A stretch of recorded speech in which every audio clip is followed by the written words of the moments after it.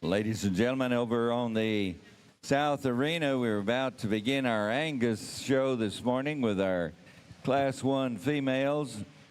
We have 18 entries in the first class of Angus. This is your final call. We're leading your cattle in. I'd like to take this opportunity to introduce our judge in the South Arena today. Is Mr. Nick Fitzsimmons. He grew up on a Simmental seed stock operation in western Iowa.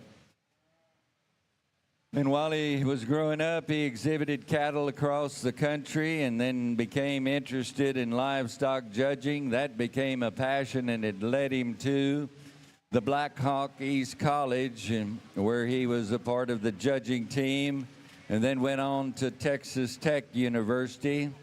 He served as the assistant livestock judging coach at Tech, and then after that duty, took a job with the Sunglow Feeds.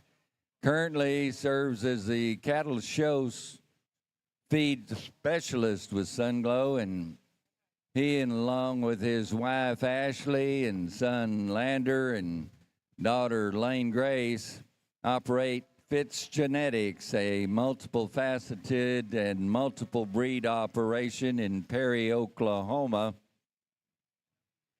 Nick has judged numerous state and national shows across the country, including the American Royal, the North American International Livestock Expo, the Houston Livestock Show, as well as the Arizona National and the State Fair of Texas, also Fort Worth and the Star of Texas in Austin. And we're pleased to have Nick Fitzsimmons in the South Arena today, working with our junior heifer exhibitors here in San Antonio. Also, I'd like to take this opportunity to announce our judge on the north side, Krisha Geffert. Krisha will be working through our Hereford, Simmental, Shorthorn, Polled Hereford, and Maine Jew breeds here today. Hometown is Reedsburg, Wyoming. She works with ADM Animal Nutrition, and her husband and herself own and operate Geffert Cattle Company, a multifaceted operation, merchandising multiple breeds of cattle. Krista judged at Butler and Colorado State, and we're certainly proud and pleased to have her with us today to work through our cattle in our north judging arena.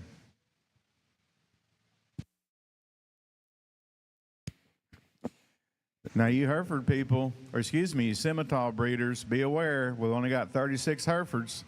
36 Herefords in the whole show on the horn Hereford, so you all start thinking about it, you Semi people. This will be second call for Class 2 Angus to staging. We've got a reminder here that here in San Antonio, only the exhibitor and their calf can be in the staging area. Class 2 Angus to staging. For those of you that have not shown in San Antonio previously, we'd like to remind you that our division classes are also numbered, and the calf division champion class is class 5 and 6. So you exhibitors that have the first class after the division, that's going to happen real quick. So y'all need to be getting ready. Don't be surprised when we hop from a class call for class 4 in the arena to going to a class 7 class call, and that's because of the division drives. Certainly my pleasure to be here today to work with your kids and evaluate heifers. And we start off with this first class, and it logics well for me. Young man's heifer that wins does so pretty easily. She combines a lot of positive traits out here and just overwhelms the rest of them in terms of her female cow character. She's functional in terms of her structure, and then she assembles herself very well from the side. I think you can make a case for femininity in the heifer in second, and she definitely has the class advantage there in comparison to the heifer above her, though. though that also works to her disadvantage. There just isn't quite enough oomph there. That heifer's obviously younger and more immature. I just wish she had more stoutness.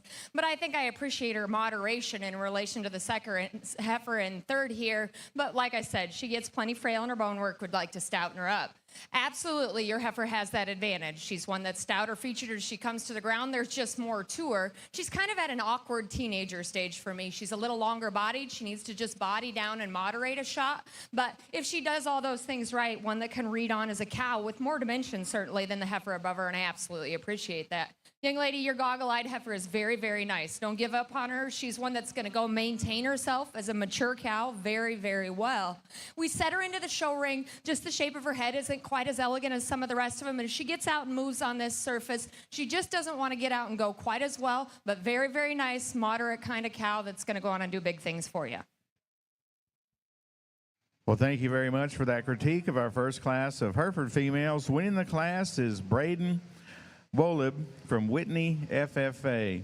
Second in Class 1 goes to Madison Dietze from Belleville FFA. Third place award goes to Hayden Peel, Aledo FFA. And fourth goes to Abigail Bloom from Williamson County 4-H. Now leading in Class 2 Herefords in our North Judging Arena. So Class 3 and 4 Hereford females, we need you to the North staging area. Only one in Class 3, so Class 4, we need you right away.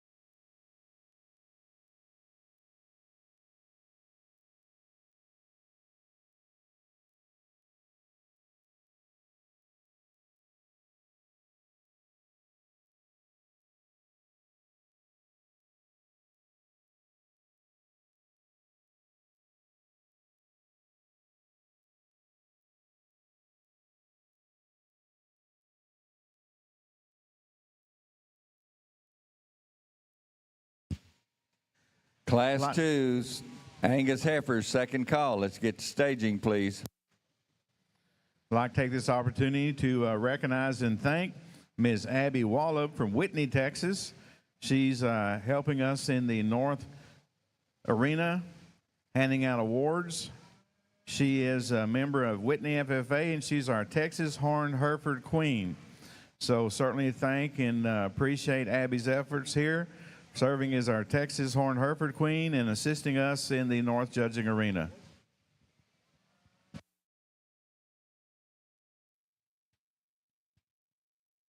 Class of March-born heifers over here on the Hereford side that represent a lot of differences, although the one that wins, again, does so fairly easily in my mind. She gives you that really come-hither look from the side. She assembles herself beautifully in that regard. She's one that's pretty impressive just in terms of the amount of dimension she has. Even though that's not a female term I like to lead with in heifers, it's definitely a decided advantage out here amongst her contemporaries.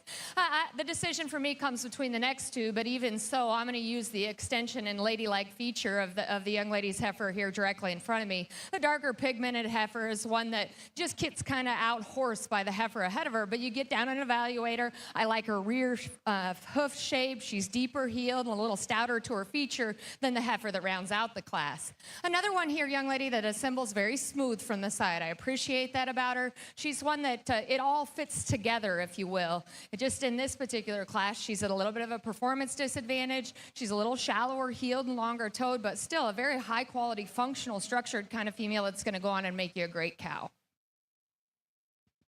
Thank you for those comments on class number 2. Winning the class is Brighton Muir, member of the McLennan County 4-H. Our second place exhibitor is Mackenzie McCullough from Austin County 4-H. And third in class 2 in our Hereford show, Ava Jones, Paradise FFA. Again, only a single entry in Class 3, so we need all Class 4 heifers to the north staging area.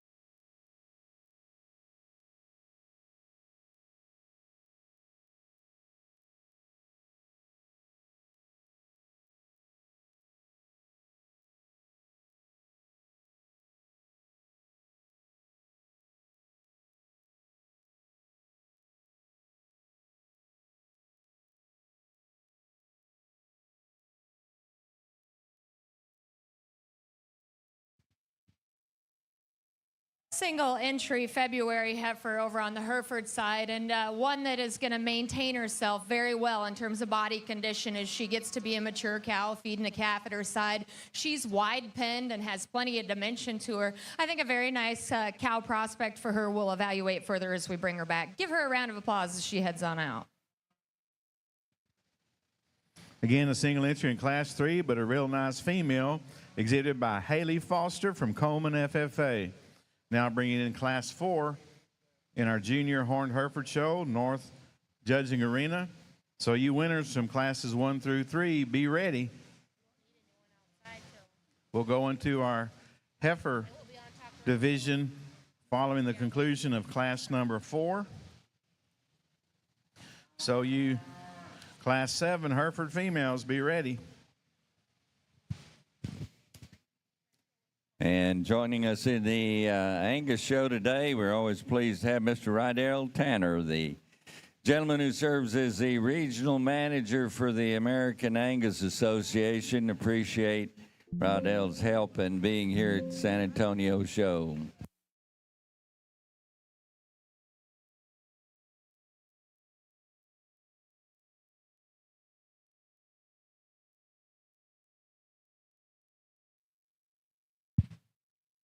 Well, first and foremost, just appreciate the opportunity to come out here today, sort through your cattle and work through with your kids. And we start off in just such an incredible fashion here with this first class Angus. They said this is one of our larger classes for the day, and just such quality from top to bottom. We started all off with this heifer here at the front that just hits you hard. I think when that one first comes in, one to me just has the right kind of skeletal build and function and basics that I'm looking for here throughout the remainder of the day, but then comes with those extras in terms of look and presence and a proud kind of a posture there through her front end. I like that one's proportionality from her chest floor and how she feeds back into her flank. Her collection in her top line really elevates her in this particular class. She's not as big-footed or maybe quite as opened up in terms of her natural and just raw power from behind, but has more than enough, in my opinion. Again, the way this one's put together from the side profile, and she remains that way when she takes off and goes, brings her to the top. The heifer in second, in my opinion, has the most sought-after skeletal build. Her foot size, her squareness to her toe, the way that one's base width is built, and then the way she goes off of both ends is what I'm naturally drawn to. Her cow function in terms of body shape and dimension is also something that gets me fired up. You compare her back to my class winner, not quite as tidy in her throat latch, not quite as neat in her chest floor, doesn't remain quite as balanced from her heart. Now she feeds back into her flank. Still love that one in terms of just a brood cow look. The one in third has some extras and some ESTs in this particular class. The biggest footed, the stoutest bone, has as much true dimension from behind the cattle as any of them. She takes off and goes, and that's one that I just question in terms of her rear skeleton. She's a little shorter hip. She's a bit more vertical in terms of her hock and how she goes to the ground. That shows up when she takes off and goes, but no doubt some generating pieces. A very impressive female for that young lady. We continue down the line. Got one here next. There's nothing majorly wrong with her. She's good bodied. She reads with enough comfort in terms of her hip and hind leg. I like to rock her back in her knee just a touch. See her with a bit more of those ESTs in terms of look and presence there through her front end to move up in a high quality class. Female comes here next, a bit more of the same. We could set her back an angle to her shoulder and just power her up in terms of her heart and forerib. That one has some look. She has some presence and some added shape when you get riding behind the cattle. Just like to see her go a bit more comfortably there out of her front end. Young man has one coming here next that I like in terms of just her neat, high-headed look. One that's long and collected in her top line and round in terms of her body shape. She, too, needs to be a shot more comfortable when she takes off and goes. She's a bit more vertical in her front end skeleton, but certainly appreciate that one's length of body and her look through her front end.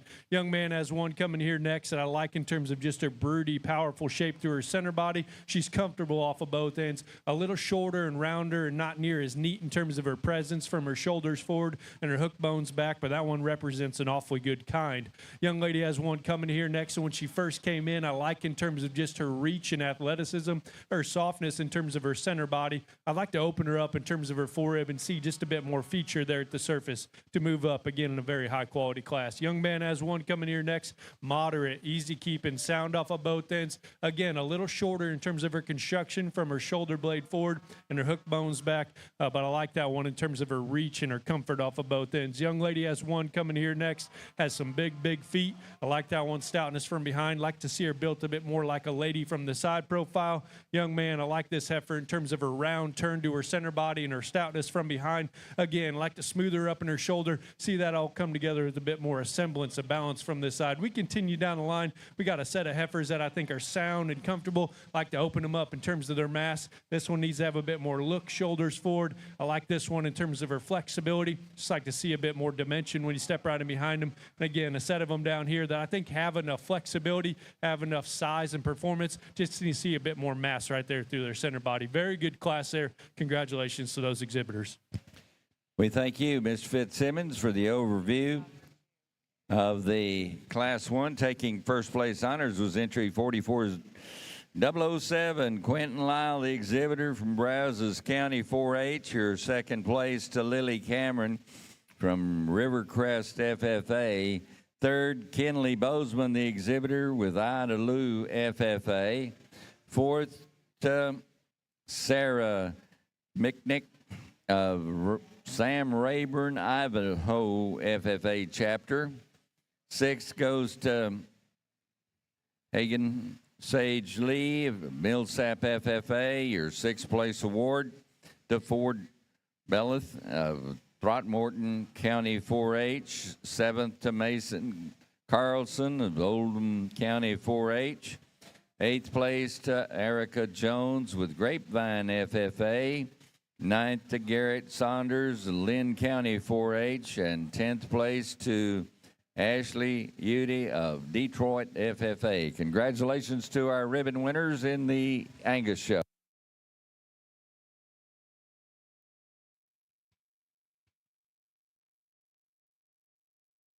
Hi think if you use the word balance to describe the heifer that wins, and that's her biggest attribute out here, she absolutely has that. She's one with just a balance of traits. She's got enough dimension. She's got enough look. She's one that's going to maintain herself awesome in terms of rib and body, reads super uniform in her lower body depth. Now, for the traditionalists, maybe she's a little loud marked. Doesn't bother me a bit. I like that about her. She's one that really garners your attention immediately as she walks into the ring. A pretty nice one we'll evaluate further as we bring her back. I think there's some decisions amongst the next three, but you just go back to cow character, and the young lady's heifer in second definitely wins the award there. This one has a tremendous amount of spring or rib. She carries herself back deep into her flank. Just a really moderate cow prospect. With that, though, she's getting a little more condition up through her chest floor at this stage of the game. Just like to trim her down a shot at this point in terms of her maturity. But when you get her stopped on the standstill on the side, she's one that gives you a really nice look in terms of balance and those features from her shoulder back. Young man's got a heifer here that reads with true dimension. I like that about her, one that's just a little more traditional. She's deeper into her chest floor and then kind of reads up into her forerib, but still has a lot of good to her in terms of her stoutness of feature, one that's got plenty of power to her. Just like to get her out and move her a shot freer as she gets out and goes. Young lady's got a heifer here that's just not wanting to show herself off quite as well. At times when you get her stuck well, she has absolute advantages over those two heifers above her because she's so loose in terms of her skeleton. She's very, very flexible. That's actually a really big-footed, very angular heifer that's more feminine in her features up through her front end. Today, she's awful green in her composition and just kind of wants to fall apart on the young lady. If we get her to hold herself together, she just naturally isn't quite as strong behind her shoulder. She slopes a little from hooks to pins, but that's absolutely a functional cow that's go on and have a flexibility advantage. Angus exhibitors with Class 3 cattle, final call for staging. Class 4, be moving this way. Results of Class 4 in our Junior Horned Hereford Show. Winning the class is Briar Banahan from Crum FFA. Our second place female exhibited by Callie Blacksher, Garrison FFA. Third place ribbon goes to Jensen Corston, Klein Collins FFA, and fourth place heifer exhibited by Leilani Rodriguez, Harris County 4-H. We're now bringing in our first and second place exhibitors out of classes 1, 2, and 4, and our single entry out of class 3 from these females. Our judge, Ms. Krisha Geffert, will select our division winners in our heifer calf division. You class 7 and 8 Horned Hereford females, we need you to the north staging area. Class 7 and 8 Horned Hereford females to the north staging area.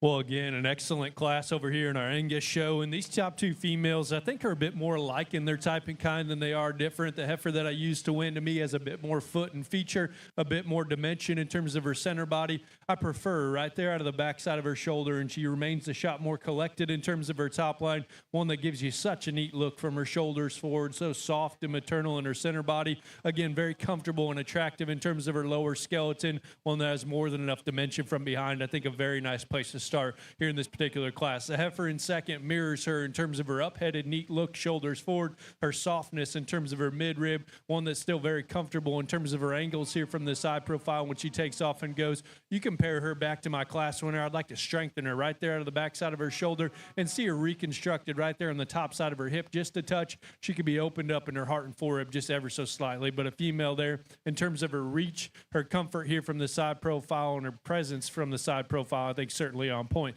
The heifer here in third, a bit more moderate in her type and kind, a bit bolder in terms of her center body, a bit stouter from behind. And I appreciate all those pieces here in this particular female. One, to me, is just constructed a shot more up and down in terms of her hock. I'd like to power her up and reconstruct her in terms of her foot and how her heel hits the surface, but certainly one that's moderate, easy keeping, bold in terms of her center body. The female closes here in an awfully good class, a bit more of the same, moderate, easy fleshing in terms of her kind, and comfortable off of both ends. She's a bit flatter in terms of just her body shape, one that's not near as neat in terms of her presence and her proportionality here from the side profile, but certainly a good kind of cattle there that's awfully functional in terms of her basic build. Good class there. Congratulations to those exhibitors.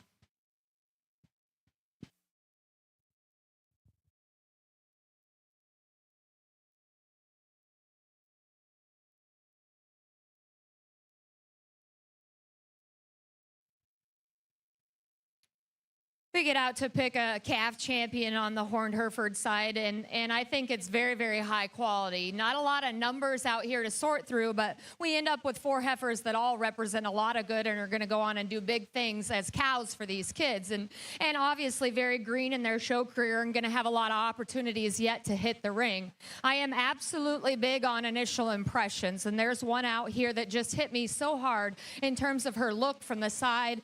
And not that head shape is a huge decision maker, but for me, she's just the freshest headed. She's the most unique in the way she assembles her pieces from the side. She has the most length and extension ahead of her blade, one that's very fresh in her degree of body condition. She just combines a lot of good for me. I'll go out and select the one that hits me the hardest for your division champion.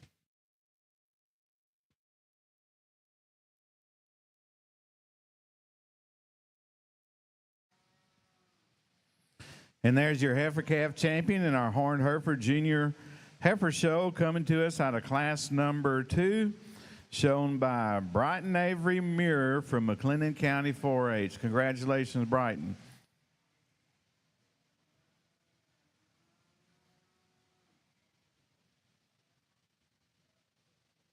Brings another nice one in for contention for reserve, and one that's very feminine and refined in her features. She's extremely flexible and good.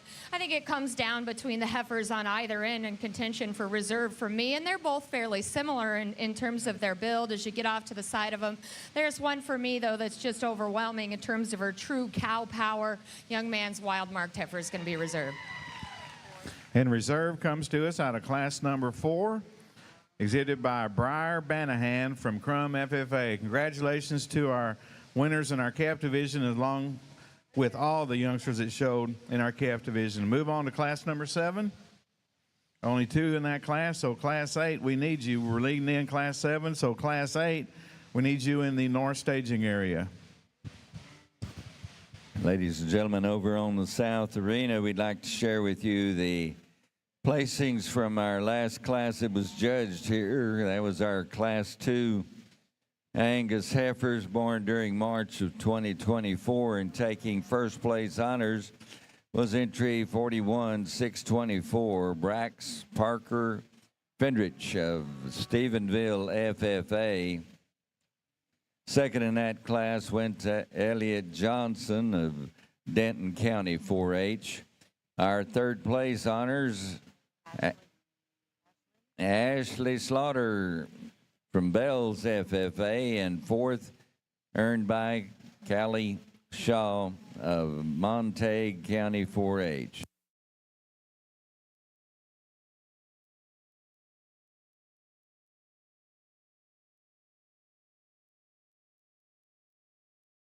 I'd like to remind our first and second place winners that you need to be staying handy close to the arena for that division drive. In the Angus show, we're currently judging Class 3. This will be final call for Class 4 to staging, and then we will move into the division champion. So the next class up, when we move that Class 4 in, Class 7, Angus heifers can move to the staging area.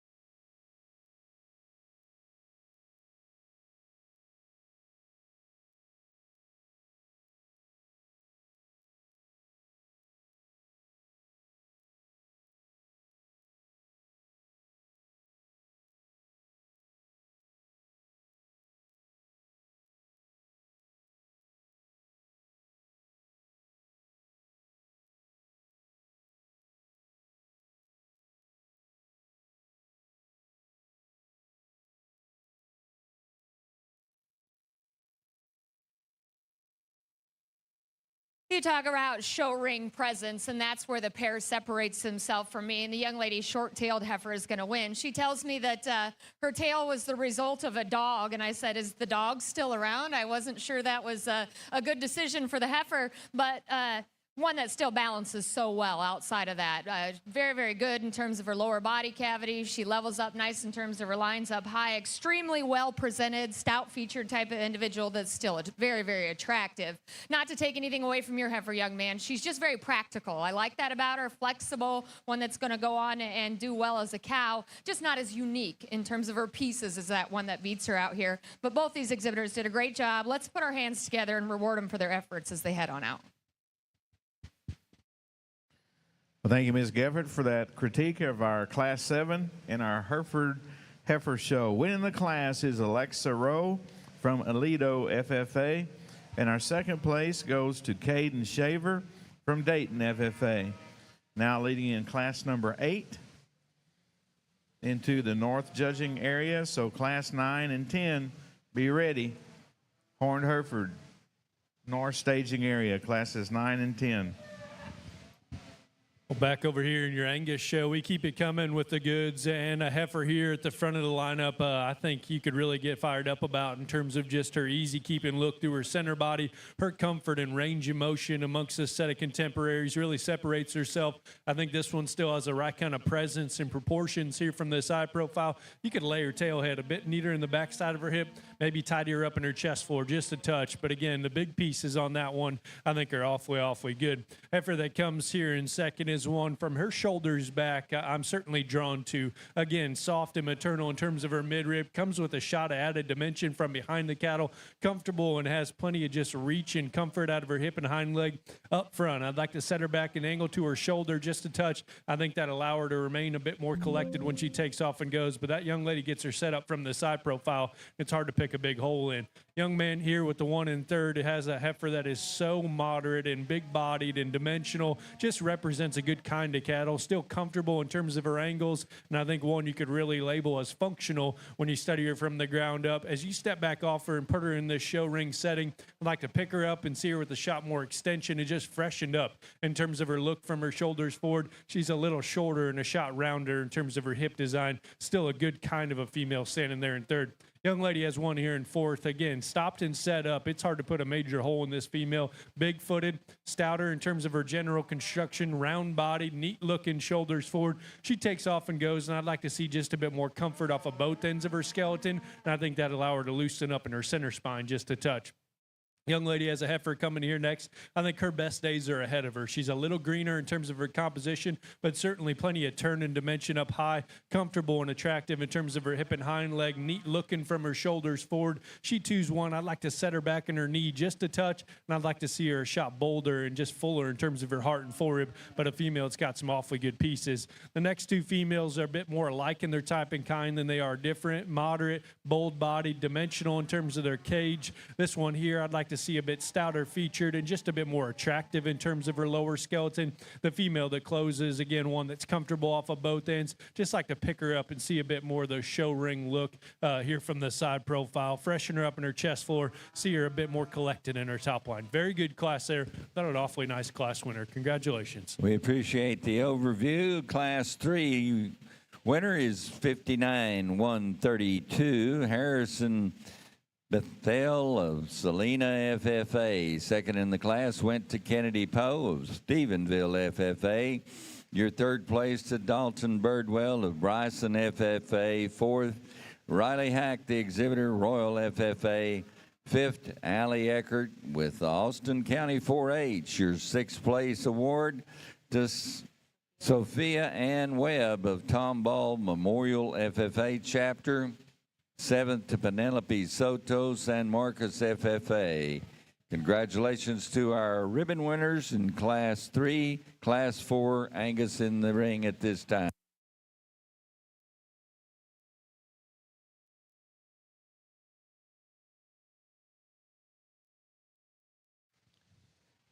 Class 4, Angus heifers report to staging.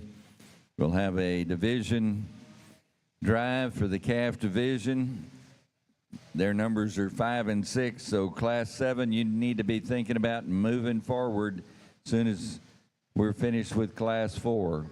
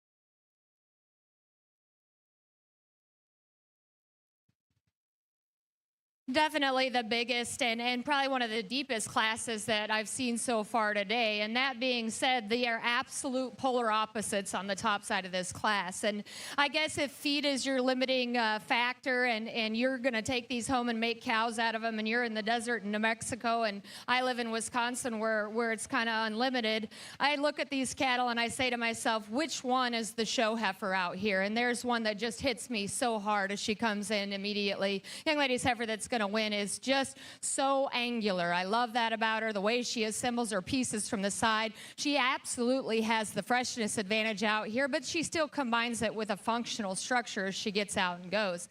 Now the heifer in second is, like I said, the polar opposite in terms of moderation. She's one that's going to go on and moderate herself so well in terms of limited feed situations, feed an awesome calf at her side and do that. There just isn't as much cow there for me in regards to the one above her. She's got a little bit more through her chest. She's just rounder in her overall composition, but I appreciate her absolute flexibility, her stoutness of feature as she comes to the ground in relation to the heifer in third. If it's a game of standstill, young lady, this heifer wins. I love that about her. She patterns up very, very nicely from the side. She's presented tremendously well, and you do a fantastic job of showing her. It's when she sets into motion for me, she comes up short in that stride in combination with maybe just a little smaller in terms of her rear foot. She's got a nickel more forward chest for me. I'd like to clean that up. But part of that is she's still very neat-necked. She's very elegant. She's very ladylike. I think you could scramble these top three a little bit, but when I go back to structure, I'd like to see her flex just a shot better.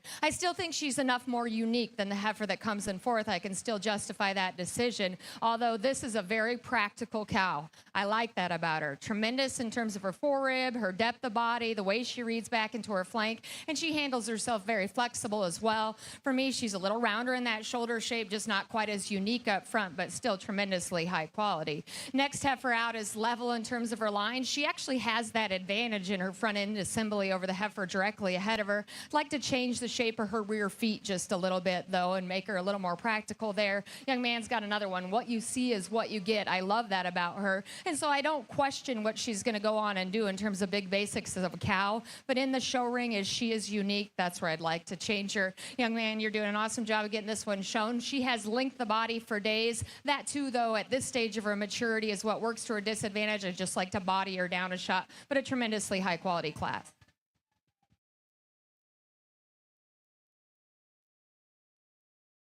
We're missing a heifer in class number 10 in our Hereford show, Macy Kate Gillian from Post FFA.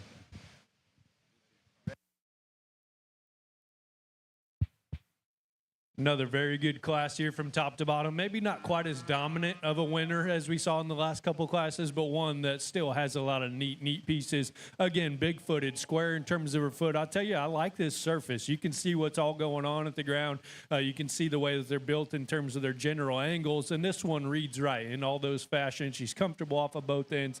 She's got that easy-keeping look through her mid-rib. She still puts it all together with the right kind of look and proportionality here from the side profile. I'd like to strengthen her just a touch right out of the backside of her shoulder, both up high as well as down in her heart and forearm. And then I think that elevates that female just a touch more. She still wins in a pretty commanding fashion here amongst this set. The heifer that comes here in second is one that I think you certainly appreciate, just in terms of her flexibility, her reach and range of motion. That one's awfully fresh in terms of her general composition, and again, remains a bit more collected in terms of her lines down her top line. One, to me, I'd like to see her a bit softer in terms of her midrib, a female that doesn't have as many of those extras in terms of feature, in terms of pin width when you get right in behind the cattle, but one that's awfully nice nonetheless. The one that comes here in third, moderate, bold-bodied, and easy keep-in, still gives you a neat look down the top side of her skeleton. I like to stouten her up at the ground just to put it all together with a bit more balance as you kind of put it all together in terms of a big picture, but bold, stout, moderate, easy keeping. I think that's a good kind of cattle there in third. The heifer that comes here next has some more size and scale, just general weight per day of age. I'd like to see her more comfortable and just coordinated in terms of her movement out of her hip and hind leg. She too's a bit flatter in terms of her body shape, but certainly good looking there from the side profile. The heifer that closes, again, you've heard me say a few times today, just a good kind of a cattle. She's moderate, she's bold-bodied, she has that easy flesh and look. Maybe not as many of those extras in terms of the show ring setting, in terms of foot size or presence there through her front end, but I like that one in terms of her basic function. Congratulations, those exhibitors. I thought an awfully nice class winner. Thank you, Mr. Fitzsimmons. And first place honors in Class 4 of your Angus show going to Quincy Dale Walker of the Magnolia West FFA. Second in the class to Madison Mays of Samuel Clements FFA chapter. Third to Kinsley Shaw, member of the Montague County 4-H. Emma Davenport takes the fourth place award from Lumberton FFA. Rounding out the class with the fifth place ribbon is Peyton Norak of Centerville Groverton FFA.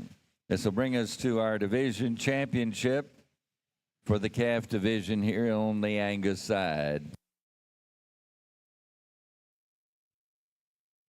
Young lady's doing a great job showing a single entry out here. That could be a challenging job, and she gets her stuck from the side, and she absolutely commands attention. She stays really collected in the top side lines of her skeleton, and it draws you in, absolutely. From there, maybe one that has just a little more forward chest and reads up into the shape of her body, but still very, very flexible. She gets her head up, and you can't help but notice the look of this one from the side.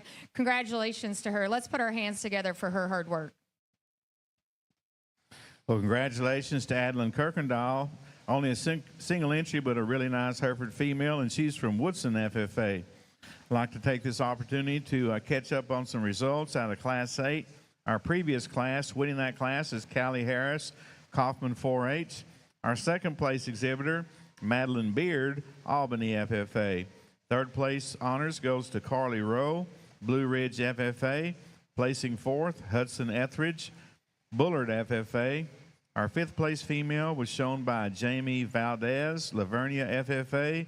Sixth goes to Truxton Taylor from Klein FFA. And the seventh place female out of Class 8, Thomas Chamberlain, Montgomery FFA.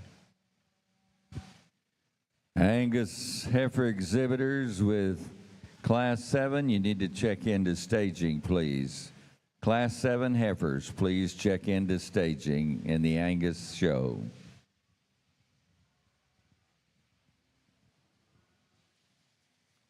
Currently judging Class 10 on our north side in our Junior Hereford show. Following conclusion, we'll pick our champions in our junior division. So Class 13 females, start thinking about it.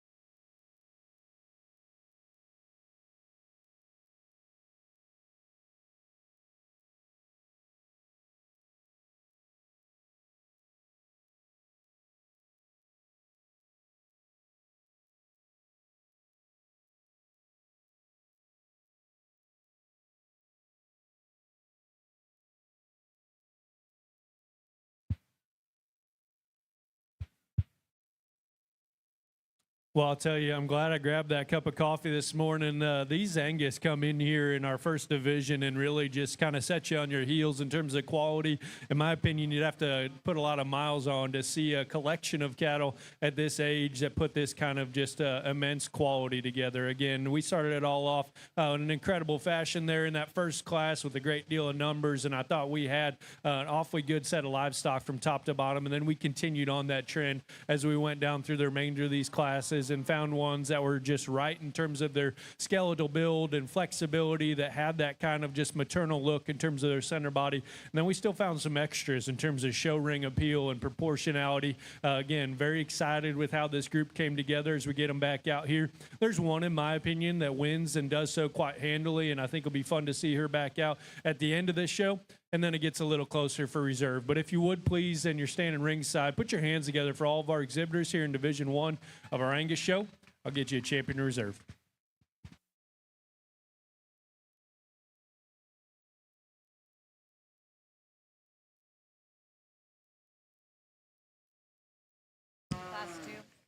And ladies and gentlemen, out of Class 2, our champion calf is entry 41624, Brax Fredericks of Stephenville, FFA.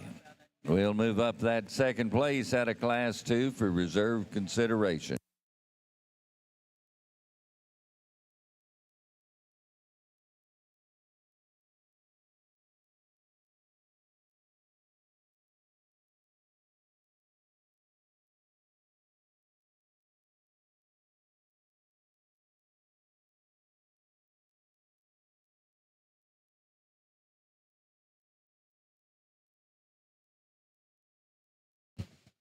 And our winner of Class 3 taking reserve honors here in the Heifer Calf Champion Drive. That's entry number 59132, exhibited by Harrison Bethel of the Salina FFA chapter. Congratulations to our division winners and reserves and all of the exhibitors that earned the right to participate in this championship drive.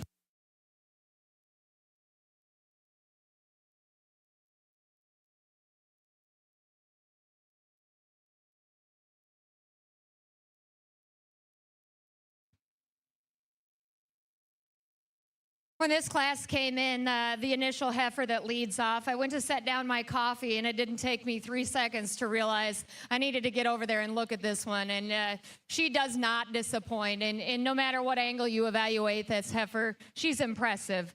She is one that is truly bold in terms of her shape, and then she's truly elegant in terms of the way she assembles it from the side. A fun one to bring back. From there, just as easily, I think this heifer comes into second place, and just not quite as overwhelming as the heifer that wins in terms of her power and dimension. You get down to her rear foot and bone, but boy, does it all fit together. That's a very elegant and refined type female, tremendously fresh in her presentation. Love the shape of her head and the way she blends those pieces together from the side. Just kind of runs into a buzzsaw on the top side. I have a lot of heartburn and debate between these three heifers, and in this class, this is where I spend the most time. And so I land on one for me that's just kind of functional in terms of her structure. She isn't the most massive and she isn't the stoutest. The two heifers behind her certainly outpower her, but for me, she just has a little advantage in terms of the way she assembles up front, her flatness of shoulder. Now, you can absolutely make a case for the heifer that comes next. I like this one a lot when she's on the standstill and you want to evaluate true pen width and just cow power. She's definitely good in that regard. She sets down weird on that one rear foot. I'd like to change the shape of it, and it kind of bends in. If that foot was good, I think it becomes a totally different discussion here, even on up into second. Today, bottom line, just need to modify her there. Young man's got the absolute most powerful cow here, and if that is your end goal and you want to go on and make bulls that assemble those same pieces, she's absolutely still very, very high quality. She just needs to get out and move a little bit easier and freer, and then as a heifer prospect, make her a shot more feminine in her feature. Well, thank you, Ms. Gifford, for that critique of class number 10 in our Junior Hereford Show. Winning the class is Aiden Barber from Dumas FFA. Our second place female was shown by Paisley Miller, Austin County 4-H. Third place ribbon goes to Catherine Chamberlain from Montgomery FFA. Our fourth place exhibitor Mary Kate Gillian from Post FFA. And fifth goes to Aubrey Lockhart, Burleson County 4-H. Now bringing our class winners from classes 7 through 10, and we'll pick our junior champions from those classes. Final call for 42-118. Your class has moved into the arena. Last and final call.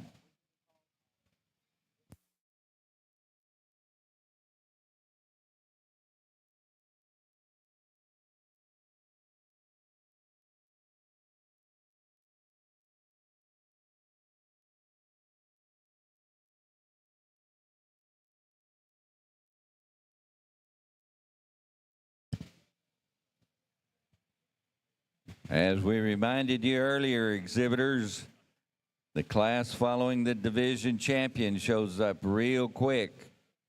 And if you're not on your way when the division drive is called in, you're liable to be late.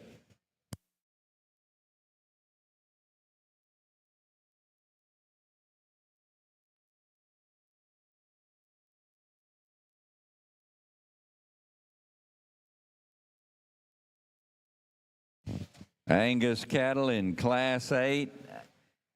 Class 8 Angus, you need to be in staging.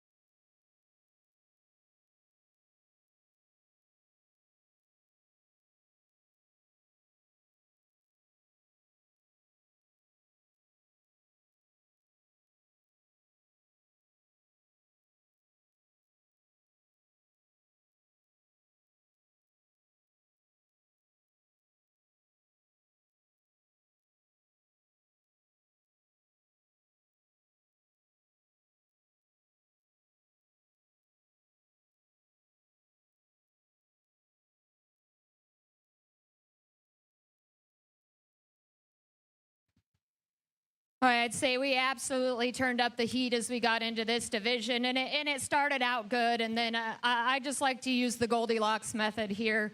We just got darn near perfect as we got to the end, and I'm not going to take a lot of time to get there for a division champion because she hit me hard, and she still does. Young lady out of the last class is going to be your champion. Well, congratulations to Aiden Barber with our junior champion, Hereford female, coming to us out of class number 4.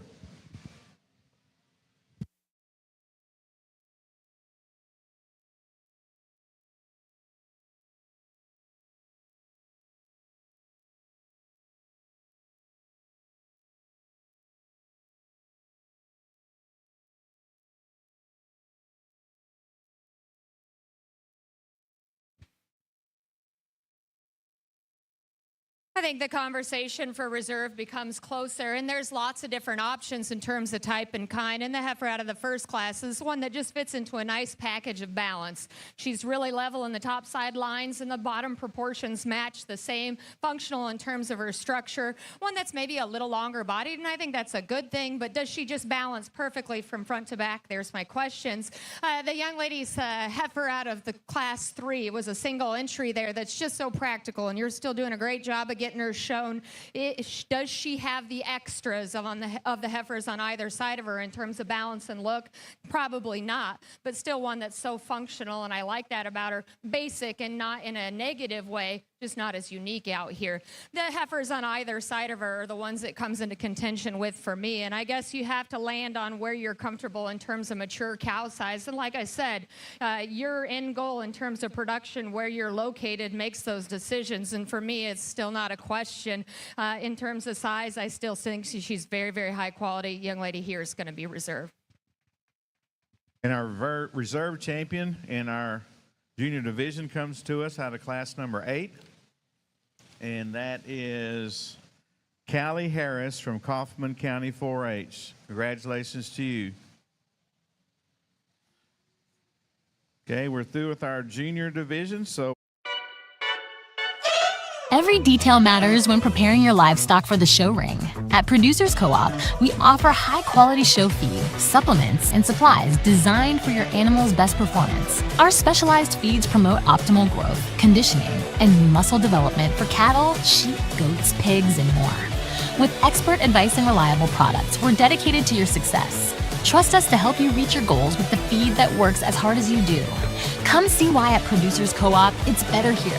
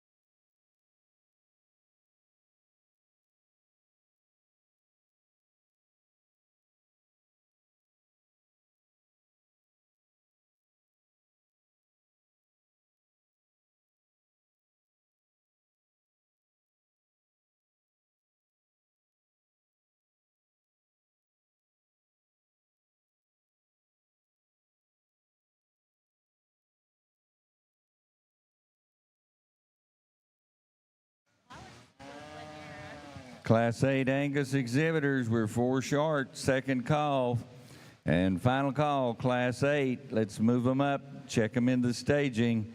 Class 8 Angus.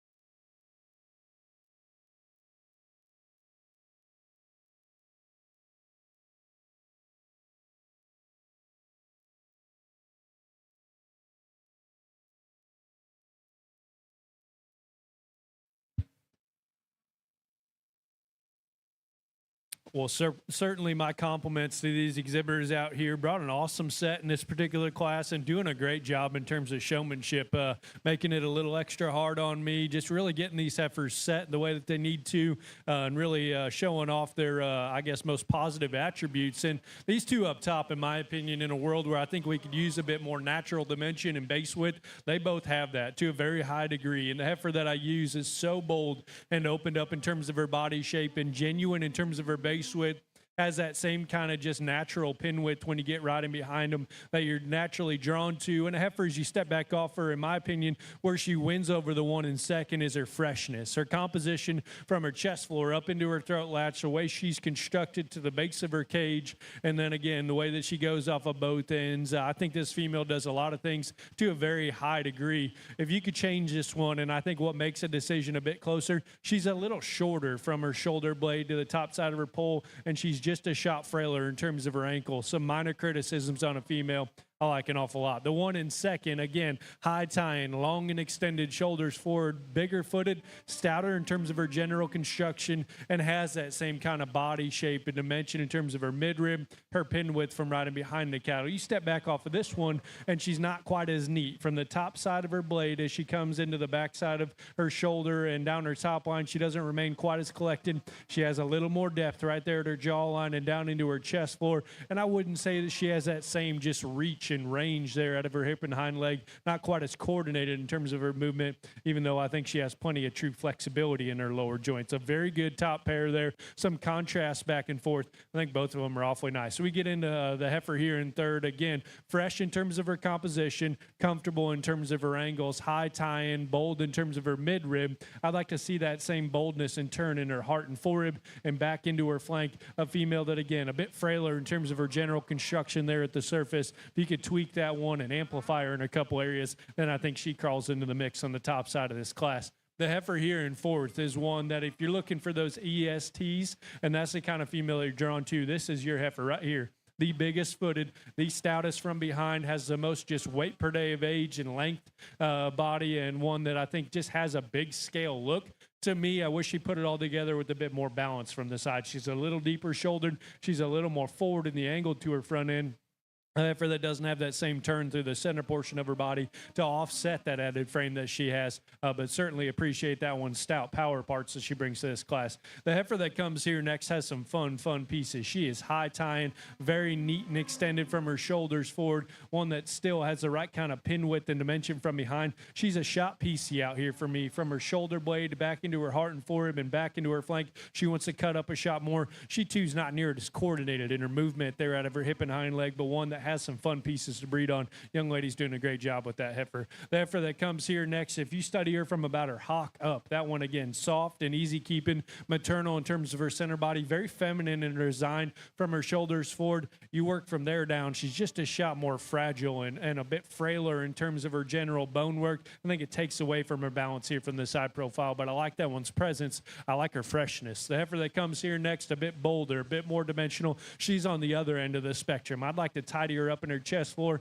see her go with just that same comfort out of her hip and hind leg. Heifer that comes here next, bold, stout, powerful up high. I wish she had that same turn to the base of her rib, and I think that'd help her balance up a bit more. Needs to tidy that one up right there at the base of her shoulder to move her up in this class. Bit more the same here, long-bodied, bold and stout up high. Like to soften her up in her midrib, see her more comfortable in terms of her step out of her hip and hind leg, but appreciate her added dimension. The heifer that comes here next has that added softness and turn to the base of her rib. Like to rock her back in her angles and see her smoother in her general bone work. The heifer that comes here next, again, has that added shape and dimension up high. Like to see her more comfortable off of both ends. Like to see it all come together with a bit more balance from the side profile. Awesome class there. Congratulations. Taking the blue ribbon here in Class 7 is Jake Atkinson of East Bernard FFA. Your second place went to Hudson DeBerry. Our of Lamb County, third in the class, going to Riley Gowan of Bell County 4-H. We were fourth place winner. Was entry number 59-296, Jay Smith of Erath County. Fifth in the class to Riley Walker of Knox County 4-H. Sixth place going to Peyton McGee of Trinity County 4-H. Our seventh place, Callie Lopez of Groverton. Eighth in the class to Costley Richardson of Commerce FFA. Ninth in the class to Olivia Wortham of Kaufman County 4-H. 10th to Macy Brown of United FFA. I think bold best describes the heifer that I'm going to utilize to win this class, and I think it's still a very close decision on top between heifers that are very opposite in terms of their type and composition. You take one look at them from the three-quarter, though, she just has more true shape. And again, not necessarily absolute priorities in female, but when they get to this stage of maturity, I think she just reads a little more honest in terms of her composition. It starts with her natural width from her chest, the way she extends to her knee and ground square. She's one that's just bolder as you get on that 3/4, like I said, in terms of her true width and dimension. Now, she's not perfect. I'd like to refine her a little more about her teat size and shape. And she isn't just naturally the most level on the top side of her skeleton, but I still think her boldness advantage and just her honest, true dimension allows her to elevate over the heifer in second. Heifer in second, young lady just wants to give her problems in terms of getting her shown, and so it becomes a little hard to read her. But as she gets out and moves, she doesn't want to just get out and take a really long, fluid stride. Now, she has extra length of body. I advocate for that. I don't know when we made it cool to be short-bodied, but because of it, she does miss her track by a little bit. But you get it up and evaluate her in her foreportion of her skeleton, she maybe reads just a little more upright there, and as a result, she wants to spin out just a nickel up front. But I'm getting awfully critical in a heifer that pretty easily is in second and still in contention for first. For me, that's just how I read her today. The decision amongst the next four becomes a little bit hairy for me, and this one I think is just practical. The young lady, you get that one's head up, it changes the game a little bit because she's so fresh. She's got width at her pins, she's got width and dimension down to her stifle, and just balances up from the fore portion to the rear of her skeleton better because of the way she assembles those pieces. Heifer here is one that I'd like to start by saying she could use a foot trim. She's really long-toed, but beyond that, I think she's so smooth in her composition. She's still probably a little more appropriate in her degree of condition than the heifer that follows her, but she could just balance better in terms of the way her chest reads into her and then the way she comes back into her flank. This cow here is going to maintain herself very well as she gets a calf at her side, but today she's just pushing a little more condition up front. It just doesn't allow her to balance as eloquently as we get off to the side. And still a very practical Hereford heifer that ends up here. She could end up in third just as easily, but for me today, just not quite as unique in her show ring pieces out here in comparison to the other heifers. Thank you, Ms. Gefford, for that critique of Class 13 in our Horned Hereford Junior Show. Winning the class, Paisley Conroy, from Chapel Hill FFA. Our second place female is shown by Riley Hollis, Calhoun County 4-H. Third goes to Jesse Rios, Liberty FFA. Fourth goes to Sage Johnson, Johnson County 4-H. Fifth, McKinley White, Blackwell FFA. And sixth goes to Walker Massar, Rogers FFA.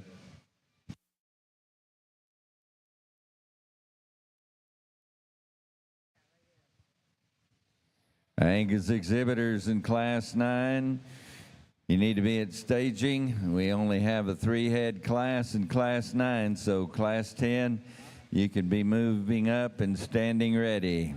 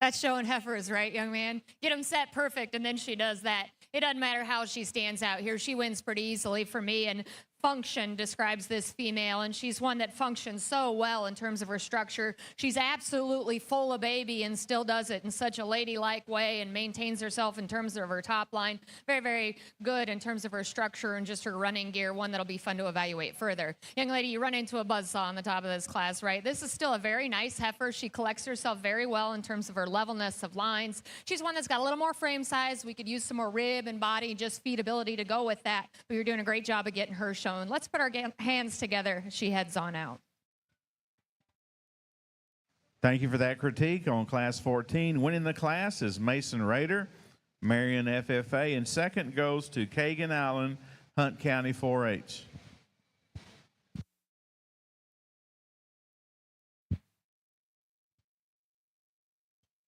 Well, we kind of grabbed another gear here in terms of just those extras and a heifer here at the front of the lineup. Once you get past the basics of function and flexibility and foot size and shape, the way she's built in terms of her center body, then she does elevate in terms of just her added proud look there through her front end, the way she's assembled in terms of her shoulder to have that kind of flexibility, to have that kind of reach and range of motion, and then again, project with that kind of look from there on up. It's hard to do. She then transitions back into an incredible kind of a body shape, especially when you take into consideration her freshness and her composition, collected in her top line, stout from behind, big-footed, attractive off of both ends. One that I think wins pretty handily, in my opinion, a heifer that I like an awful lot. Then we get into this one in second, and where you could ever just kind of have this conversation in your head is this one has some added true body shape. She has some added stoutness and thickness from behind the cattle. You could argue that she has bigger feet and just more true bone work underneath, but I never question any of those pieces on my class winner. And so one here that I like an awful lot in terms of her broodiness, she's a little coarser right on the front side of her shoulder. She's not near as neat and ladylike from there on forward in terms of her front end. I like to see her a bit longer and just more comfortable in terms of her step out of her hip and hind leg, but that's getting critical on a female. I like an awful lot in terms of just her raw power, and that one's generating pieces she brings to this particular class. Young man has one in third here, and when he gets her all set up, certainly gives you an awfully good look in terms of her length and levelness back out through her hip, her collection in her top line. Again, the way she's assembled to the base of her rib here from the side profile, and neat looking from her shoulders forward. She takes off and goes, and I think it's partially because she's a bit more closed up underneath. She's a bit uncoordinated in her movement there off of both ends, has enough set, just doesn't go with the same confidence as those two heifers do directly in front of her, especially there out of her front end. But I like that one's look. I like her presence and freshness. The heifer that comes here next, shoulders back, again, so opened up and massive in terms of her midrib, so stout and dimensional when you get right behind this one, and still comfortable out of her hip and hind leg.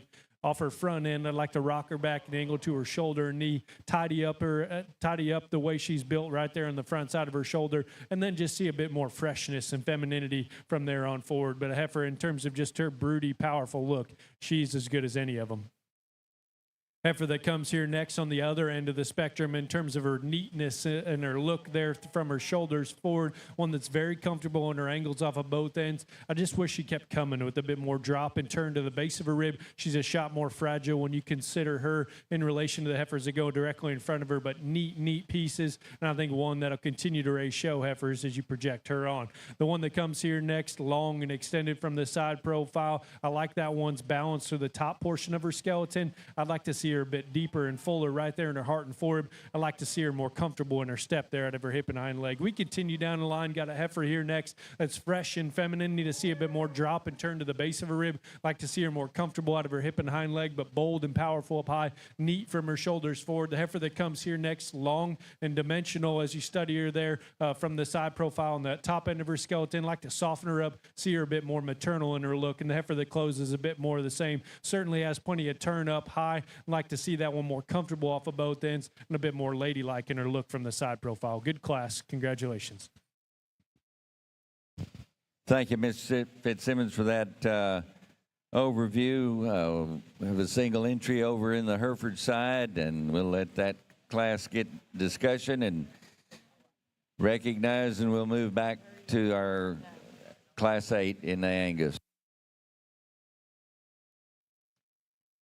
The gentlemen here need to be commended for their efforts at home. It's not very often you see a pair show like this. And so my congratulations to you for that feat alone, because that's tremendously hard to do. He said she calved well, she mothered well, she did all the things that you would expect a Hereford to do. She's putting a lot into a baby calf here, a very practical pair of cattle that are going to go on and do big real world things. And certainly that's the most important part. Let's put our hands together for them as they head on out.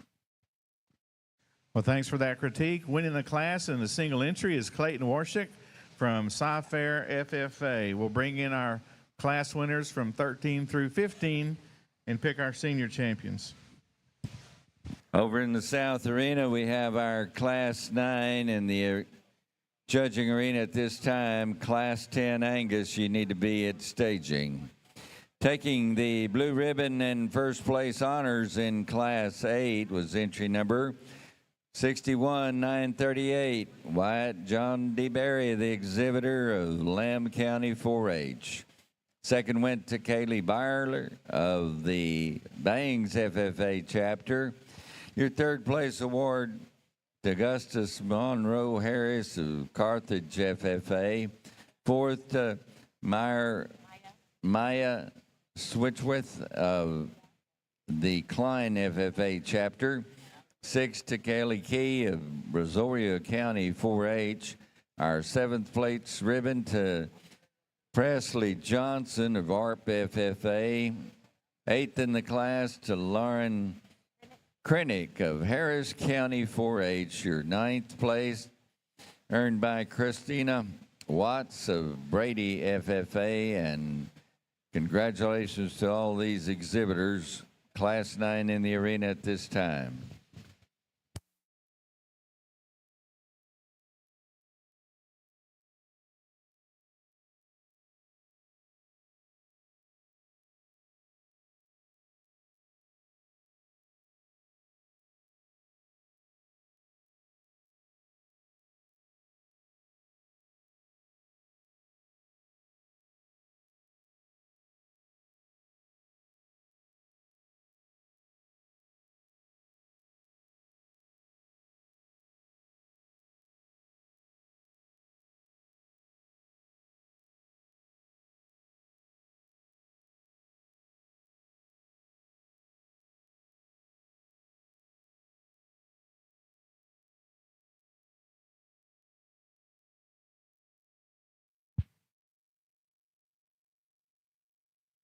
Well, another good class here, and really like the way this Angus show is shaping up. The heifer here at the front of the lineup, when she gets her parked and set up, it's hard to put a big hole in this one in terms of her freshness and her look from her shoulders forward, her massive turn to the base of her rib cage, her comfort and her angles down low are certainly unmatched. And like this one's foot size and shape, you step right in behind her, she still has the right kind of turn and dimension and just natural thickness that I'd like to see in these cattle, and still a good size in terms of her mature cow size. You project that one on her moderation, I think is certainly on point. If I could pick this one just ever so slightly, she takes off and goes, and she's so good at the ground. I wish she was just a shot more, comfortable in terms of her center spine. She wants to tie up just a shot, and she breaks right in behind her blade just ever so slightly. Again, a minor criticism on a heifer, does a lot of things right. We got this one in second. I think you take this one out of the mix, and this is a heifer you can get pretty fired up about. So much turn to the base of her rib, still very neat in terms of her look and her proportionality here from the side profile. When she takes off and goes, I'd like to set her back in her knee just a touch and see her have that same attractive set to her hind leg as our class winner, but certainly one that does a lot of things right in terms of moderation, bold turn, and a good look from the side profile. Heifer that comes here in third is one that I think you certainly appreciate for her added projection and look from her shoulders forward, her added length of body, and just weight per day of age here in this particular class. She needs to be set back and a shot more comfortable off of both ends. I'd like to tidy her up in her chest floor or see her a bit bolder in her heart and floor. If we could offset one of those, I think then you'd appreciate that heifer for all of her added size and scale in this particular setting. Good class there. Congratulations to these exhibitors. Final call for Angus exhibitors in Class 10. We're short two head, 39-0117 and 44-888. We need you in staging.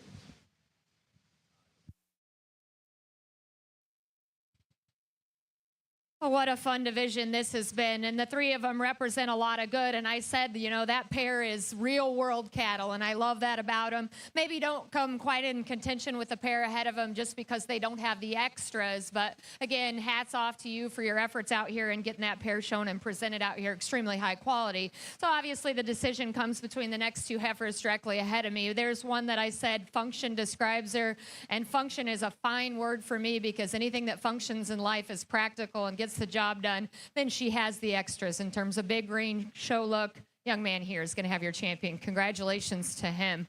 Not to take anything away from the second there, she's awfully nice. We talked about needing a moderator. The most logical thing to do is use another one that's just overwhelming in terms of power. Not quite as level down her top, a little coarser about her teat shape, but still a very, very good one for reserve. Congratulations. And our senior champion comes to us out of class number 14. Exhibited by Mason Raider, Marion FFA. And our reserve senior champion, Horned Hereford female, comes to us out of class number 13, exhibited by Paisley Conroy, Chapel Hill FFA.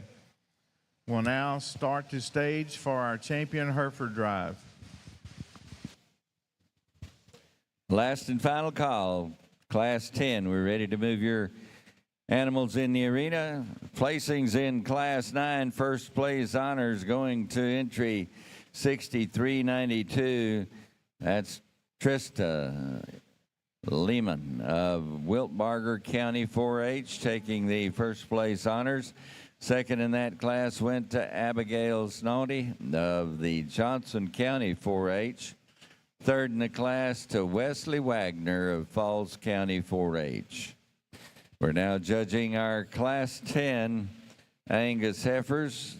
This will be the final class in this division, so exhibitors with Angus heifers in Class 13, you need to be making your way to the staging area, please.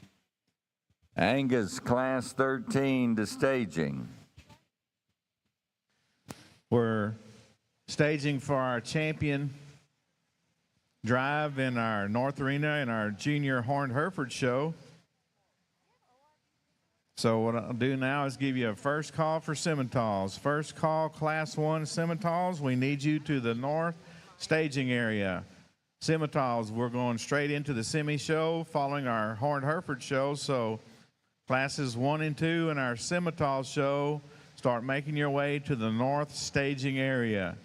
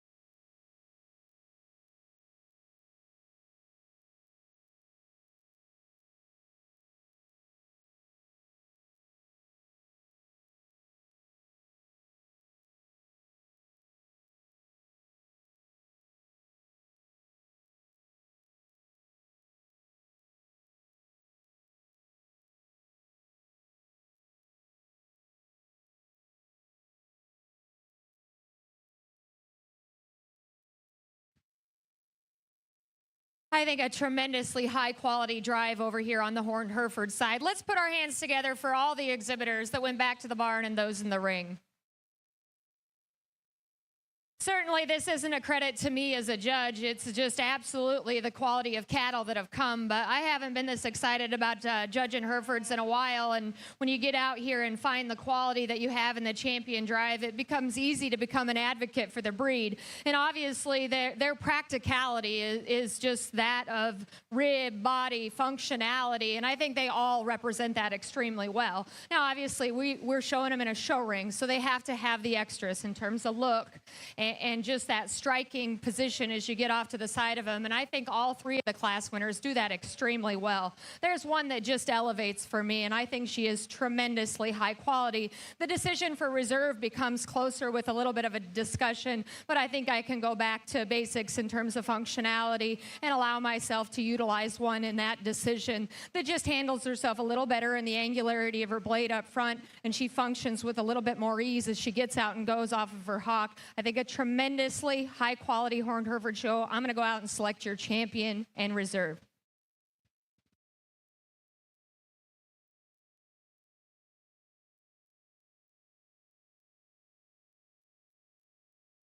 And there's your grand champion horned Hereford female, 2025 San Antonio Livestock Show and Rodeo Junior Heifer Show, exhibited by Aiden Barber from Dumas FFA. Congratulations to you, Aiden.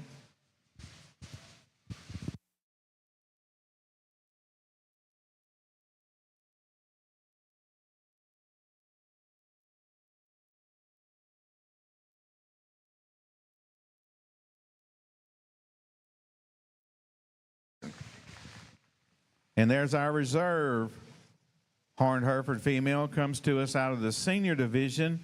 That female is shown and exhibited by Mason Rader, Marion FFA. Congratulations to our champion and reserve, as well as all the youngsters who showed horned Hereford females here today. Okay, classes 1 and 2 Simmental. We need you in the north staging area. Classes 1 and 2 Simmental. We're about to start your show. Adams Fab. Established in 2007, they build custom livestock pinning and equipment to fit all your needs. Hanger feeder rods, adjustable slam gate latches, and skirted panels. It all comes standard. Custom pins made by hand and hot dipped galvanized so that you know that they're going to last. Adams Fab is a certified TIPS vendor and can design, fabricate, and install equipment to fit all your needs. Visit AdamsFabLivestock.com to get started today.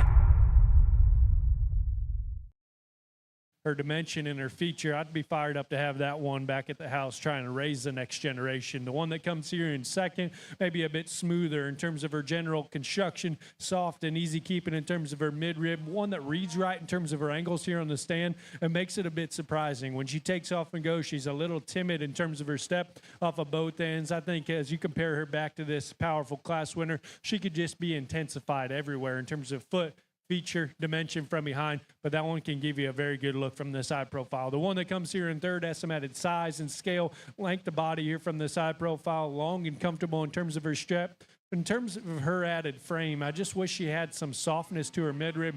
I wish she was a bit bolder in terms of her heart and forerib to put it all together with a bit more balance here from the side profile. The heifer that comes here next has some added moderation. I'd claim this one to be a bit easier keeping in her kind than the heifer that goes even directly in front of her. To me, it's her balance that makes her fall out just a touch. Right there in the front side of her shoulder and down into her chest floor, she's got a little more kind of a bark there on the top side of her crest. I don't know that she's quite as attractive in terms of her hind leg. Her basic function is on point. Just like to see it all come together a bit cleaner in her lines. The heifer that comes here next had some added turn and squareness from behind the cattle. Again, I'd like to smooth her up in terms of her look and see her a bit more ladylike in her presence from her shoulders forward. The heifer that comes here next, a bit more of the same round in the turn to the center portion of her body and stout from behind. I'd like to see her a bit more maternal in her look here from the side profile in terms of her presence, shoulders forward, and the shape to her body. Heifer that closes has some softness and that easy keeping look through her midrib. You compare her to an awfully good class here. She just gets out-horsed in terms of dimension, feature, and squareness underneath. Good class there. Congratulations to those exhibitors. Well, thank you very much, Mr. Fitzsimmons, for the overview. First place honors here going to Bradley Colson of Oldham County. 4H, your second place earned by Christina Rosenbaum of Frisco Memorial FFA chapter. Third, Daisy Palisky of Harrison County 4-H. Fourth in the class went to Candace Adcock of Academy FFA. Our fifth place award, Riley Olson of Hubbard FFA. Sixth in the class, Jackson Warden, Winkler County 4-H. And seventh place to Logan Higginbotham, Sanger FFA. This is our division championship drive for our junior heifer championship in the Angus breed. And reminder to you exhibitors in Class 13 Angus, let's move Class 13 Angus cattle to the arena, please.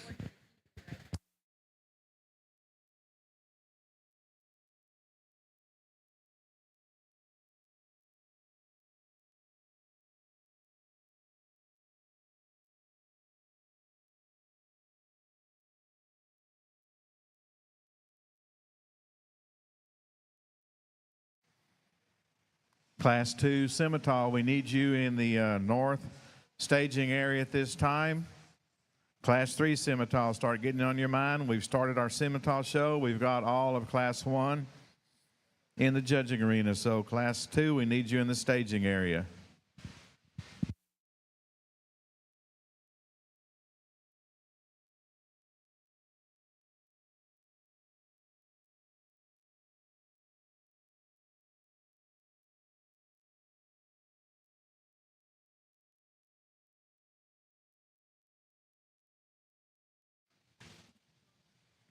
It's second call for Class 13 Angus to staging. Let's get our Class 13 Angus to staging, please.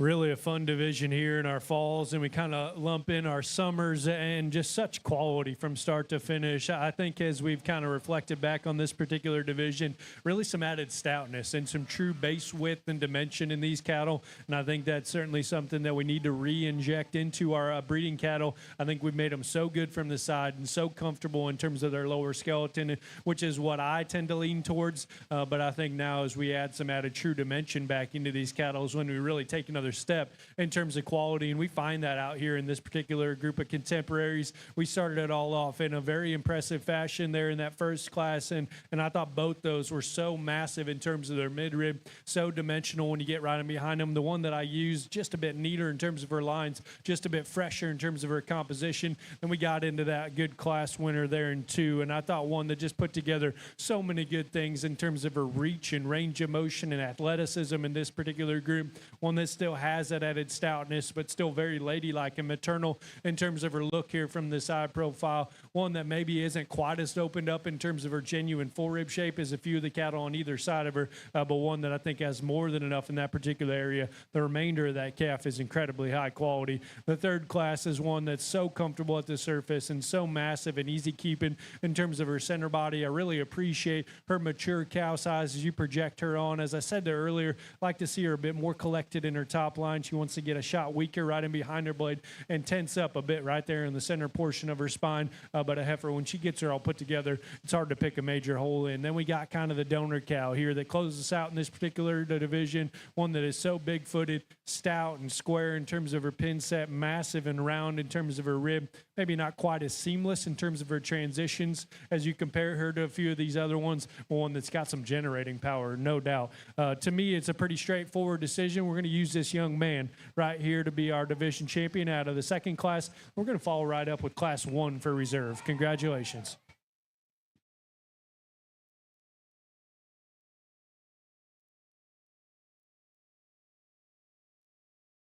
Congratulations goes to our division winner coming to us out of Class 8. Class winner there, entry 61-938. Wyatt DeBerry of Lamb County 4-H, and the reserve honors going to our winner of Class 7, entry 63-282, Marcy Ruth Brown taking the reserve honors here in our junior heifer division. And we're ready to move in our Class 13 heifers. First class of the senior division. You Class 14, Angus, need to be moving up. Final call for 14,690. Final call for 14,690 and 42,328.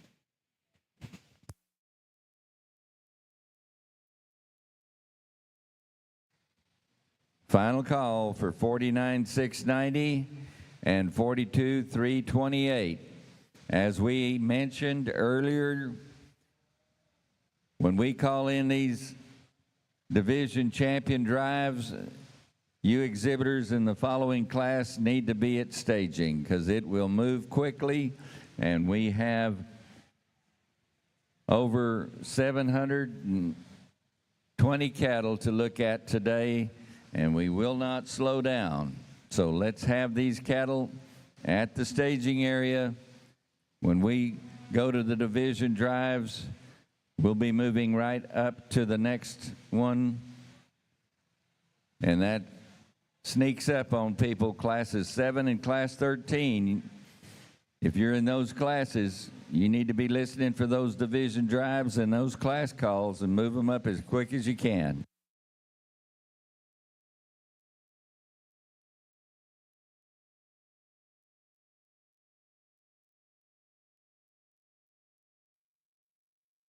Switch gears from Herefords and move into the Simmentals over here and just readjust. As you judge Simmental calves, I think this class represents what you would expect, an absolute array of varieties of type and kind. And so with that, the one I'm going to utilize to win just hit me the hardest as she comes in terms of totals of length and extension in combination with added rib, body, softness, and functionality of structure. When he gets her set, she really hits you hard in terms of her added feature, her added look, and extension up front. The next two heifers are more alike than they are different, and I like their moderation and just absolute practicality. The heifer that comes in second is probably as good in her forerib or sweep to her rib cage and just her dimension as any. Is she as unique up front as the heifer that wins? No, but in the end, her moderation might absolutely be an advantage. The heifer in third is one I call practical, and that's not a word I'm scared to use because her added forerib, the way she comes into her center body, her softness of flank, her softness of center spine absolutely allow her to elevate over the heifer ahead of her. With that, though, is she just a little shorter coupled in general? Yes. So it just makes her not quite as unique. I think as you read this one into maturity, her shoulder might become a little bit bolder, but I still think her softness is definite advantage over the heifer that comes next. Young man, when you get this one set on the side, boy, she garners my attention, and it's because she's so level and attractive in those lines on the standstill. Where I fall out of favor with her is we set her into motion. She kind of wants to get a little harder in that center spine, but if she does all of the right things in terms of softening there and in her rib and body, I think she's one that's super attractive. You want to talk about totals in terms of power? This one initially comes in and I say to myself, I like her kind. Unfortunately, to go with that, though, she's a little cocked out in the set to her hock and gets a little bold in her base. I think all things that can be managed, absolutely, just at what I see as we read her into the future to be concerning. If you keep those things in check, her added advantages in terms of that power could certainly elevate her. Young lady has a heifer here I would call just a little more traditional. And today, she's kind of in that awkward teenage stage where it doesn't all just fit together perfectly. This is still an absolutely tremendously high-quality female. She's got a little more tail head and a little more chest. And so at this stage of maturity, those things stand out to me more. But if she does the right things, I think it becomes a different conversation on the top side of the class. Another heifer here on the standstill, I think she's very nice. She's wide pen. She has dimension. It starts with width up through her chest floor. Unfortunately, though, from a structural standpoint, she handles that hind leg kind of the same. She steps toward the outside of her skeleton, and it just isn't as attractive. Another heifer here, once you get her head up and we get her stopped, I like her. It's when we set her into motion. She rolls forward in that shoulder. It just doesn't allow her to naturally pick her head up out of the top side of her skeleton to grant your attention from the side. But bold, she absolutely is. She has power, and certainly the big basics to make a nice cow. This heifer has more extension than the heifer ahead of her, and she is better in that angulation up front, which allows her to pick up. She's just a little loose construction. All that looseness of construction with a little extra throat, she maybe isn't the quickest to grab your attention, but functionality she absolutely has. So I think she has the skeleton to build into the future, but today, just read her is pretty green in her composition. Same holds true for this heifer. I think her biggest friend is going to be the feed bucket. Today, she's awfully green and harsh, and part of that's just the basic build of her rib, but you do an excellent job of getting this one shown. She's presented extremely well as also. Class 14, Angus, you need to be in staging. Class 14, final call to staging. Well, thank you, Ms. Gevert, for that critique of our first class of Simmental females. Winning our first class is Eli Gandy, a member of Johnson County 4-H. Second place honors go to McKenna McCovey from McLennan County 4-H. Third place exhibited by Savannah Rim, Santa Fe FFA. Fourth goes to Hutton Hawkins, Rivercrest FFA. Fifth, Addison Corpus, DeWitt County 4-H. Our sixth place exhibitor is Caden Hallbox from Johnson City FFA. Seventh, exhibited by Gavin Birch, Blue Ridge FFA. Eighth, Bodie Dickey, Crossroads FFA. Ninth, Cameron Travis, Thorndale FFA. And 10th goes to Lillian Tucker, Matagorda County 4-H. Now Class 2 in our judging arena, so Class 3, we need you in the north staging area. Class 4, start making your way up to the north makeup arena.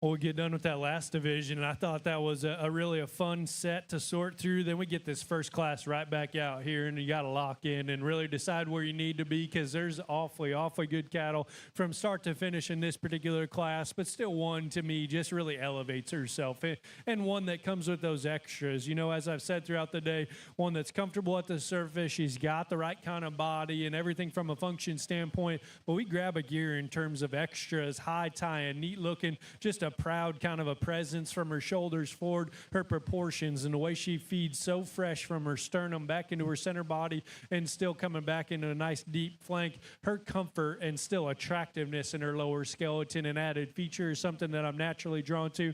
Again, her general composition, I think, is something that we all try to strive for with the feed bucket, a heifer that puts a lot of very intriguing pieces together.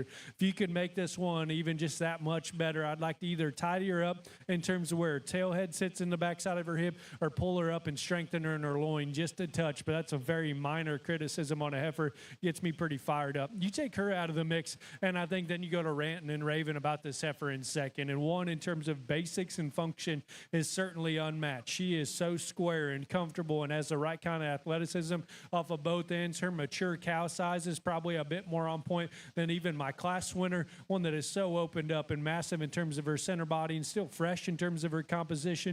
Then again, you take her and compare her back to that class winner. She doesn't have quite as much just true foot size. She's not quite as big and extended and just big ring looking as that one that goes directly in front of her. But I think a very nice female to go in second. The heifer in third hit a buzzsaw of a class, and I'm sure that this is one that they're pretty proud of, and they should be. She's one that's very massive in terms of her midrib, presented to a very high degree in terms of her hair coat, stout up high, good looking in terms of her lines here from the side profile. What puts her in the third, in my opinion, is when she takes off and goes. Just like to rock her back and her angles off of both ends. I think that allow her to have a bit more just true comfort in her center spine, but one that gives you a great look there from the side profile. Young ladies do an exceptional job getting her shown. We continue down the line. The heifer here in fourth is one that's moderate and easy fleshing and sound off of both ends. Been out horsed in terms of just true dimension from behind the cattle, and one I'd like to stouten her up in terms of her ankle just a touch to move her up in an awfully good class, but a heifer that represents a good kind. One that has more size and scale and just true performance sits here in fifth, and one that's big featured and still comfortable off of both ends. Her balance is a bit off, in my opinion, in terms of her chest forward and how she feeds back into her flank. She wants to break in her center spot and just doesn't have that same ladylike look from her shoulders forward. But in terms of true cow power, that one has it in spades. The heifer that comes here next, one that has some softness to her center body and dimension from behind, just need to elevate her in terms of her look and her presence here from the side profile. See her reconstructed in the attractiveness to her hind leg. Heifer that closes us out has some added look and femininity here in this final pair. Need more true mass in terms of her center rib. Like to reconstruct her out of her front end in terms of her angles and her squareness. Good set there from top to bottom. I thought that top pair was awfully nice. Class 14 Angus, final call. We need 52, 491 in staging. Final call over in the Simmental Arena. We need entry number 56243. Holden Hawkins, you're needed in staging. Final call.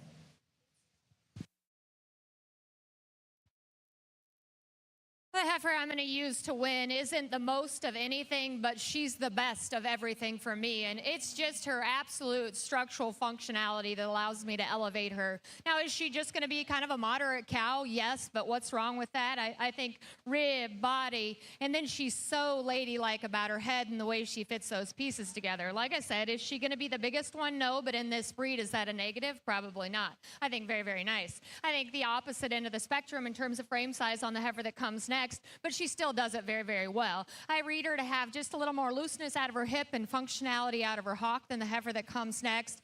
Today, she doesn't blend herself perfectly from her shoulder to her forerib and midrib in comparison to the heifer that wins. But if you like them a little bigger in her kind, she has that advantage. She, too, reads so good and flat about her joints, ladylike about her head. Another very moderate heifer. I challenge you to find one that's bigger top than her and has as much true rib, body, and just overall dimension. I wish that her groundwork matched what she had up high in that regard. And today she wants to be a little lazy for the young man, so she doesn't want to just get out and move with absolute authority off of that rear too. I still read her to be more cow-like in terms of functional pieces, the way her shoulder comes into her body than the heifer that's next. As I polled you, I saw the disappointment on your face, and I appreciate that, right? This is still a tremendously high-quality heifer who has a bright future ahead of her. We get her stopped, and she's very nice. I think in a world where we do need more true dimension, her width of chest, what she has up high, her pin width, just the substance she sets down on is very, very good. Where I get nitpicky over, though, is from a structural standpoint. She's plenty bold in that shoulder, but the biggest issue I have is the way she utilizes her hip and hind leg, particularly as you get into the set to her hock. But I think cattle can change. We manage those things appropriately, and it can become a different story. Don't give up on that one. That's just how I read her today. You too, young lady. Don't be disappointed because this is a very high-quality red heifer. We run into a challenging class with a lot of types, and so I wonder where she fits here. As I got off to the side and made those initial decisions, for me, she's lower at the point of her shoulder and just doesn't balance us up quite as well from the side. And then she, too, doesn't just handle herself with absolute functionality as she gets out and moves. Part of it's this is a weird surface. She has a bright future ahead of her as well. That's a tremendously high-quality, stout-featured Simmental heifer to end up down here. And then the greenest heifer to round out this class, she has as much flex and function of structure as anything out here. She just doesn't have those extras as we set her into a show ring in comparison to her contemporaries.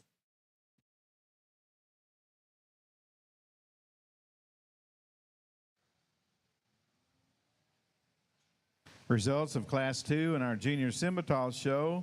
Winning the class is Madison Moore from Robinson County 4-H. Our second place exhibitor is Cash Dale. Cash is from Rains County 4-H. Our third place heifer exhibited by Hayden Weems from Kaufman County 4-H. Fourth was shown by Avery Smart, Liberty County 4-H. Fifth goes to Callie Hake from Royal FFA, and our sixth place female exhibited by Addison Lucas, Fort Bend County 4-H. Now evaluating Class 3 in our Junior Simmental show, so we need Class 4 into the staging area.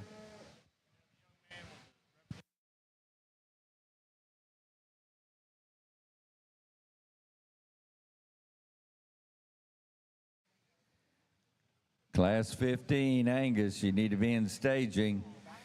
And attention limousine exhibitors, your show will move right into your show at the conclusion of the selection of the Grand Angus and Reserve Grand females. So we will not have a lengthy break. All we will do is get our awards table straightened out, but we'll be calling first class of limousines whenever we get our senior heifer drive in the arena.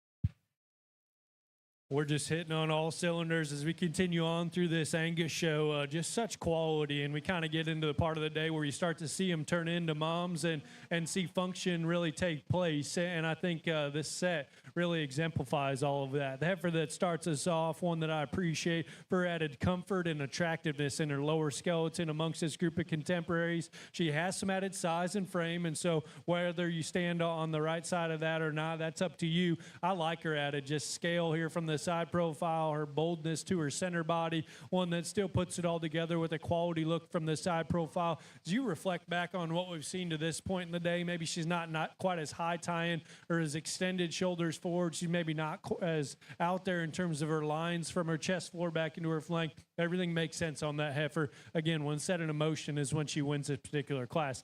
The one in second is my favorite in terms of here on the stand, her proportionality, her shortness of shoulder, the way she projects back with that kind of turn to the base of her rib and back into her flank, collection in her top line and neatness of her look from her shoulders forward. Where she trips up is when she takes off and goes. I'd like to set her back in the angle to her knee just a touch. I'd like to see her set down with a shot more confidence there out of her hip and hind leg, but still one I like an awful lot in terms of her broodiness, her moderation, and her look here from the side profile. Again, got one that kind of took that leap into motherhood, standing here in third. She's doing a great job. That one's refinement to her teats, her construction about her udder, and still remaining in the right kind of flesh in terms of her composition is certainly impressive. She has plenty of true body shape and squareness from behind and comfort. Got a bull calf at side that certainly has a lot of good to him in terms of feature and dimension.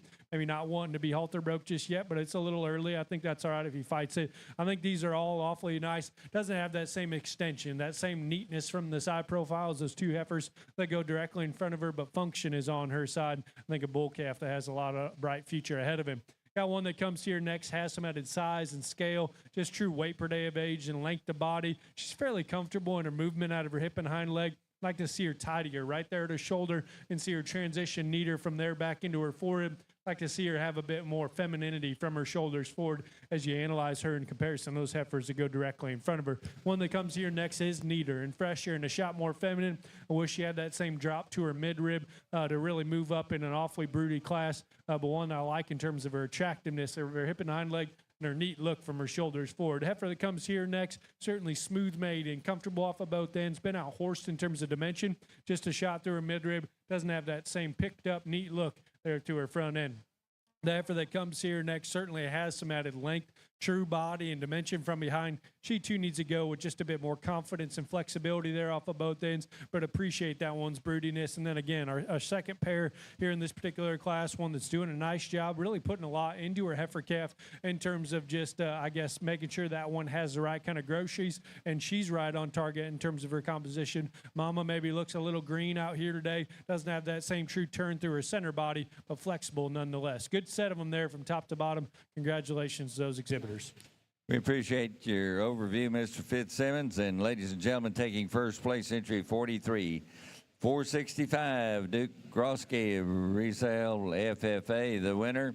Second in that class to Michaela Roshi of West Rusk FFA. Your third place award going to Tate Landers of Reynolds County 4-H. Fourth to Aspirin Garrick of Harris County 4-H. Our fifth place, Jaden Loeb, the exhibitor, Bridgeport FFA. Sixth, Martina Breedlove of Fulshire FFA. Seventh to Emily Williams of Commerce FFA. Your eighth place going to Colton Brett of the Shepherd FFA chapter. I think a very, very nice class over here. And the heifer that initially came in the ring hit me hard, and she's going to remain in first place. And I think she's tremendously high quality. Here's an example of where we don't single trait and throw heifers away, because is she the coolest throated one I've seen? Absolutely not. But does it all fit together? Yes. I think she naturally has width. It starts up between her front legs into her chest floor. She's one that's more appropriate in the angulation of her shoulder than the heifer that comes in second. That is a huge sweeping rib and just a functional skeleton to go with it. I was kind of asking the young man in terms of how he's showing her to me. He's got her tilted out, and I understand the functionality of that, but it also kind of twists her up and doesn't show that she still has the totals in terms of length and extension too. You want to talk about one that comes from the point of their blade and extends with a really long neck? She absolutely does, even though she's not the cleanest through her throat latch. The heifer in second is one I want to make a case for because she's just so feminine featured. She's surprising, though, in terms of the true dimension she has as you get to her pin width, and she's one that's so flat jointed and attractive, and for her breed I appreciate those things. But bottom line, as we compare to the heifer initially ahead of her, she doesn't have as much to her. She's more closed up in her chest floor. It doesn't allow her to expand quite as good into her forerib, and but she gets off to the side, and she's one that functions from a structural standpoint so much better than the heifer that comes in third. This heifer to me is a problem because, young lady, you do a tremendous job of getting her shown, and when she's on the standstill, boy, she says, you better look at me and you better do it quick. Unfortunately, because of the amount of power and dimension she has at this stage, it wants to tie her up in her hip, and then she doesn't function quite as well in her hip and hind leg. But if you like levelness of lines and striking attractive pieces, she's undeniable in that regard, and I think she's just more unique than the heifer that comes in fourth. Fourth place heifer, if you want to make the case she's a little more functional in her structure, she absolutely is. That's a big body, deep-sided one, and I debated over that decision because of her practical pieces, but she's got a little extra tail head. She's not as unique in her look up front, a little more opened up in her shoulder.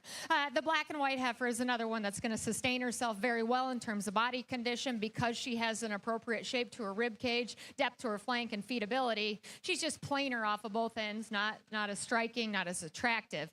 Team here doing a great job of getting this one shown. I can tell they spent the time of the heifer. She levels up in terms of her lines very nicely, and so because of that, her silhouette definitely draws you in. Today she's pretty green in her composition. I think her best days are yet to come. Keep after. You're doing a great job there. A heifer that rounds out with the advantage in terms of length and extension of the entire class. Good job keeping with her. She's wanting to test you. That's showing baby calves. She's just a little extreme in terms of that frame size for me. Like to moderate her just a shot. Very nice class.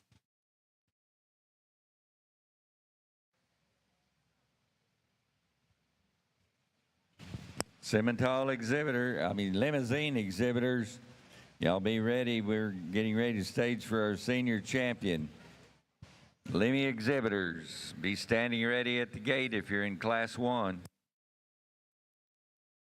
Well, good pair of them here as we close out in our Angus show, last class of the day. And I'll be the first to tell you, I probably wish that they were both a bit further along in gestation, but certainly a pair that have quality. And the heifer that I used to win, like this one's turn to the upper portion of her rib, her comfort and attractiveness in terms of her lower skeleton, her freshness, and her look here from the side profile. As I said there, I wish she was a bit further along, and one that I think as you reflect back on what we've seen to this point in the show, you could stouten her up in terms of just her rear foot and her squareness to her toe, but a heifer that gives you a good look nonetheless. The heifer that comes here in second is one that, again, fresh and honest in terms of her composition. Actually give her the edge in terms of just her attractiveness in her hind leg and her comfort built into her knee. A heifer that still has plenty of turn to the outward portion of her rib. Wish we could soften her up just a bit more. She's a little more gathered in terms of her udder construction and see her longer and level her back out through her hip. Still one that's fresh, sound, has the right kind of turn to her center body. Good pair of them there. Congratulations to both those young ladies. And taking first place honors in Class 15 is entry 56101, Callie Hornback of Harris County 4-H exhibitor. Second place there going to Ashlyn Depew of Midlothian FFA. They'll be circling around to compete in this senior drive. Once again, limousine Class 1, you need to be at staging gate. I'd like to take this opportunity to give the results of our third class in our junior Simmental show. Winning the class is Kane Todd, Needville FFA. Our second place female was exhibited by Holden Hawkins from Rivercrest FFA. Our third place exhibitor, Kirkland Fulton, New Home FFA. Fourth place goes to Evan Baldridge, Aledo FFA. Fifth place was shown by Levi Dixon from Klein FFA. Sixth, Riley Coco from Hayes County 4-H. And seventh, Dawson Arnold, Shepherd FFA. We're now evaluating Class 4 in our junior Simmental show. After Class 4, we'll move into our heifer calf division. So you Class 7 Simmental exhibitors need to be making your way to the north staging area. Class 7 Simmentals to the north staging area.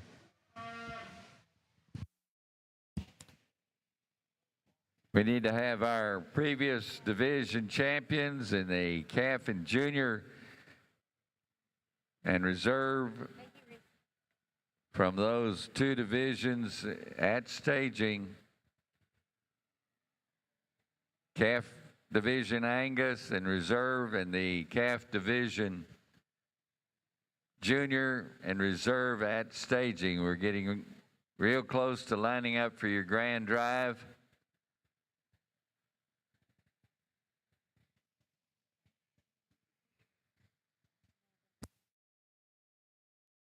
Just so happens the way these heifers pull in is just the way I like them as well. And it doesn't take long to find the Blazeface heifer to win. And she's the most unique one out here. So from a show ring standpoint, not only is she striking and attractive, but she truly has the most dimension to her. And she flexes and functions well. Now, is she a little bit of a knothead? That's probably her biggest issue. So the poor young lady's kind of had to struggle to get it done to show me the good in her. But I think very, very high quality. There's some give and take amongst the next three. And they all have advantages over one another. I'm going to use the one that's just the most striking in her lines. She reads the strongest behind her shoulder, the levelest out of her hip.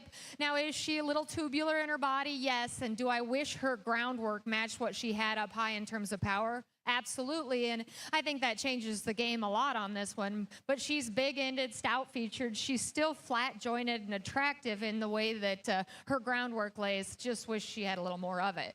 Young man's got a heifer here that does rival her because she's so flexible. But she's so loose and flexible at this stage of the game that it just doesn't pull together quite as well, especially as we set her into motion. She's got a little extra set to that hock, too. It could be just a shot more attractive, but still has the absolute length and extension and just more performance than the heifer that rounds out the class.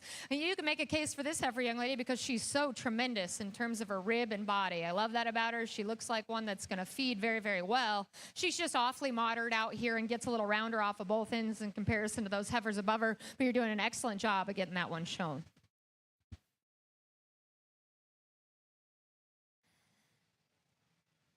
Results of class number 4 in our junior Simmental show. Winning the class is Molly Brady, member of Chapel Hill FFA. Our second place award goes to Tucker Clark from Godly FFA. Third place female shown by Caleb Kurlick, Samuel Clements FFA. And fourth goes to Braylon Davey, Cy-Fair FFA. As we come to our last division here in our Angus show, it's been fun to sort through. I think we've continued to climb and just elevate in terms of our quality, and we get into this last division and we see that same kind of a trend in terms of look and presence and still those same basics of function, flexibility, body shape. We started it all off here in this first class, and I thought that class from top to bottom was as good as any of them. This one here that starts us off is so neat in terms of her look, her proportionality, the way she's built here from the side profile, her added foot and feature and attractiveness in her lower skeleton, and the way she keeps it all together when she takes off and goes. Certainly my kind. I like that one an awful lot. Then we jumped into class 2, and I thought one that certainly in terms of just true flexibility and broodiness elevated herself in that particular grouping. One that to me maybe doesn't have that same extra look from her shoulders forward or tidiness on the front side of her shoulder and down into her chest floor, but certainly a good kind of cattle there. It's awfully broody in her makeup. Then we jumped into that last class and one that's fresh and honest in terms of her composition. She's sound off of both ends. I wish she was a little further along in one. To me, you could stouten her up in terms of her feature just a touch, but a good kind of a heifer here. Gives you a great look from the side profile, and the young lady's doing an awesome job getting that one shown. To me, it's a pretty straightforward decision for our champion, and honestly, a pretty logical place to go for reserve. We're going to keep these two out of class 1 to be your champion in reserve here in this particular division. Congratulations.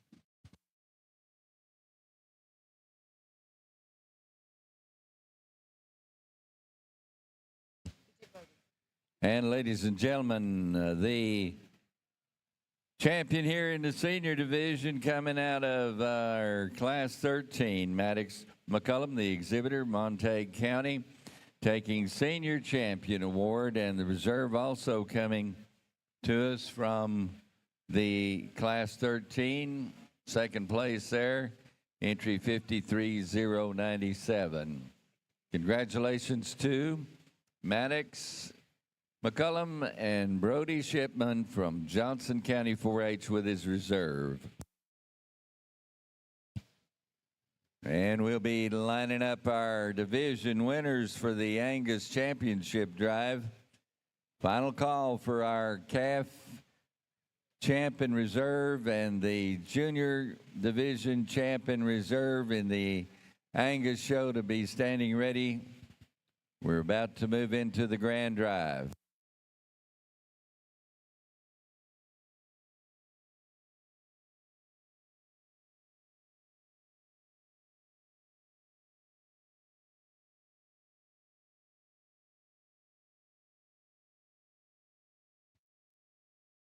We bring these 8 individuals out here to pick a calf champion, and I said it in a couple classes that there is just so much variety in terms of type, kind, and build within this breed now. But we find ourselves with 4 heifers out here on the top side that for me are all just very practical. And so what makes a unique show heifer for me is when she can combine practicality with uniqueness of look as you get off to the side of them, and that comes in terms of totals of length and extension. And I think this is a breed you have to be particularly careful about single trait selecting in terms of the way they assemble that front end, as far as being maybe just a little deeper throated or having a little bit of extra leather. But the biggest thing for me is when we get them stopped on the stick, there's one that's just so striking. She's so attractive. I'm going to go out and select your champion in reserve in this division. Congratulations, extremely high quality.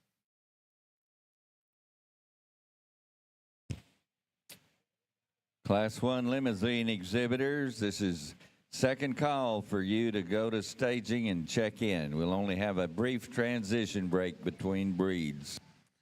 And there's your heifer calf champion coming to us out of class number 1. exhibited by Eli Gandy from Johnson County 4-H. Congratulations to you, Eli.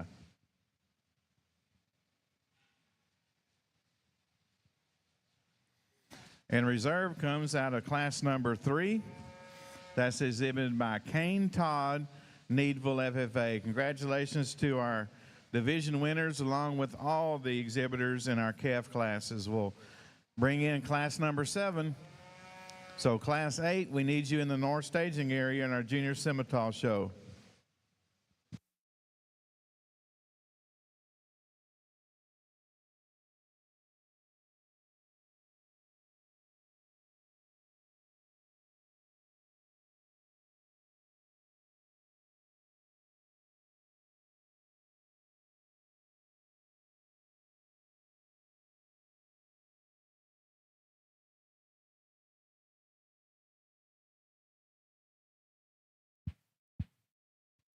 Well, what a way to start us off here on this side of the ring this morning. If you would please, and you're sitting ringside, go ahead and put your hands together for all of our Angus exhibitors.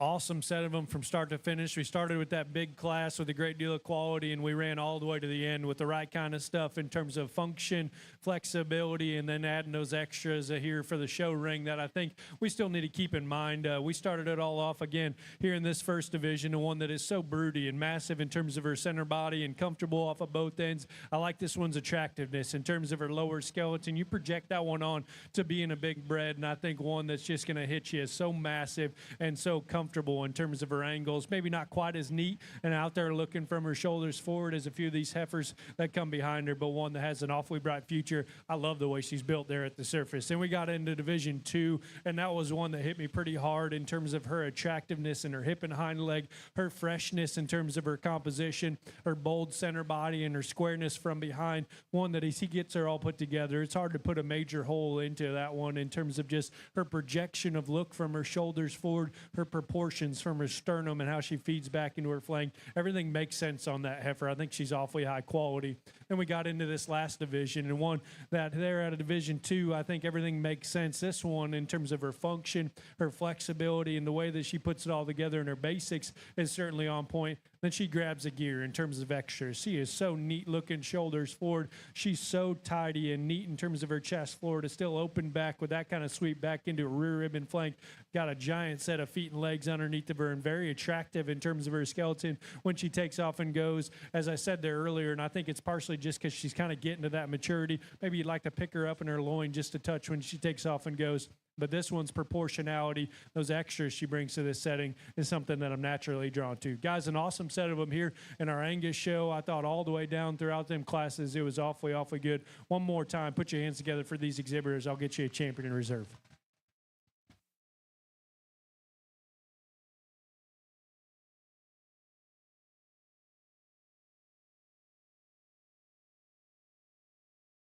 And our senior champion gets the grand honors here, the Maddox McCullum, the exhibitor of entry 58-732 from Montague County, taking the grand honors here in the Angus Heifer Show.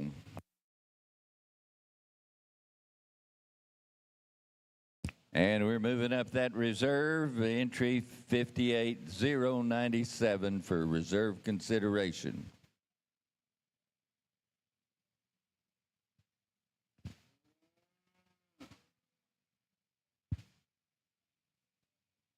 Well, as we go through today, we're going to try to be efficient with our time, but I want everybody to have their kind of time in the spotlight. And this heifer that goes reserve out of that division, I think is one that certainly needs a little bit of time. She is so comfortable underneath and so opened up and fresh in terms of her center body. One that I think is, you talk about just mature cow size and ones that are going to be efficient when put back into production. This one highlights that to a very high degree. As you analyze her in comparison to a few of these other females out here, maybe not quite as stout in terms of her bone work. Looks like she spit her hair a little bit. Maybe doesn't have that same just neat look here from the side profile as a few of these other ones, but one that I think in terms of basic cow function is absolutely on point. There's another heifer out here that hit me awfully hard. I'm going to use this young man here at Division 2 to be reserved. Congratulations. And there's your reserve overall champion in our Junior Angus show. Comes to us out of the junior division. That was shown by Wyatt John DeBerry from Lamb County 4A's. Congratulations to our champion and reserve in our Angus show, as well as all of the youngsters that showed Angus heifers here today.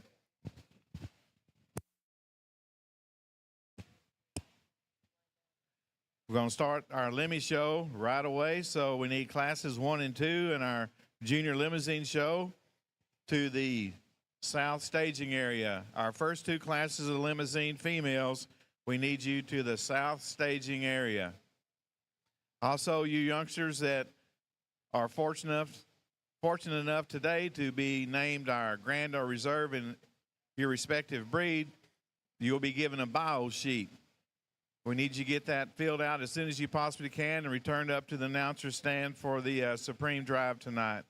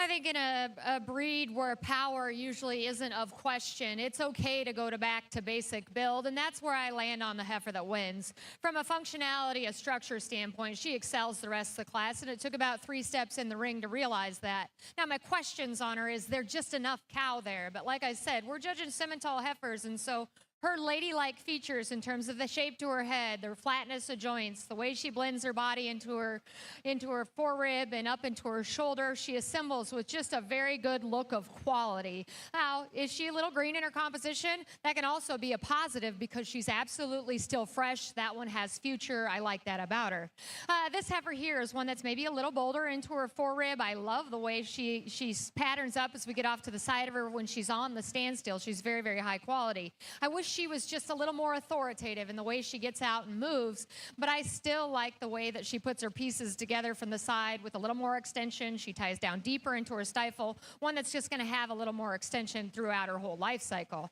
A very nicely presented heifer here, and if you like power, she absolutely is the answer. She transitions behind her shoulder with the most of that down her top. She's really a big-ended, thick, stout-featured heifer. Now, when we're talking about ladylike features, maybe that becomes her issue as well. She's just a little rounder off of both ends of her composition. I'd like to extend her out, flatten her into her shoulder a little bit. So those of you ringside may say, well, then why does this heifer not beat her? And that's absolutely the decision I had to make here. She's one for me that just gets a little easier in her top. She's really flexible in her structure, but she gets out and moves. It just gets a little awkward in terms of the way she assembles those pieces, but I still like her flatness of shoulder, just the way she transitions all of her pieces, much more ladylike than the heifer that comes next. Absolute powerhouse here, right, young lady? And she is that. And so depending on what you do on the next generation in terms of mating decisions, if we can get that added power but make it more ladylike, I like her kind. Today it's just a little masculine in terms of her shoulder shape and the way she handles herself from a structural standpoint. I could easily see you switching this pair and wouldn't mind if you do. Very, very well presented individual. I love this one from her center body back. You get up into her head shape though, maybe just a little bit coarser in that regard. She gets out and moves. She can handle herself with more ease and function. I think naturally a flatter jointed, more attractive headed, neater shouldered heifer. I don't know if she has an injury or if it's just because her foot size is a little smaller. She's just really hesitant as she gets out and goes. I'd like to see her sound her off of those rear two, but do like the way her muscle lays on her skeleton. Results in Class 7 in our Junior Simmental show. Winning the class is Shay Sigmund, Giddings FFA. Our second place exhibitor is Judson Voigt from Aledo FFA. Placing third, Aaron Rexroad from Floyd County 4-H. Our fourth place heifer was shown by Lane Schultz, El Campo FFA. Fifth place goes to Grace Collins, Aubrey FFA. Sixth to Carson Wagner, Mineral Wells FFA.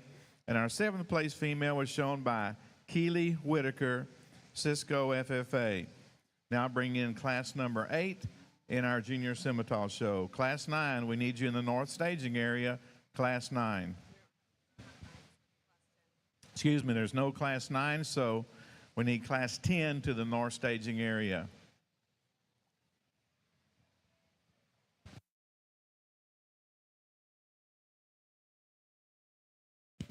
Well, we'd like to welcome our limousine show to the South Arena. Have 51 heifers that are entered in this breed show. And once again, our thanks to Mr. Nick Fitzsimmons for officiating and taking care of the judging honors here in our limousine show.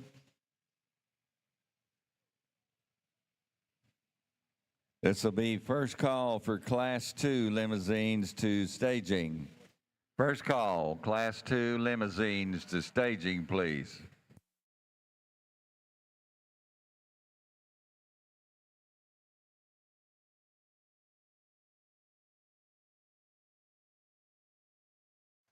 I'd like to take this opportunity to thank and recognize some young people with the Simmental Simbra Association that are in the show arena, assisting our interns and ring steward and judge with the showing of the cattle and passing out ribbons. We have Harper Mao, who is our Texas Junior Simmental Simbra Association queen, here with us, along with Sawyer Mao, who is our Texas Junior Simmental and Simbra Association sweetheart. Also assisting these young ladies is Dylan Earls, who is our Texas Junior Simmental Simbra Director for the West region. Thank these youngsters for being here with us today and assisting with the Simmental show. Also, we've found a Quicksilver One credit card that was lost in the staging area.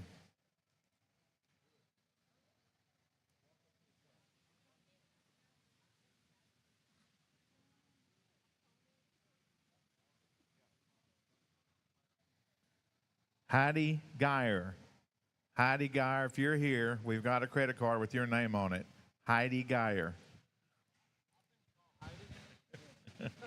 One of our superintendents is trying to claim this, so Heidi, you better get up here pretty quick.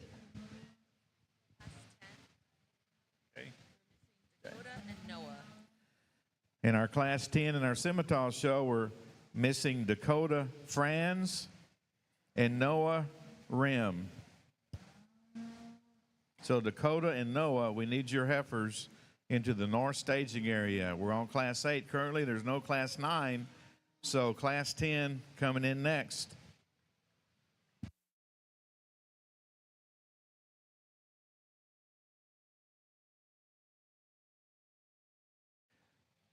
Limousine exhibitors in Class 2, this is your second call. We'd like to remind our limousine exhibitors that This is the smallest show in the South Arena today, and these classes are going to move along pretty briskly. So this will be first call for Class 3, and there's low numbers in these classes, so you can bring Class 4 as well. We've got plenty of room. Y'all be standing ready at the gate, Lemmy exhibitors in the first division. Really a good way to start us off here in our limousine show. And I think there's some trade-offs back and forth between these first two, and I like them both an awful lot. I tell you where this one wins and does so in a pretty commanding fashion is from that ever-telling three-quarter shot. The way she projects out of the backside of her shoulder with more true full-rib shape, center body, and then feeds back into her flank fuller. She's a bit more collected in her top line, square from hooks to pins, and then so comfortable and attractive in terms of her lower skeleton, where maybe it gets a little close as she's not quite as high tying, maybe a shot more traditional in her look from her shoulders forward, but her proportionality's on point. I love this one's body shape, her freshness, and the way she goes off of both ends. The heifer that comes here in second, again, higher tying, a bit longer, more extended from her shoulders forward, has plenty of turn and sweep to the base of her rib cage, one that's still awfully comfortable in terms of her angles off of both ends. Again, you work around the side of this one and continue your way back behind her. She just wants to weaken right out of the backside of her shoulder, both down her top line as well as down in her heart and forehead. One that I'd like to see a bit longer and square from hooks to pins and open her up in terms of her full rib shape just a shade, but one that I think certainly gives you a good look from the side profile. Continue working on that one, young lady. Her basics in terms of flexibility and reach off of both ends is certainly on point. The one that comes here in third, more moderate in terms of her type and kind, easy fleshing. I think a female you appreciate for just her dense, powerful view when you get right in behind the cattle. To me, she looks a little quicker in her kind. She's a little shorter and more jammed up, shoulders forward, a little shorter and rounder from hooks to pins. I think if you just see her more extended off of both ends, it makes her a bit more in contention there in the top side of the class. Still like her moderation, still like her powerful body type. The kind of browner tinge female that comes here next, again, stout and dimensional when you get right in behind the cattle. You step back off her, and I don't know that she balances up quite as appropriately from the base of her shoulder back into her center body. Like to see her tail head laid neater in the backside of her hip and go with just more true comfort out of her hind leg. Certainly like that one's round, powerful body type. The one that closes out here, again, kind of what you expect from those better limousine females in terms of foot size, comfort at the surface, stoutness when you get right in behind the cattle. Where I wish she elevated just a bit more is in terms of her softness to her center body and the way that her shoulder lays onto her body. Certainly a good class from top to bottom. I like that top pair an awful lot. Congratulations. First place honors going to Hayden Burris of Bailey County. Second in the class to Paisley Riggs of Salina FFA. Your third place to Danica Daughtry, Austin County 4-H member. Fourth to Madeline Eaton from ARP FFA. And fifth place to Tristan Purswell. Congratulations to you exhibitors. Class 2 limousine move in. Class 3 limousines to staging. Class 4 be standing ready.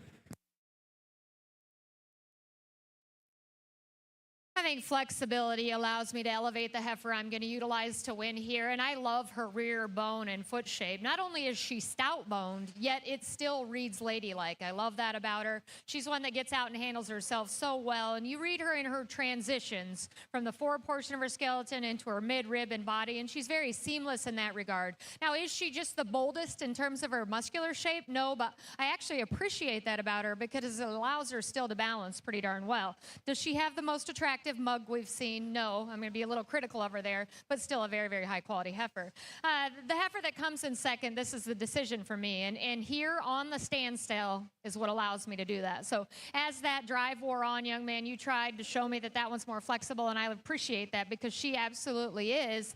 This heifer's just more striking, no doubt. She is just chocked full of power and dimension. I love that about her. Her transitions aren't as seamless as the heifer above her. She wants to come in at her forerib just a shot more and get a little more pinched in that regard, and then just doesn't handle herself perfectly as she gets out and flexes, but still good enough for the amount of power she has. Gives you a really neat look as you get off to the side. Like I said, this heifer is flexible. She wants to maybe duck her pins a little bit, though, to reach that track, and so I get down and evaluate those things. She is unique, and that's where I get a little more hard on her. You made this one to have those extras in terms of pieces in the next generation. I think you can build on that foundation very, very nicely. Same holds true for this heifer. In terms of a combination of power with with a feminine enough look. She's very nice. What you see is what you get. There's no hair to read through here on this heifer. She's just a little more upright in the angulation of that shoulder for me, and she's starting to come apart a little bit more there, but still very, very high quality. I told the young lady here that outside of this heifer's front end, I really, really like her. She's one, though, that's pushing too much shoulder. She's almost wanting to come over in that knee. I'd just like to fix her angulation there.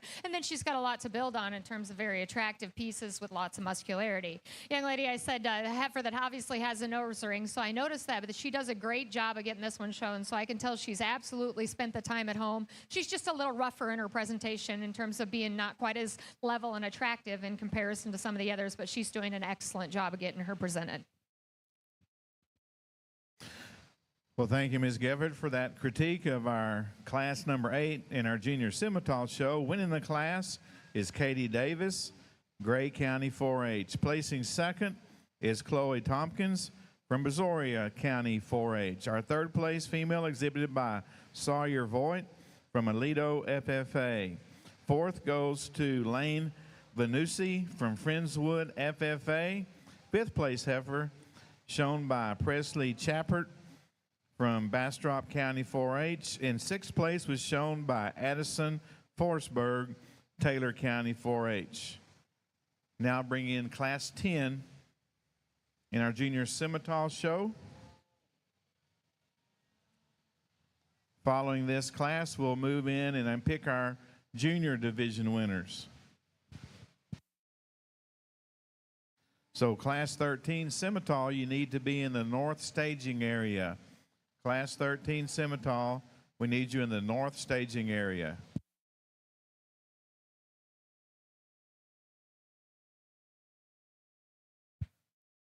Nice class here. I would tell you at the ground is where my class winner really separates herself. Her added foot size and feature, her comfort and attractiveness in terms of her angles and joint work is something that I'm naturally drawn to. I like this one's length and levelness back out through her hip and still puts it all together with a good look here from the side profile. I'd tell you, I'd like to see her a bit softer in terms of her midrib. She maybe looks a little dry there today, but certainly has enough outward curvature to her center body. Her angles and the way she's built at the ground is certainly my kind. The heifer that comes here in second is, again, one that certainly has the right kind of reach and athleticism in her lower skeleton, soft and easy keeping in terms of her center body, fresh in terms of her composition, one that I like in terms of just her youthfulness here in this top pair. She's maybe a little rougher in terms of her top line. I'd like to loosen her up in her center spine, pick her up in her loin, and lay her tail head a bit neater in the backside of her hip. She doesn't have that same feature at the surface as my class winner, but one that I think has an incredibly bright future. It all starts at the surface where she just plenty flexible. The one that comes here in third,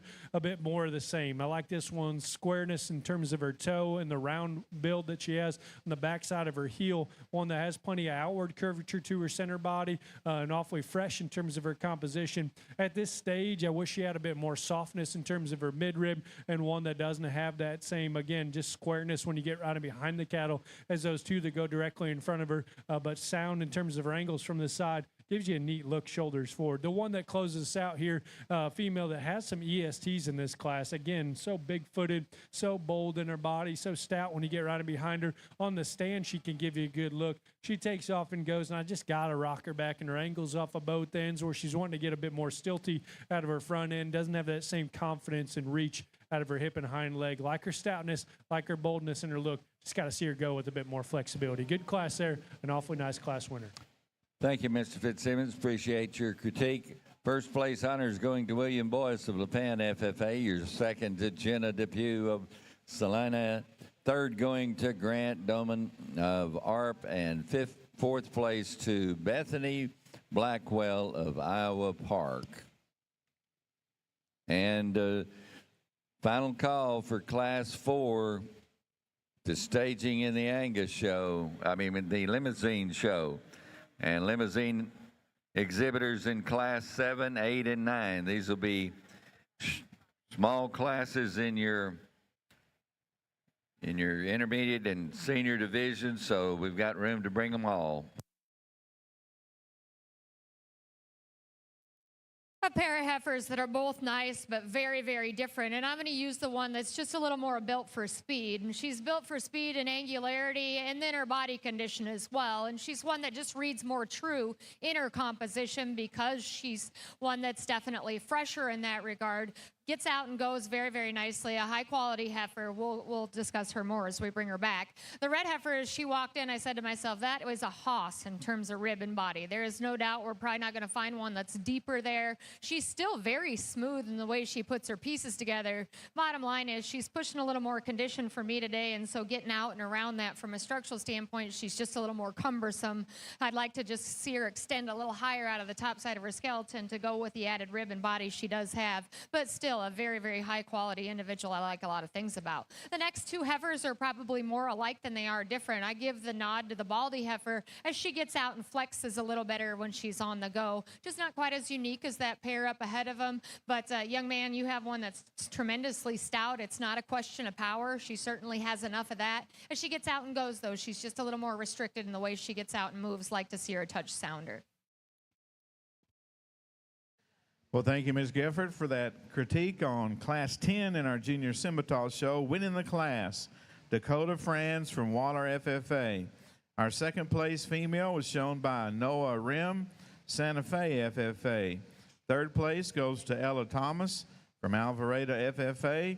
And fourth shown by Jared Robertson, Klein Collins FFA. We'll now bring our class winners out of classes 7, 8, and 10. And from these 6 females, our judge, Krisha Gefford from Reedsburg, Wisconsin, will select our champions in our junior division. Class 13 Simmentals, we need you to the north staging area at this time. Class 13 Simmentals.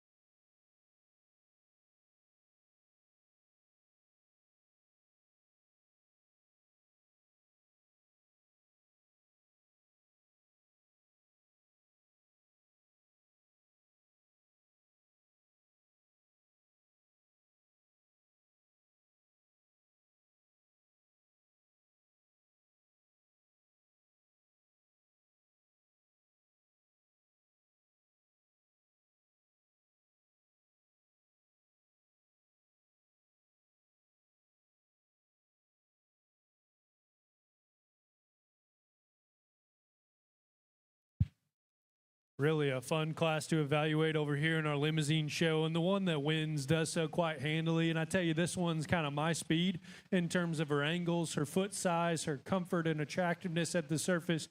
You work your way up. She is so fresh and still has the right kind of turn and sweep to the base of her cage, more than enough dimension when you get riding behind the cattle, and then still projects with that same kind of arrogance and presence there through her front end. Again, I like her proportionality here from the side profile. Is she the most opened up in terms of her rib shape? Is she the most powerful when you get riding behind the cattle? No, and I'm not going to argue with you on that, but I think she's got more than enough for what she elevates and does to a very high degree in every other area. I like that one an awful lot. 2 and 3 are close in my opinion. I think as you initially throw your eyes on this heifer in second, maybe she looks a little quick.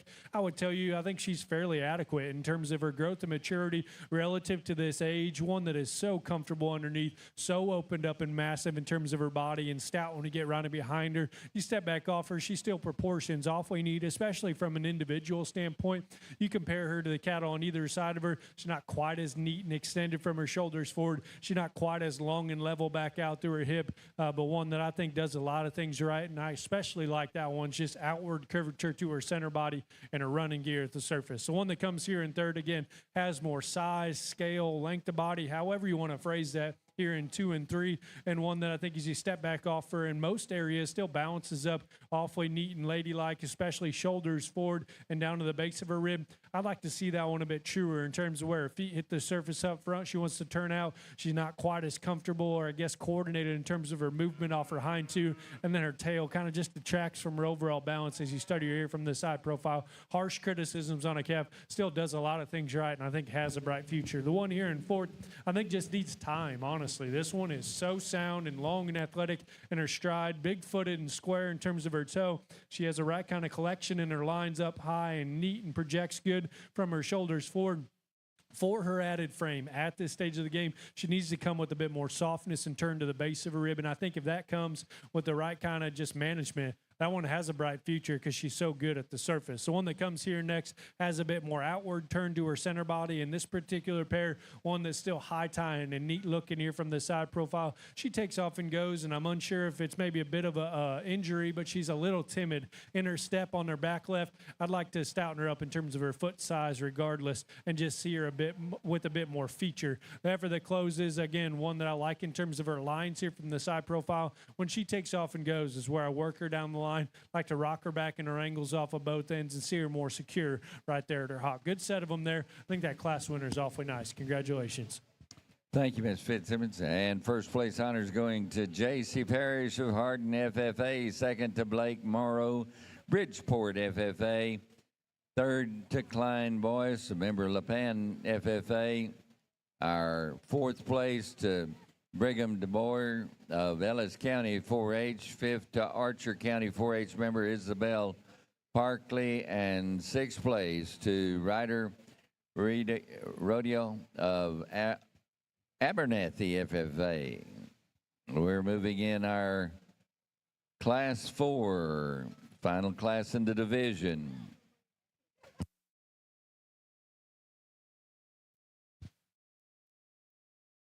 To get out here to pick a division in the Simmentals, I think these three heifers all represent a lot of good, but an absolute lot of difference. And so this becomes one of the more challenging decisions I've had all day. And some of your ringside may say, well, do the easy thing. And that's what I'm going to do. And that's use the one with the most substance that's still ladylike enough in her look.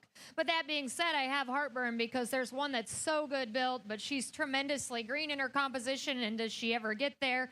And then there's another one that's still very, very good. And you want to make her the combination of the other two, but I take up issue a little bit with the way her hip naturally ducks from hooks to pins, but still extremely functional. And so I'm going to go ahead and shake the hand of the exhibitor I think hits me the hardest out here, even though I think it's a tremendously close decision.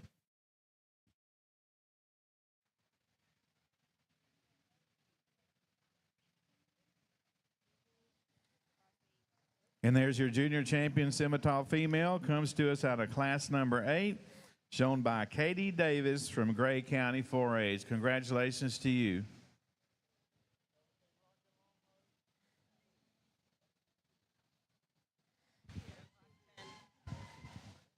And our reserve comes to us out of class number 10, That female exhibited by Dakota Franz from Waller FFA. Congratulations to our junior and reserve junior division winning heifers, along with all the youngsters he showed in our Simmental junior classes.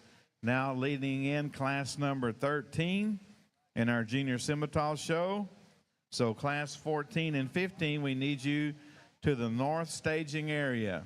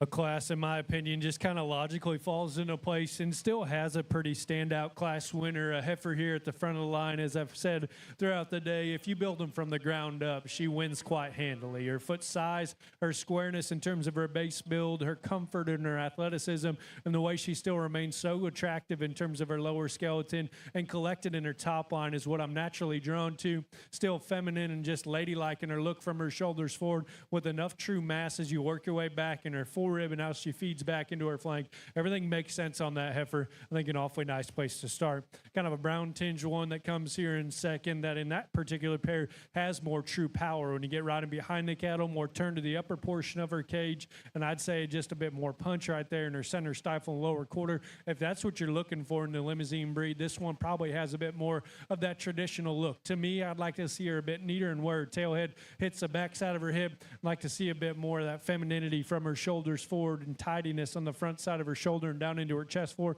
She's not quite as attractive in terms of her lower skeleton here in this top pair. That's kind of a laundry list of things I'd maybe like to change. Getting harsh on a heifer, I still think does a lot of things right from a true function standpoint, body, flexibility, and reach. The red heifer that comes here next has more just weight per day of age, more size and scale, still easy fleshing in terms of her look through her mid-rib and smooth about her shoulder. Where I'd like to modify this heifer is just rock her back in her knee and see her more confident in her step out of her hip and hind leg. She's just a little shorter strided there off of both ends. You get past that, a heifer that still has that broody look through her center body and neat about her shoulder. The one that closes still up-headed and neat in terms of her presence from her shoulders forward. Again, plenty of turn in the upper portion of her rib cage in terms of just that right kind of shape. One, to me, as I step back off her, just like to see her shoulder lay in neater to the outward portion of her body. Like to see her go with more true confidence out of her front end and just remain more attractive and comfortable in her step there off her rear too. Still gives you a neat look, shoulders forward,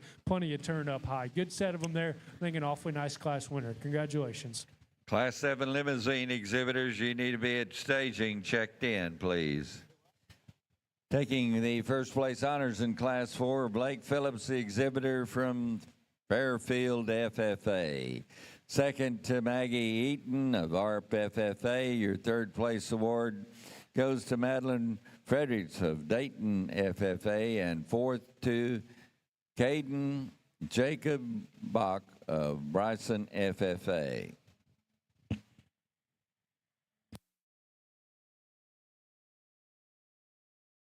We're staging for our calf championship here in the limousine show.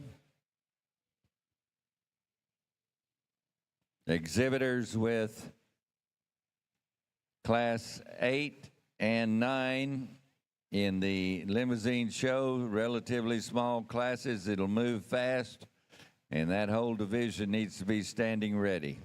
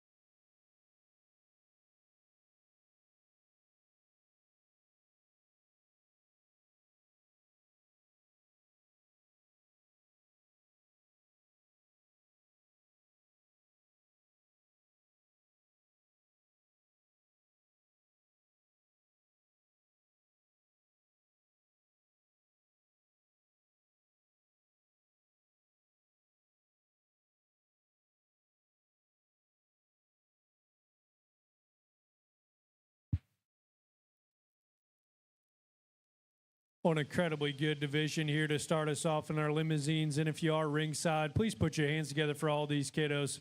Awesome set of them.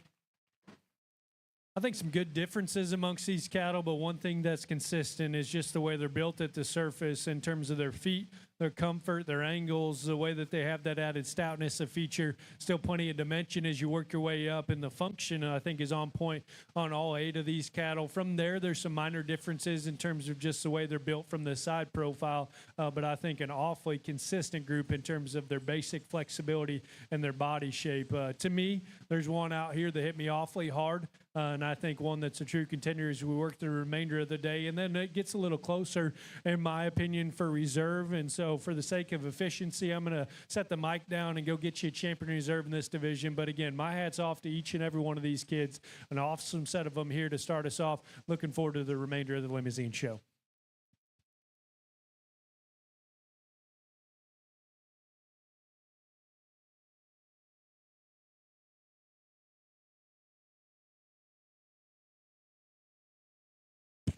And your Class 3 winner taking the Heifer Calf Championship, that's entry 43035, Casey Parrish, the exhibitor from Hardin FFA.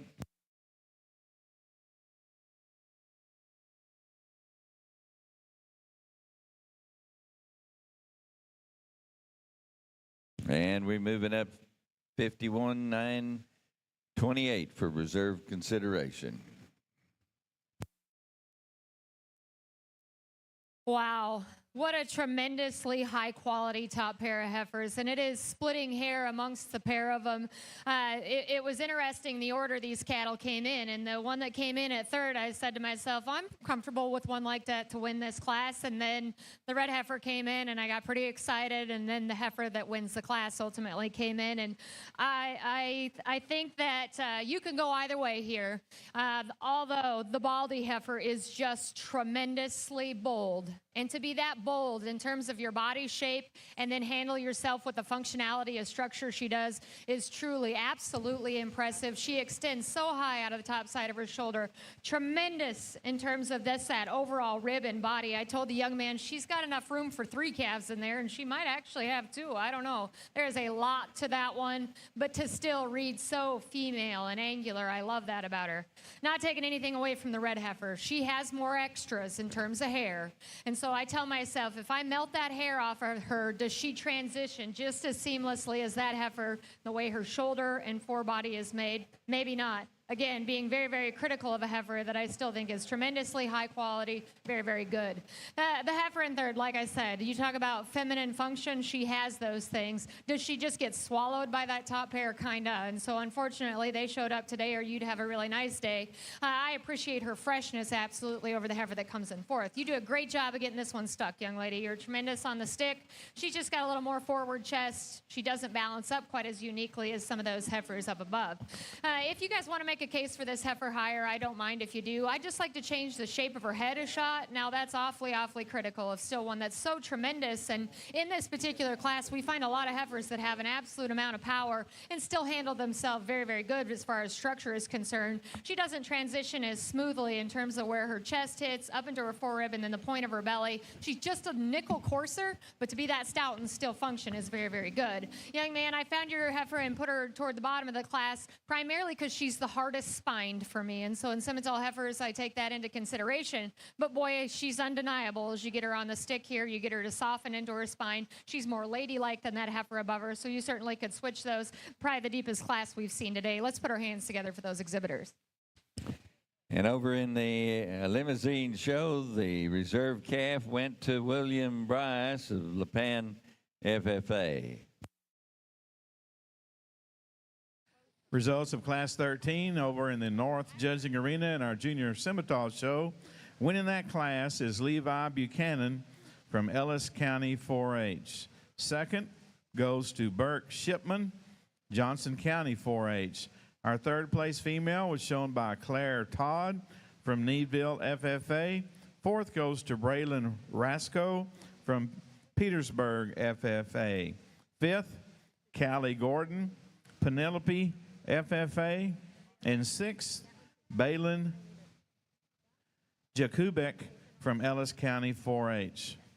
Now bringing in Class 14 in our junior scimitars. So Class 15, we need you in the north staging area at this time. Limousine exhibitors with heifers in Class 8. This is your second call to be in staging. We'll have relatively small numbers in classes 9 and 10 limousine. We don't want anybody to miss a class, so you be standing ready by the gate and move in when the lineup crew asks you to, please. We're missing entry number 55926. That's Brecken Rasco. In Class 15, we need you to the north staging area along with entry number 51220. Oh, excuse me. 54608, Ethan Gunn from Waller County 4-H.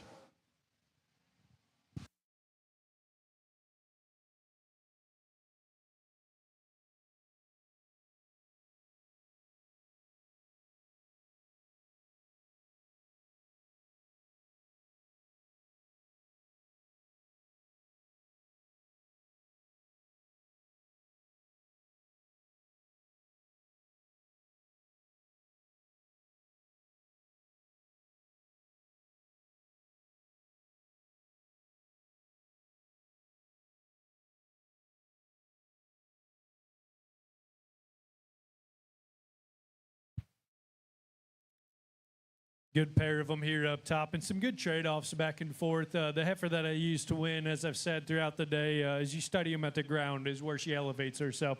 Has more true set to her hock, and the way she goes to the ground with a bit more athleticism and just true comfort in her lower angles. One that's further set back in the angle to her blade and knee, and that just allows her to remain more collected in her top line. One that's massive and bold in terms of her body shape, still proportions awfully adequately here from the side profile. Maybe not near as out there looking to the top side of her crest, a bit more traditional about her skull shape as you analyze her in comparison to a few of these other females. But a female that does a lot of things right, I think most especially from a true function standpoint. The one that comes here in second, I think she's one you're naturally drawn to in terms of her proportions. She's fresher in her chest. She's a bit more elevated there to her front end, comes with more extension from her shoulders forward, drops back with the right kind of sweep to the base of her rib and fill back into her flank.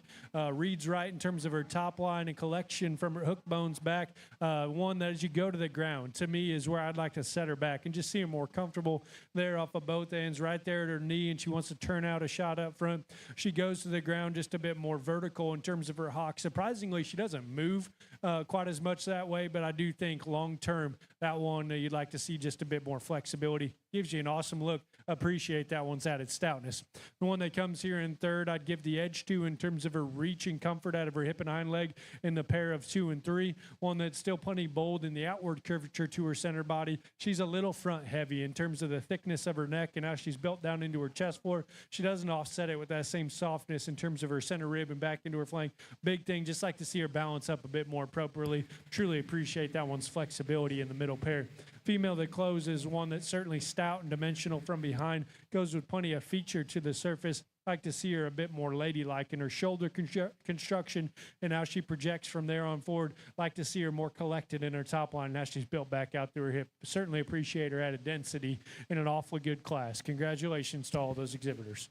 Final call, Class 8 limousines. We're short 61,688. Last and final call for 61,688. You need to be at staging. They're getting ready to move your class in. Class 9 exhibitors in Class 9 and 10. Limousine to staging, please. Class 9 and 10.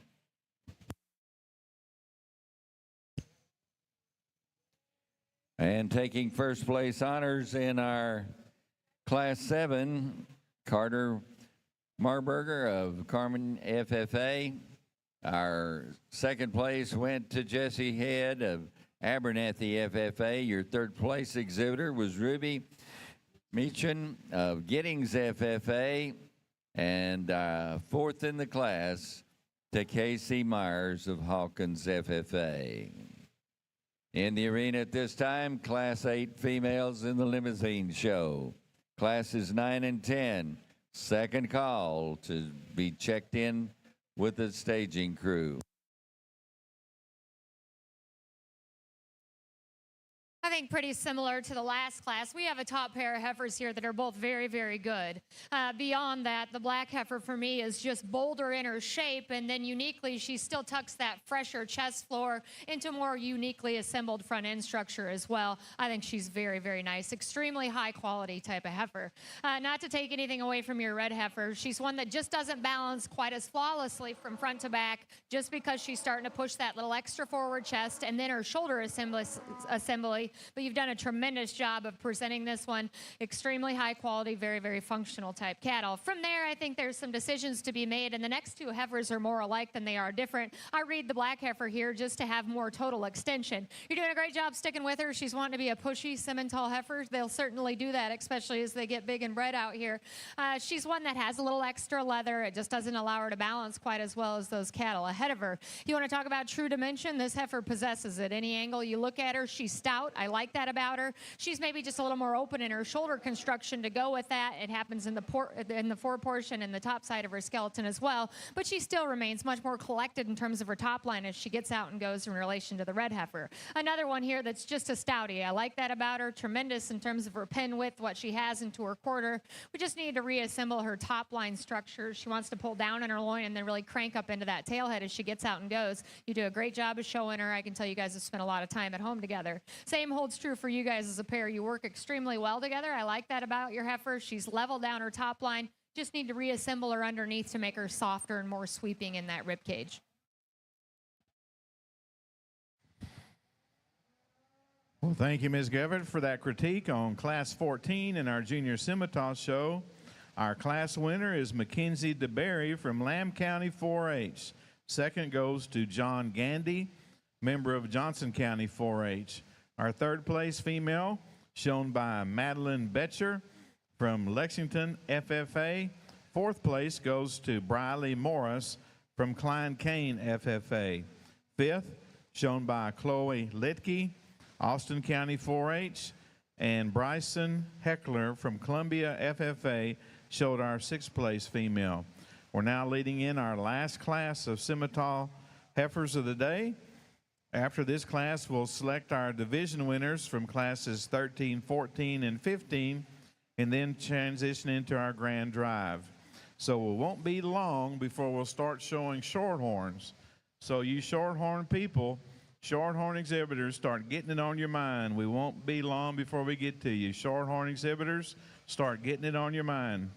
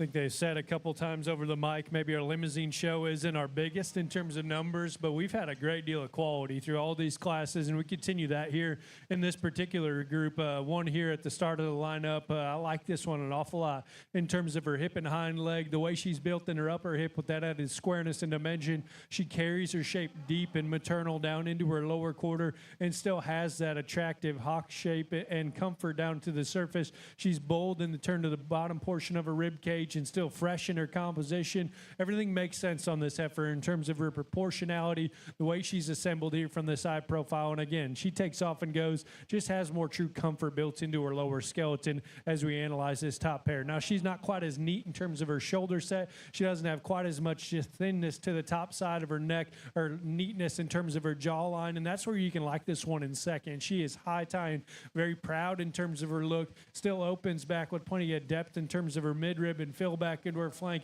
and her proportionality is as good as any of them here in this particular class. The longer she's out here, and then still when you send her into motion, just like to rock her back and angle to her shoulder and see it lay onto her body a bit neater. She's one that's not quite as coordinated in her step out of her hip and hind leg, but again, parked right there. When he gets her all put together, it's awfully, awfully good. The young lady has one here in third. I think as she continues to work on feed and come with maturity or calf, however you want to phrase that, in her mid body, then you can really get fired up on this one. She's comfortable in her angle. She has plenty of length and levelness back out through her hip. She's tidy about her shoulder, and it still has plenty of presence from there on forward just for added frame. Like to soften her up in terms of her mid body to make it all balance up a bit more appropriately. The young lady that has this one next on the other end of the spectrum in terms of her condition, I'd like to see this one a bit neater in terms of her composition. I think that allow you to appreciate her body shape and the way she goes there in her general angles. She has the amount of condition here that just makes her more uncoordinated in her movement there off of both ends. The red heifer's stout, has that added shape and dimension on the top side of her skeleton. With that, she's a shot coarser about her shoulder and just doesn't have that same semblance of quality in her hind leg as she goes to the ground. Still like that one in terms of her broody nature. The female that closes us out here has plenty of depth of body. She's easy keeping in terms of her mature cow size as you project her on. Just like to knock her back and angle to her knee, see her more comfortable and attractive in the set to her hind leg. Still appreciate that one's kind in terms of her midrib and her moderate makeup. Good class there. I think an awfully nice top pair. Congratulations. Taking first place is Jordan Wellman of Joshua FFA. Your second place honors went to Carson Curry, Abernathy FFA. Our third in the class, Emily Campbell of Commerce FFA. Fourth place, Kennedy Griffin, the exhibitor, Klein FFA. Fifth to Matthew Pettis of Southwest FFA. And sixth place, Caleb Williamson, the exhibitor, Abernathy FFA. So we round out on your final class of Simmentals here. I find a heifer that I like a lot of things about, and she's what I would hope for in the last class of Simmental heifers. One that has maturity on her side, but yet she's still fresh enough in that regard. That is a big-footed, stout-featured heifer that does a lot of things very, very well. There's a decision between the next pair, but I'd like to commend the exhibitor on your breeding decision here, and I think this is a very nice generational upgrade in the Baldy calf. I think where I'd like to change your cow, the calf is definitely done well there, so hats off to you for that. She's extended, she's attractive. She's obviously putting everything into that calf as well from a performance standpoint. Very, very nice job. Maybe not the extras of the one that beats you there, but still very functional. You guys make an awesome pair down here. You're doing a great job, young lady. A heifer that's really long and extended, like that about her. She, too, maybe is just a little rougher in her groundwork. Let's give her a big round of applause as she heads out of the ring. And our results in Class 15 of our Junior Simmental Heifer Show. Winning that class is Brecken Rasco from Petersburg FFA. Second, shown by Ethan Gunn from Waller County 4-H. In our third place female, shown by Abigail Heckler from Columbia FFA. Will now lead back in our first and second place winners from classes 13, 14, and 15. From these six, we'll select our champion and reserve in our senior division.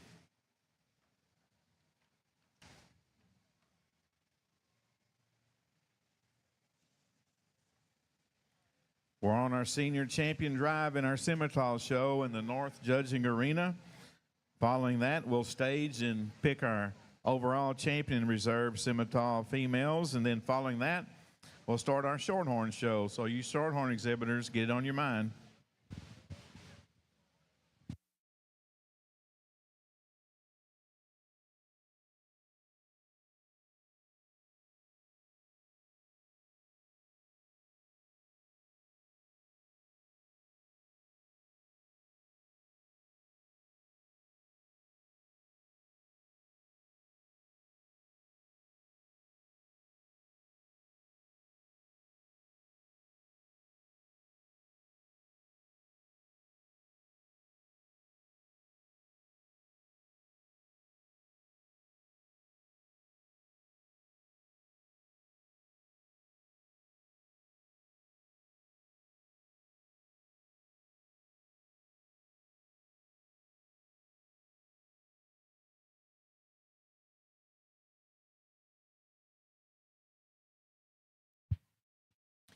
Another exceptional class winner here, and one that is so dense in terms of her body and stout when you get right in behind her, and still gives you a maternal view here from the side profile. I think largely in part she's just so comfortable in her angles at the surface and reads right in terms of her toe.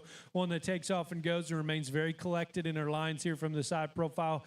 Again, as you reflect back on what we've seen to this point in the show, maybe she's not the tidiest right there at her shoulder. Maybe she's not just the most feminine to the top side of her crest or right there about her jaw, but one that, in my opinion, everything makes sense. She's broody, she's maternal, she's massive, she's comfortable at the surface. I like that kind. The red one here in second is one that mirrors her in terms of her body shape, her dimension, and her squareness from behind the cattle. One, to me, as I step back off her, I just like to reconstruct her shot right there at the base of her jaw and down into her chest floor. We can see her a bit fresher in her composition in those areas, and then see her set back and angle to her hock and how she goes to the ground. She's a bit more vertical than what I'd like to see. I think if you could change her in those areas, makes it a bit more of a top pair. Still really appreciate that one's broody, massive makeup right there through her center body. The one that comes here in third, the set to her hind leg is absolutely impressive. The way she goes to the ground with that kind of athleticism and reach and range of motion is something that I'm naturally drawn to. She's up-headed and has a proud look there through her front end. Biggest thing for me is I think she needs to be set back and angled to her blade, and that's part of why she projects so high there at the top side of her shoulder. For a little added frame in here in this class, I'd like to soften her up in terms of her center body to make it all balanced, but certainly I like that way that one's built through the rear third of her body. Young man has one here that closes us out. I think still a good kind of cattle. She's moderate, she's easy keeping, she's sound. She's one that I don't think will require just a whole lot in terms of additional supplementation. In this class, she's been out-horsed a bit in terms of true dimension. I'd like to stouten her up in terms of her foot and feature. Good class there. Thought an awfully nice class winner. And we thank you for the overview. Class 9 winners, exhibitors in Class 10. This is your call. That means Class 13 limousine need to go to staging. First place honor is going to Cole Keaton of Lubbock County. Second to Breland Vythe of Windhurst FFA. Third place to Kyle Gregory, Montgomery County 4-H member. And fourth to Carter Curry of Abernathy FFA. We're now into our division class 10, final class in our division.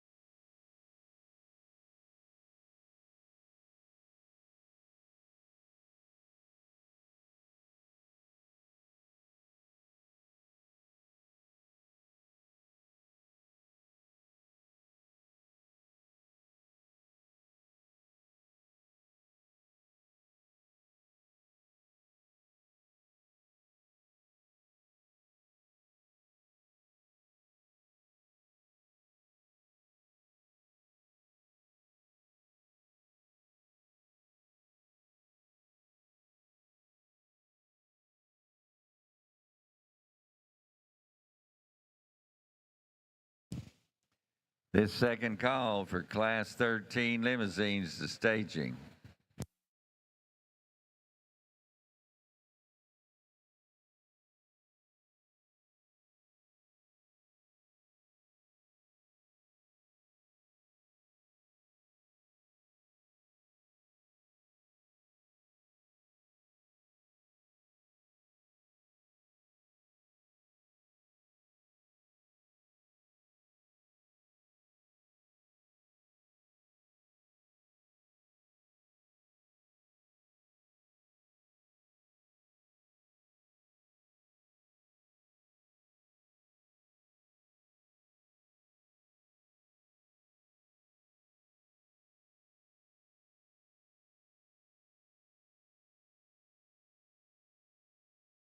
Good pair here, and pretty different in terms of their type and kind. I tell you, the heifer at the front of the lineup probably most closely resembles my kind in terms of upheadedness, freshness in her chest floor, the right kind of turn to the base of her cage, and still reads as comfortable as any of them in terms of her angles down low. A heifer that I like in the transition from her shoulder back into her forerib. If you could tweak her just a little bit, and honestly, as much as anything, just see her a little better haired. I think that kind of amplify her look here from the side profile. Also like to see her tail head sit a bit neater in the backside of her hip. She doesn't have quite as much foot size as a heifer that comes directly behind her, or probably quite as much density in terms of her body, and I think that's where it gets close. A heifer that comes here in second, moderate, easy keeping, so opened up and massive in terms of her midrib, and stout when you get riding behind her. A heifer to me, as you step back off her, I think is comfortable and attractive in terms of her lower skeleton. I'd like to see her a bit stronger in her view down the top side of her skeleton. She wants to break right behind her blade just a shot. She has a bit more kind of coarseness to the top side of her tail head,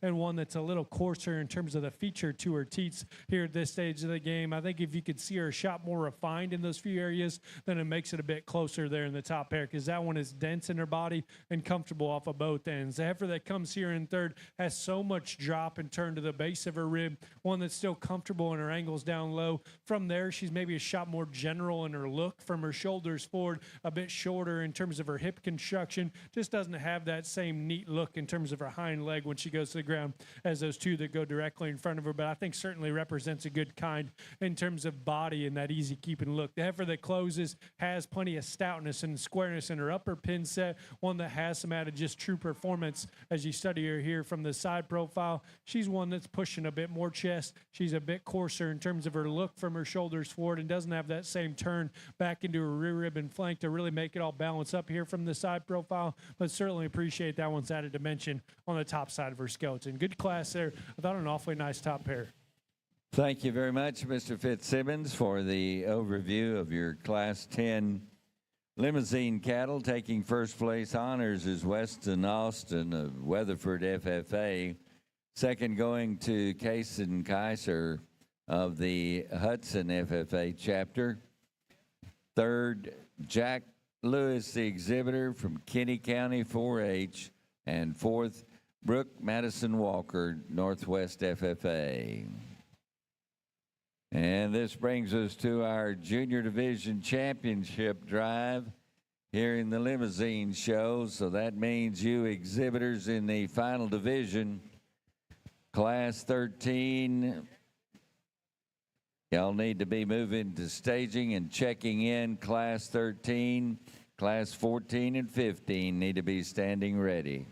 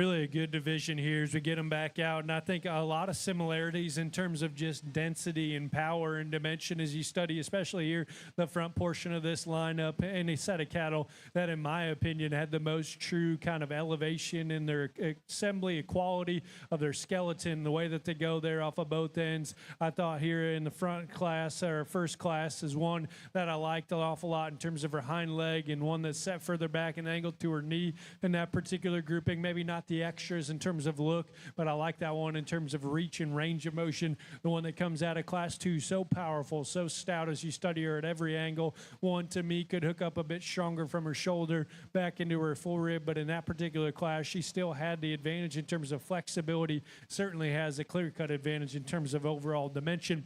Then we get into class 3, and one that is so cowy and dimensional in terms of her midrib, stout when you get right in behind her, and still goes to the ground with that right kind of flexibility and attractiveness in terms of her lower skeleton. Again, as I said there in class, maybe a shot more traditional in her look from her shoulders forward. Maybe you'd like to tidy her up in her chest forward just a touch, but from her shoulders back, it's hard to build cattle like that. She is so dimensional. Then we get into this last class, and one that I like an awful lot. She maybe not want to cooperate near as much, but that one has as much look and proportionality from the side profile as any of them. I'd give her the edge in terms of her reach and athleticism off of both ends. One, as I said there earlier, and it is a silly criticism, but she's a little flat-haired, and so maybe you're not initially drawn to her quite as much as a few of these other ones, but you really dig in on that female. Her basics are on point. Her lines are on point. Her freshness and her composition here amongst this set of contemporaries is something that, in my opinion, really elevates her to the top. So to me, the longer you're out here and the more you really dig in on them, becomes a pretty logical place to start. I'm going to use this young lady out of the last class to be your champion. I'm going to follow right up with class 3 for reserve. Congratulations.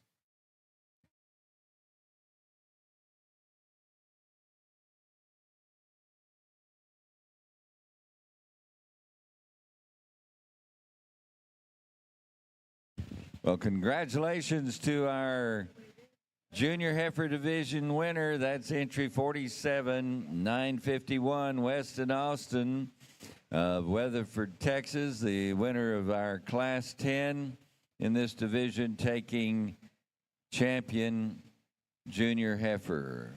And the reserve honors going to entry 46-786, Cole Keaton, the exhibitor from Lubbock County 4-H. Congratulations to our reserve and champion here in the Junior Heifer Division. That'll move us into our first class, a set of the seniors. We have 3 classes. We're getting ready to move in class 13, last and final call for contestants in class 13. Buick Limousine Heifer exhibitors in classes 14 and 15 need to be making your way to staging.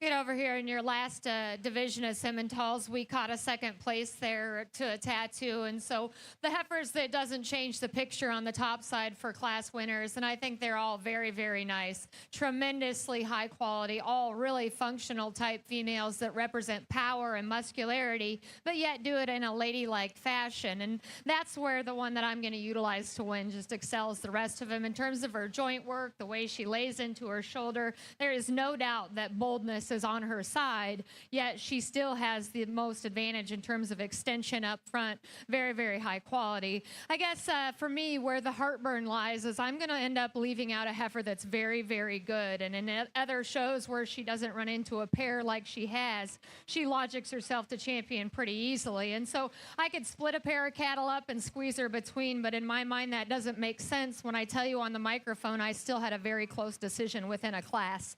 I'll go out and select the pair that'll be champion in reserve, but there is an honorable mention out here that's still tremendously high quality.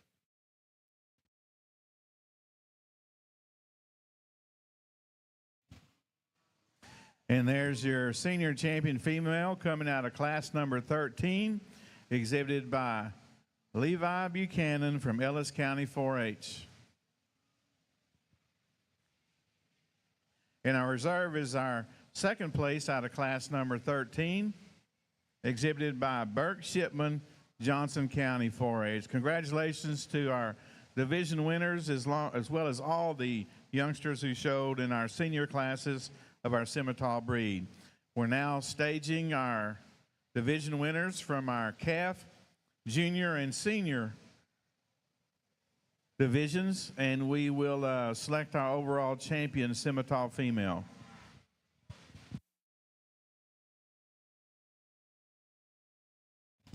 Limousine exhibitors, class 14 and 15 need to be at staging. We've got a single entry in class 15. Don't want you to miss your class. Let's be at staging.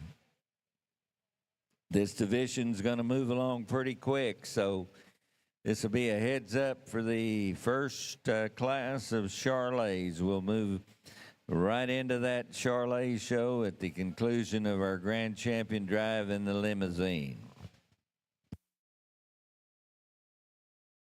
Shorthorn exhibitors, we're not going to take a break. We're going to go right into the Shorthorns. So Shorthorn exhibitors, we're bringing in our division winners and going to select our overall champion in our Simmental breed. So we're going to go straight into the Shorthorns, no break. Shorthorn exhibitors, classes 1 and 2, we need you down around the north staging area at this time.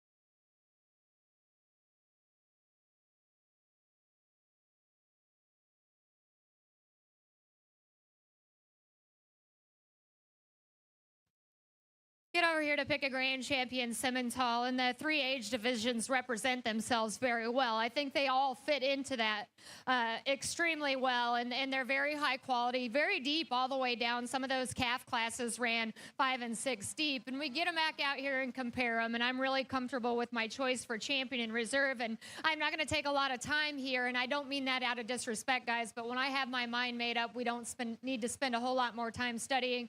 The 2 calves down here have a very bright future ahead of them. I like that about them.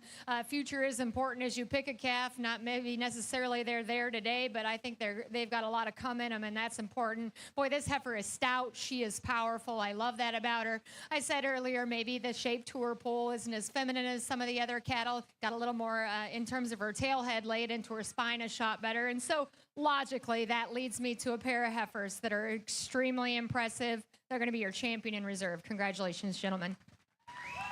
And our champion and reserve overall comes out of our senior division. Winning our champion Simmental heifer of the 2025 San Antonio Junior Heifer Show goes to Levi Buchanan, Ellis County 4-H. Congratulations to you, Levi. And our reserve overall champion, also coming out of that senior division, goes to Burke Shipman, Johnson County 4-H. Congratulations to those winners, as well as all that showed in our Junior Simmental Heifer Show. Would like to remind our winners here that you will be given a bio sheet. We need you to get those filled out and up to the announcer stands as soon as you possibly can. We'll need those for the Supreme Drive this evening. Shorthorn exhibitors, let's roll. Shorthorn's been calling for you. We need class 1. Adams Fab. Established in 2007, they build custom livestock pinning and equipment to fit all your needs. Hanger feeder rods, adjustable slam gate latches, and skirted panels. It all comes standard. Custom pins made by hand and hot dipped galvanized so that you know that they're going to last. Adams Fab is a certified TIPS vendor and can design, fabricate, and install equipment to fit all your needs. Visit adamsfablivestock.com to get started today.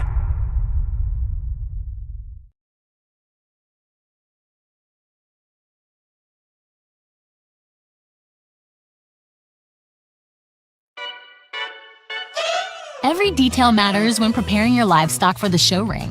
At Producers Co-op, we offer high-quality show feed, supplements, and supplies designed for your animal's best performance. Our specialized feeds promote optimal growth, conditioning, and muscle development for cattle, sheep, goats, pigs, and more. With expert advice and reliable products, we're dedicated to your success. Trust us to help you reach your goals with the feed that works as hard as you do. Come see why at Producers Co-op, it's better here.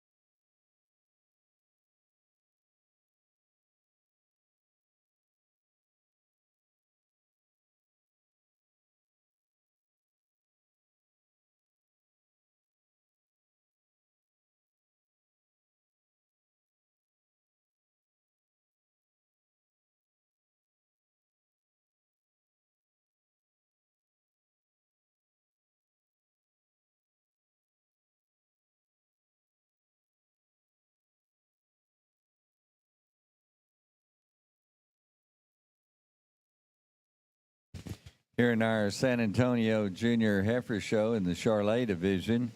Want to thank Mr. and Ms. Bill Arlett Jr. for the continued support of providing a special buckle for the grand champion Charolais Heifer exhibitor in memory of Mr. Arlett Sr. Thank y'all again for being with us and providing this special award.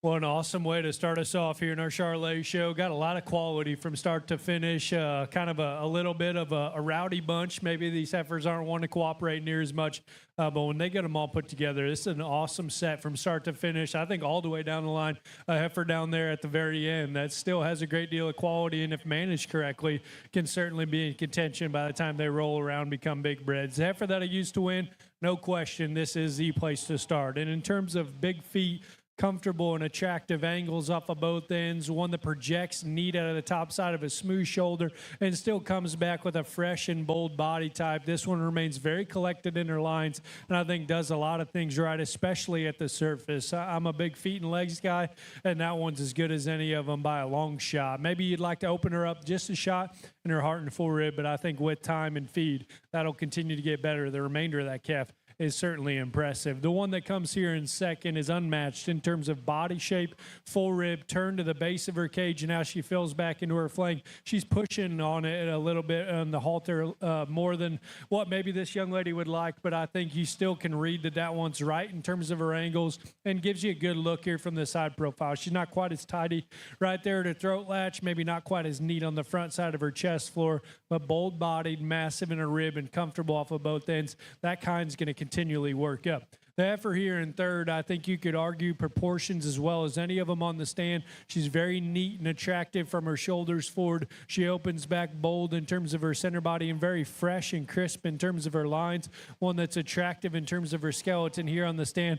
I'd like to pick her up just a shot from hooks to pins. I'd like to intensify her in terms of her bone work, just a shade to move up in contention with those two directly in front of her. But I like that one a lot from an individual standpoint, stopped and set up.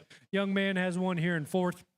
Her best days are clearly ahead of her, but this one is built awesome. From the ground up, so comfortable in her angles, so soft and maternal in terms of her full rib and the way she comes back into her center body, high tie and neat looking. She's just green, honestly. In this particular class, she's been out horse just a shot, but one that's built like that at the surface and her basics are put together the way that hers do. She's going to work up in every class she goes into. The one that comes here next on the stand can give you as good a look as any of them. Very neat and flat about her shoulder. Projects good in terms of her jawline, cute-headed, opens back bold in terms of her shape and her center body, and fairly attractive here on the stand in her hip and hind leg.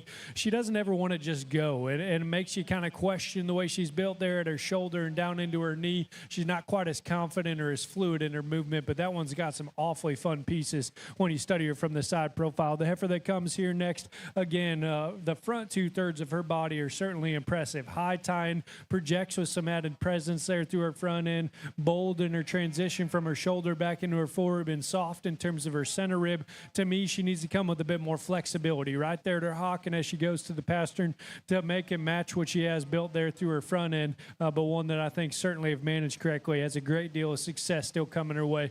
We keep going down the line. Young lady's got one here that's opened up in terms of her center body, one that's stout and powerful from behind, doesn't balance up quite as appropriately the base of her shoulder, and from there on forward, she's a little shorter, more off on her hip, but certainly powerful and opened up in her midrib.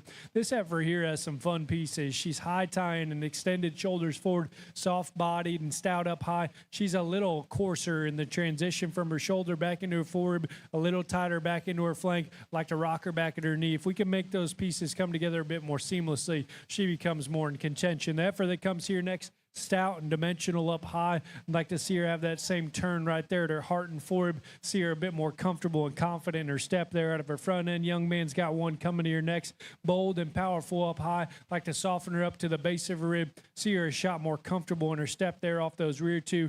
This heifer coming around here next has more softness in her center body. In that particular pair, she's got to be rocked back and angled to her shoulder and knee and come with a bit more turn back in her rear rib and flank. Heifer that comes here next, I like this one's turn to her center body, and I like her at a dimension from behind. She's a little plainer and just doesn't balance up quite as appropriately from the side profile. And the heifer that closes, as I touched on earlier, neat looking, comfortable in her angles, just needs time and feed. Good set of them there, start to finish in our Charolais. Attention in the Shorthorn barn. We need exhibitor number 38204, Elliot Wilkinson. We need you to the north staging area, Elliot Wilkinson. Charolais exhibitors in Class 1 and taking the blue ribbon in that class. 13-head competition. Chloe Grace Wise comes out on top with a, she's from Mason County 4-H, second in the class, going to Emmy Harden of Penelope FFA, your third place. Bella Parks is the exhibitor, Hood County 4-H member. Fourth, Briggs Jones from Hunt County 4-H, taking fifth place in the class, is Ashlyn Chrisman of Hardin FFA. Sixth to Ella Vincent, member of the Lavernia FFA chapter. Seventh, Conley Martin, the exhibitor from Wilson County 4-H. Eighth place, Casey Randall, a member of Concordia Lutheran FFA. Ninth to Savannah Kelly, McClendon County 4-H member. And 10th place, went to Branson Brush of Hardin FFA. Congratulations to our ribbon winners in Class 1. Class 2 Charolais in the arena at this time.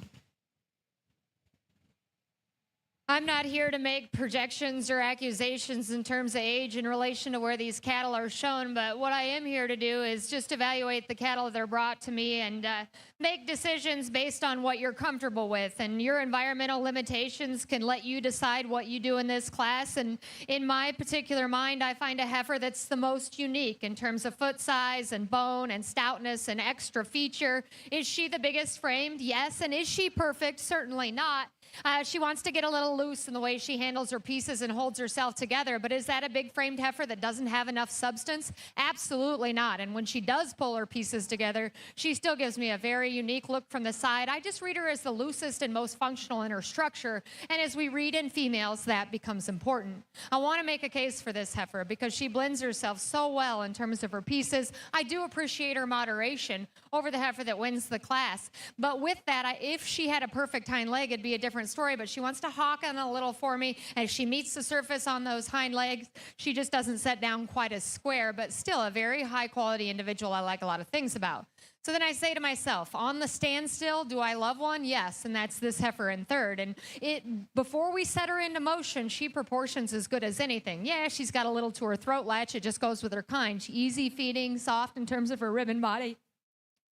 Unfortunately, as we do set her into motion, that's where I take up issue, and I just wish she hinged looser out of her hip, motioned better out of her rear hock. If she does that, it becomes a different story on the top side of this class, but I have to keep those priorities in mind as we're evaluating females, and that's where this heifer does have that advantage. She's one that handles herself pretty loose and flexible. She's angular up front. I'd like to change her about her head, and she also isn't the stoutest featured one out here, but I think her pieces proportion well, and she balances pretty nice. Young man's heifer here's got more stoutness, and I do like that about her. She reads with way more dimension. She feeds out behind her shoulder with more real top shape and power from behind. She also comes with a little more shoulder with it, and at times she wants to get set out on you there, and it just accentuates that issue. Just like to blend her a shot better. Feminine and refined kind of heifer here, but that too is what works to her disadvantage. Just not quite enough cow there compared to the top side. A heifer here that just doesn't balance quite as well. She reads deeper into her chest floor and then wedges the wrong way up into her flank, so she just doesn't grant your attention from the side. Lots of length and extension on your heifer. Just wish it came with more substance. Deep-bodied, really, really flexible heifer. She has that advantage over a lot of them on the top side. It just isn't held together by as much substance. Your heifer has as much width as anything out here, just needs to be softer in terms of her skeleton to read higher.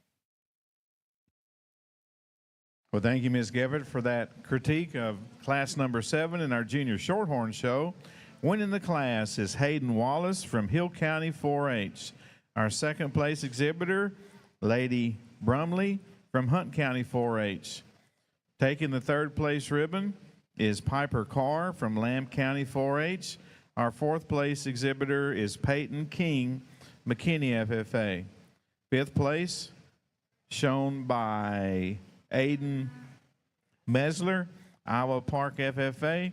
Our sixth place ribbon, taken by Lacey Watkins, Marlin FFA. Seventh goes to Hadley Scott, New Home FFA. Eighth, Kaylee Cargile from Nueces County 4-H. Ninth, Reagan No, Klein Collins FFA, and 10th place goes to Mia Gutierrez from Thomas E. Randall FFA. Now leading class number 8 into the North Showing Arena in our Shorthorn show. So class 9 females, we need you in the North staging areas, just one. So class 10 be getting on your mind.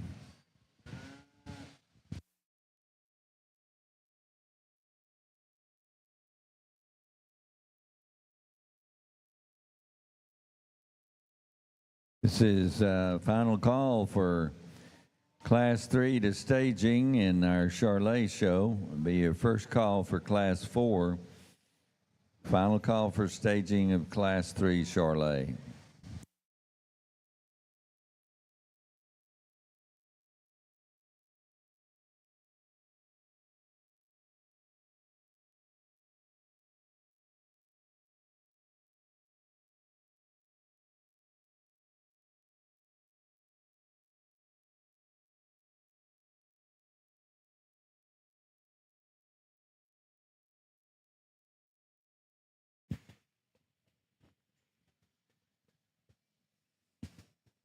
I want to thank all of the spectators up in the grandstands supporting these young people. And I think most of you know that our judgings here in the junior show at San Antonio are live streamed. And if you've got friends and relatives and neighbors back home that weren't able to be here, be sure and inform them on how to follow the action here in the judging arena as it occurs. TaylorFort.com, the live streaming address, along with the link on the San Antonio Rodeo Livestock official page.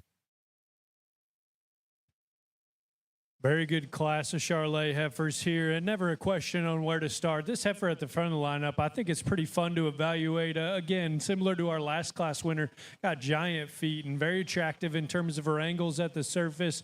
One that's certainly bold in terms of her center body and has a right kind of turn to the base of her rib, especially when you take into consideration, I think she's as fresh and honest in her composition as any of them here in this particular grouping. One that as you continue and evaluating this female, long and extended shoulders forward, got a stout and maternal kind of a head on her, very collected in terms of her top line. She's attractive in her angles. I'd say if you want to perfect this one, maybe you could see just a bit more set right there at her hock, but she uses it adequately. She reaches good out of her upper hip. I think a great place to start in this class, and young lady's doing a great job getting her shown.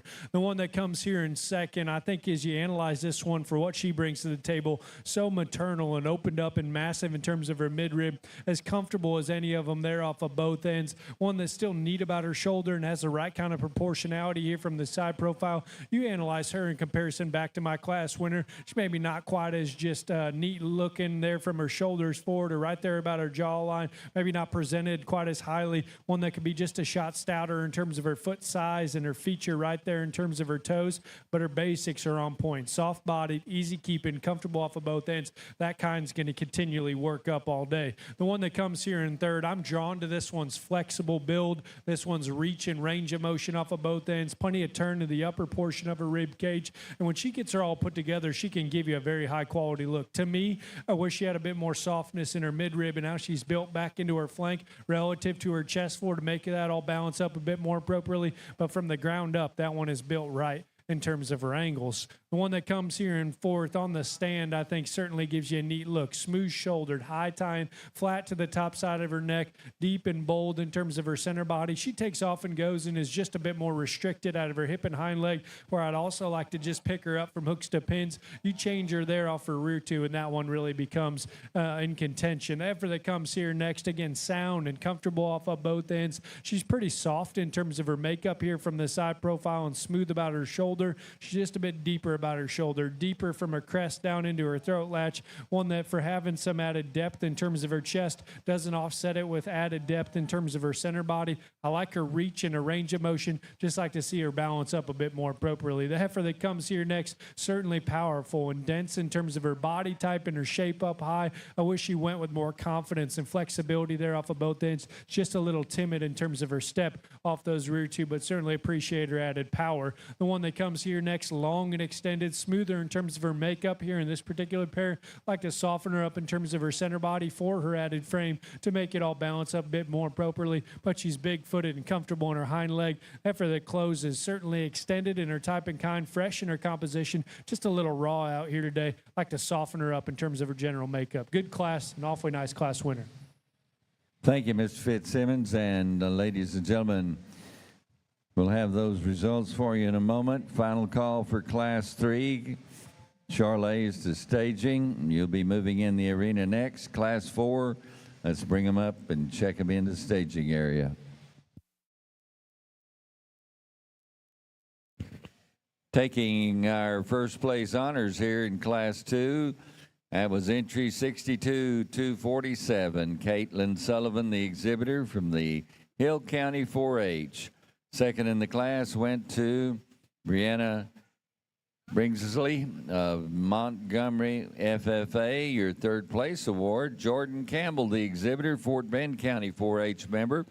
Fourth to Natalie Opal Smith of the Brazoria County 4-H. Our fifth place, Kason Yargo of Anderson Shiloh FFA chapter. Sixth in the class going to Nicholas Alderman of Sherryland FFA. Seventh earned by Ethan Gomez of the Concordia Lutheran FFA chapter. Sixth place, eighth place, Madison Funderburk of the Robertson County 4-H. Congratulations to all of our ribbon winners in Class 2, Charlotte.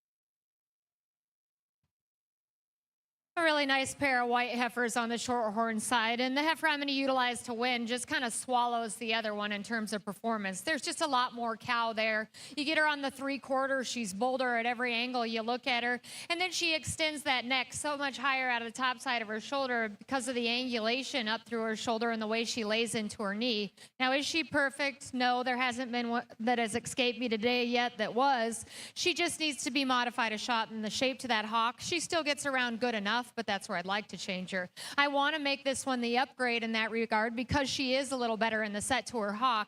There just isn't quite enough cow there as I compare them. She's one that just wants to get a little more forward in that shoulder as well, but I'm being critical of one that I just have to appreciate her practicality, and I think that word best describes her out here. She reads a lot leveler out of her hip than the heifer that comes next. Young man, you as well have another heifer that's just very practical. She just kind of logicked herself up here into third. She's a little softer centered than the heifer behind her. She flexes a little better off of her hock as well. Now, part of that is she wants to slope from hooks to pins, and after she just peed, she shows us naturally she's not the levelest there, and that's where I'd like to change her.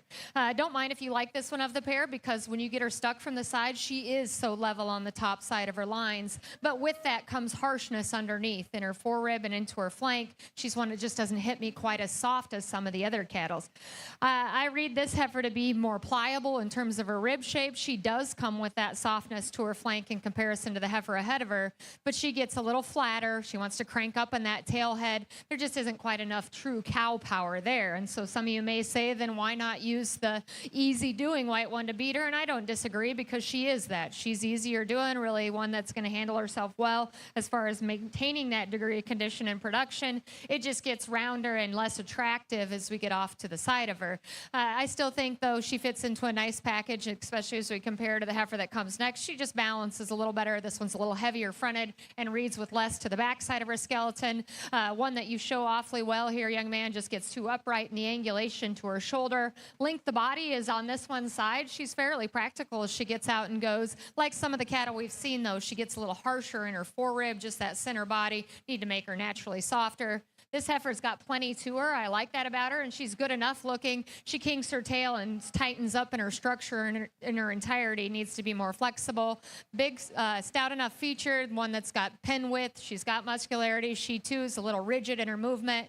And the heifer that rounds out the class has good from a flexibility standpoint. Unfortunately, her flexibility comes with a sacrifice in look.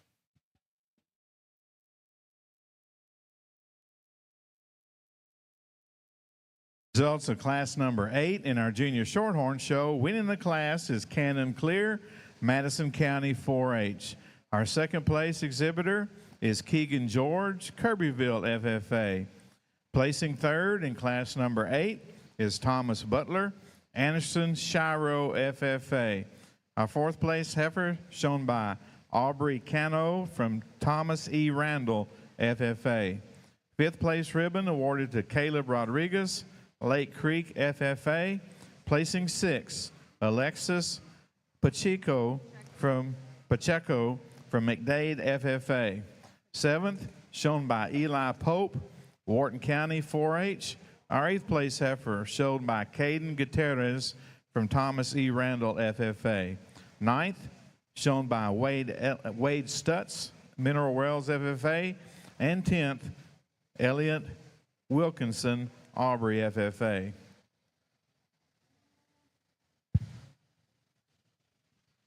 I think a nice class here and an absolutely dominant winner here at the front of it, and one that's certainly my kind in terms of her upheadedness and her neat look, shoulders forward, the way she transitions back into that kind of turn to the base of her rib and fill into her flank, the way that she's so attractive in terms of her lower skeleton and remains so athletic in her movement when she takes off and goes, and certainly stays collected in her lines is absolutely something I'm naturally drawn to. When you get riding behind her, there's a few cattle that come down the line that are a bit stouter, more opened up, maybe down there in her full rib or right there out of the backside of her hip, but one that I think has more than enough true dimension. I love her look and the way that she's built when she takes off and goes. The one that comes here in second, I think, again, it becomes a bit more of a debate as you work down the line. This one's a bit smoother from her shoulder back into her center body. She remains collected in her top line, longer and leveler back out through her hip. And I thought here between 2 and 3, she was just tidier at the base of her shoulder and had more true comfort right there at her knee. I wish she was a bit more neat looking there, shoulders forward and on the top side of her crest. I wish she was a shot more attractive in her hind leg, but she uses her angles good off of both ends. Just like to see a bit more of that look here from the side profile. The one that comes in third, in my opinion, has as much true body mass as any of them and stoutness from behind the cattle. Just like to rock her back in her angles off of both ends and see a little bit of that composition taken back off her. I think that's partially why she's wanting to open up right there at her shoulder and down into her chest floor. If we lean her up and see what that all is built like, then I think you can appreciate her body and her added dimension from behind. The heifer that comes here next there in terms of her hip and hind leg is awfully nice and actually resembles my class winner in terms of her hock set and the way she sets down at her ankle. She has plenty of dimension in terms of her upper pin. As you step back off her, she's just out horsed right here through her center body and specifically then again right there in her heart and forehead. I like to rock her back and angle to her knee just a touch to appreciate some of those extras she brings to this class. The heifer that closes is softer bodied and smoother from her shoulder back into her forehead. She's one that when she takes off and goes, it looks maybe a bit of an injury or she's got a soft spot on her heel, but she doesn't want to set down quite as confidently. She's one, too, that's a bit plainer in terms of her general makeup. Very good class there. I thought an awfully nice class winner. Congratulations. Thank you, Ms. Fitzsimmons. Appreciate the overview here in our Charlotte Class 3. We'll be moving in Class 4, final class in this division of calves, and taking first place honors. That was J.C. Littleton of Bowie County 4-H. Your second place went to Harris Kelly, McClendon County 4-H member. Third to Jet Mahoney of Pasadena Memorial FFA. Fourth, Molly Welsh, exhibitor Troy FFA chapter. Fifth in the class to John Ollerman of Sharyland FFA.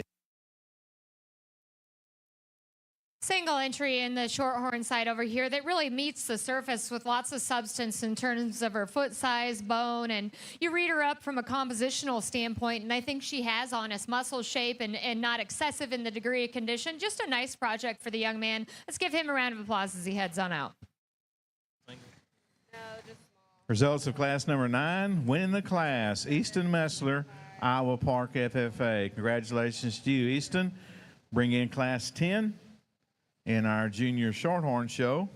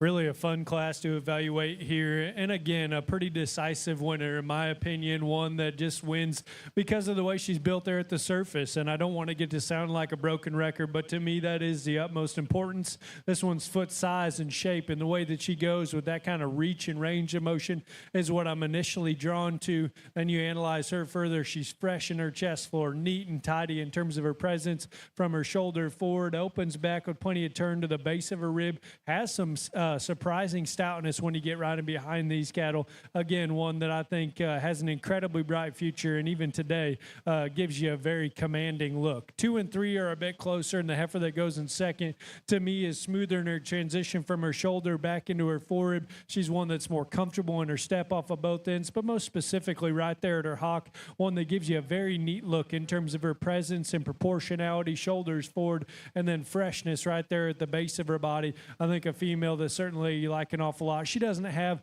quite as much just true set right there at her knee as my class winner. Doesn't have quite as much drop and turn to the base of her rib as heifers on either side of her. But I think from an individual standpoint, one that you like an awful lot. The one that comes here in third has as much true depth of body as any of them. And if you're going in here and looking for that, this is that female. Absolutely 100%. Still has plenty of stoutness when you get right in behind the cattle. Honestly, her depth of body is starting to take away from her balance just a touch. Makes her look harsher right there in her heart and forehead. She's one when she takes off and goes, doesn't have that same elevation of quality in her lower joint work. She's assembled a bit more up and down in her angles there off of both ends, but certainly appreciate that one's body. I think one that can give you a good look when set up on the side. Therefore, that comes next. I actually prefer here in that particular pair in terms of her flexibility and reach and range of motion, one that's very collected and loose in terms of her center spine and gives you an up-headed look, shoulders forward. She's a little harsher right there in her heart and forerib. She wants to open up right there at the base of her shoulder, just a shade and some minor criticisms that work a good female down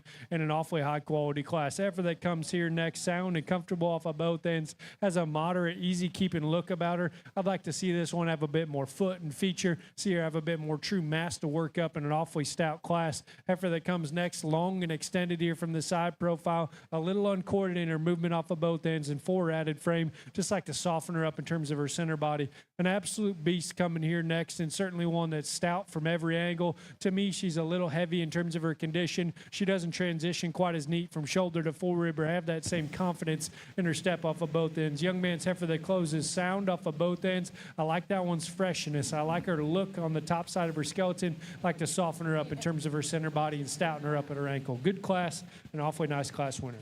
And taking first place in the Charlotte Class 4, Caton Willett, the exhibitor, Falls City FFA member. Second in the class is Sophie Bradshaw of Randall County 4-H. Your third place, Coleman Smalley of Sterling FFA. Fourth to Random Swab of Marion FFA. Fifth in the class, McKenna Munston of Rockdale FFA. And sixth place, Acevedo Rodriguez of Maverick County 4-H. Seventh to Samantha Malham of Brenham FFA, and Carter Gear taking eighth from Shelbyville FFA. I'm not here to play poker. I'm here because I'm passionate about the cattle industry. And when this heifer walked in, I kind of got the warm fuzzies. And I told the young man, I said, could you tell by the look on my face that I liked her? He kind of smiled, but I think that functionality really describes her. And she's so practical in her skeleton. She really is the best in a lot of areas. She puts together a lot of good, one that excites me a great deal. The heifer that comes in second is stouter. There's no doubt that dimensionally she's wider. She's just more three-dimensional in her overall shape. It just doesn't come with the extras in terms of uniqueness of front end assembly. She's one that's pitched a little further forward. It becomes harder to get her to hold her head up, and she's just a nickel harsher spine. Now, I'm being awfully critical of one that I love the bone shape on, the way she meets the surface. For a bigger, more mature one, she's still very, very attractive. She's fresh in terms of the way she comes to me in the show ring, just not quite as unique as the one that wins. Same holds true for this old gal. You do a great job of getting her shown. She's just wanting to come apart a little more naturally in her shoulders, so you got your work cut out out for you, keeping that assembled correctly from the side. But I do like her true red meat muscularity, wideness, and stoutness of feature. Although those aren't heifer words, that's where I'd like to change her to, is just make her a little more attractive, but still a very high quality individual. Same reads true for this heifer. Her shoulder assembly just doesn't allow her to balance perfectly as you get off to the side when you compare the rear of her skeleton to the foreportion, but she is flexible. I like that about her. She's still a tremendously high quality individual. Wants to open up at the top side of her shoulder just a little more, like to change her in the angulation. Still a lot more unique than the red heifer that comes next. This heifer is just a little frailer in terms of her feature in relation to the expression that she does have, because dimensionally she's wide enough. She just becomes frailer at the surface, need to make that match better so she balances a nickel better. You do a great job of getting this one shown. You get her stuck from the side. Her lines from the side really draw me in. I just wish that it came with more substance underneath. She's a little harsher. And then this is just a moderate, really easy doing kind of female. She just needs to go better at the surface to go with that. Well, thank you, Judge, for that critique of our last class of junior females. And winning the class number 10, Winston Dreyer, Toller FFA. Our second place female, shown by Brooklyn Bevins, Johnson County 4-H. Our third place award goes to Paisley Dreyer, Toller FFA. Placing fourth, Nathaniel Green, Parker County 4-H. Our fifth place female, shown by McKinley Cardwell, Columbia FFA. Sixth, shown by Amberly Cardwell from Columbia FFA. And our seventh place female, shown by Zachary Werchin from Travis County 4-H. We're now bringing in our winners from classes 7 through 10 back into the North Judging Arena to select our divisions champions and our juniors. Back over here on the Charlet side, we've had awesome calf divisions from start to finish in all these shows that we've gone through here this morning, and we continue that trend here in our white cows. I think all four of these class winners and seconds, for that matter, incredibly high quality. We started it all off here with an impressive fashion in Class 1, and as you talk about just bone work and flexibility, this effort here out of this first class is certainly impressive. Big-footed, comfortable and attractive off of both ends, bold and fresh in terms of her composition and the way she's assembled right there at her center body. I think smooth in terms of her shoulder construction. Everything makes sense in that particular regard. We get a few of these other heifers back out here. She's a little deeper necked. She's one that for her chest floor and where it sits in her and her sternum, she doesn't have quite as much drop in terms of her center body from just a proportionality standpoint. But again, that one's built at the surface. Her smoothness, her stoutness, and the way that all comes together, something that I'm naturally drawn to. Class 2 was one that I liked there an awful lot, and I thought one pretty handily in that particular class. Outside of one area, she is so fresh and neat looking and bold bodied, one that's certainly attractive in terms of her build here from the side profile. I'd like to see her have a bit more set right there at her hock and see her set down with just a bit more confidence off her rear too as we get a few of these other class winners back out here. But certainly her lines and her presence, her freshness and composition is on point. Then we got Class 3, and one that, as I said there earlier, certainly my kind in terms of her reach, her flexibility off of both ends, her softness in terms of her center body, especially in relation to how neat she is in her chest floor, one that still has some added power. When you get right in on the top side of these cattle and study her right there at the center of her spine, you work your way back. Maybe you could square up just a shot from hooks to pins. But that is one killer-looking, sound, comfortable female that has the right kind of freshness. I thought it was kind of sealed up, honestly. And then we got in this last class, and I think it makes it just that much harder because a female that adds to the lineup in terms of her added comfort there at the surface, her boldness and freshness in terms of her center body, her up-headed, comfortable nature there through her front end, the way she's assembled in her center spine. I think the biggest difference between classes 3 and 4 is this one comes with a bit more squareness and levelness from hooks to pins. I wouldn't say she's just the stoutest one out here, but the other female that I think is truly in contention, I wouldn't hang with that title either. So it's a close decision in my opinion. There's one out here that as she came out really hit me hard. I'm going to use this young man out of Class 4 for champion. Going to follow right up with Class 3 for reserve. Congratulations. And ladies and gentlemen, your division champion going to the winner Class 4, Keaton Willett, the exhibitor from Fall City FFA. And the reserve honors going to our winner of Class 3. That's entry 64-670, Jaylee Littleton of Bowie County 4-H member. Congratulations to our division champ and reserve in the heifer calf division of the Charolais show. And Class 7, Charolais ready to move into the arena.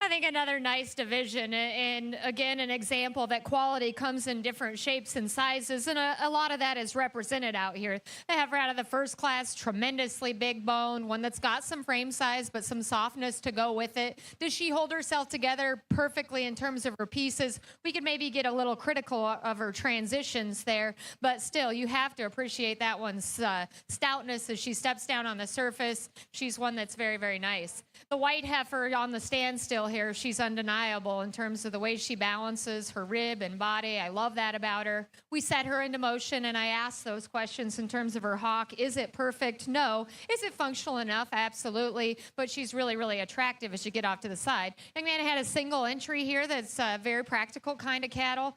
Maybe not as unique as some of the others out here that she's in competition with, but I do love her at the surface in terms of her bone and just the way she sets down from a functionality standpoint.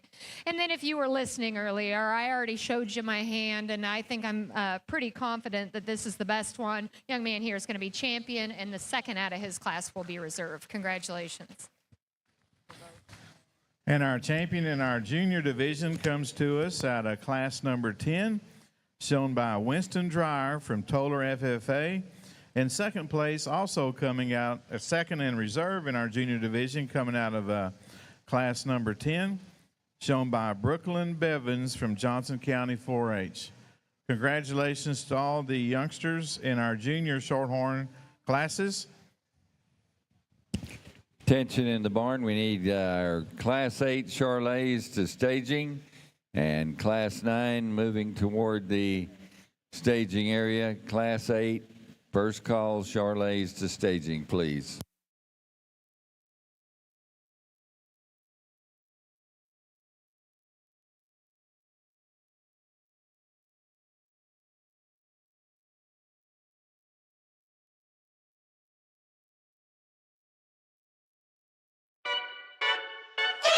Every detail matters when preparing your livestock for the show ring.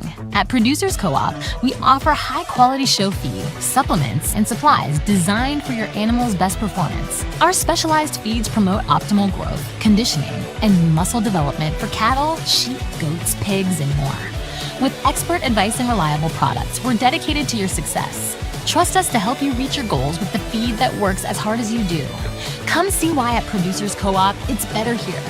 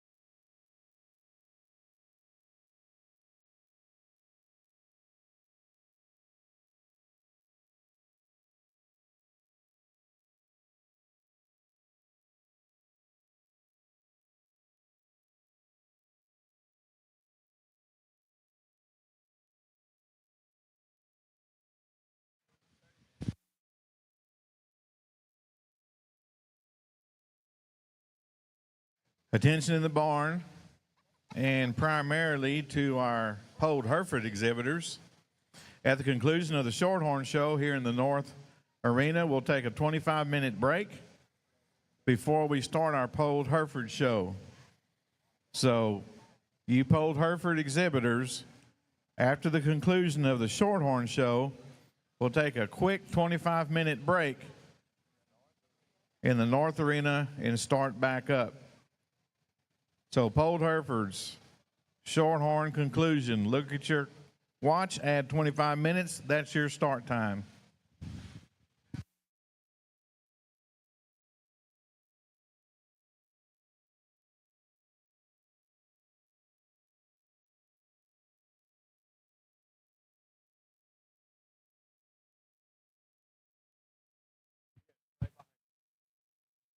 I think an interesting class here, and maybe not quite as dominant of a winner, but certainly one that, as you logic it out, works her way to the top. A heifer here that has the most true reach and range of motion in conjunction with still having enough softness and turn to the base of her rib cage. I think then you deem her the most maternal in terms of her type and kind. Still gives you an adequate look here from the side profile. Not as out there looking as a few that we've seen to this point here in this show, but sound, comfortable, big-bodied, fresh in her composition. She needs to work up. The heifer here in second is one on the stand that I like in terms of the turn to the base of her rib cage. The added stoutness she has from behind, still transitioning neat from her shoulder back into her forerib. Why she works into second is she just needs to be set back in the angle to her shoulder and down into her knee, have a bit more true comfort. I'd like to see her tail head sit a bit neater in the backside of her hip just to make it all balance up a bit more appropriately, but certainly appreciate and respect that one's body shape and turn from behind. The heifer here in third just needs time and feed, honestly. She's soft and easy keeping in terms of her midrib. She's fairly comfortable in her angles off of both ends. You work around the three-quarter shot is where I need to open her up in her forerib and see a bit more turn in terms of her center body. She's one that gets out horsed just a shot when you get right in behind these cattle, but certainly her function of flexibility, range of motion, and having that easy keeping look through her center body, I think she just, again, needs a little time on feed to pull it all together. After that comes here next, very collected in her top line, smooth about her shoulder and comfortable in the step to her hind leg. One that for her added frame, I got to soften her up in her mid body. She looks a little harsh out here today. She wants to push forward in her shoulder just a touch, but certainly some pieces in that female that I like. An absolute broody, sowy kind of a female that comes around here next, so opened up, so massive in her ribs, so stout from behind. To me, it's starting to work to her disadvantage. She looks a little coarser in her general makeup right there about her shoulder, the top side of her crest. She's not as comfortable or confident in her step off of either end, but certainly respect that one's added dimension. The female comes next, moderate, easy keeping. One that certainly has plenty of stoutness when you get right in behind these heifers. One, to me, I'd like to see her just a bit more refined in terms of her udder. She's getting a little coarse there and honestly starting to come down with some milk, which is a little concerning. And one, to me, for her added dimension up above, I'd like to see her a bit stouter there at the surface where she comes across a little fragile. Heifer that closes has some neat pieces in terms of her look and design down her top line. Got to soften her up in terms of her center body to make it all balance up a bit more appropriately. Good class there from top to bottom. A nice class winner. Congratulations. Thanks for the overview. First place honors going to Keston Garrick of the McLennan County 4-H. Second, Wyatt Aldrich of Giddings FFA. Your third place award to Gavin Moreno, Cy-Fair FFA member. Fourth to Aaron Blahuda of El Campo FFA. Fifth to Eddie Wrong of the Spring Branch FFA. Sixth to Rulis of the J.B. Alexander FFA chapter, and seventh to Chase Goodwin of Lake Creek FFA.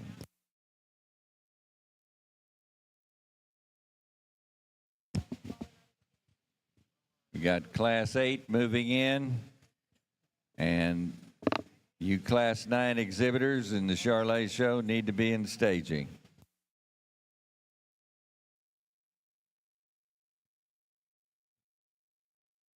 Is she a big cow? Yes, she's a big cow. But is she a good cow? Yes. And that's why this heifer wins, guys. We could moderate her a little bit, but what's wrong with size when they have substance and doability and angularity to go with it? I think she's an awfully nice place to begin. From there, there's a lot of give and take out here, and I'm going to use one that obviously holds the advantage in terms of moderation. I like that about her, and she's maybe a little more appropriate in the angulation of her shoulder up front. I just don't read her as unique in terms of her added feature and just those extra lustrous as we compare to the heifer above her. Her bone work doesn't quite match what she has up high in terms of her muscularity. Young lady does a nice job of showing her. There's no doubt, though, she is the upgrade in terms of substance over the red heifer that comes next. This one is very ladylike. I like that. I like her angularity. She blends her pieces very well from the side. Part of that, though, is because there just isn't as much to her. She isn't as muscular. She's narrower and flatter in her construction, but one that I really like as far as her moderation. And she just puts herself together as far as her pieces are concerned better than the heifer that comes next. Now, the roan heifer, she has more substance. There's no doubt than the heifer above her. She extends behind her shoulder with more dimension down her top. She's wider at her pen set and holds that advantage from behind as well. It just kind of comes in pieces for me. She's a little coarser about the point of her shoulder. She opens up high, then pinches right there behind it as well. She isn't perfectly level behind her, out of her hip as well, but still, when she finally pulls herself together, she can give you a nice look. And so I don't mind if you read that one higher up. I think it becomes a little bit confusing in this particular class after we get outside that heifer that wins. Here's another heifer that you might say, well, she does have the advantage just in terms of total length and extension, and there's no doubt that's true. It just kind of comes with a sacrifice and feedability for me. She's harsher in her center. Bottom line, she needs to be leveled out of that hip structure as well. Attention in the Shorthorn barn, we need out of class number 15, Kyla Morrow from Midlothian. We need your heifer. Entry number 36788. We need you to the north staging area. Results of class 13 in our junior Shorthorn heifer show. Winning that class is J.C. Collins from Riviera Coffer FFA.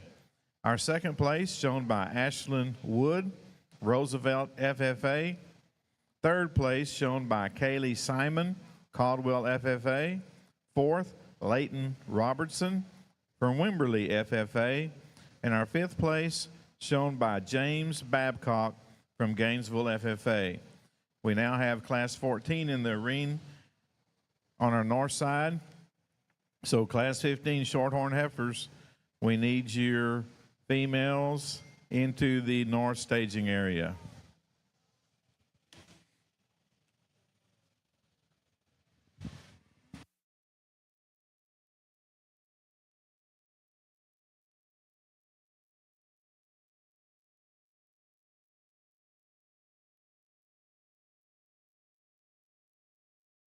And again, Polled Hereford exhibitors, we will take a quick 25-minute break at the conclusion of the Shorthorn show. So I'll make an announcement and give you a specific time, but as of now, we're going to take a 25-minute break at the conclusion of the Shorthorn show.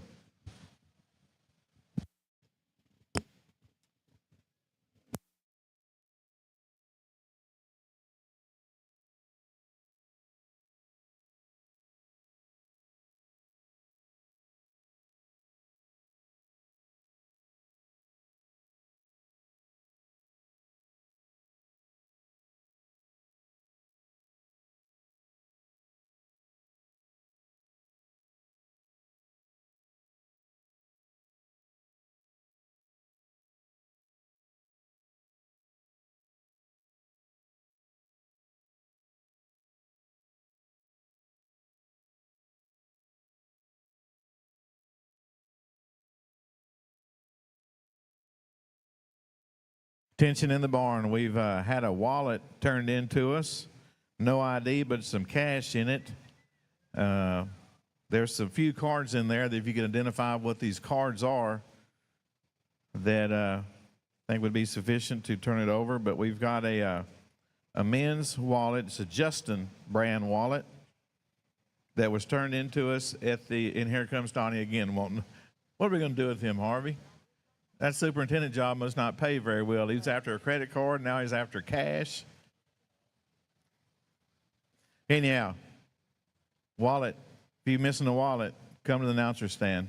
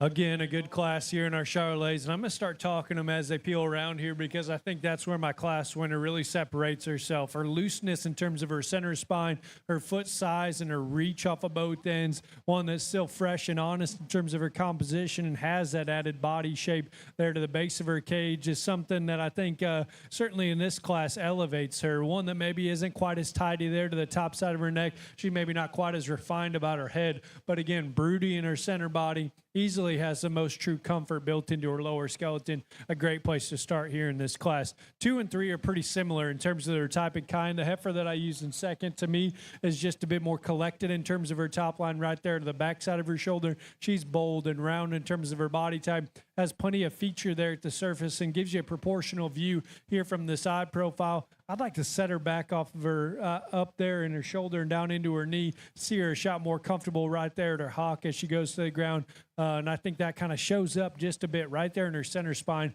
where she wants to ball up just a bit. But parked right here, you get around for 3/4 shot. That one gives you some impressive views. The heifer that comes here in third, again, a bit more of the same. Proportionality is on point. Freshness in terms of her chest floor. She projects even with a shot more high look there out of her front end. Neater in terms of her jawline and how she's naturally built right there at her chest floor and has that right kind of sweep back into her center body. To me, when she takes off and goes, she has the most struggle off of both ends here in these top 3. She wants to, again, just kind of tighten up right there in her center spine. Doesn't have that same turn right there in her heart and forerib. A female that can give you a good look. When she takes off and goes, it just comes in a few more pieces. A stout and dimensional kind of a female that comes here next. I like this one's body shape and dimension. To me, she's the one that lacks a bit more of those extras in terms of look and presence, shoulders forward, freshness in terms of her composition, and cleanliness in terms of her joint work. She's powerful and dimensional. Just like to see her a bit neater from the side profile. Heifer that comes next on the other end of the spectrum. Neat shouldered, high tie, and collected in her top lines. Very crisp in terms of her lines from the profile. To me, she needs to be softened up and a bit bolder in terms of her center body to work up any higher in this class, but she can certainly give you a good look. Heifer that comes here next, again, neat in terms of her shoulder set, comes with plenty of upheadedness from there on forward and length and levelness back out through her hip. For being a little bigger in her natural frame size, I wish she had a bit more softness in her center body to accompany it. She too needs to be freshened up right there at the top side of her neck, but certainly one that's sound off of both ends, has plenty of length of body. Female that comes next has that added look and presence and cleanliness to the top side of her crest, has plenty of length in terms of her design from there on back. She's constructed a bit more up and down, and her angles off of both ends is naturally just a bit flatter in terms of her center body. Certainly like that one's look up high. Like to see a bit more of her in the middle portion of her body. The one that comes next is soft and easy keeping in terms of her midrib, has that easy flesh and look in terms of moderation in conjunction with it. I'd like to rock her back and angle to her shoulder and knee. Like to see a bit more look and eye appeal, shoulders forward. Heifer that closes has that added stoutness, has that added dimension from behind. Got a giant set of feet and legs. Like to reconstruct her there out of her front end. Like to see her a bit more maternal in her view here from the side profile. Good set, an awfully nice class winner. Thank you much for the overview of our Class 8. And taking the blue ribbon in this class, entry 41-980, Dossie Vincent, the exhibitor from Lavernia, FFA. Second in that class going to Parker Scout Kellison of Florida, FFA. Third place, McKenna Rankin, the exhibitor from Dayton, FFA chapter. Fourth to Emily Flupp of Crawford, FFA. Fifth place, Carolyn Smith, the exhibitor with Tatum, FFA. Our sixth place, Addison Moore, Bastrop, FFA chapter. Seventh to Whitney Rogers of Hunt County 4-H. Eighth place, Anna Butts, the exhibitor from Lubbock County 4-H. And ninth place, Braley Yargo, Anderson Shiro, FFA chapter. It's taking us to our Class 9 here in the Charolais show.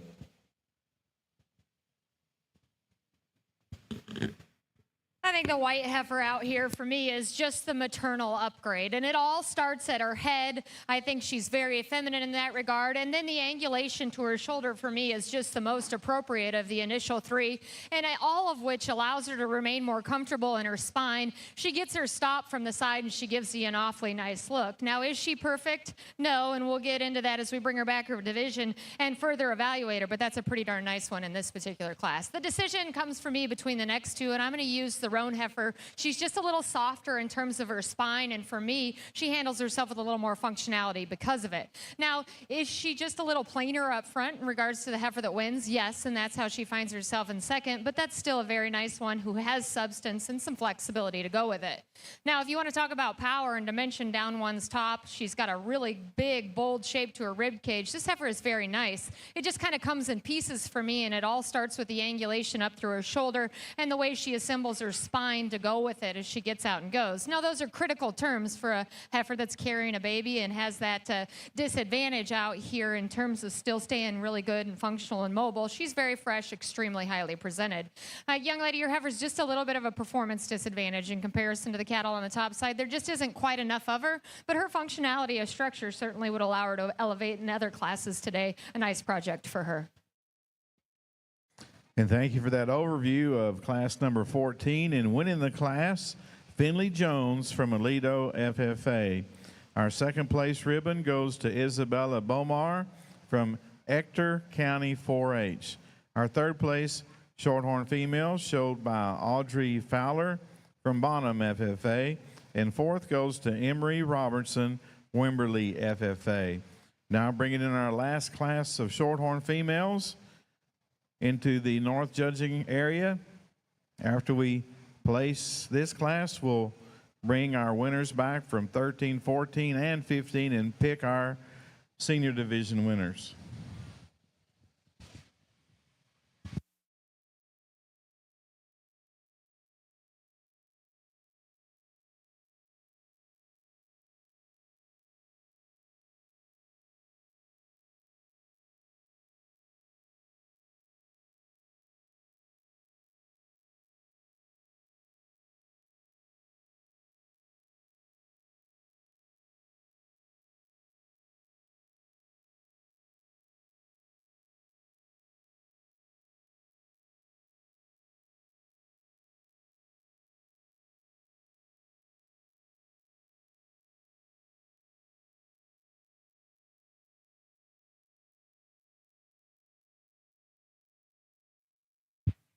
Well, another good pair of them here, and I'd say as you initially throw your eyes on them, they're probably a bit more alike in their type and kind than they are different. Well, they're both soft-bodied.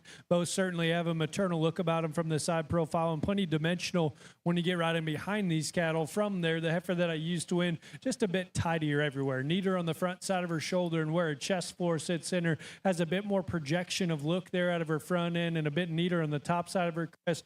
She comes back with plenty of just neatness down her top line and back out through her hip. I like this one's fresh turn to the base of her rib, and now she feeds back into her flank. She's not perfect. I'd like to set her back at her knee and square her up when you work around the front side of her. Right there, she wants to kind of draw everything in and be a little more uncoordinated in her movement there up front. Outside of that, and I think she still holds together in a very impressive fashion when she takes off and goes with that kind of look, that kind of body, and that kind of freshness and dimension. She needs to work up. Again, the heifer in second, so big-bodied, still has an attractive and comfortable look there out of her hip and hind leg. Plenty of stoutness when you work on the top side of these females, and has that length and extension shoulders forward. Got a little more crest, got a little more forward chest, a little tighter right there in her heart and forehead. I'd like to lengthen her from hooks to pins and see her a bit more refined in her teats. I think those are some minor little critiques that make it a tough pair here. One that still has an awful lot of good in terms of body shape, added stoutness when you get right in behind them. The heifer that comes here in third, probably a little different mold of our initial trio. She's sound off of both ends. One that's very fresh in terms of her lines here from the side profile and collected in terms of her view from her hooks to pins. One to me has a little more depth in terms of her shoulder and genuine chest floor relative to being a little harsher right there in terms of her midrib. Throws her off in terms of her general balance, but I like this one's flexibility. I like her lean composition. The heifer that comes here next has more softness and turn to the base of her rib, has more stoutness and dimension when you work right in behind this pair. One to me as they take off and go, wants to get a little rougher heifer down her top line, doesn't hook up quite as strong from her shoulder back into her forehead, wants to cut back up into her flank, just doesn't have that same ladylike appearance here from the side profile, but she's stout, she's dimensional, and I respect all those pieces about her. Heifer that closes, has some added length and extension, again, fairly fresh in terms of her composition for her added frame and length from the side profile. Wish she had a bit more softness in terms of her center body to balance up just a bit more appropriately. Good set of them there. I think certainly a nice top pair. Congratulations. We appreciate the overview, Mr. Fitzsimmons, and taking blue ribbon here in Class 9. That's entry 57-726 of Georgia Gudo of the Fannondale FFA chapter member. Third in the second place in the class, Aubrey Slaughter exhibitor, Bell's FFA. Third to Catherine Butts, Lubbock County 4-H member. Fourth going to John Doyle of Concordia Lutheran FFA chapter. Fifth to Molly Steelman of Bowie Austin FFA. Class 10, final class here in the division. And we'll be making first call for Class 13 in our Chorley show. Class 13 exhibitors to staging.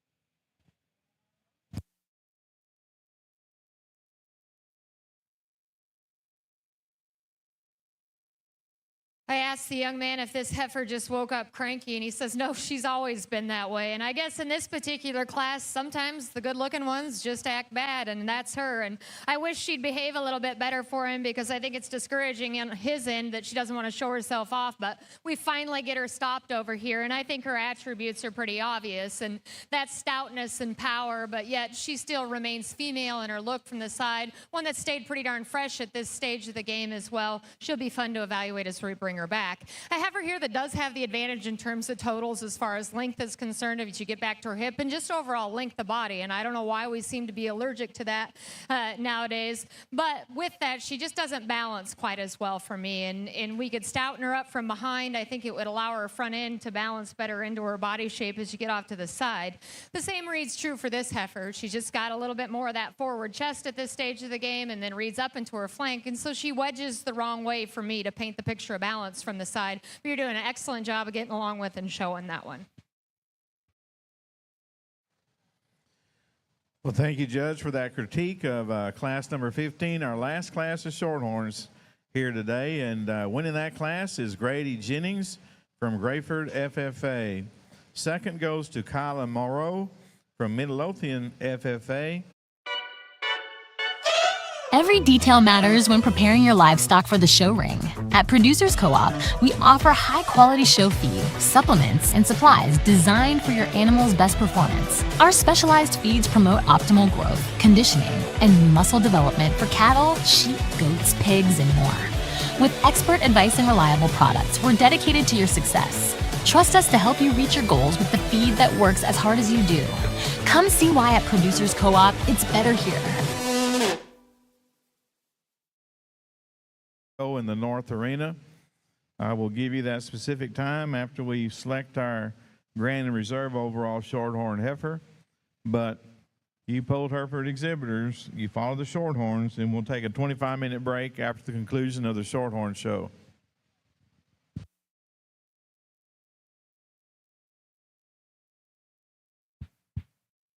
Really a broody kind of a female to start us off in this particular class, and one that is so massive in terms of her midrib, so stout when you get right in behind her, and still lays it fairly smooth onto her body. A female that I think you'd really like in terms of her angles and her comfort built into her lower skeleton for how dimensional she is from there on up. Maybe not just the most tidy right there in the top side of her neck. She's one that has a little more right there at the base of her chest, but I think you expect that in a female that's at this stage here in her gestation, at this maturity, and for as massive as she is. To me, everything makes sense on this heifer. She's a great place to start in this particular class. 2 and 3, I think, are a bit closer, but still a fairly logical place to go here next. And one that's sound and comfortable off of both ends. She's high tying and neat looking shoulders forward.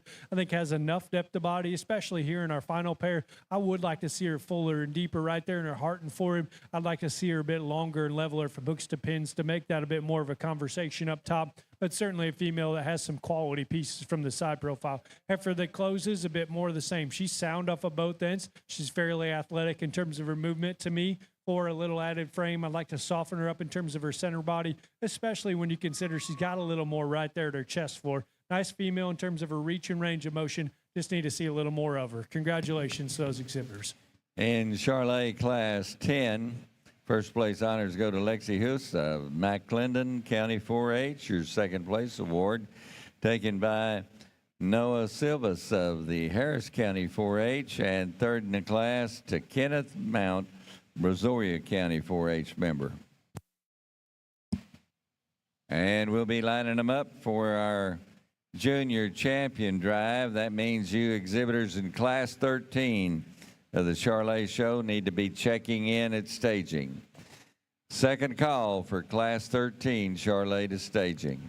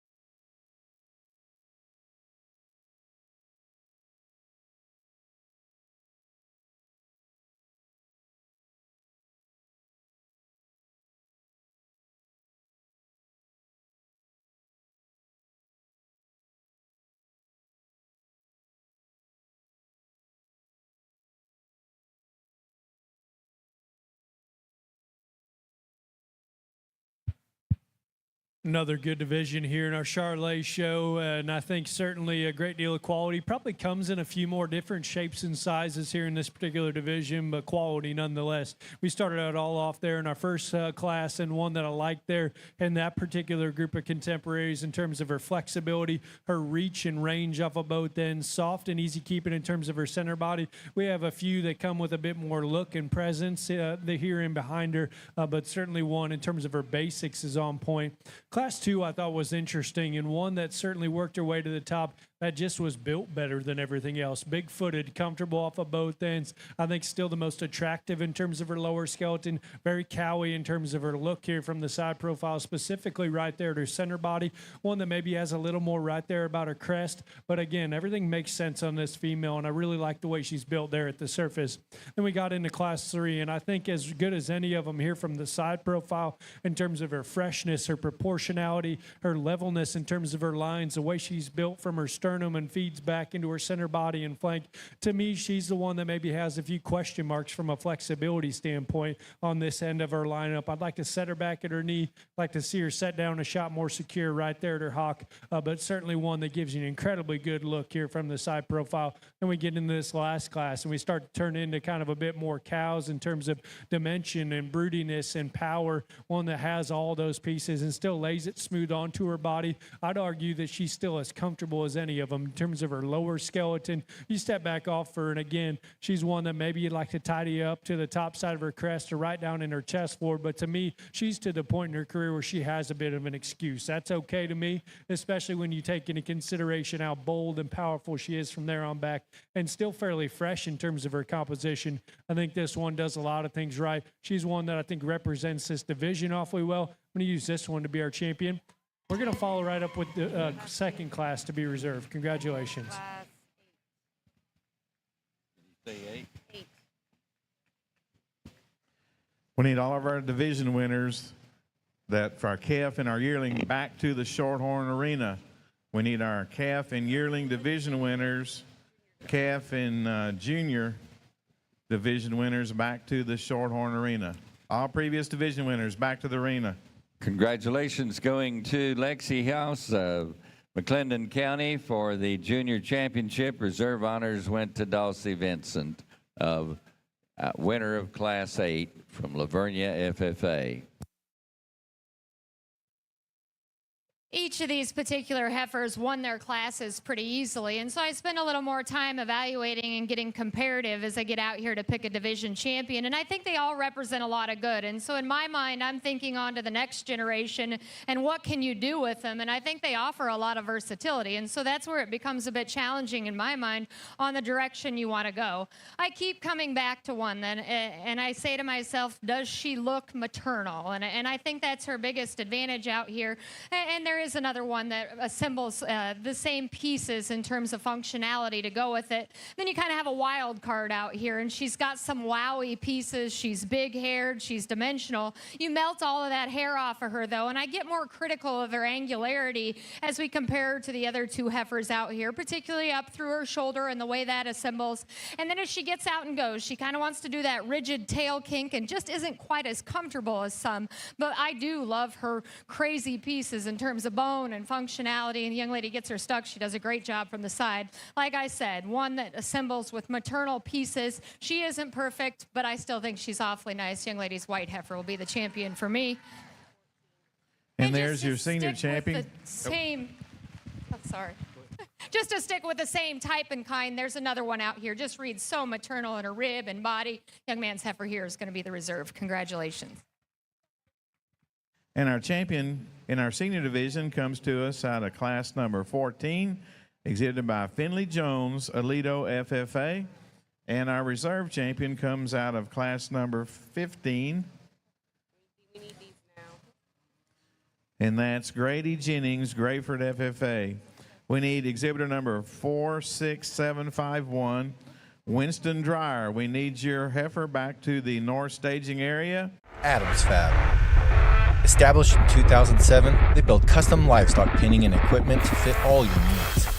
Hanger feeder rods, adjustable slam gate latches, and skirted panels. It all comes standard.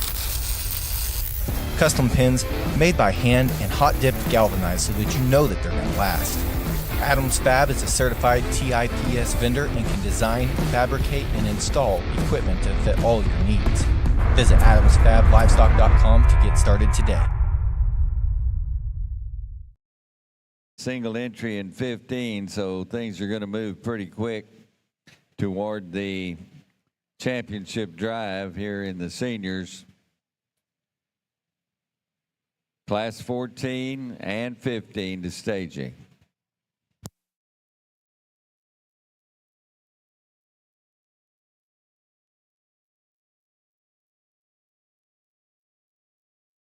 We still have that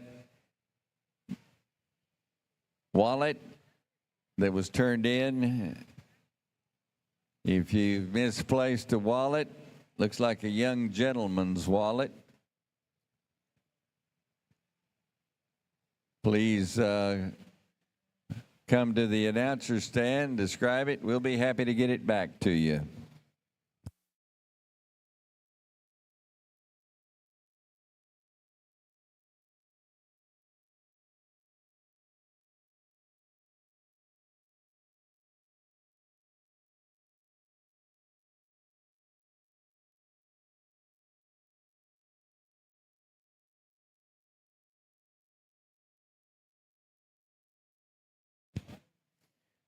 Red Angus exhibitors, for your information, we will not be observing an official lunch break here at the South Arena. We have 437 entries in the breeds showing in the South today, and we do not have the luxury of taking an official lunch break.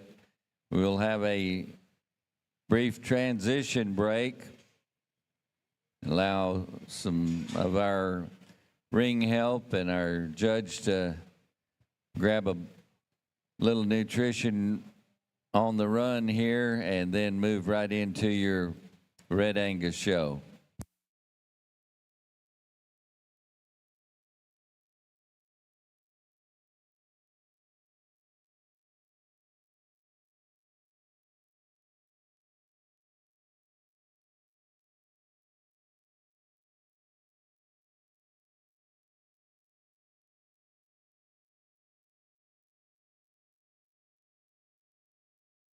We found a cell phone that was found in the East Women's Restroom in the cattle barn. So if you're missing a cell phone found in the East Women's Restroom, we've got it up at the announcer stand.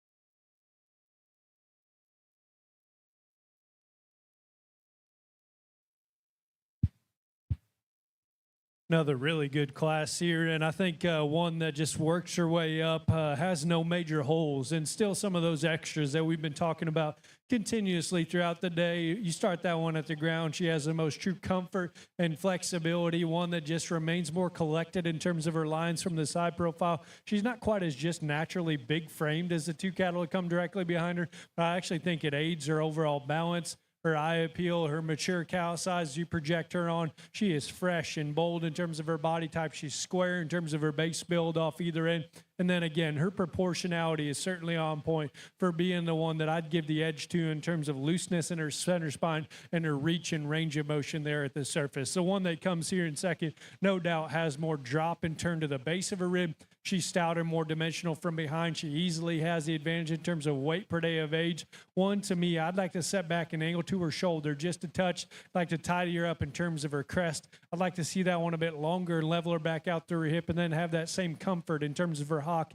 And now she sets down and off her rear too as my class winner. Some minor criticisms back and forth. I think both those females are awfully nice. That's not taking anything away from the heifer here in third. When she first came in, those other two hadn't made it out here yet. I thought this would be a very nice class winner. She still has a great deal of quality in terms of her lines when this young lady gets her all pulled together. Her softness and maternal look in terms of her center body, one that's smooth in terms of her muscle pattern. She's a bit more fragile in terms of her base build there at the surface. She's one that doesn't set down with quite as much confidence off her rear too, and isn't quite as bold right there in her heart and forerib. Again, some minor criticisms on a female, I think, can give you an absolutely killer look.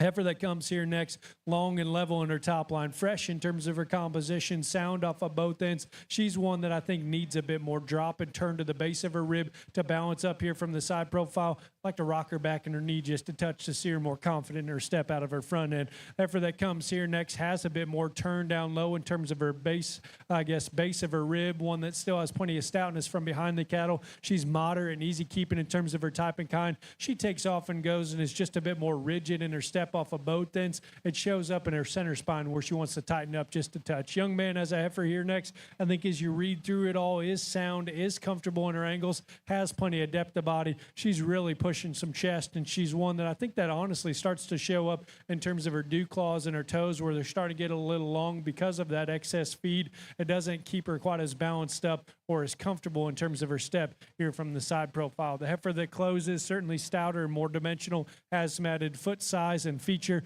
One, to me, just is starting to look a little coarse in her general makeup, a little shorter and rounder back out through her hip. Doesn't have that same ladylike maternal appearance as those females ahead of her. Good class there. Without an awfully nice class winner. Congratulations.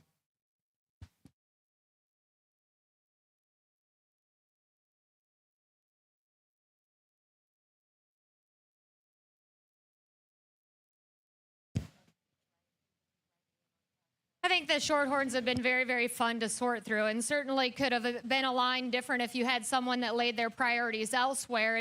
And for me, hip and hind leg function and mobility is extremely important, and I think that absolutely plays into my decision as I get out here to pick an overall grand champion on the Shorthorn side. And there's one that I just like a lot of things about. She's just really, really functional. She's extremely female in her look, and it's Valentine's Day. You got to pick the one you love and just go with it. I'm going to go out and shake the hand of your champion in reserve. Let's put our hands together for all these Shorthorn exhibitors.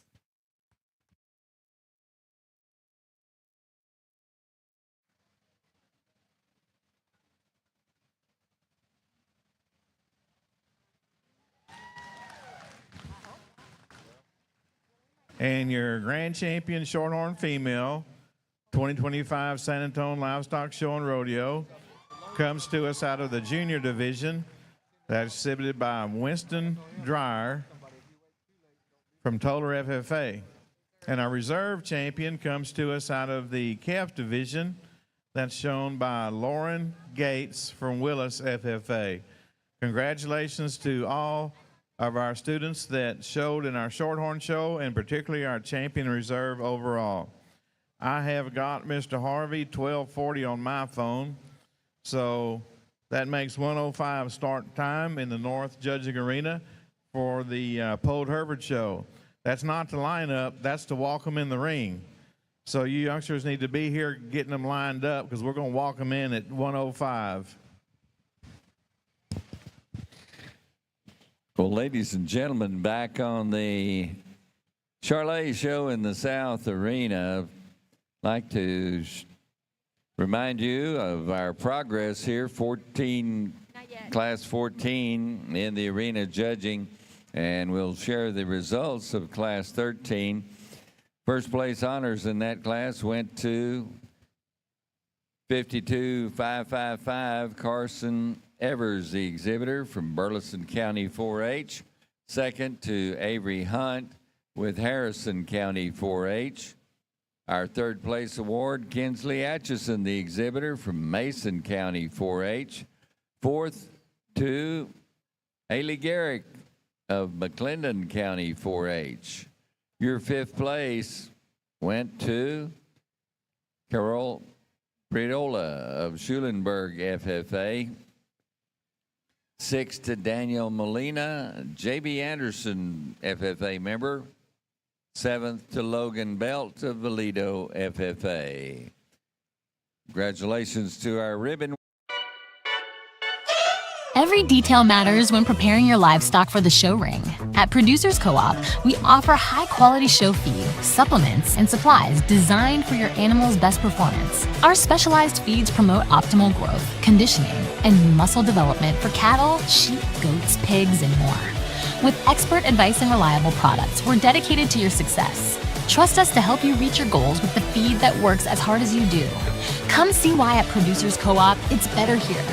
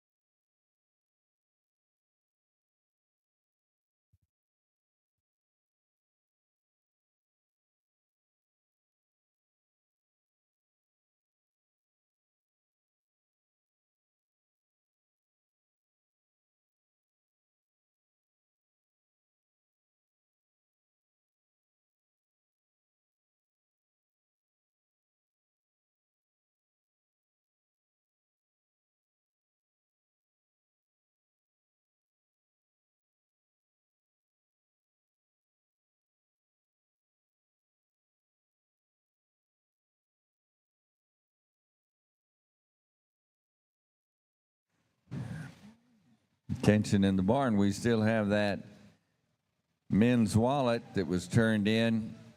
Looked like an exhibitor owned it. No identification, but we'll be happy to return it to you if you can identify it and tell us about some of the contents within.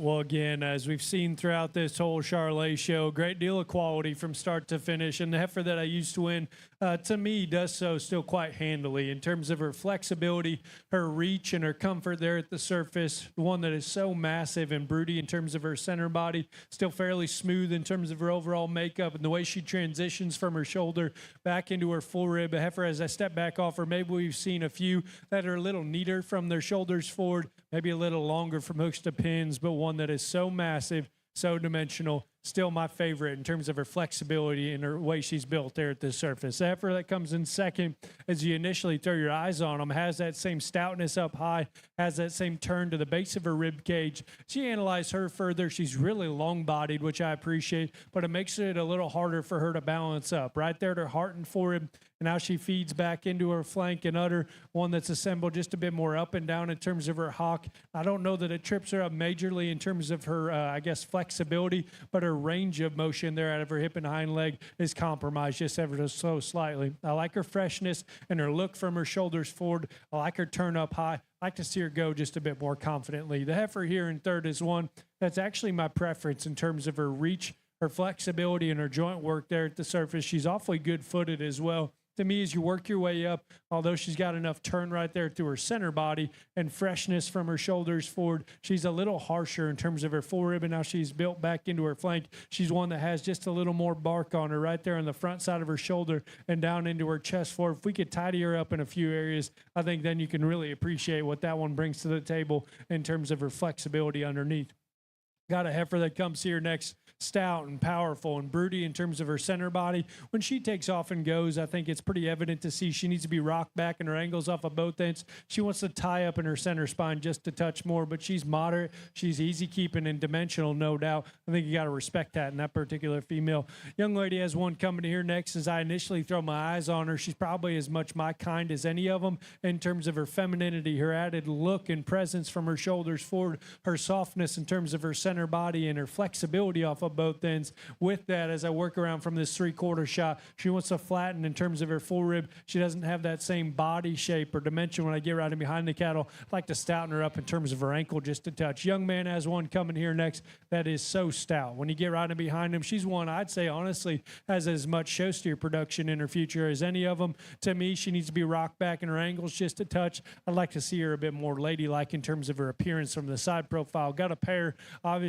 I commend these things all day long for working into motherhood. One here that I think certainly putting a lot into her heifer calf. Heifer calf is bold-bodied, sound, comfortable off of both ends. Mama has that same flexibility and dimension up high. She's a little greener and a little harsher right there in terms of her center body. I'd like to reconstruct her just a touch in terms of her utter squareness. Heifer that closes us out here, one that has some added size, some weight per day of age, some flexibility off of both ends. She's a little harsher in terms of her body for all that added frame she brings to this particular class. She's a little coarser and plainer in terms of her look here from the side profile. Good class there. I thought an awfully nice class winner. Congratulations.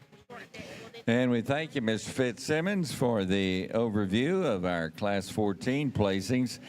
Taking the blue ribbon in that class was entry 51871, Connor Cameron of Rivercrest FFA chapter. Second in the class, Camille Gear of Shelbyville FFA. Our third place went to Trevor Harney, a Montgomery County 4-H member. Fourth in the class, Jaden Mata, the exhibitor out of Demet County 4-H. Fifth going to Jackson McCullum of Friendswood FFA. Our sixth place award to Matthew Wagner of Mineral Wells FFA. Seventh, Lalana Velasquez of the Klein Kane FFA chapter. Eighth, Samuel Warland of Parolin FFA. Congratulations to all of our ribbon winners here in Class 14 of the Charlet Show. Truly, my hat's off to each and every one of these pair exhibitors throughout the day. I know I've been, I guess, complimentary to them, but I truly mean it. I think this is a tough project to bring to town. Obviously, you have two mouths to feed and two animals to try to keep under control, keep full, and keep everything looking right, and these exhibitors are doing a great job. This Charlet pair certainly does that same thing. I think this one is a female that you like in terms of her foot size, her flexibility, her look, and her presence from her shoulders forward. Still staying in pretty good rig. For putting a lot into this heifer calf at side. I'll be honest with you, I don't know what bull it is, but there's a Cavigny Charlet bull somewhere in this state that's doing an awesome job, because this calf at side is good looking, bold, stout, powerful, comfortable in terms of her angles. I think that one has a bright future as well. Awfully good start to finish here in our pairs in our last class. Congratulations, these exhibitors.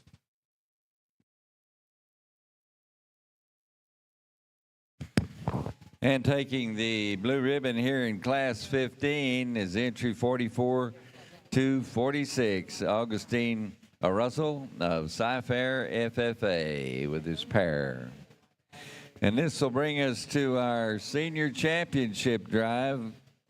We'll be getting Class 13, 14 winners back in the arena, along with our single entry from Class 15. They'll be competing for that senior championship award here in the Charlet Show. And then we'll move into our grand champion drive. While we have a moment, we'd like to once again thank the Arlette Ranch for providing a special buckle in memory of Mr. Bill Arlette Sr. That'll be going to the grand champion heifer exhibitor here in the Charlet breed.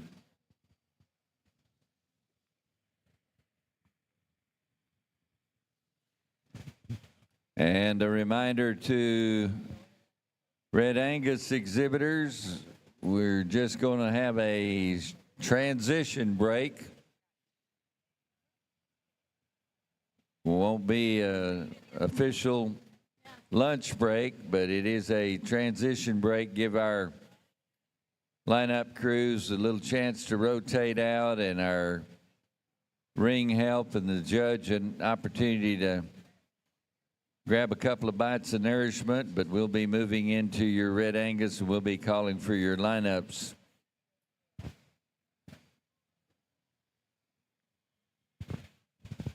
So listen for those class calls.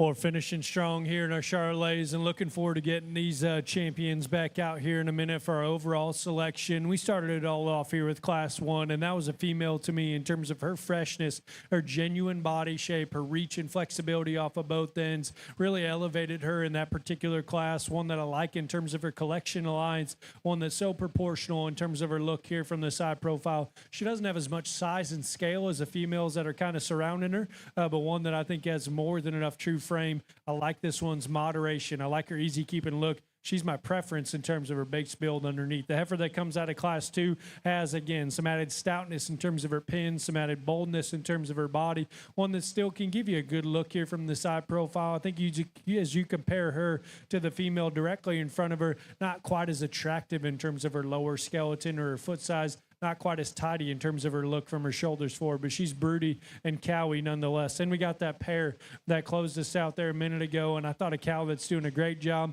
Got an awfully high-quality heifer calf at side. I think, again, a very good pair as you analyze that one all throughout. Maybe not quite as bold in terms of the turn to the base of her rib cage. Maybe not quite as bloomy as the females that come directly in front of her for obvious reasons, but I think high quality nonetheless. To me, it's a pretty straightforward decision out here. Then I'm going to take one more look for reserve. Young lady here out of Class 1 is going to be your champion. And our champion goes to 52,555. Let's move up our second place out of Class 13 for reserve consideration. And again, congratulations to our senior winner, Carson Evers, Burleson County 4A.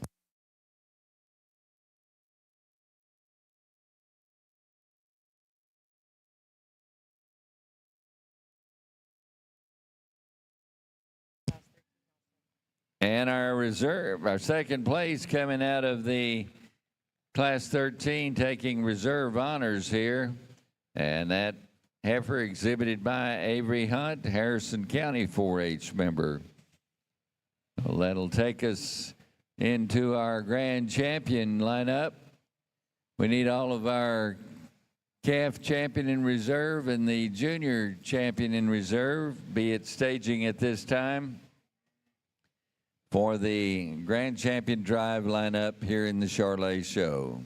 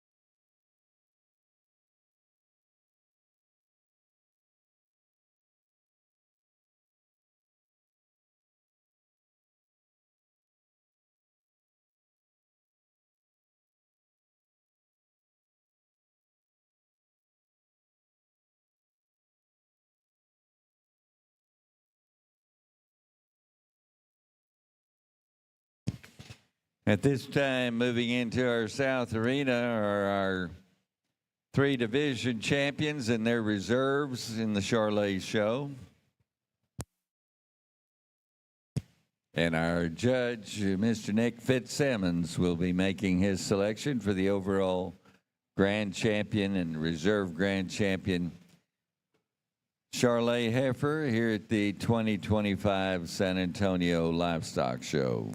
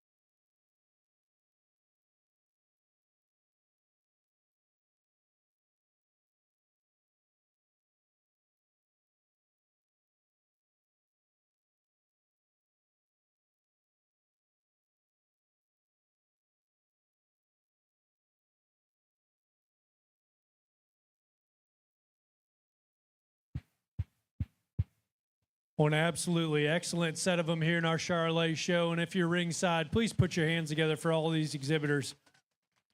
Awesome job. These kids are really working hard out here, and again, brought us a very high quality set of females. We get them all back out here, and I thought they're in our calf division. We kicked it all off in a very impressive fashion. A heifer there at the front of the lineup that is so comfortable in her angles, so attractive in terms of her lower skeleton, very fresh and honest in terms of her composition. I like that one in terms of her body shape and still square and level from hooks to pins, and that was a major deciding factor there in that particular pair. I thought both those were awfully nice. This heifer really projects with a lot of look and a lot of future, in my opinion. I think that one's best days are ahead of her. I still like her an awful lot today. The heifer that comes here out of this second division is one that's just so massive and broody in terms of her center body. She's as stout as any of them when you get right in behind her, and comfortable in terms of her angles off of both ends.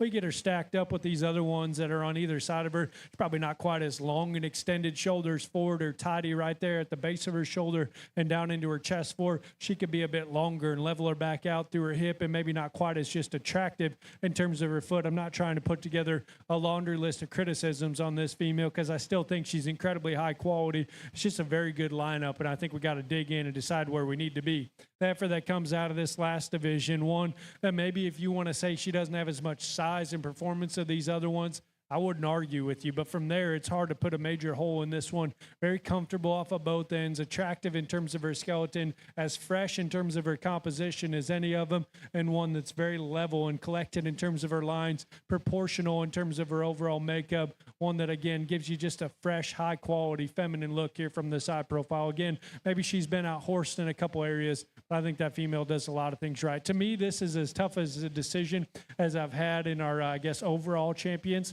here throughout the day so far. But there's one out here that hit me awfully hard. I'm going to go get you a champion reserve. Put your hands together one more time for all of our Charolais exhibitors on an awesome show.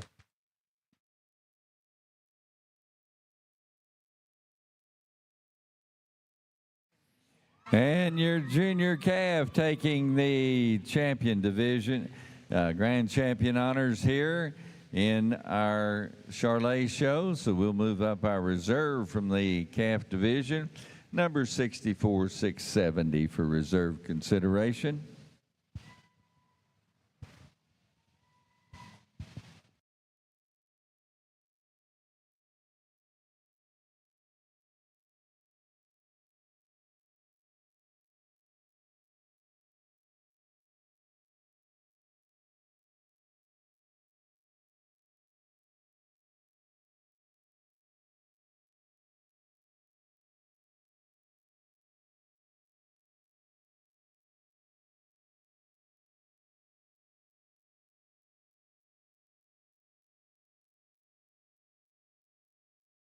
The reserve going to our senior heifer, that's entry number 52555, Carson Heifers of Burleson County 4-H.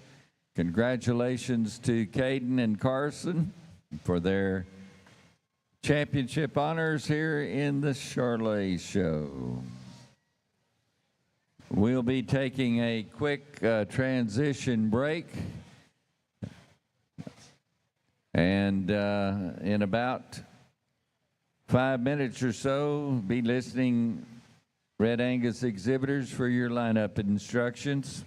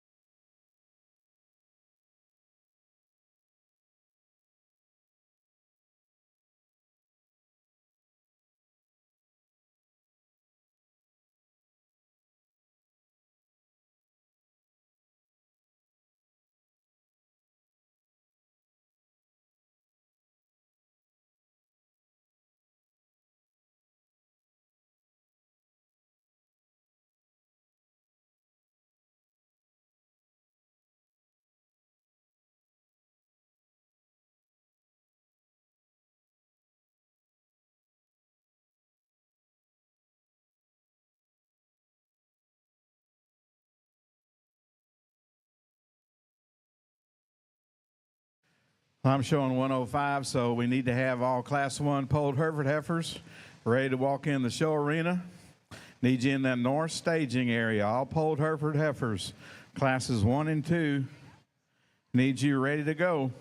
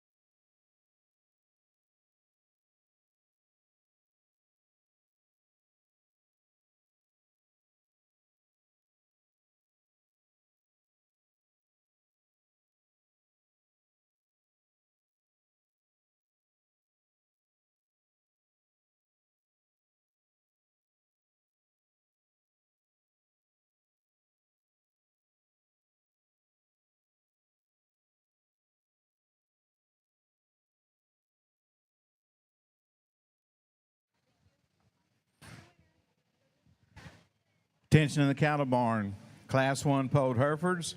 We need Kendall Richter, entry number 40768 to the north staging area.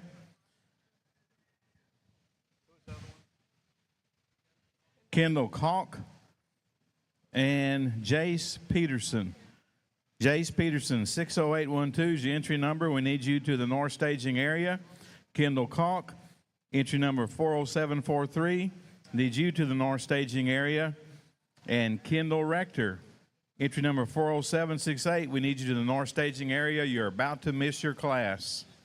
Class 1 polled Herefords need you ready to go in the north staging area. Class 2 will walk you in here real quickly.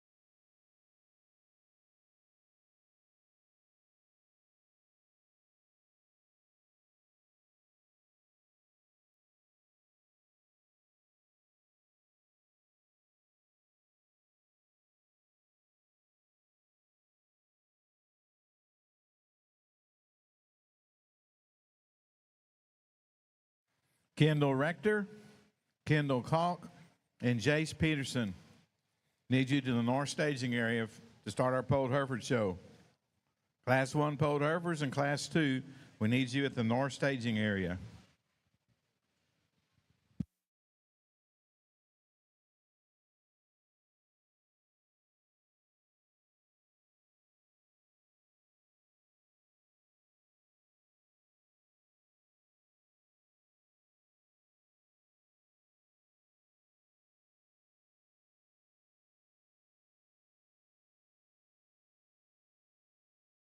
Polled Hereford show is starting.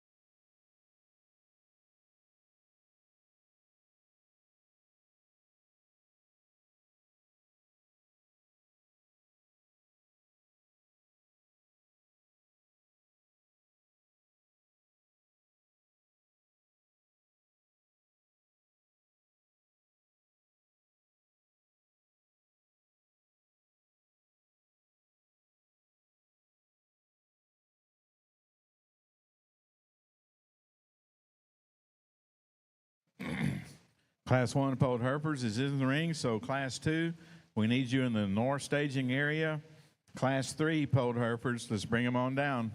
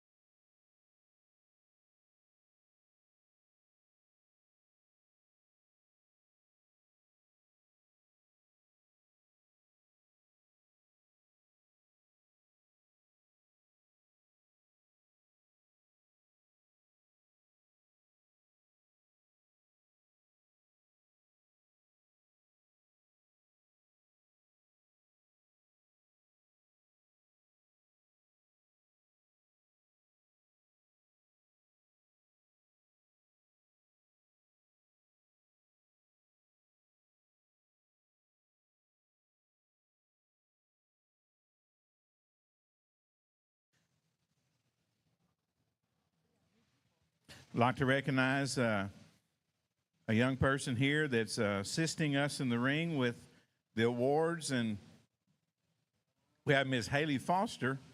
She's from Coleman, Texas, and she's the Texas Polled Hereford Sweetheart. So, Haley, we certainly appreciate you being here and helping us with our Polled Hereford show today here in San Antonio.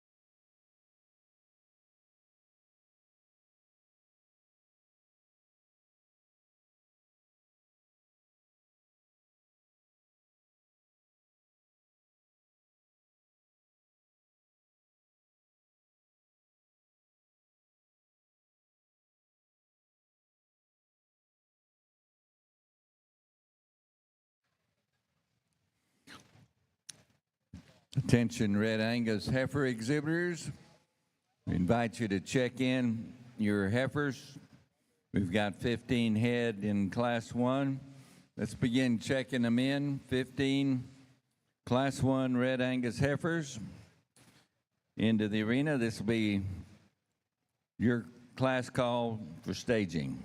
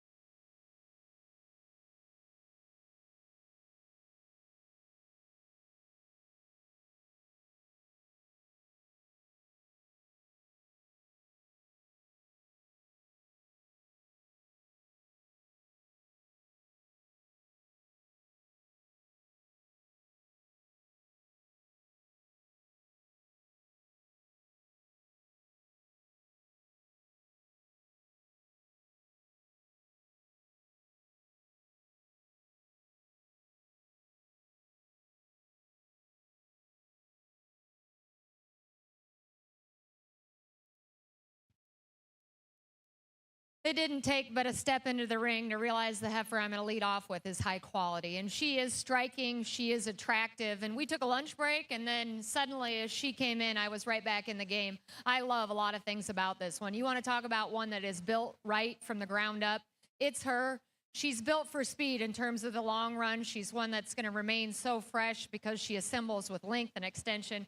Boy, I could talk about that one for a long time, like a lot of things about her. There's some decisions amongst the rest of the cattle, and initially, young man, your heifer didn't hit me that hard. But I get down and evaluate her, and you go to yourself, you know, that's just a pretty darn practical one that's going to be big enough upon maturity, yet have moderation to go with it. Is she overwhelming in terms of her ability to have her bone work match her muscle shape? No, and I hope as she matures, that becomes a little more proportional. The other thing is she's not fit. If we could put glue in that one's legs, I think it becomes a different story. But you just want to evaluate a little later maturing type cattle compared to the two behind her, and I think she has that advantage. Young man's got one here that you want to talk about substance. She's got it, and that is a big, stout foot, a lot of dimension, power, and all the things that go with it. We're talking about baby calves, so can she stand the test of time? That's where the questions are. You want to keep that one lean. She's got a little bit more shoulder, but boy, you like them with substance. She is the answer, and she certainly has that.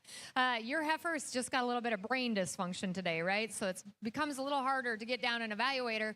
Naturally, she's maybe just a little harder spine, and she just doesn't want to show herself off and just settle into that. If she does those things, I think the conversation on up into second can become different. Today, she just doesn't want to work with you quite well enough to get down and evaluate her true build. Two very nice, moderate kind of heifers that are probably more alike than they are different. I read a little more dimension in the young man's with the cowboy hat. Again, cattle that are really green and earlier in their show career. Once she stops and balances for him, I think it will become good. Now, how big will this one get? That's where my questions are, but I think she reads really immature, and so she's green, even though we're within the same month of age here. I think she's going to just fit into a nice little moderate package, maybe not quite the performance of some of the cattle ahead of her, and certainly that holds true for the heifer that's directly behind her. A little more traditional type heifer here, and I don't mean that in a negative. She just isn't as unique in terms of her stoutness of feature in comparison to some of the others. Just very, very practical, and I think she's going to go on and make a great cow for the young lady. All the way down in this class, cattle that have rib, body, feedability. I like that about this heifer. She just became more feminine and refined compared to some of the other cattle in terms of her stoutness and groundwork. But she's so smooth in the way she assembles. I think she does the right things in the future. Very, very nice. One that has a stoutness advantage here. She just doesn't balance quite as well as we get off to the side of her. And the same reads true for the heifer that rounds out the class. Just like to stouten her up a shot, but you're doing a great job of getting her shown. As soon as she settles in, I think it'll become a different story. Nice job. Well, our Polled Hereford Show is off and running with a real strong first class, and I'd like to thank our judge, Ms. Krisha Geffert from Reedsburg, Wisconsin, for being with us here today and evaluate our Polled Herefords. She's already done our Herefords and Simmentals and Shorthorns and done an excellent job on those breeds. The results of class number 1, Peyton Alexander from Somerville County 4-H. Second, Keaton Kirkendall, Woodson FFA. Our third place exhibitor is Austin Newman from Fannin County 4-H. Fourth place goes to Danielle Zilberstein from Community FFA. Fifth, Braxton Lockhart, Burleson County 4-H. Sixth, Caden Gersh, Whitney FFA. Our seventh place heifer shown by Kendall Kalk from Bowling FFA. Eighth, Brindley Allen, Hunt County 4-H. Ninth, Kendall Rector, Bowling FFA. And our 10th place Polled Hereford female shown by Jace Peterson, Longview FFA. We now have class 2 in the ring at this time, Polled Hereford Show, north side. So we need all class 3s in the makeup area, north side. Class 4, start getting it on your mind, Polled Hereford heifers. Well, ladies and gentlemen, over on the South Arena, we're about to begin our Red Angus show. Class 1 Red Angus have 15 entries.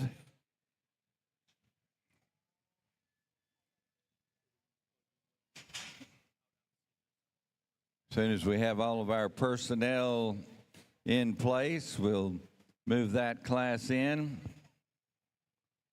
This will be call for class 2. Once class 1 moves out of the staging area, we'll be ready to receive Class 2.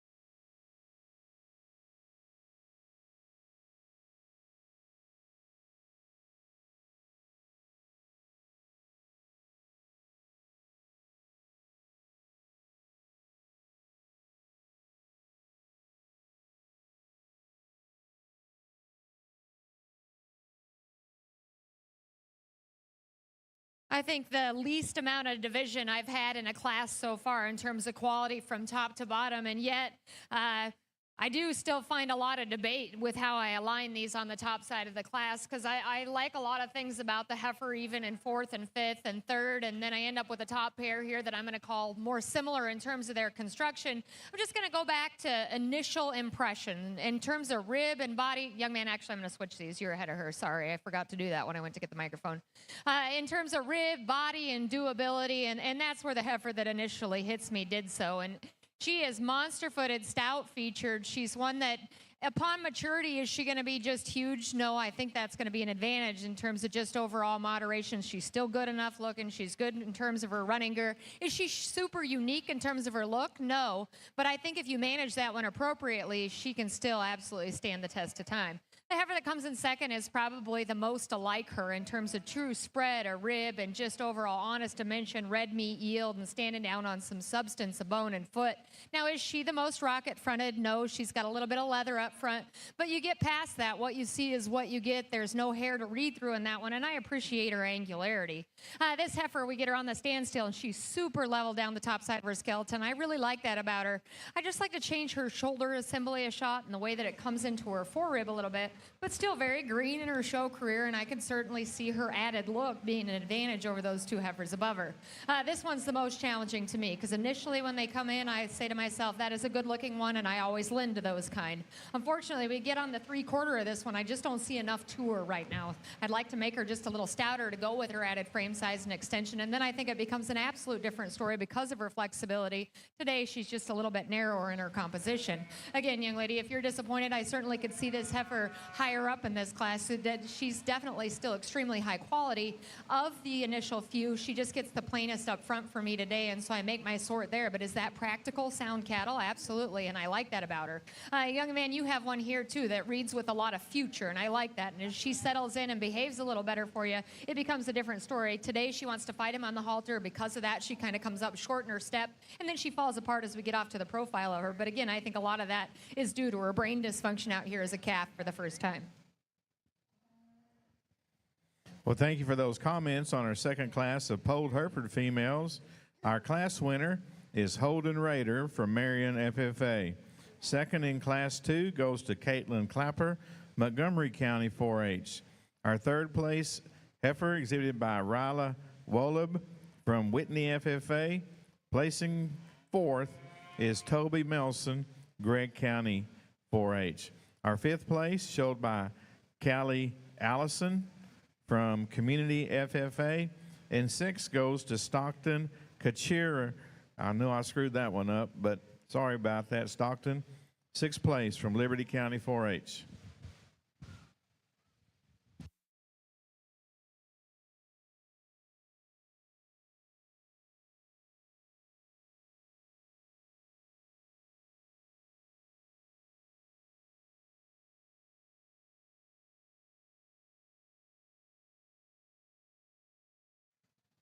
Currently evaluating class number 3.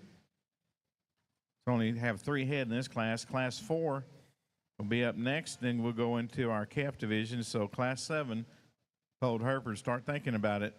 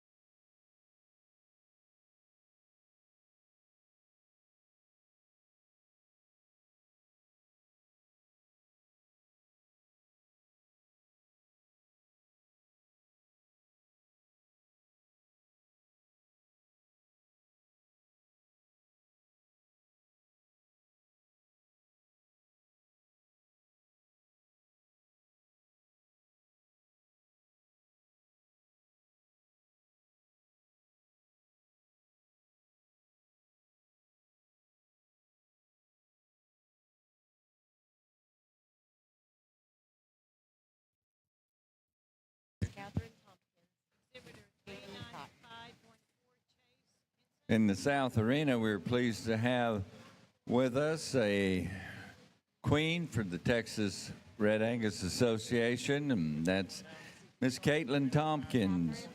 Catherine, thank you for being with us, and the Princess Katie Cotton. Thank you, Katie, for being here to assist in the awards presentation for our Red Angus show. We're missing some exhibitors in class number 4 in our Polled Hereford show. We need entry number 39514, Chase Henson from Crum FFA, and exhibitor number 44478, Haley Alago from Arlington FFA.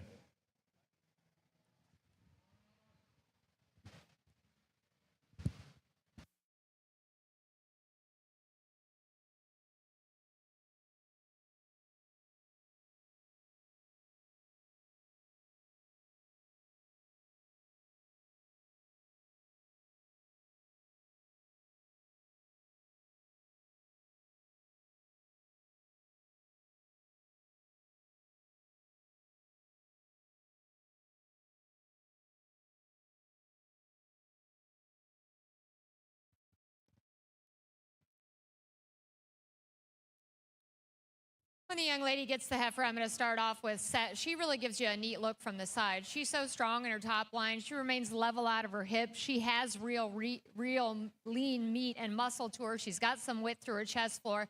I like a lot of things about her on the standstill. We set her into motion, and at times, and I don't know if it's just the surface, she wants to be just a little wonky on that rear pastern. But again, I wouldn't hold that against a calf that shows for the first time on this surface. It can be a little unforgiving in that regard. I read her appropriate in her angles. I think she's the freshest one out here. Between the next two heifers, I appreciate the moderation in the loud marked heifer, and she's one that's just softer in her spine and remains leveler from hooks to pins. She is going to be plenty darn moderate as we get into maturity, and so will she be as tall-shouldered and unique as some of the cattle we've seen? No, but she does set down a little better on that rear pasture, and even than the heifer that wins, she's actually got a ton of substance, a foot and bone to go with it as well. Frame size advantage here in this heifer in terms of length of body totals, absolutely, and when she gets her stuck, and we're right here on the side, I like her. We set her into motion, though. She wants to roll forward in her shoulder just a little, kind of come up into her spine, and it affects the way she utilizes her hip, but that's still very good cattle. Well, thank you for that critique of class number 3 in our Polled Hereford Heifer Show. Winning the class, Abby Wallop from Whitney FFA. Second, Reese Pinkerton, ARP FFA. And our third place female was shown by Quinlan Dietrich from Lorena FFA. Now bringing in class 4. Conclusion of class 4, we'll pick our division, our champions in our heifer calf division.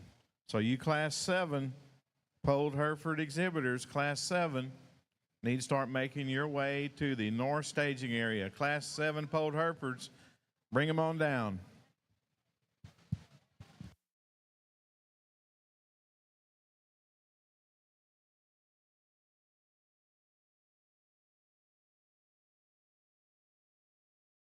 Superintendent says to announce our sweetheart again, and she deserves a double take. And that's Haley Foster. Haley, wave to the crowd. Let everybody know who you are. There you go. And she's from Coleman, Texas. And she's our Texas Polled Hereford sweetheart. So, all seriousness, Haley, thanks for being here and helping pass out ribbons. And we appreciate you helping with the Junior Polled Hereford Show.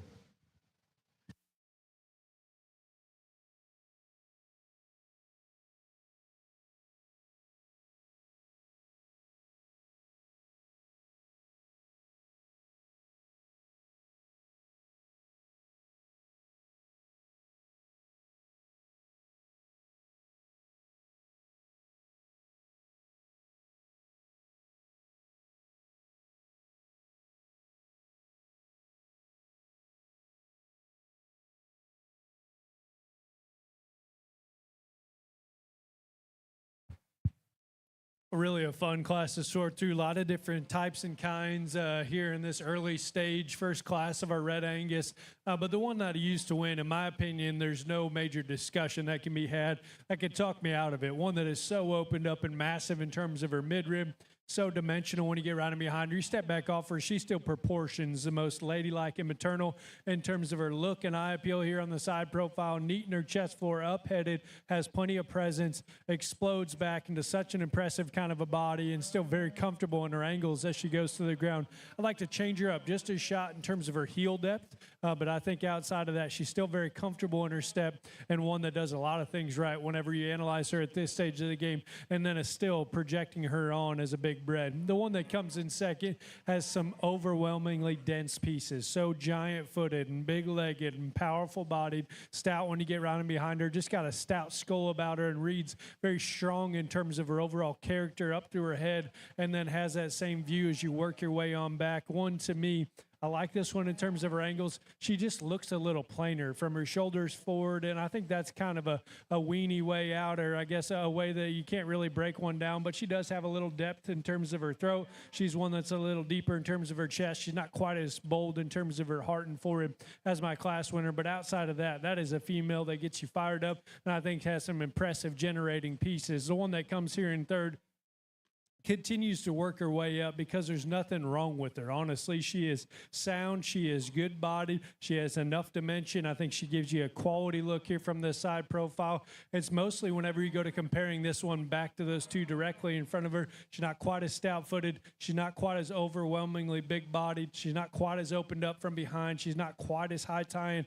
None of this is majorly wrong with her, but again, she just kind of comes into a nice third-place spot whenever you analyze her with the two directly in front of her. The heifer here in fourth, again, has some class-leading pieces. She's the longest hipped. She's comfortable and attractive in terms of her hip and hind leg as she goes to the ground. She has some added just length and extension here from the side profile, and then again takes a long and athletic stride there off of both ends. She honestly is so loose in terms of her spine. She almost gets a little weak right there out of the backside of her shoulder. One that I'd like to see just a bit stouter in terms of her jawline. She's got kind of a long, narrow face, and it detracts from her balance whenever you study her there in the profile. Still like that one at the surface. The one that comes here next, moderate, easy keeping in terms of her kind. I like this one in terms of her attractive and comfortable hip and hind leg. She's a little deeper about her shoulder and her chest floor, a little more jammed up from there on forward. But again, shoulders back, that one does a lot of things right.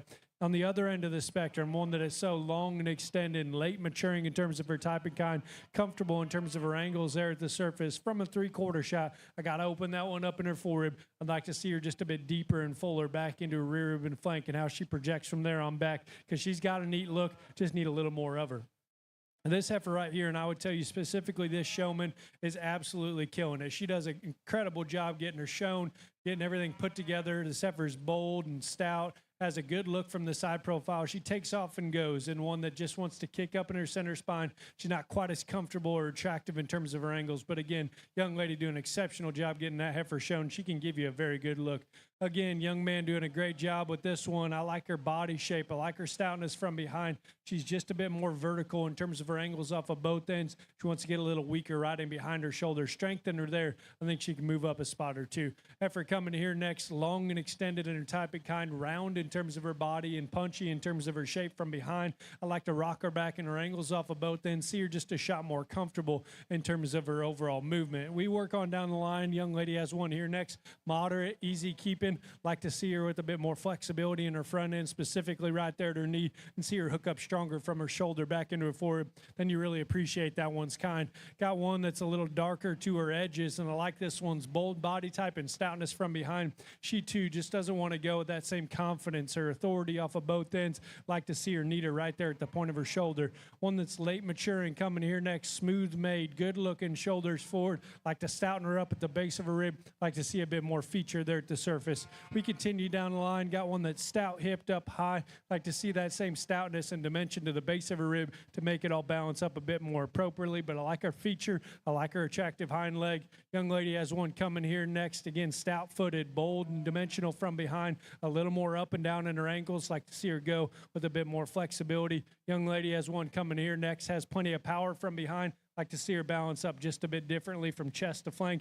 Young man closes out with one that's good looking, fresh in terms of her composition. Need a bit more of her. Need a bit more dimension from behind. Great class, top to bottom. Thought that was an awfully nice top pair. Congratulations. Thank you very much, Mr. Fitzsimmons. First place honors in this class going to J.C. Atkinson, bowling FFA member.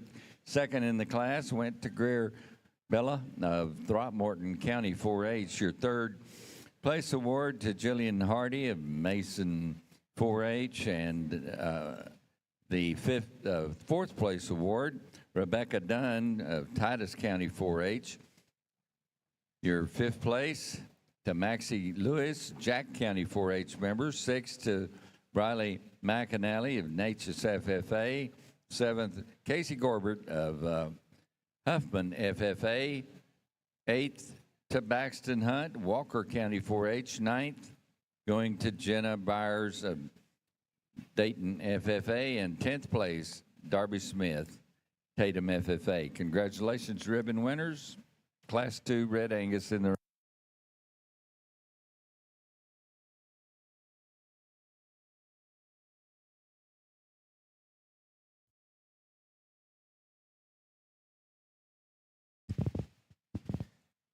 class call for Class 3 Red Angus. You need to have them moving to the staging area.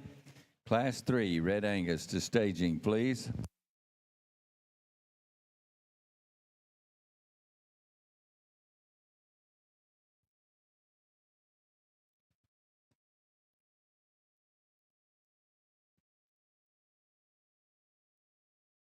The longer I study him, the more I like the heifer here on the end that I'm going to utilize to win. And she isn't the most unique, but I think she adds up the most good in terms of being more problem-free than the other two heifers. She's one that handles herself really well in terms of her hip and hind leg. That's a big pinned heifer up high. And you get back and study her look from the side. She still puts it together in an awfully attractive package. She's softer spine. She functions and flexes a little bit better out of her hip and hind leg. Heifer in second, as they initially came in, I was absolutely drawn to. She's so flawless in the way she blends herself from the side, and I love that about her. She just doesn't want to get out and flex with a ton of authority off of those rear two as I compare her to the heifer above her, and so I take issue with that. She's still a little harsher in her center as well. The problem for me comes in three, because standing still right here like this, I want to use her. She's the best presented one. She's extremely fresh as well. Bottom line is, when she gets out and goes, she wants to pull down in her loin, and then she misses her stride by a shot. And so I stay true to foundation, and that's where I'm going to be hard on her. But I don't mind if you like her to win the class, because she is pretty unique as you get off to the side in terms of rib, body, and functionality. Just like to change the way she handles herself in those pieces. This one doesn't get credit for being the most like a lady up through her head and front end, and so I get a little critical for her there. But if you like the pieces that go with that in terms of bone and foot, she's very, very nice. She sets down onto a good hind leg as well. Just like to reassemble her up front and make her a shot more attractive. She does have the length and extension, and I think can run the long run a little bit leaner than the heifer that comes next. You're doing a great job of trying to get this one shown. I appreciate your efforts out here. She's just kind of a what you see is what you get kind of cattle that's going to go on and make the next generation big-bodied and easy feeding just like her. But in here, she's a little rounder. She's one that's going to push some more condition earlier in her stages of life, although that is her advantage over the heifer that comes next. Young lady, don't get discouraged, because if this heifer does the right things, she's very attractive, and I love that about her. And so when we're judging young Herefords, we want them to be able to go the long haul. But for me today, it's a little more extreme in terms of frame size. She's greener in her composition. I just like to body her down and make her more three-dimensional in her overall shape.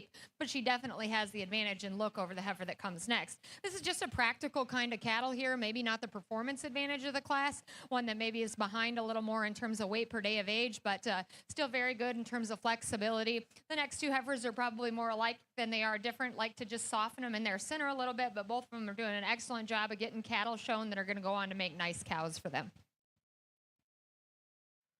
Well, thank you, Judge, for those comments on our fourth class of Polled Hereford females. Winning that class is Hadley Doris from Erath County 4-H.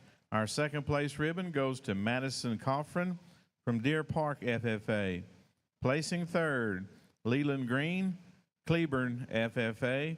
Our fourth place heifer exhibited by Chase Henson, Crum FFA. Fifth goes to Cheyenne Feller, Gillespie County 4-H. Our sixth place ribbon went to Grace Melson, Gregg County 4-H. Seventh, McKenna Camp, Ellis County 4-H. And eighth goes to Maylee Rooks, Rogers FFA. And ninth, Haley Alejo from Arlington FFA. Now bringing our class winners from our first four classes, and as well as our seconds from these 8 females, we'll select our division winners in our heifer from our heifer classes.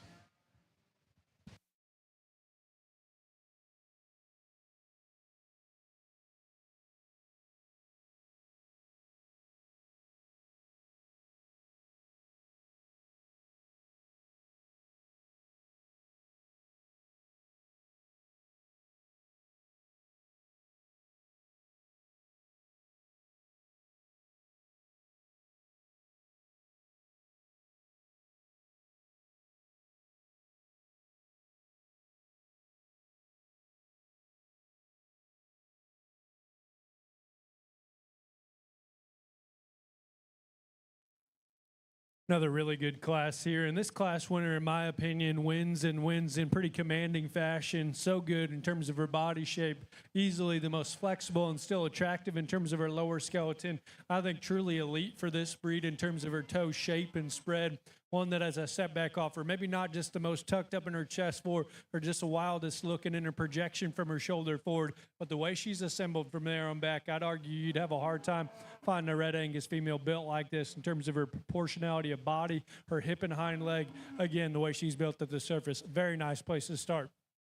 The heifer here in second is one that I like outside of one particular area. She's high tying, neat shouldered, very fresh in terms of her body, collected in her lines down her top line, has plenty of angle built into her shoulder and knee right there off those rear two. And she got enough foot size and feature. She's just a bit more upright in terms of her ankle and doesn't want to set down quite as comfortably right there in terms of her rear foot. Outside of that, that is a fresh, neat looking kind of a female. It gives you a killer look, again, relative to this breed. The one that comes here in third, I like this one's outward curvature to her body, her stoutness from behind. That one still has plenty of projection of look and eye appeal from her shoulders forward and fresh in terms of her composition. Of the initial trio, she's just a little harsher in her heart and forward. She's one that I'd like to rock back in her angles there off of both ends, but still one that gives you a great look when parked on the stand. Dark red heifer is one that I think has some awfully unique breeding pieces. She is big-footed, very stout and square when you get right in behind her, bold, and has plenty of outward turn to her center body. Just gives you a very dense look throughout. She's one that's not quite as just maternal and feminine in her view from her shoulders forward. I'd like to see this one set back at her knee just a touch and go with more confidence to move up higher in this particular class. But I appreciate that one, just added stoutness in her feature that she brings to this particular class. Heifer that comes here next, I like this one in terms of her lateness and maturity and her youthfulness here in this particular setting. She's high tying and fresh in terms of her jawline and down into her chest floor, comfortable in her angles off of both ends. I think feed and time will be her best, favor, in her favor, however you want to phrase that. She needs to be opened up in terms of her body, specifically right there at her heart and forward. Now she feeds back into her flank. She's one that doesn't have that same feature right there at the surface when you analyze her ankle and down into her foot. Heifer that comes here next, broody and practical in terms of her type and kind, pretty easy fleshing in her general makeup. One, to me, just not near as attractive in terms of her lower skeleton. Like to pick her up and smooth her out in terms of her build off of both ends. Young man has one coming here next that's sound and has an attractive hip and hind leg. One, to me, just a little out of balance in terms of her shoulder and her chest forward, how she feeds back into her flank. She, too, I'd like to square her up at her knee and see a bit more projection of look, shoulders forward. Heifer that closes, long and extended, neat-looking shoulders forward and hook bones back. As you get in between there, she's just a little coarser and rougher in terms of her design. Doesn't transition quite as neat. Like to open her up in terms of her body shape. Awesome class, start to finish. Really like that class winner. Congratulations. We've got a division going on in the North Arena, and we'll let them talk that, then give you the Class 2 results in the Red Show.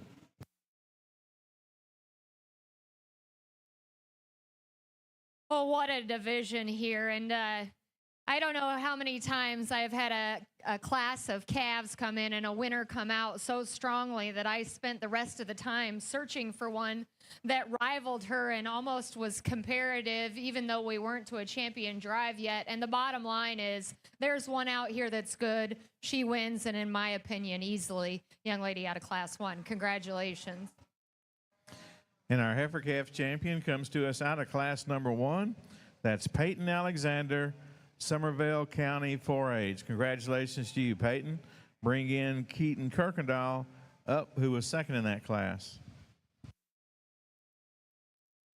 The decision from there gets much, much, much more challenging, and it was in those classes as well. And I keep going back to one, and I say to myself, she's basic in her build. And I don't mean that in a negative way, and some may say their show heifers find the unique pieces. But when they're bold-bodied, they're functional, they're flexible, and they just look like they can go out and make nice cows, it makes sense to me. They're still in the conversation. Young man right here is going to be my reserve.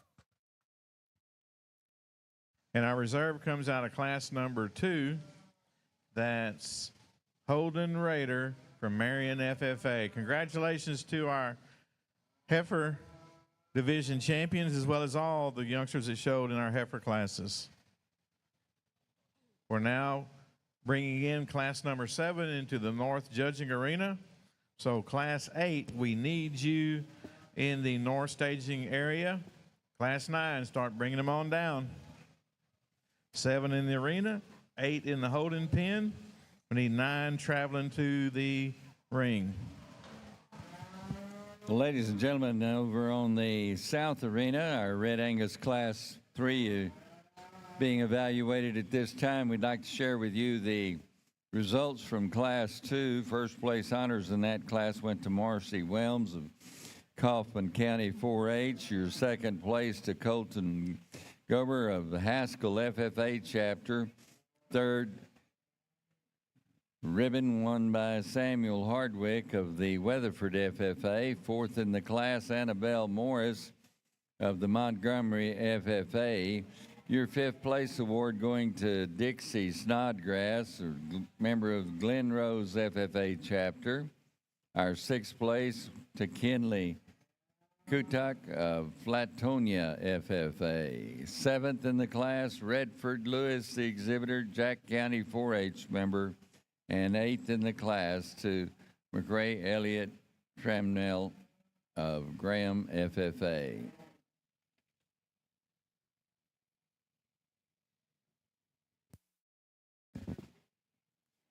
We need our class 4 in staging. You Red Angus exhibitors, want you to know that classes 5 and 6 are your champion classes, so class 7 Red Angus, you need to be standing ready. When we move out class 4, we can check in those class 7 Red Angus heifers.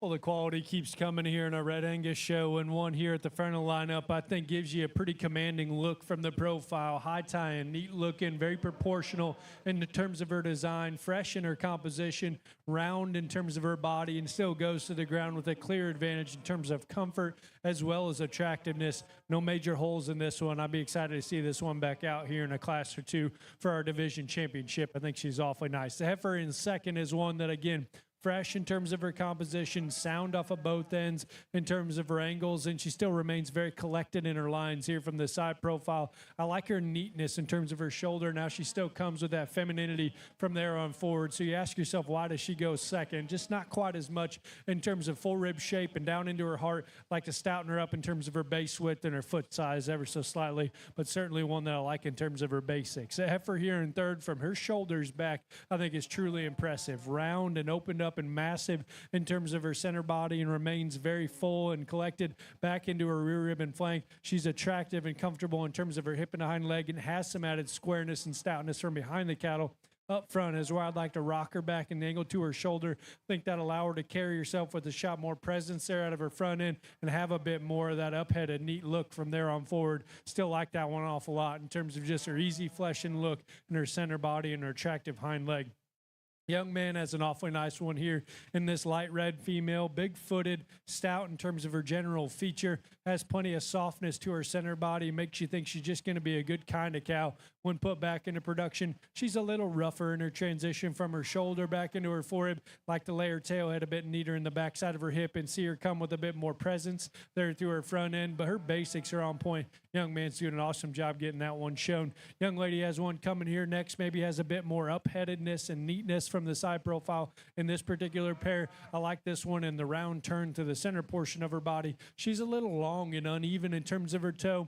I'd like to see that one a bit more attractive and secure in terms of her hock placement and rock her back in her knee just a touch. But a female in terms of round body shape and squareness from behind, she certainly has it in her favor. Another dark red heifer coming here next, broody and massive, has the advantage in this particular class in terms of weight per day of age. She's one I'd like to see a bit more attractive in terms of her lower skeleton.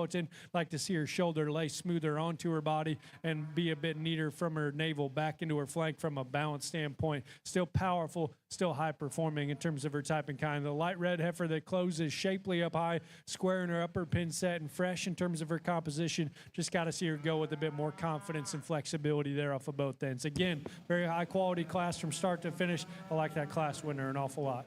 Thank you, Mr. Fitzsimmons. First place honors here in Class 3 going to Maddie Henderson of Academy FFA. Our second place award, Savannah Grimes of Henderson County takes that. Third in the class, Ty Cook of Bonham FFA. Your fourth place exhibitor, Crockett Gunther of Fayette County 4-H. Fifth in the class to Caitlin Holscher of Runnels County 4-H. Our sixth place going to Caden Schrader of Burleson County 4-H. Seventh to Presley Ann Brooks of Liberty County 4-H. Congratulations to our ribbon winners in Class 3.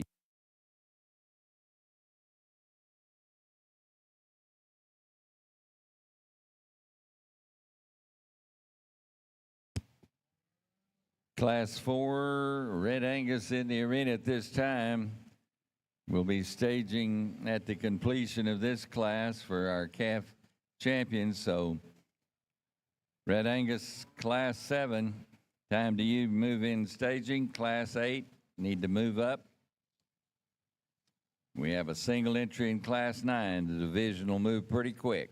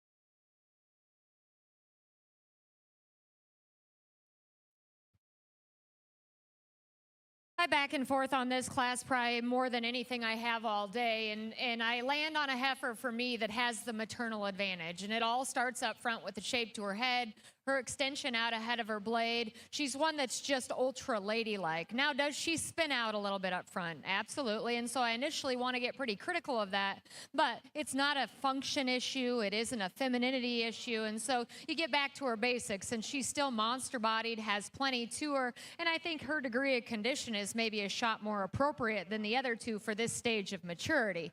Now, initially, I want to use your heifer, young lady. She's so smooth in the way she transitions her pieces. You get down and melt the condition off her, though. I question whether her added width is because of muscularity or white.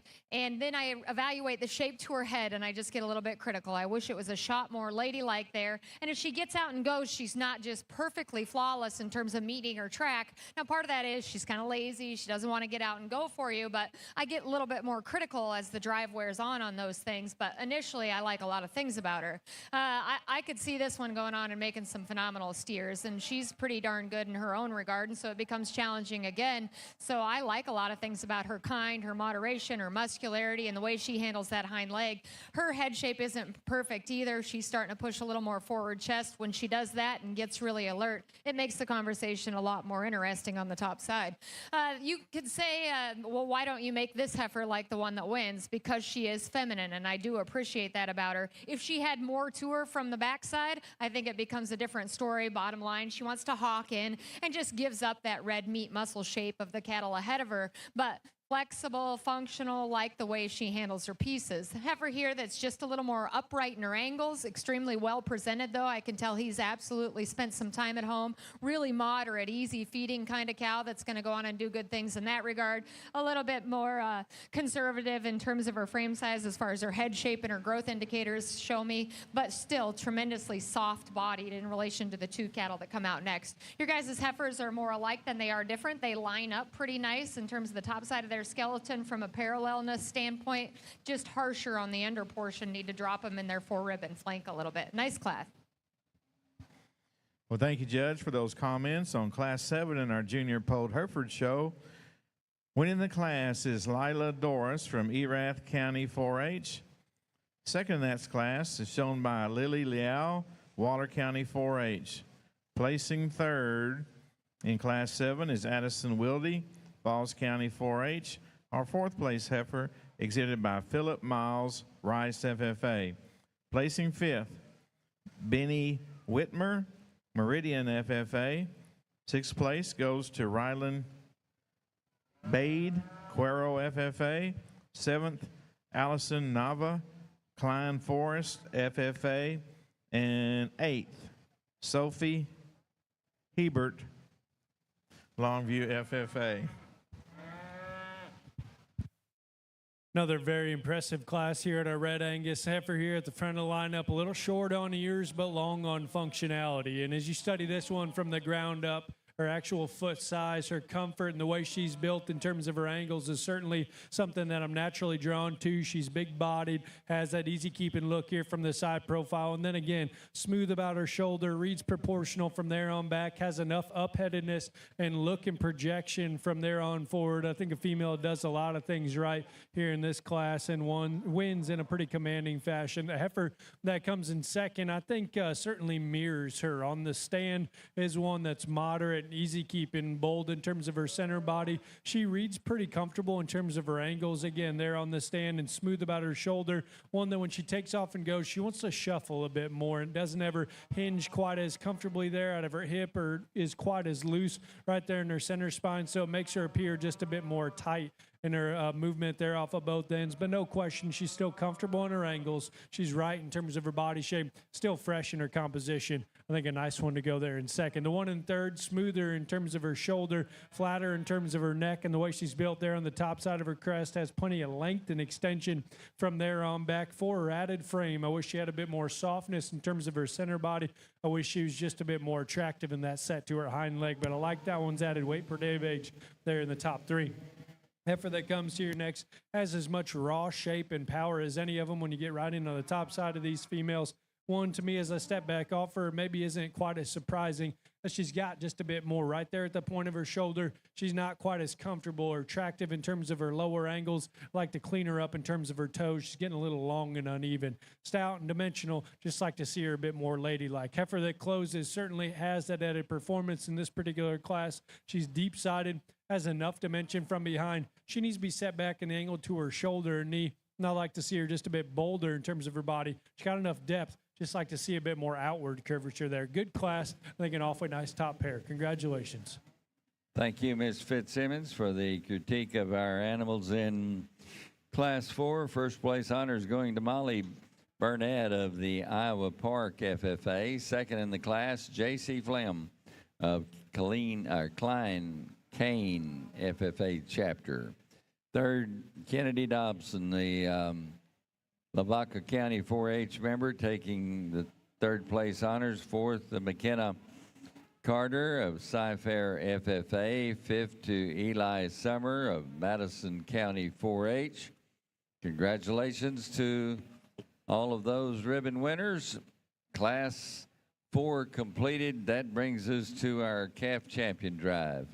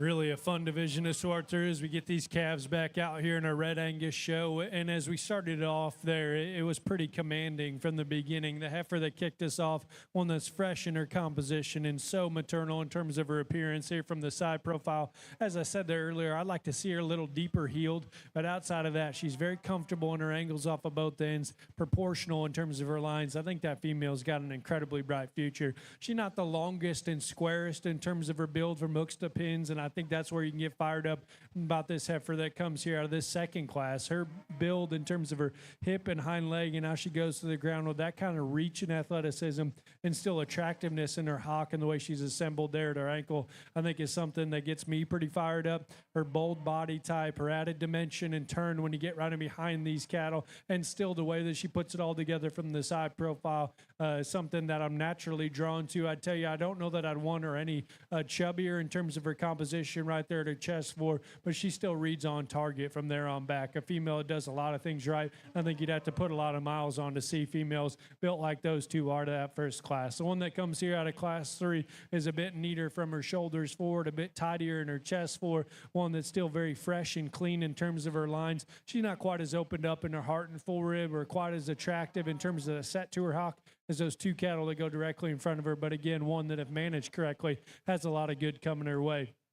Then we get in this last class, and one that, as I said there a minute ago, her function is on point. Big-bodied, easy keeping, comfortable off of both ends, smooth in terms of her makeup, and still has enough natural thickness when you get right in behind her. She's not near as high tying or out there looking from her shoulders forward. She could be a bit tidier right there at her throat latch and a bit neater in terms of her jawline. But a female, in terms of real-world perspective, does a lot of things right. To me, it's pretty straightforward out here. There's two that hit me hard, and I still think they logic out pretty easily. The heifer here out of class 2 is going to be your champion. We're going to use class 1 for reserve. Congratulations.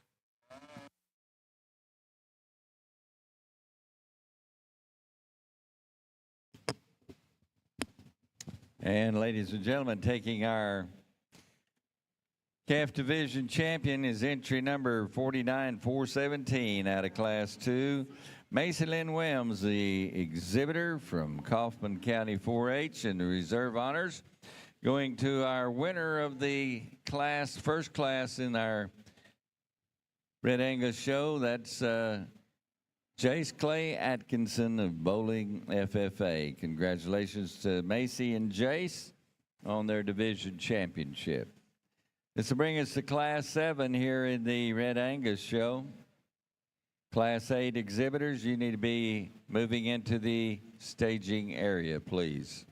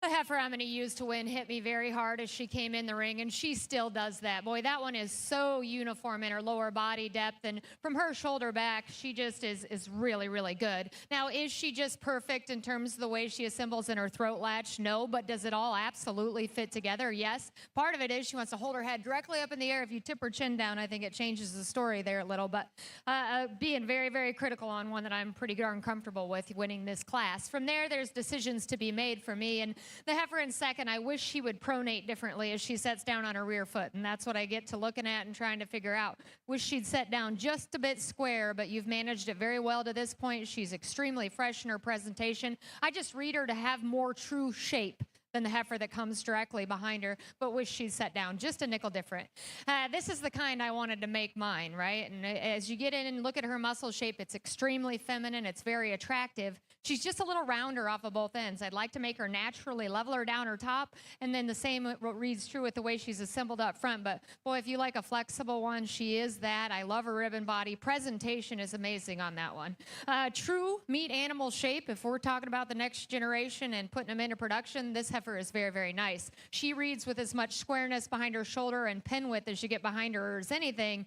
Her fore portion of her skeleton, for me, just needs reassembled. She gets to go in north, south, east, west there, and then she comes in at her forerib to go with it. But I like her muscularity. Same reads true for this heifer. Is she going to make cattle that are good in terms of their type and kind and possess muscularity into that next generation? Absolutely. But we get to talking about her as an individual and a heifer out here. Does her head shape just read really ladylike? And that's where I get a little more critical of her. Then this is the polar opposite, right? She's truly female in all angularity and the look about her.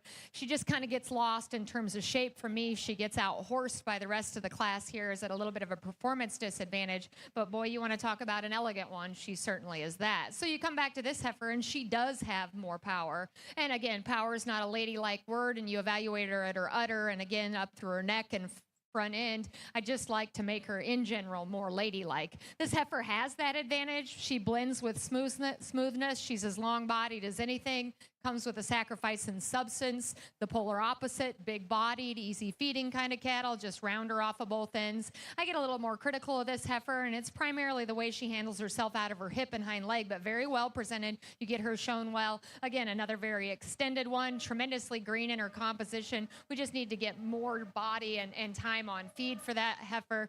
The next two are just a little rougher in their presentation today, just not quite as unique as those above them, but flexible enough in their skeleton. Good job sticking with that one, young lady. You made it through, and she's doing great now. Well, thank you, Judge, for those comments on our Class 8 in our Junior Polled Hereford Heifer Show. Winning the class, Ryder Day from Meadow FFA. Our second place female exhibited by Juliana Miller, Woodson FFA. Third goes to Augustus Sexton from Gonzales County 4-H. Our fourth place female shown by Tia Miles, Ward County 4-H. Fifth goes to Gage Slover, Bastrop County 4-H. Our sixth place female shown by William Tackett, Iola FFA. Seventh goes to Elizabeth Trees, Italy FFA. Eighth, McKenna Slough, Northwest FFA. Ninth place female shown by Xander Dietrich, Lorena FFA. And 10th place goes to Camp Love, Callisburg FFA. Now leading in class number 9, Junior Polled Hereford Heifers in the North Arena. So class 10, we need you in the North staging area. Back over here in our Red Angus show, really a good class here, and I think a top pair that elevates themselves and then deserves some conversation back and forth. The heifer that I used to win, to me, has more true set and comfort built into her front end, shoulder, knee to the ground, one that has just a bit more looseness in terms of her center spine. She's one that I prefer in terms of her attractiveness of her hip and hind leg, and still opened up and massive in terms of her center body. A female I'd like to see strengthened just a shot right out of the backside of her shoulder. I wouldn't call her just the most feminine in terms of her look from her shoulders forward. So if we could tweak that one in an area or two, I think then that elevates her even that much more here in this particular class. She's still a great place to start in an awfully good class. The heifer that comes here in second, a bit smoother about her shoulder, one that I think just gives you a very complete look here from the side profile, especially on the stand, in terms of her uniformity from her chest floor, center body, and flank, the way she's built from her hook bones back out through her hip, her added stoutness from behind the cattle. I step back off her, and I wish we could just set her back in her angle there up front. I think that'd allow her to project with a bit more presence there out of her front end. I wish she sat down with a shot more confidence there out of her hip and hind leg. Neither end is a major issue, but I think that, again, elevate her in a class that's awfully good and make her just that much more in contention there for that winning spot. The heifer that comes here in third, long body, level in terms of her design down her top line, round in the turn to the upper portion of her rib cage, and stout and attractive in her hind leg. Just like to change her up in her balance. From her chest floor, she wants to cut back up into her heart and forward just a shot. She doesn't have that same sweep in terms of her center body, and now she feeds back into her flank as those two females that go directly in front of her. Again, in a good class, that'll work a good one down into third. The heifer that closes us out, certainly one that's sound off of both ends. She's fresh and honest in terms of her composition. Been out horsed a bit here today in terms of body shape and dimension. Like to square her up in terms of her hip and hind leg. Good set of them there. Again, an awfully nice top pair. Congratulations. Appreciate the critique from our judge, Mr. Nick Fitzpatrick. And we are congratulating our winner in the class. That's Hadley Sue Tremmel, Graham FFA, taking the blue ribbon. Second in the class, Jolie Ann Lester of Gonzales FFA. Third place to Lydia Brownie of Ellis County 4-H, and fourth in the class, Avery Henderson is the exhibitor. LaGrange FFA member. Congratulations to our ribbon winners. Class 8 in the arena at this time.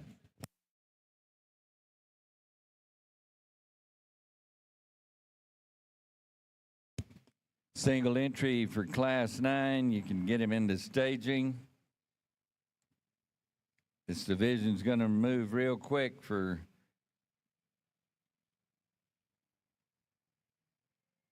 so Class 10, Red Angus, you be thinking about making your way toward the staging gate.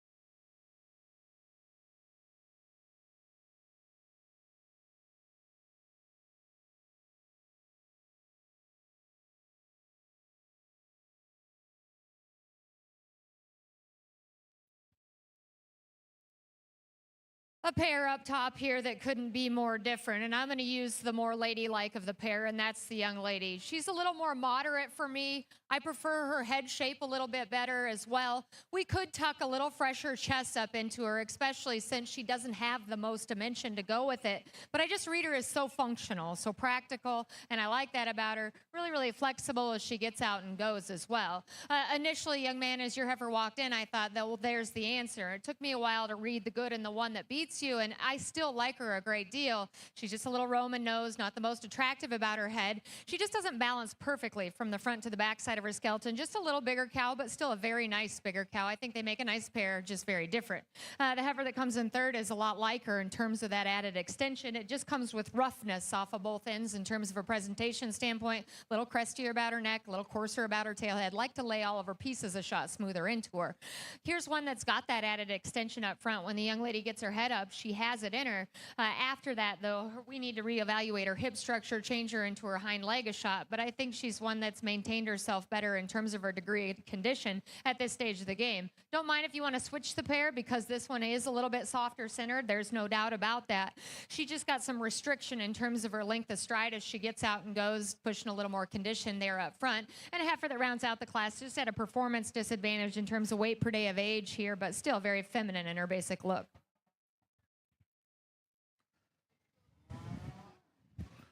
Well, thank you for those comments on class number 9 in our junior Polled Hereford Heifer Show. Winning the class, Addison Donaldson, Refugio County 4-H. Second, Maddox Tedford, Weatherford FFA. Third goes to Lexi Foster, Coleman FFA. Fourth, Cedar Love, Callisburg FFA. Our fifth place female shown by Aliana Martinez, Seagraves FFA.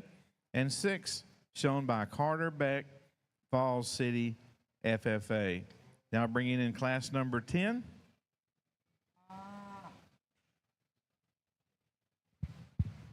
Back over here in our Red Angus show, one here at the front of the lineup, a very logical place to start. And a female in terms of basic function and flexibility, clear-cut winner, in my opinion, still has the most true body shape and dimension. I'd argue that she's the most maternal in terms of her general makeup and still has as many of those extras in this particular class as any of them in terms of proportionality, the way she's assembled here from the side profile. You could tidy up where her tailhead sits in the backside of her hip. You could maybe see her shot boulder right there at her heart, but one that I think does a lot of things right. And young lady's doing a great job getting this heifer shown. Congratulations to her on her class winner. Young man has a heifer here in second. It's very dimensional in terms of her body shape. Very dense in terms of that view when you get right in behind her. One that as I step back off her, I'd like to lengthen her out and pick her up off of both ends. She's a little shorter and rounder right there on the front side of her shoulder. She wants to round off from hooks to pins and isn't quite as secure at her hock as my class winner. But again, bold body, stout and dimensional from behind, moderate in terms of her projection and a mature cow size. I think that's a nice female standing there in second. Young man has one coming here in third that's smoother about her shoulder and transitions neater back into her full rib. One that's still sound off of both ends, just been out horsed in terms of those extras. She's a bit more fragile in her ankle. She's a bit narrower when you step around and behind her. She's not near as neat looking in terms of her shoulder set and the way that she comes from there on forward, but certainly one that represents a good kind in terms of flexibility and body shape. The one that closes us out, again, long and extended, fresh and genuine in terms of her composition. I like that one's added shapeliness when you get right in on the top side of the cattle. With that, she looks a bit harsher in terms of her body shape. She's one that's a shot more rigid there off of both ends. I like her look from her shoulders forward. Just need to see a bit more true body shape and that easy flesh and look through her midrib. Good class. Congratulations, those exhibitors. And we thank you for the overview of our Class 8 placings. Taking the blue ribbon was Heidi Brooke O'Quinn of Glen Rose FFA. Your second place going to Brent Allen Yeager of Rudder FFA. Third in the class, Ethan Pop, the exhibitor from Wharton County 4-H. And fourth place, Gracie Lynn Hafford of the Johnson County 4-H.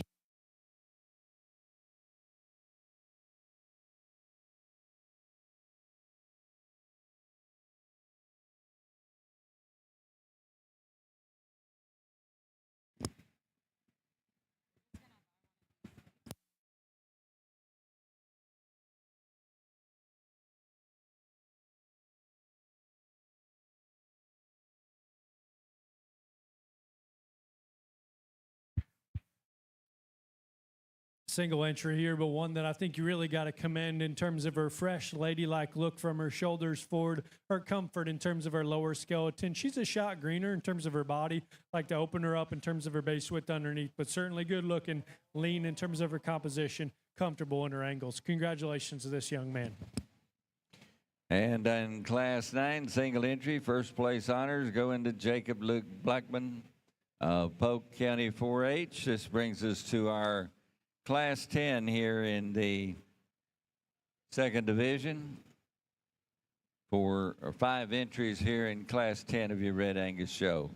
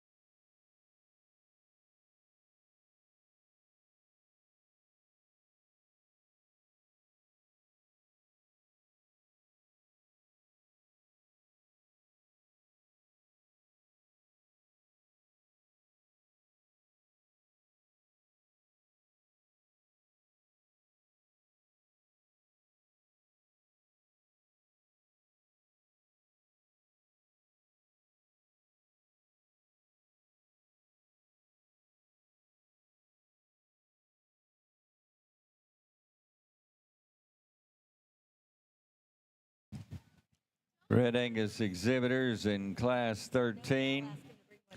Let's bring them up to the staging area. Class 13, Red Angus to staging, please.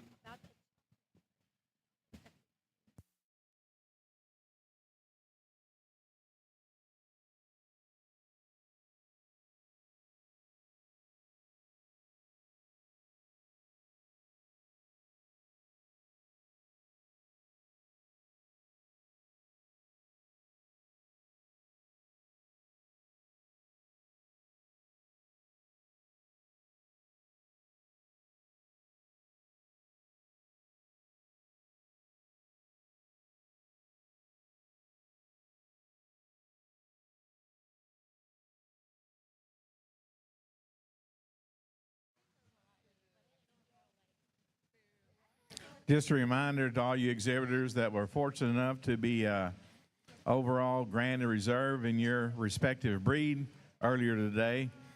You were given a bio sheet. We need to have those filled out as soon as you possibly can and returned up here to the announcers stage. We'll need those for our Supreme Drive tonight. So if you've got a bio sheet that hadn't been turned in, please do so as quickly as you possibly can.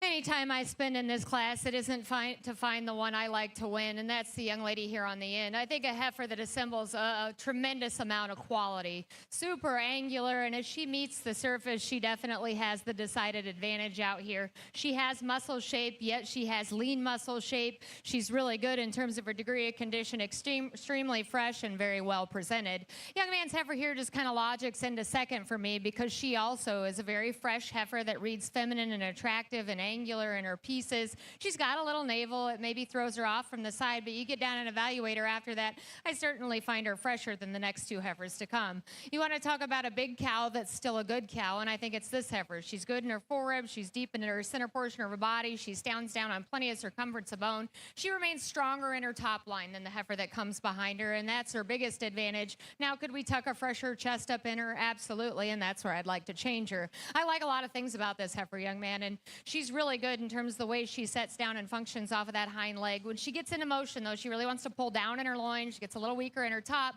She's got just a nickel more shoulder, but she's still very, very attractive and female in her cow character, and that's how I find her over this heifer. If power is your wish, then this is your answer, and I don't disagree if you like this heifer higher because of that. She's stout, she's powerful, she's muscular. I just like to change the way she assembles from a ladylike feature standpoint. She gets a little bit coarser to me, but certainly one that could read her way up in this particular particular class. A heifer here that just falls out of balance in terms of quality in comparison to some of the others from a functionality, a structure standpoint, wants to crank up in her tail head, but she's really smooth in the way she assembles those pieces. Well, thank you, Ms. Gefford, for that critique on class number 10. Excuse me. Winning the class is Ainsley Williams, Van Alstyne FFA. Placing second, Robert Harris, Carthage FFA. Our third place female shown by Sailor Douglas from Bland FFA. Fourth goes to Jake Grosclose from Erath County 4-H. Fifth, Lena Ottmers from Gillespie County 4-H. And our sixth place female shown by Luke Williams, Community FFA. We're now bringing our winners out of classes 7 through 10. And from these 8 females, our judge will select our champions in our junior heifer division.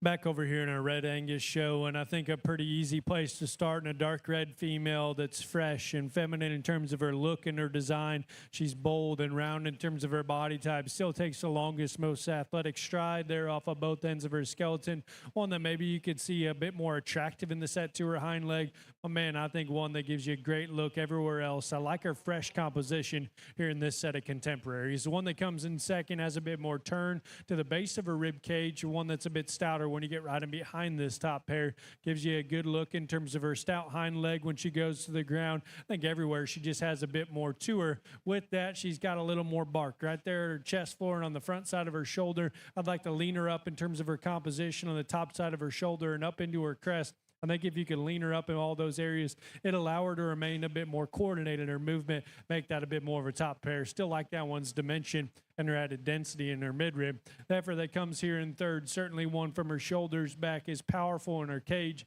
stout from behind, still comfortable in terms of her hind leg. I'd like to rock her back an angle to her shoulder and her knee. Again, lean her up in terms of her composition right there at her chest floor, and the way she's assembled from her shoulder forward just doesn't give you that same feminine look as that heifer that starts us off in this particular class, but dimensional nonetheless. A light red heifer that comes here next, one that, again, moderate and easy keeping in terms of her kind. She, too, could be freshened up just a shot. I'd like to pick her up and see her a bit more extended in her kind there off of both ends, but moderate, easy fleshing in terms of her general makeup, no doubt. Young man has a heifer that closes us out here that actually I'd argue is sounder than the 2 females that go directly in front of her. One, to me, just been a bit outhorsed in terms of her body shape, in terms of her base width. She's a bit more moderate and quicker in terms of her type and kind. One that I think just needs to be looser in terms of her center spine as well. Good class from start to finish. I thought an awfully nice class winner. Congratulations.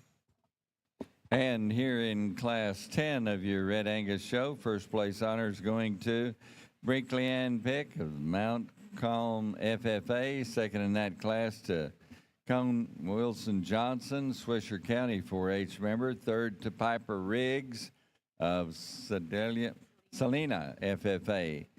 Our fourth place award, Katie Cotton, the exhibitor, Harrison County 4-H, the organization. And fifth in the class, Jackson Knox Valentine of Ellis County 4-H.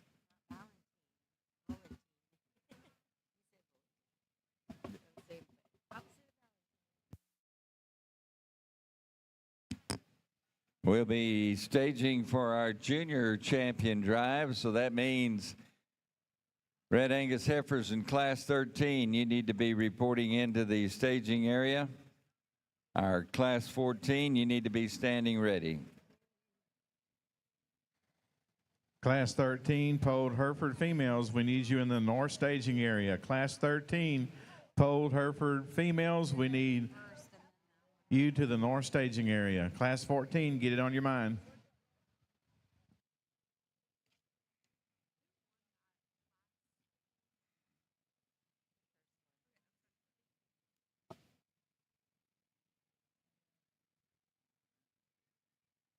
I've been blessed with the opportunity to officiate quite a few college judging contests, and the kids always come in and say something that, to me, I've never really enjoyed when they say it, and they say it really often, and that's big ring presence.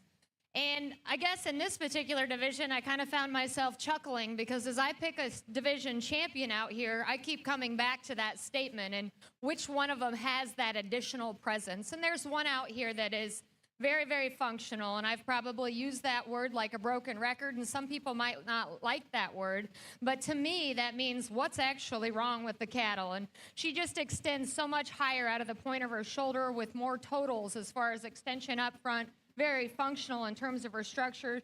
Now, I'm not to say she still doesn't have extras because that is still a stout featured individual that has plenty to her. The decision becomes a little bit closer for reserve, but there's still one out here that logic's there for me. And outside of the way she assembles up front, she's very, very good. I'm going to go out and select your champion in reserve in this division.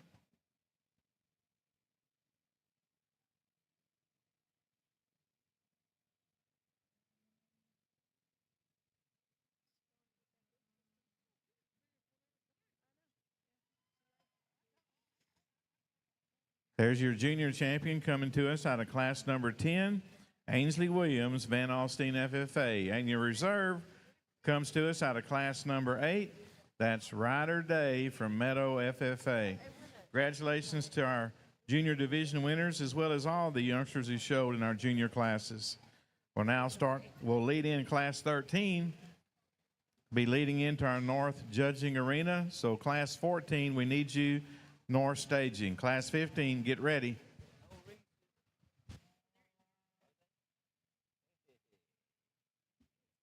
You just got to look. Yeah, see, these are Reese's. The golden ones? Oh, the red one too. The red one too? Okay. Oh.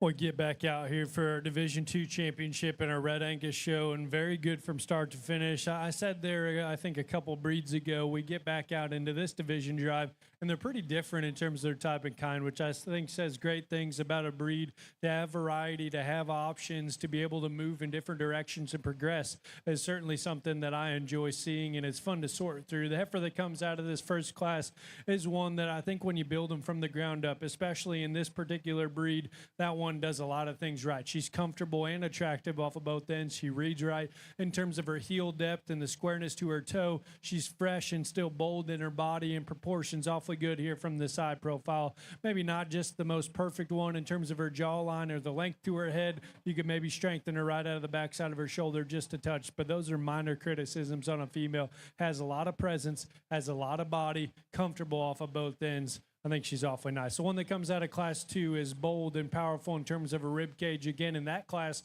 she was my preference in terms of her skeletal build and reach off of both ends. She's one I'd like to lay her tail head a bit neater in the backside of her hip. I'd like to tidy her up in her transition from her shoulder back into her full rib, but certainly from there back. Bold-bodied, powerful, flexible off of both ends. I think that one, again, awfully nice. Single entry here, one that's fresh and feminine in her type of kind. Need to see a bit more of her, but certainly appreciate that one in her reach and range of motion.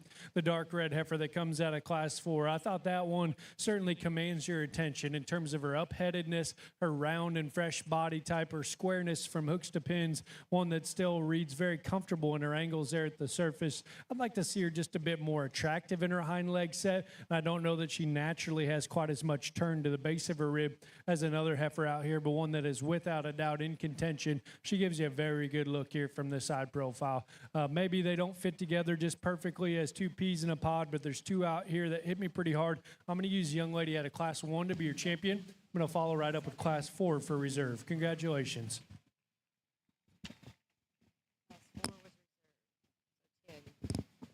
And ladies and gentlemen, taking the championship here in the junior division, that's Hadley Tramnell And she's from Graham FFA.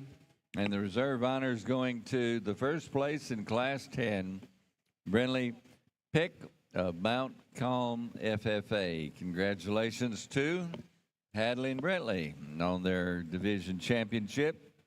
This will move us into the first class senior division. Class 13, and we have 7 entries in this class.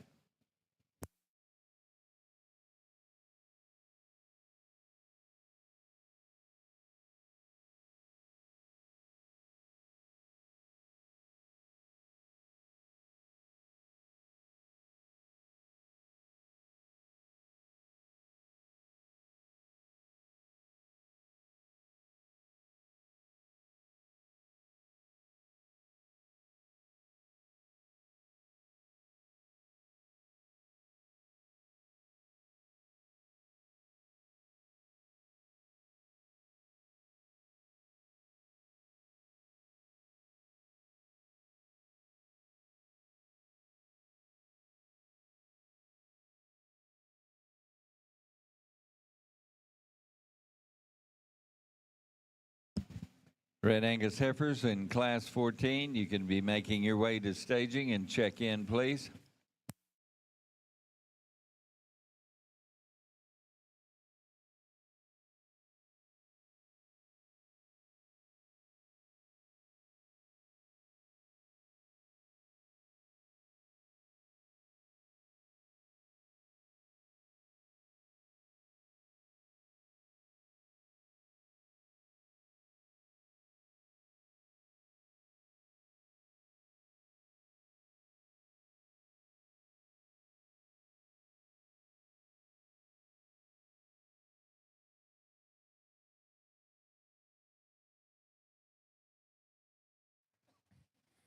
William Faust, we need your heifer in the north staging area.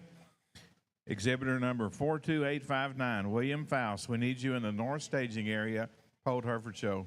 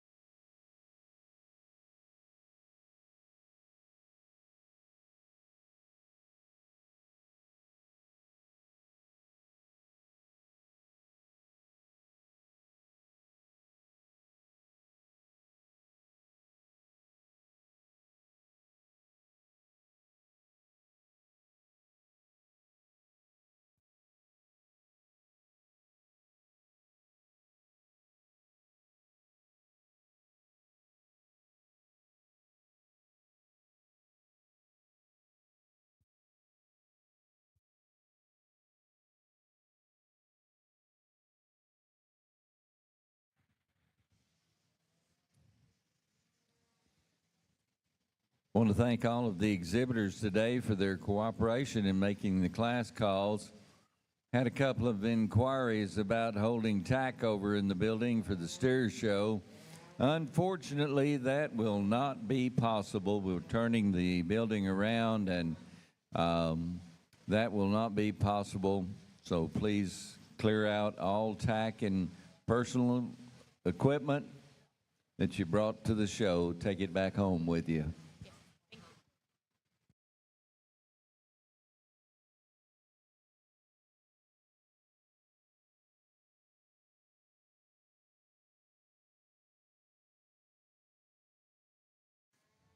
Red Angus in Class 14 in staging, Class 15, you need to be standing ready.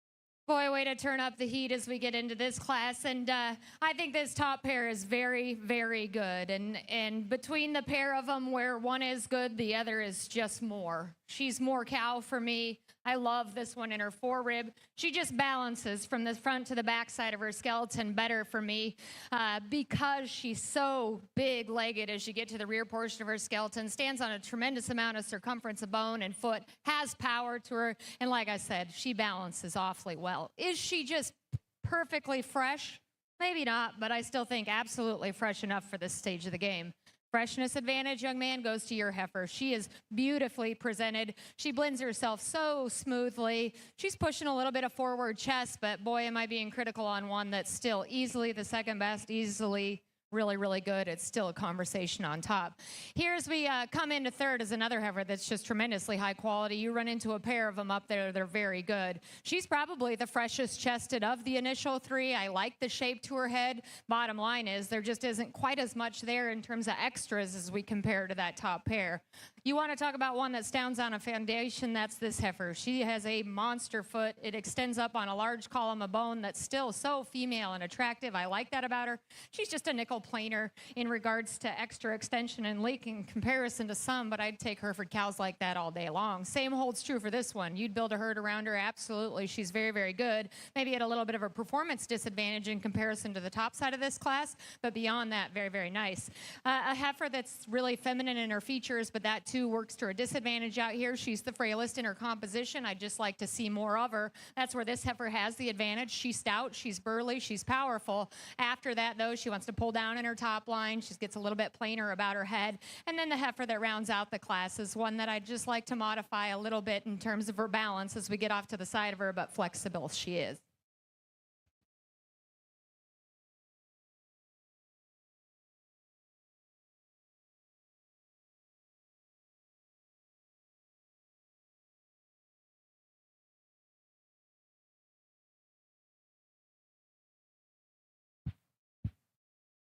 Well, an awesome class here and an interesting top pair. In my opinion, these heifers both have a great deal of quality and bring it to us in very different fashions. The dark red heifer here at the front of the lineup is one that in terms of that brood cow look, donor cow pieces, she's one that is very fun to evaluate. So massive and round in her body shape, so stout when you get around and behind her. Still very fresh and elegant in terms of her look from her shoulders forward, tidy in her chest floor, fresh in terms of her composition, and one that still goes to the ground on a very attractive and comfortable set of feet and legs. And so you ask yourself, why does it become a bit of a decision out here? Because I do think it's close between this heifer in first and the one that stands directly behind her. She's a little gathered and coarser in terms of her teats. She's a little shorter in terms of her hip construction and maybe comes across just a little rounder, I guess, as you analyze her throughout, but one that, in my opinion, has such elite generating pieces, still comfortable, still fresh, still neat looking from the side profile. Young lady, you're doing a great job getting that one shown. The heifer that comes here in second is one that I think makes it tough because she has that added set to her shoulder and knee. She has that reach and range of motion that I'm looking for out of her hip and hind leg. She's one that comes with some added extension and femininity and freshness, again, here in this particular class from her shoulders forward and plenty of softness in terms of her midrib. I do think it needs to be brought up. She's one that's not quite as far along in calf. I'd like to see her a bit bolder in terms of her heart and forerib. And to me, she doesn't have that same stout and generating look in terms of her rear third of her body. Hook bones back, the way she goes to the ground with some added security in her hind leg.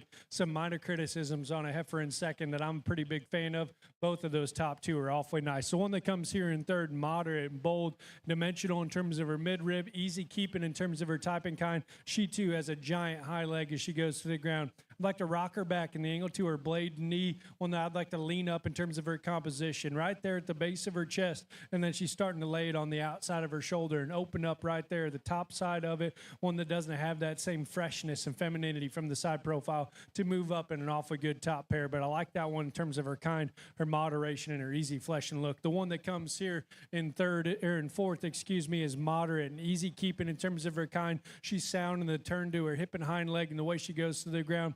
like to rock her back and her shoulder. And I think that'll allow her to remain more collected in her top line. She wants to kind of kick up in her center spine and roll up on the front side of her shoulder. One that I still think reads right in terms of her midrib and her freshness. The one that rolls around here next, long-bodied from the side profile, round in the outward curvature to her center rib. I'd like to see this one have a bit more balance from the side profile, from her chest floor and as she runs back up into her flank, her attractiveness in terms of her hind leg. All those things can be modified just a bit, but she's stout up high, has plenty of length of body and weight per day of age. The red heifer, her lighter red heifer that closes out, is one that's certainly smooth about her shoulder. She's sound off of both ends, been out horsed a bit in terms of body shape. I like to stouten her up whenever I get riding behind her. Good class there. Thought an awfully nice top pair.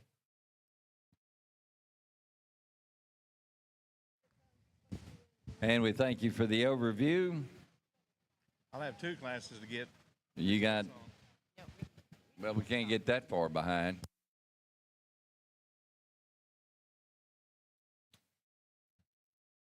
We haven't had to fight over the mic yet, so we're going to keep it cordial between the two of us. And it's my turn, I guess, to talk these Hereford heifers. We get into a class here for me that I'm pretty comfortable with the place that I'm going to use for first and second. And I think they're both very logically there, and they're both very, very nice. I think the heifer that wins has the advantage in terms of totals of length. She's a little longer hipped, and she's longer from the point of her shoulder and the way she extends up through her front end. She's so flexible, and I think that one reads with a good muscle shape for a heifer, very feminine in that regard. This heifer is really, really good in terms of length of body and proportions until she meets the heifer ahead of her, and that's where I get a little critical. She's just a nickel shorter hipped, but beyond that, that's still a very, very nice heifer, extremely fresh at this stage of the game, and I appreciate that. A heifer here that it isn't a question of dimension. I think she's got enough of that. She's very flexible in her makeup. I like to maybe clean her up, make her a shot more uniform about her udder, but it kind of goes with her kind, just like to make her more feminine in her appearance. But you're doing a great job of getting that one shown. And results in Class 14 in our Polled Hereford Junior Show. Winning the class is William Faust, Harrison County 4-H. Second goes to Keely Warnken from Schulenburg FFA. And third, Kennedy Milliken, Arlington FFA. I'd like to take this opportunity to give the results of Class 13, which was previously judged in our Junior Polled Hereford Show. Winning that class was Jarrett Worrell, Mason County 4-H. Second, shown by Cannon Crisp, Cook County 4-H. Our third place female was shown by Riley Harris, Kaufman County 4-H. Fourth was shown by Macy Helmervik, Roby FFA. Fifth, shown by Brendan Brown, Bullard FFA. Sixth, Laney Cotton, Harrison County 4-H. Seventh, Cameron Fontenot, Brazoria County 4-H. And eighth, Kiana Anjudu, Washington County 4-H. And ladies and gentlemen, over in the Red Angus Show, we'd like to give you the results of the previous class judged here. That was Class 13. First place honors going to Beck DeBerry of Lamb County 4-H. Your second place award earned by Kaylee Bragg of Bell County 4-H. Third in the class to Elliot McKenzie Liebert of Collin County 4-H. Fourth to Kenley Rankin of Liberty County 4-H. Fifth going to Kenley Butcher of Pearland FFA. The sixth place award in that class went to Phoenix Steele of Marlin FFA. Judging Class 14 at this time.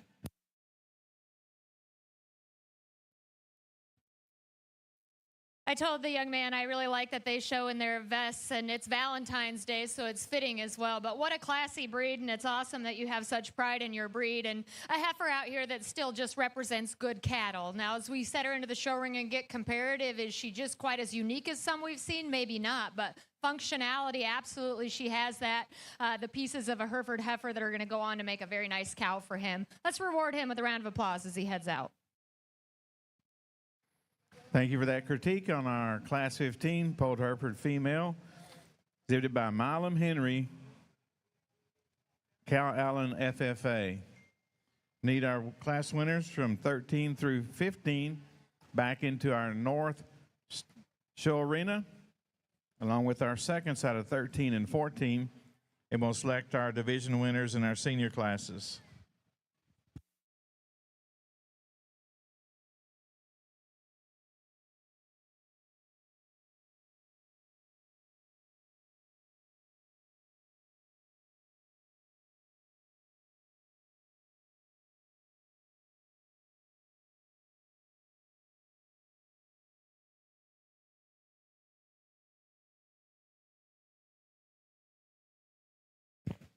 Class 15 Red Angus cattle, you need to be in staging.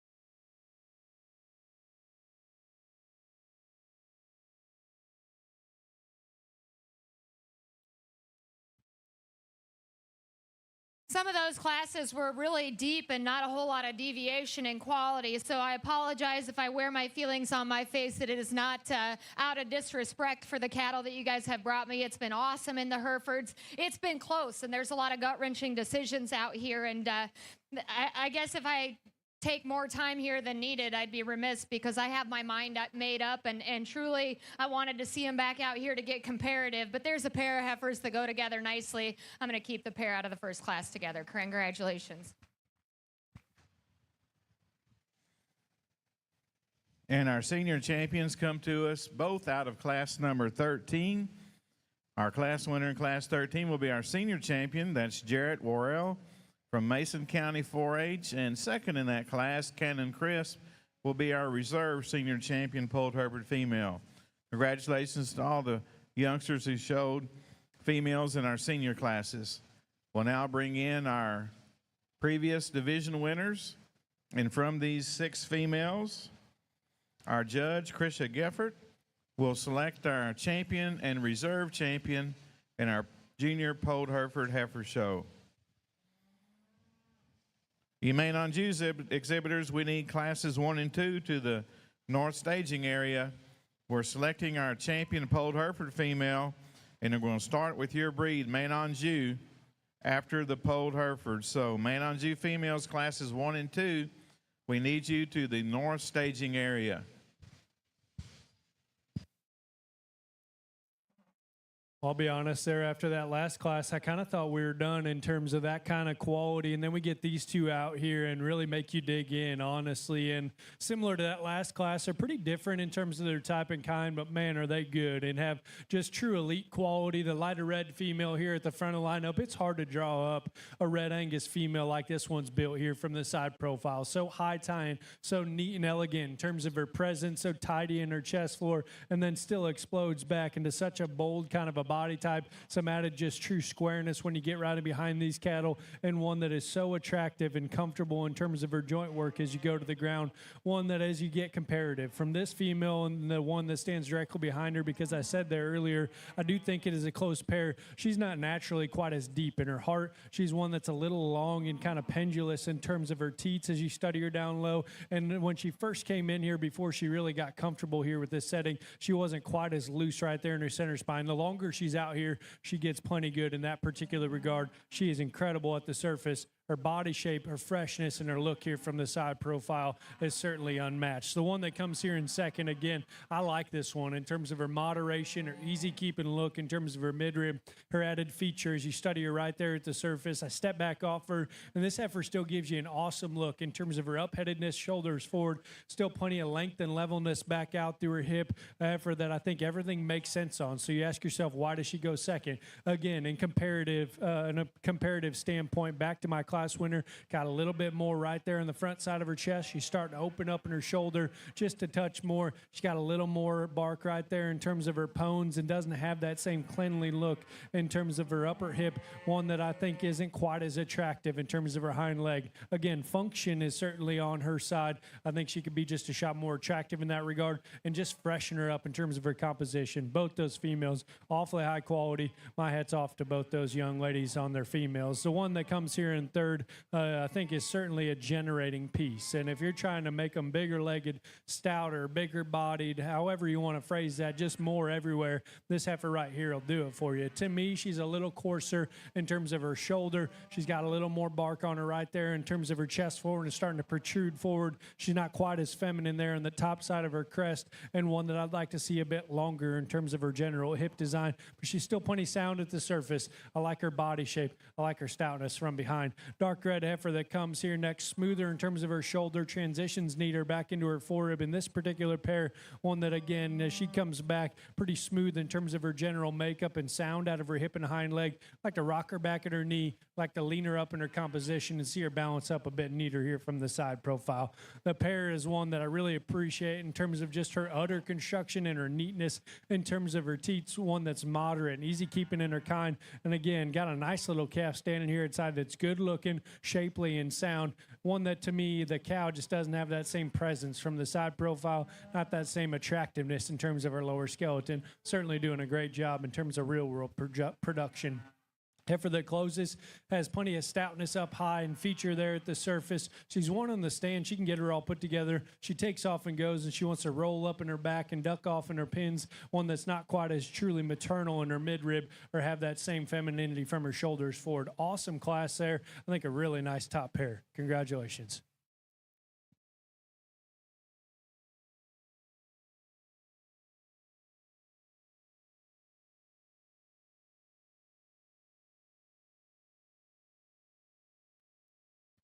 Wow, what a tremendous polled show we've had over here. And you get the three individuals out here in contention, and six, obviously, because all of those divisions were tremendously deep. And it still becomes a very, very close conversation. And ultimately, it comes down to personal preference. And I am just so big on initial impressions. And when I get something in my mind, just ask my poor husband. It's hard to get it to go out of my mind. And so I have an obsessive, compulsive personality. And in this particular division, it maybe has worked to some of the rest of them's demise, because I get stuck on one particular thing, and that's just the way it is. Beyond that, though, guys, no disrespect to any of the cattle I've seen on the Hereford sides. One of the deepest Hereford shows I've seen in a long time. Let's put our hands together for each of these exhibitors. I'm going to go out and select the champion that hits me the hardest in a reserve.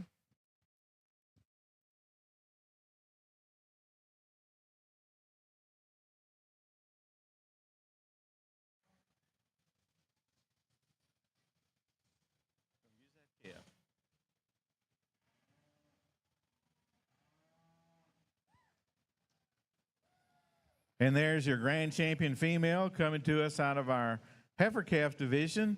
That female shown by Peyton Alexander, Somerville County 4-H.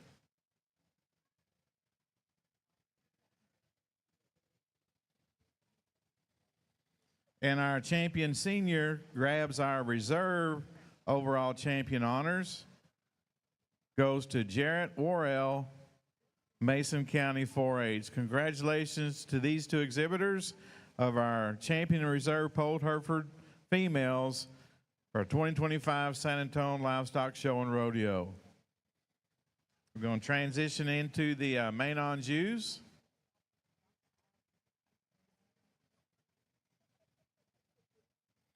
Again, you champions and reserve breed champions overall in your respective breeds, you'll be given a bio sheet. We need these to get filled out and returned to the announcer stand as soon as you possibly can.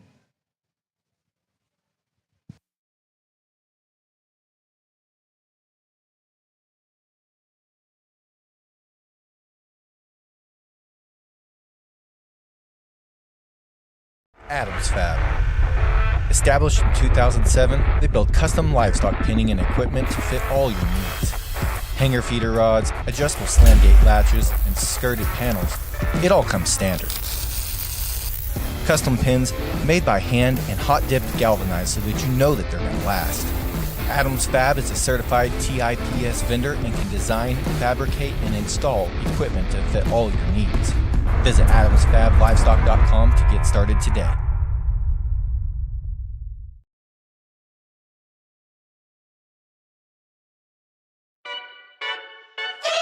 Every detail matters when preparing your livestock for the show ring.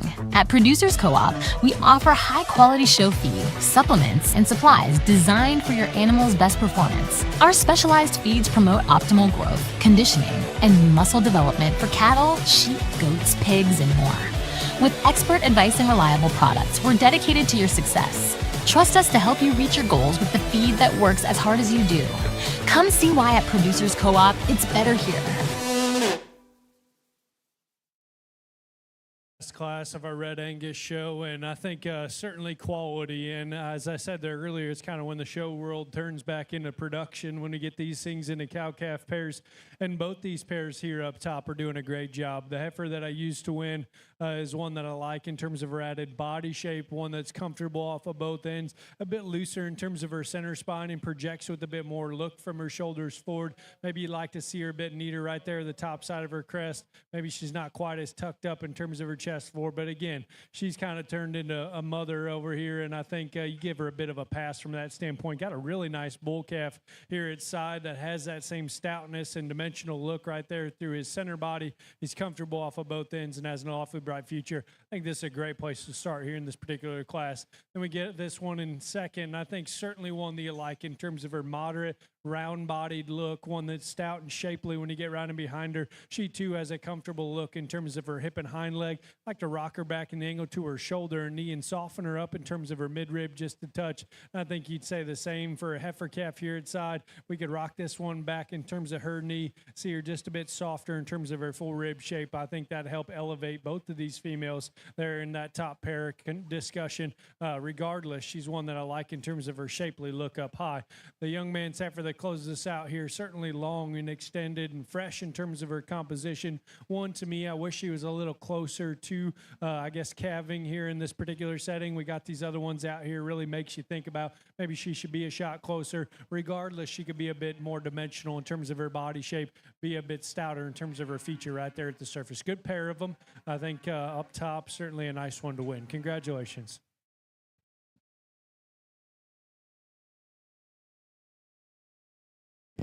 And we thank you.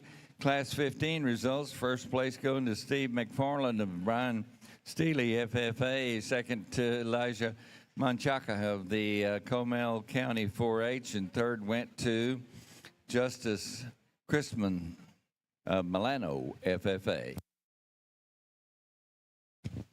And we'll take this opportunity while we're staging for the senior drive to share the placings in Class 14, play a little catch-up here. Caden Annie Smith taking first place honors in that Class 14. Second went to Faith Jackson of Friendswood, FFA. Caden was from Shiner, FFA. And third went to Libby Pod of the Cisco FFA chapter.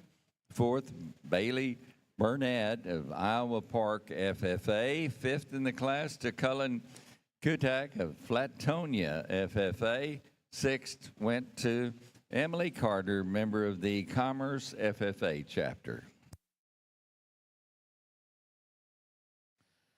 The Class 1 and 2 main Anjou females to the north staging area. Classes 1 and 2, main Anjou. That rhymed. Class 1 and 2, main Anjou.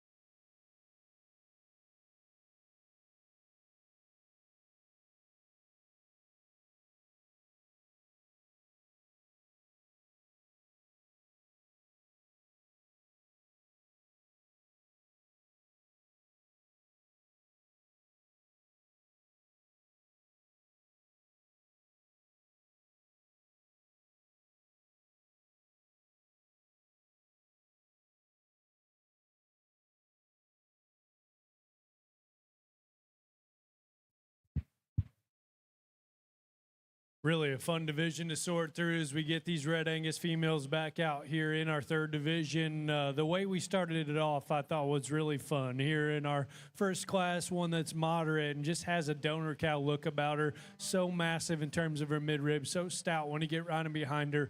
Attractive in terms of just her base build, and as she goes to the ground, still fresh and honest in her composition. As I said there earlier, she's maybe a little gathered and a little more, I guess, coarse in terms of her teats there underneath. I wish we could see her a bit longer and leveler in terms of her hip. But man, that one gives you a fun look and looks like a female that'll make you some money when put back into production. A really nice female for this young lady. That pair was close for me, and we had kind of the stouter one here at the front of the lineup and kind of a prettier one back there. I thought that the stouter one in that particular pair still had plenty of look and presence. And funny enough, we kind of had that thing or that same scenario 2.0 in our second class. And we had one that's a little stouter and more moderate and dimensional, and then one here at the front of the lineup I'd kind of deem a bit more of the show heifer. In this scenario, we had one that I thought just put it all together a bit more seamlessly in our quote-unquote show heifer. This heifer, in my opinion, does a lot of things right. She is high-tying and neat-shouldered, awesome in terms of her transition from her shoulder back into her center body, deep in terms of her mid-rib, collected in terms of her hip design, hooks to pins, one that goes to the ground so eloquently in terms of her comfort, her smoothness in terms of her joint work. She, too, I think you could change up in terms of her teat. She's a little long and kind of pendulous in terms of the angle to them, but certainly one that in terms of her freshness, her look, her proportionality, absolutely on point. The heifer that stands behind her, I think, is without question in contention. She is so massive in terms of her midrib and stout from behind, goes to the ground on an attractive stout hind leg. One, as I said there earlier, I think what would make it that much closer is if you could just freshen her up in her composition right there at her chest floor and back around her pones. But it was close. I thought both those females were awfully nice. And we got the pair of pairs back here, and the one that won that class, good bodied, good kind of cattle, maybe not in the same league in terms of presence as those ones that come ahead of her, but certainly a nice female to come out of that last class. Again, I don't think it's too tough of a decision. I like that first class. We grabbed another gear and did it all again here out of class 2. We're going to keep these two together for your champion reserve. Congratulations. And ladies and gentlemen, taking the champion senior division here, that goes to entry 45,977, Caden Ann Smith from our class 14. Also reserve coming out of that class, Faith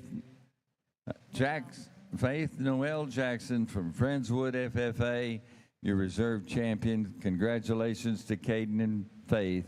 on their senior championship honors. Exhibitors with lightweight, Class 1 Chianina heifers, you can begin bringing them over to the staging on the south.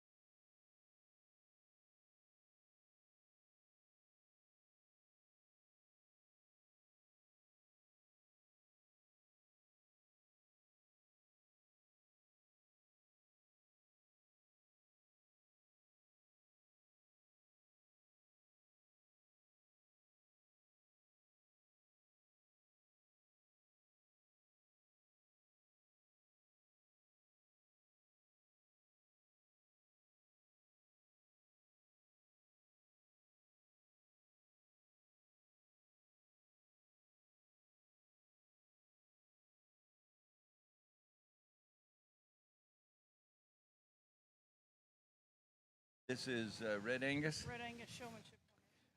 Attention in the barn Red Angus showmanship. There was a showmanship contest here, and the folks that have earned the awards in the juniors are Heidi O'Quinn, and in the intermediate, Macy Weems, and your seniors, Lindell May Brownie.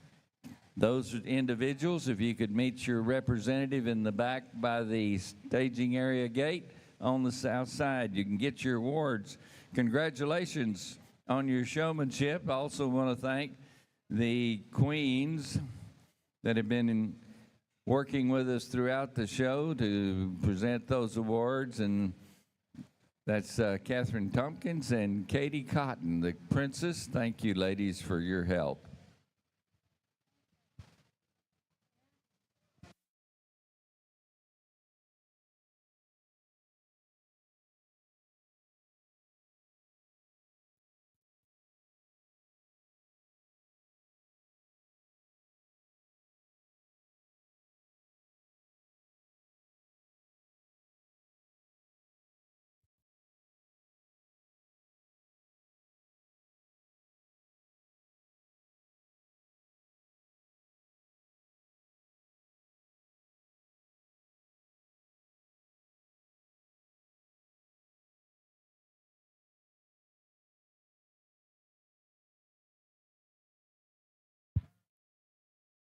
Well, an incredibly good show here in our Red Angus females. If you would please, and you're all ringside, put your hands together for these exhibitors. Again, a fun set with a great deal of quality, and I think this is a breed of cattle that have a great deal of function, and maybe their hang up at times is to get those show ring pieces to all come together, but we found that today, and I thought with a great deal of depth in each and every one of those classes, we get these divisions back out here, and man, did they come together with a great deal of presence and overall look, and still have that same function you expect in a good Red Angus female. We got that one there to that first division, stout-footed, attractive in her angles, bold and dimensional in terms of her body. Maybe you tied her up in her chest floor just a shot, but in terms of just that brood cow look at that stage of the game, one that I think has an incredibly bright future. Young lady's doing a great job getting that one shown. The one that comes out of this second division, I like her added length and her extension here from the side profile, especially in that grouping. I thought she had just a little more true extension from the side profile, long and comfortable in terms of her stride, fresh in terms of her composition, and then had just a bit more true set and looseness in terms of her center spine. One, as I said there earlier, maybe not the most attractive in terms of her head and the way she's built right there in the top side of her crest, but one that does a lot of things right. And And again, young lady doing a great job getting that one shown. Then we got in this last division. I thought we really had some true depth and some real heat in that particular division. There's a couple more that came out of here, or that came out of that same division, that I thought if you'd pull these out and put them back in here, you'd still be ranting and raving about them. The heifer that comes out of that division has such presence and elegance in terms of her look from the side profile, such depth in terms of her center body and freshness to the base of her rib, one that is so comfortable in her angles and still has that, I guess, high degree of attractiveness in terms of her lower skeleton. As I said there earlier, maybe you change her up in her teats just a touch, but one that I think outside of that, a female does so many good things together. And then that reserve that comes standing directly behind her from a different mold in terms of her mature cow size, but powerful in her ribs, stout when you get right in behind her, has some added true feature as she goes to the surface and still gives you a killer look, especially when set in motion. Maybe you'd lean her up just to shop, but I think that heifer in her own right does a lot of things right, and certainly both those females are incredibly high quality in their own way. To me, it's a pretty straightforward decision. I probably kind of already gave it away, but I'm going to use these two out of this last division for champion reserve. Congratulations. And ladies and gentlemen, taking grand honors here in our Red Angus show, your senior division winners. That's Caden and Smith of Shiner FFA, and the reserve honors going to the reserve senior, Faith Noel Jackson, the exhibitor from Friendswood FFA. Congratulations to Caden and Faith for their honors here in the Red Angus show, Grand and Reserve champions, respectively. Well, that'll wrap up our Red Angus show. We have 99 Chianina and 67 more, 166 more head here in the south. We're going to need to keep moving.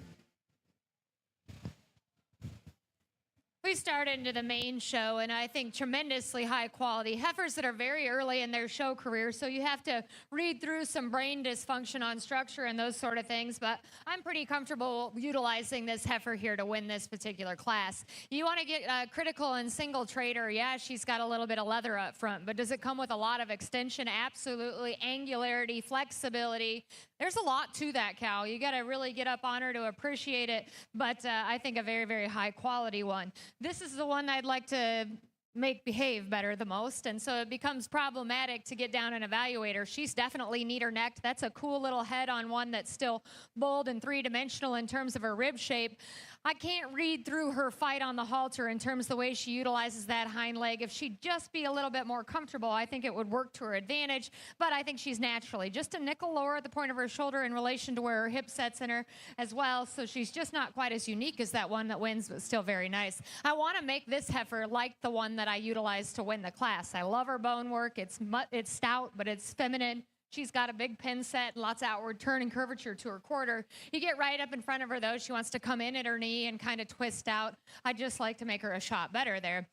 This heifer, too, is one that's wanting to fight the young man on the halter, and so because of that, she reads just a little harder spine for me. Like to change the shape of her head and nose to just get extra critical, but still a very high-quality one that I think is just more striking than the heifer that comes next. Now, I don't mind if somebody likes this heifer because she's got the performance advantage. She's one that's very, very flexible as she gets out and goes. For me, though, she just reads a little bit rounder off of both ends. She isn't just quite as elegant as we set her out here from a show ring standpoint. This heifer is one I'd like to just change a shot in terms of her angulation, but I think her best days are yet to come if she settles in for the young lady. I think one that has a bright future. And probably the naughtiest award goes to this heifer. I feel like I've said that a lot. We switched from Herefords to Maines, and it's evident. She does a good job of sticking with this one. She's a little open in her shoulder, and because of her fight on the halter, that just becomes ever more obvious. I'd like to lay her in there just a touch neater, and just a really functional, flexible kind of heifer that's just a little more in her working clothes from a balance standpoint.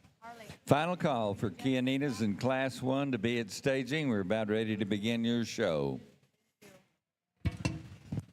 Well, we started our main Anjou Heifer show on the north side, and I'd like to introduce our judge, Ms. Krisha Geffert from Reedsburg, Wisconsin.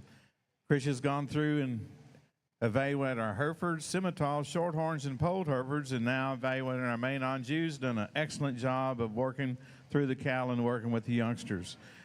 Her results on class number 1, winning the class is Cutter Dorsey from Lubbock County 4-H. Second in Class 1, exhibited by Cole Kate, Parker County 4-H. Our third place exhibitor was exhibited by Bowen Holder, Hale County 4-H. Fourth, Daniel Sullivan, Hill County 4-H. Our fifth place was shown by Lily Vogue from Kendall County 4-H. Sixth went to Peyton Johnson, Fairfield FFA. Seventh, Jocelyn Garza, Zapata County 4-H. And eighth, Aaron Cruzel, Sealy FFA. Now showing Class 2 in our Main Anjou Heifer Show. So Class 3, we need you to the north staging area, as well as Class 4 in our Junior Main Anjou Heifer Show.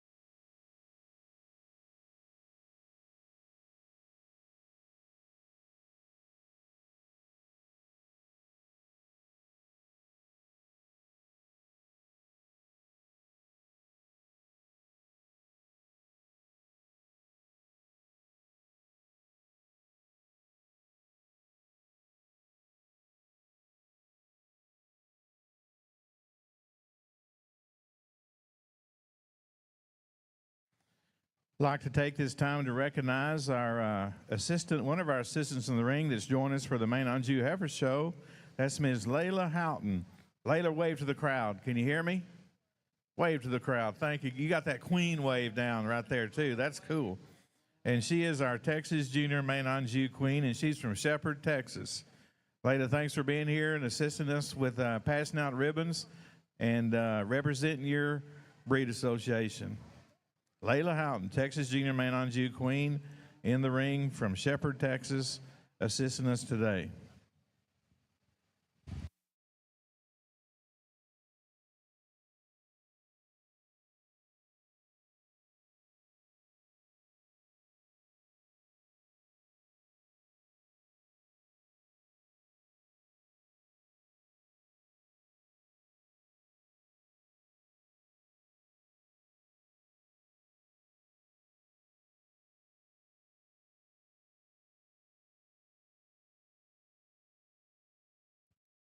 Having an interesting class of mains, and with the diversity of pedigrees, you'd expect some differences, and they are that, just very, very different.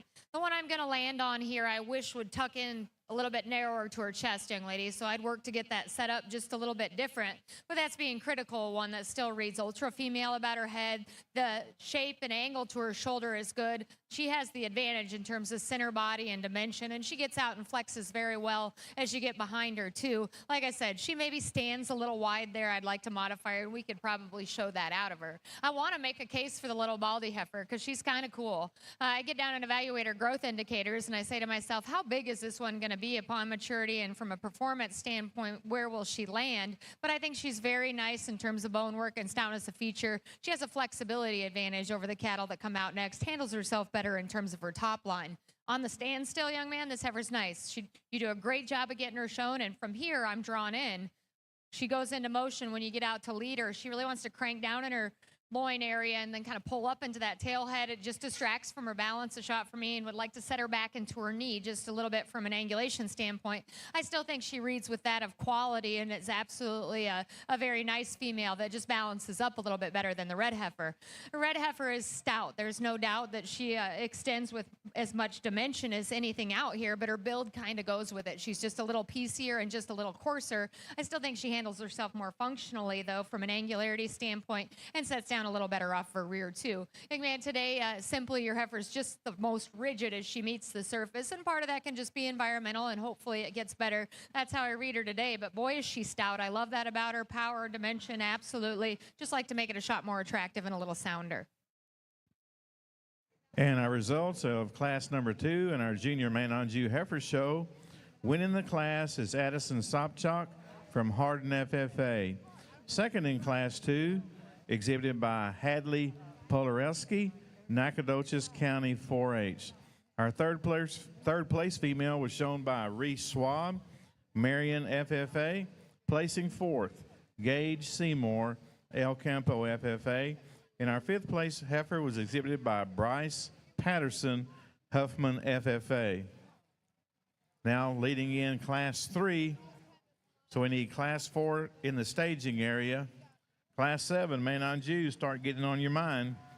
Classes 3 and 4 are small in our mains, and we'll go to our heifer division. So we'll need class 7 here rather shortly.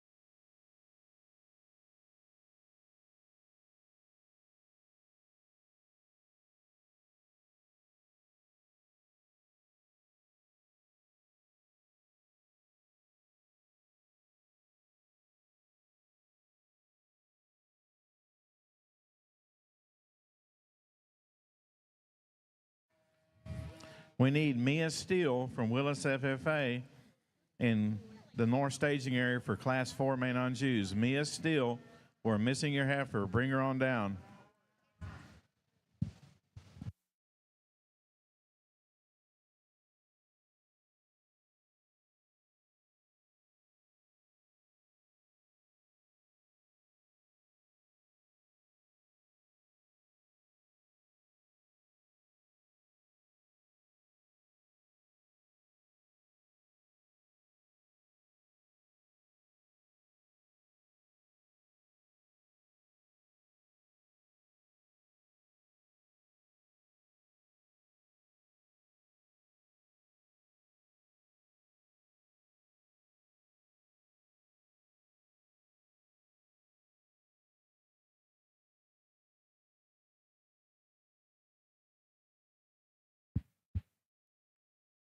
Well, I think a fun class to start us off here in our keys, and some good debate here amongst this top pair. The heifer that I used to win remains more collected in her top line. She's neater in her transition from her shoulder into her center body. To me, she's a shot more youthful and just fresher in terms of her look here from the side profile. Still very attractive and consistent in terms of her genuine build as you study her from her hock down. A heifer that I like in terms of her overall appearance here from the side profile. She still remains, again, very collected in her movement and keeps it all together. together when she takes off and goes. The heifer here in second, I think, makes it tough because she's a little bigger footed. She's got a little more depth in terms of her center body. She's one that naturally just carries herself with a pretty neat presence here from the side profile. You get past that, and one that wants to run downhill just a shot. She opens up right there at the base of her shoulder ever so slightly, and then isn't quite as coordinated in terms of her movement there out of her hip and hind leg, but certainly one that I like in terms of her genuine flexibility in her joint work, her center body, and the way she's built in the outward curvature to her rib. This one that comes here in third has an incredibly cool paint job in terms of her face. She is high tying and neat looking shoulders forward and goes to the ground with some added foot size. To me, it's as you study her right there at the ground though, where I'd like to square her up in terms of where her feet hit the surface up front. I'd like to see her bolder in terms of her heart and forerib and how she feeds back into her flank. Then you can really appreciate just those extras she has in terms of upheadedness, a proud look, and a stout hind leg as she goes to the ground. Got a white-hearted one that comes here next that I think certainly you like in terms of her reach and flexibility off of both ends, her easy keeping look in terms of her center body. To me, she's a little shorter and wants to kind of close up from hooks to pins, one that has a little more bark right there on the front side of her shoulder. I'd like to see her a shot neater right there in the top side of her neck. Tweak her in a couple of those areas, then I think you can really appreciate the basics that one brings to this particular class.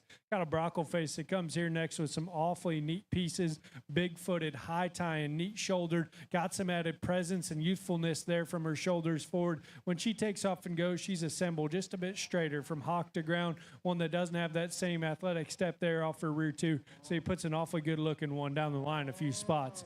Got another white-hearted one that comes here next that I like in terms of her comfort at the surface, her overwhelmingly massive center body here in this particular grouping, and one that's stout from behind. She takes off and goes, and it's a little surprising, but she's a bit shorter in her step because she's tighter right there in her center spine. She doesn't have that same fresh look from her shoulders forward, so you put a powerful bodied one down the line a ways. A Baldy that comes here next that's long and level back out to her hip, just like to set her back and her ankles off of both ends and freshen her up in her composition, shoulders forward, to really appreciate the mass she has right there through her center body. Got a silver one here next that gives you a neat look, shoulders forward and shapely up high.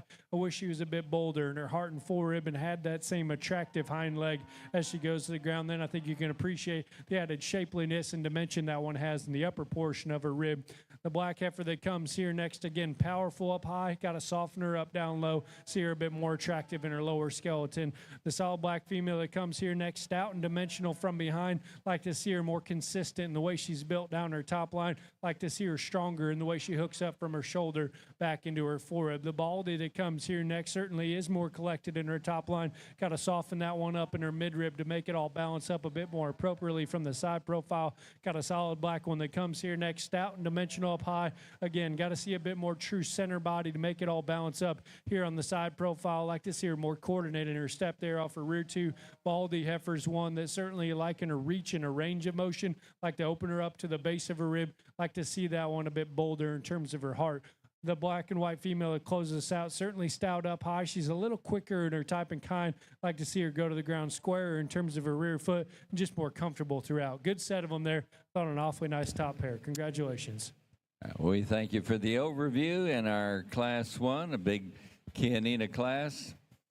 First place honors going to Kenley Guidry, and second to Maddox Stacks. We'll let the judge on the north talk these few head and get back to the description on the large Class 1 of Kianina. Class 2 moving in at this time.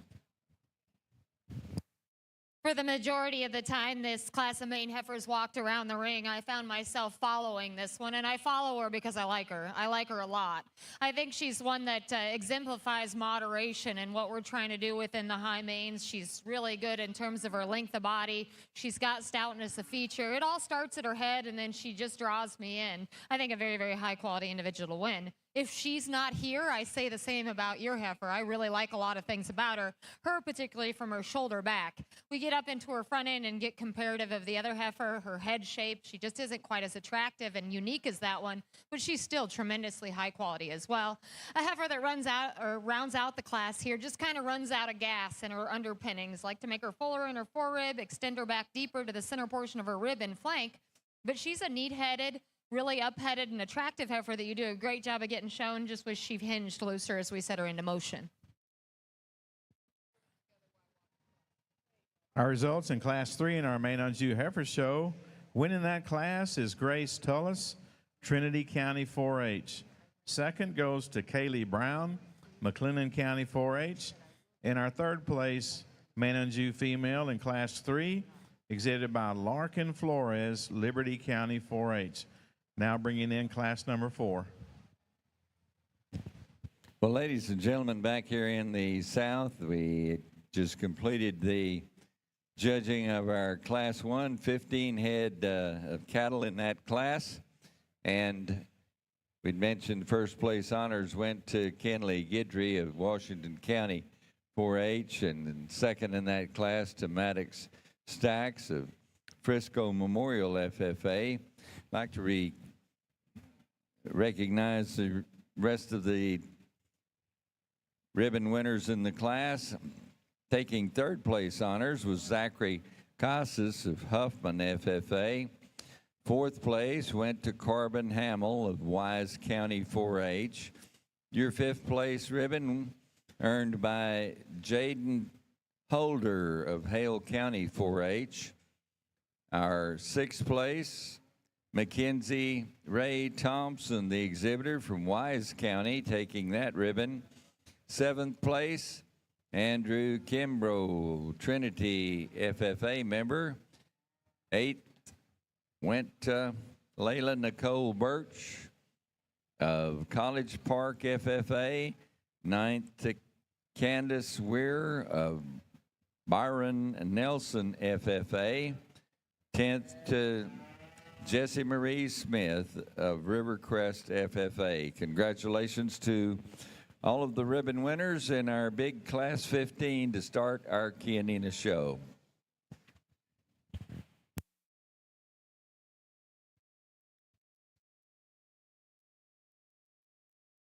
Just a truly powerful heifer here to begin on the main side. The young lady's red and white heifer just gets around the ring so well, especially as you evaluate her up from her foundation and realize just how much cow is there. She extends with so much dimension out of her hips. She ties in deep into a stifle that's still attractive and cowy. We can get a little more critical on her as we bring her back, but no need for that discussion here. She wins pretty easily. Young lady, you have a nice heifer as well. She's attractive in the way she assembles up front. She is bigger framed, and as a mature cow, she'll have that advantage over the other heifer. She just isn't as unique. I need to make her softer bodied and softer back into her flank to compete up higher in this particular class, but nice project for her.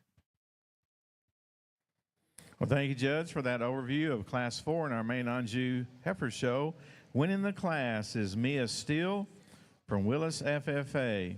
Second goes to Kendall Kutoch from East Bernard FFA.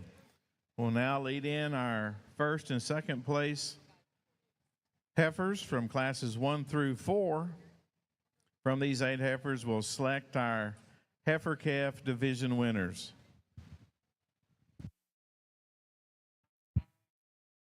Well, Class 2 brings some more very high-quality females here in our key show, and the one that I use here I feel very comfortable with. She's my kind in terms of her comfort there at the surface, her opened up and massive body type, her freshness and her composition, and then her looking lines here from the side profile. Very upheaded and neat from her shoulders forward. Again, collected in terms of her top line, enough length back out through her hip, and still has that added dimension here as they take off and go and you step around and behind her. I think it's in motion where she really separates herself over the heifer in second. She's just got more true reach out of her front end, more athleticism out of her hip and hind leg. The heifer that comes here in second has a bit more true stoutness and squareness in her pin set. She's a bit bolder in the upper portion of her rib, and I'd still give her the advantage in terms of true depth of body and feature there at the surface. Still, when they take off and go, like to see her shoulder lay smoother onto her body. Adams Fab. Established in 2007, they build custom livestock pinning and equipment to fit all your needs.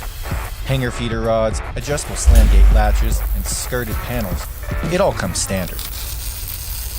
Custom pins made by hand and hot dipped galvanized so that you know that they're going to last. Adams Fab is a certified TIPS vendor and can design, fabricate, and install equipment to fit all your needs. Visit AdamsFabLivestock.com to get started today.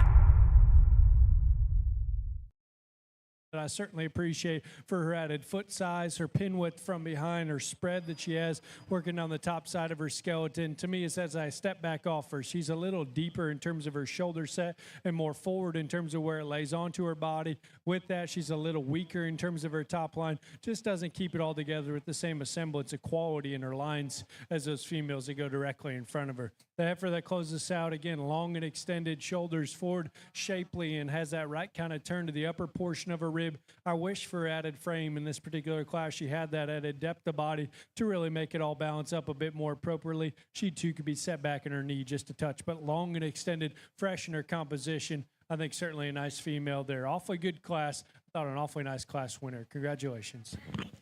And we thank you, Ms. Fitzsimmons. First place honors here in Class 2 going to Riley Ann Bevins of Johnson County 4-H. Your second place, Hartley Garner of Natchez FFA taking that award. Third, DeLeone Brumbond of the Klein FFA Chector.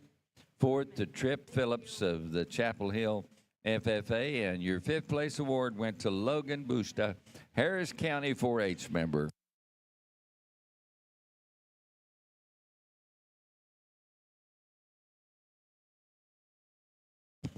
In our Kianina South Arena, our Class 3 females, we have 5 entries in this class. Class 4, you need to be in staging. Class 4 Kianinas, report to staging in the south.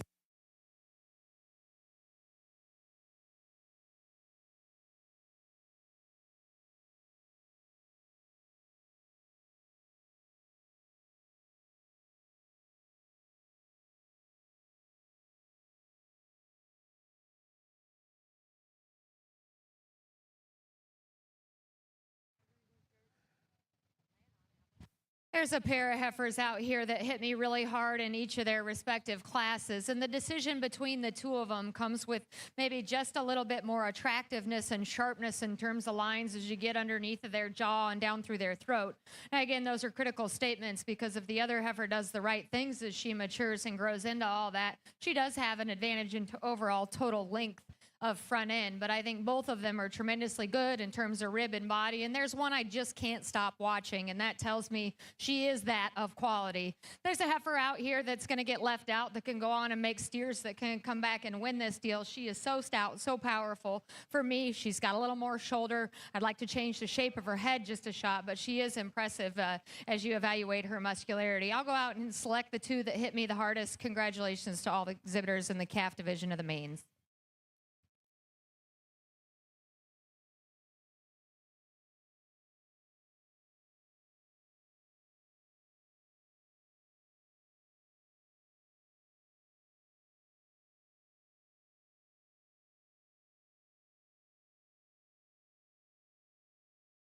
Our champion coming to us out of class number 3, Grace Tullis from Trinity County 4-H. Congratulations to you, Grace.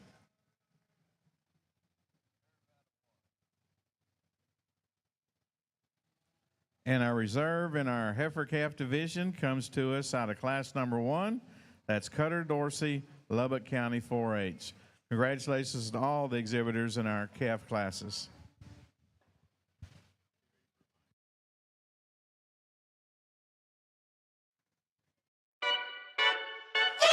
Every detail matters when preparing your livestock for the show ring. At Producers Co-op, we offer high-quality show feed, supplements, and supplies designed for your animal's best performance. Our specialized feeds promote optimal growth, conditioning, and muscle development for cattle, sheep, goats, pigs, and more. With expert advice and reliable products, we're dedicated to your success. Trust us to help you reach your goals with the feed that works as hard as you do. Come see why at Producers Co-op, it's better here. All for Kianina exhibitors in Class 4 to staging in the South. A reminder to you exhibitors in Class 7, as soon as we move in that Class 4, we'll ask you to bring up Class 7. That'll be a pretty good size 13-head class, and it won't take long to do our calf champion drive. We need entry number 37726 Reese Vonderall, and entry number 53060, Haley Rice. We're missing those two heifers in Class 7 and Main on Jews. You're about to miss the show. Reese Vonderall from Lake Creek FFA and Haley Rice, Johnson County 4-H. We need you to the north staging area. Class 8 Main on Jew females, we need you to the north staging area. Class 8 Main on Jew females.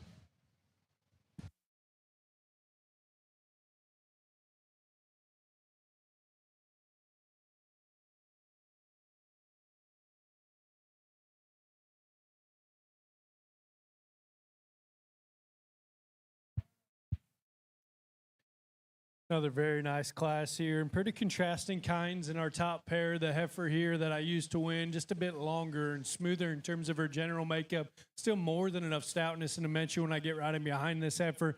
I think the biggest thing is she's just longer, more comfortable in her step there off her rear two, a bit fresher in terms of her composition, and again, has a bit more of a ladylike feminine look here from the side profile. Maybe you could see her a bit stouter in comparison to the female directly behind her, but as I said there a minute ago, I think she's got more than enough. The red heifer is one that if you're trying to make some show steers back home or just push the envelope in terms of dimension and true stoutness, I think this is a female you could tie into. She is so opened up in her midrib, powerful in terms of her pin set, got a big set of feet and legs underneath of her, and I'd argue still gets out and goes fairly comfortably off of both ends. I don't know that she does it quite as attractive in terms of her hind leg. When you compare her back to my class winner, I'd like to see her smoother about her shoulder and transition neater back into her full rib.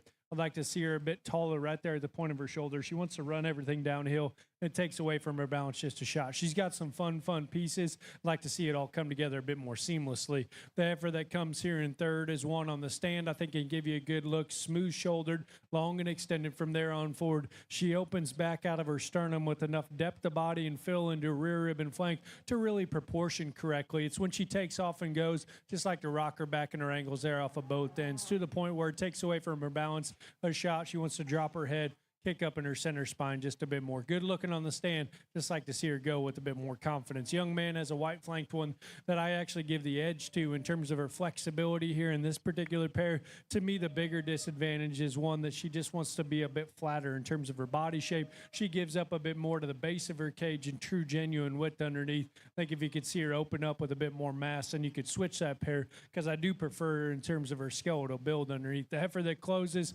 certainly one you like in terms of her width up high. She's one that wants to funnel a bit more to the base of her rib. Again, I'd like to set her back in her shoulder and knee, and I think that allow her to have a bit more presence and balance here from the side profile. Good set of them there. Thought an awfully nice class winner.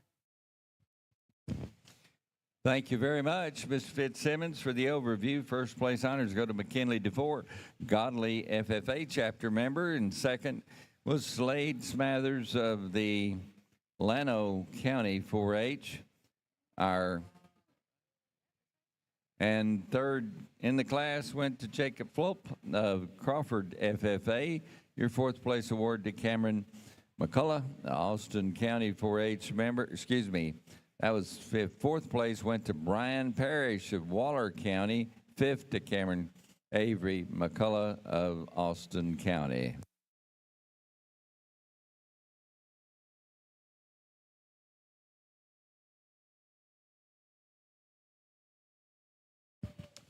We're moving in our Class 4 in the Kianinas, final class here in your junior calf division.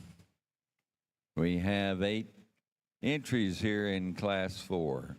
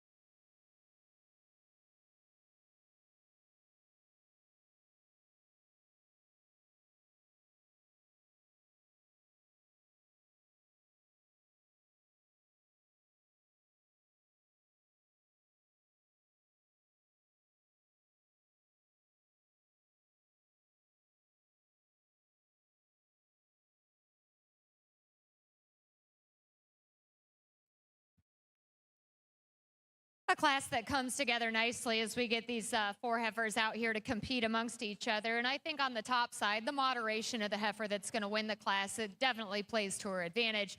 Because of that, she's more expansive in her rib and body, just her overall feedability hits me harder. She's a nickel up right off of both ends, though I'd like to just set her in a touch softer in the way she comes to her knee and then see her flex a little from behind. And that's where the conversation can become closer because this heifer does have the flexibility advantage. However, she's a bigger framed heifer that just doesn't have enough substance to go with it at this stage of the game to justify that. But I do like her flexibility, her extension, and I think her practicality of female character aligns her over the next 2 heifers. I guess between the 2 heifers, I think they're more alike than they are different in their composition. They both are muscular up high, but maybe come with some problems from a skeletal standpoint. I just read her as more female in her features about her head and the way she lays into her joint work. The heifer here, there's no doubt, though, they're both muscular, and I like that about him. She just doesn't read quite as feminine, especially as you get up through her head, down through her shoulder, just her joint work to go with it. But a nice project for her.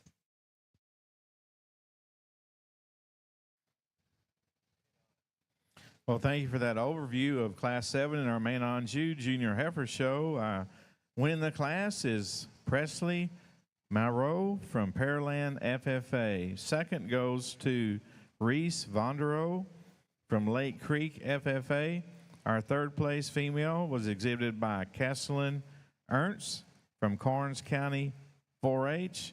And fourth, shown by Haley Rice, Johnson County 4-H. Now leading in class number 8 in our Junior Main Anjou Heifer Show. So we need class 9, all class 9 heifers to the staging area.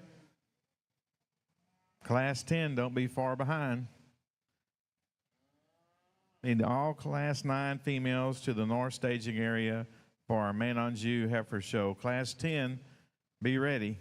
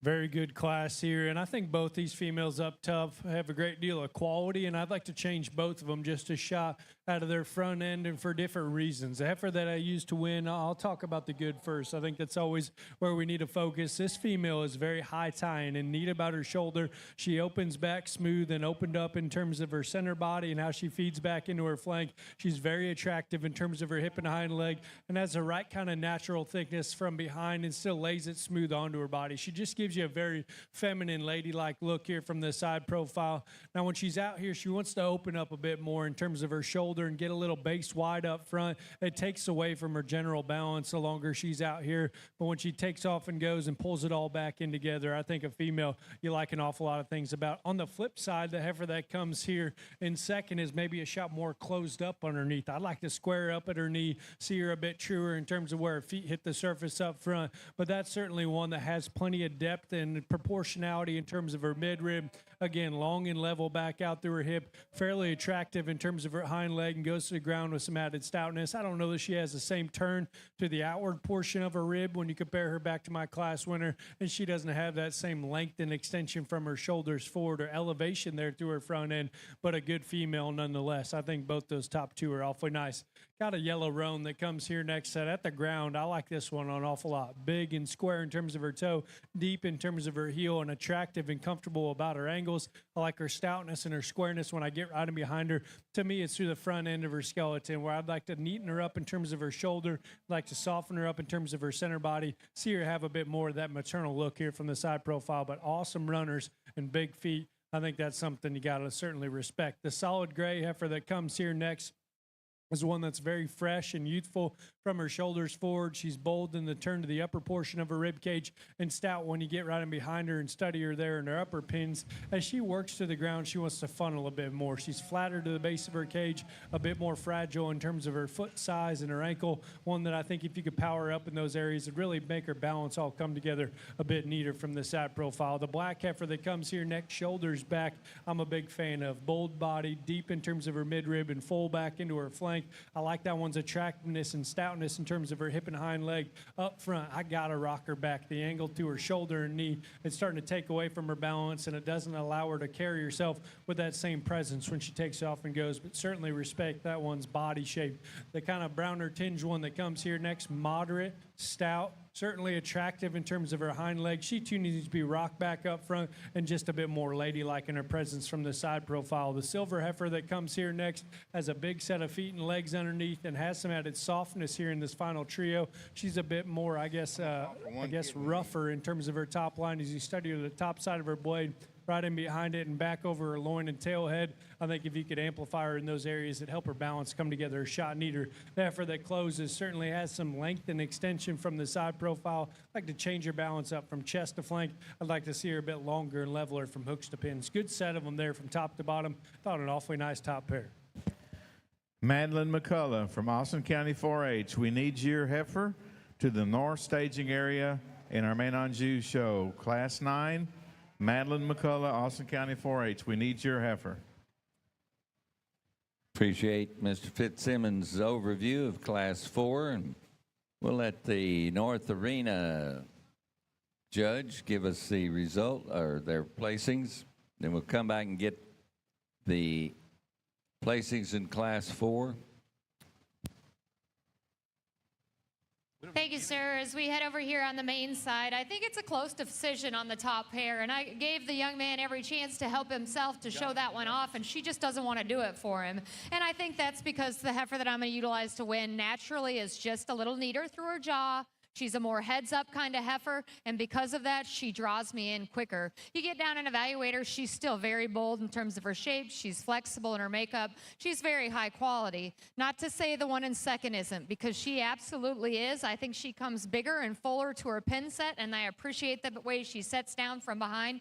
You get down and evaluate her front end, though. She's a little more Roman nose, just a little deeper throated, and bottom line is she does not want to show any portion of her body off for me today. I just lose her from a balance standpoint in comparison to the heifer that wins.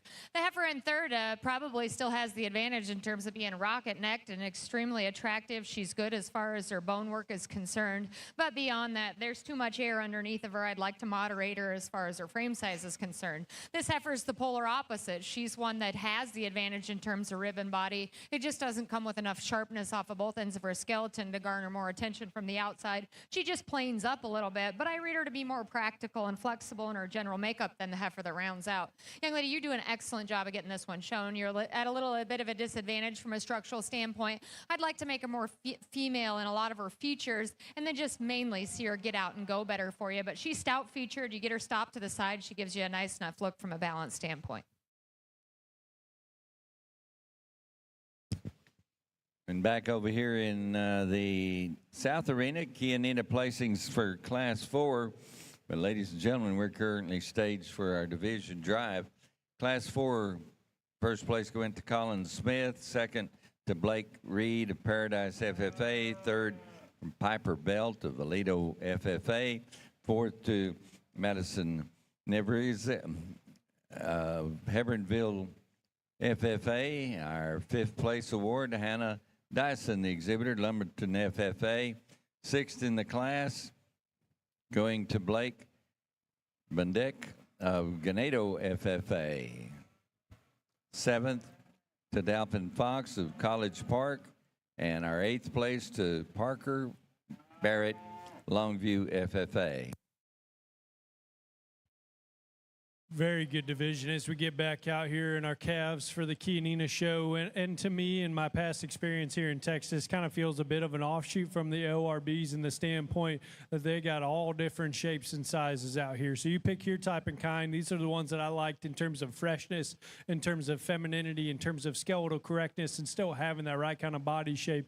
We started it all off there in the first class with one that has just such a neat look from her shoulders forward. She's fresh and round in her body type. She's comfortable in her angles down low. Maybe one that doesn't have quite as much stoutness in terms of her feature at the surface. She's probably not just quite as opened up in terms of her base of her cage as a few of these other females, but a female that's got an awfully bright future. I think that young lady's doing a great job getting her shown. Then we got into class 2, and one, in my opinion, really elevates herself here in this particular lineup in terms of her up-headed, neat look in conjunction with that right kind of body shape and turn down low. One that is so attractive and comfortable in terms of her lower angles, and you get right in behind her, and for as good looking as she is from the side profile, she has plenty of true stoutness and squareness in terms of her base width. I think that one has an incredibly bright future both in the ring as well as generating potential down the road.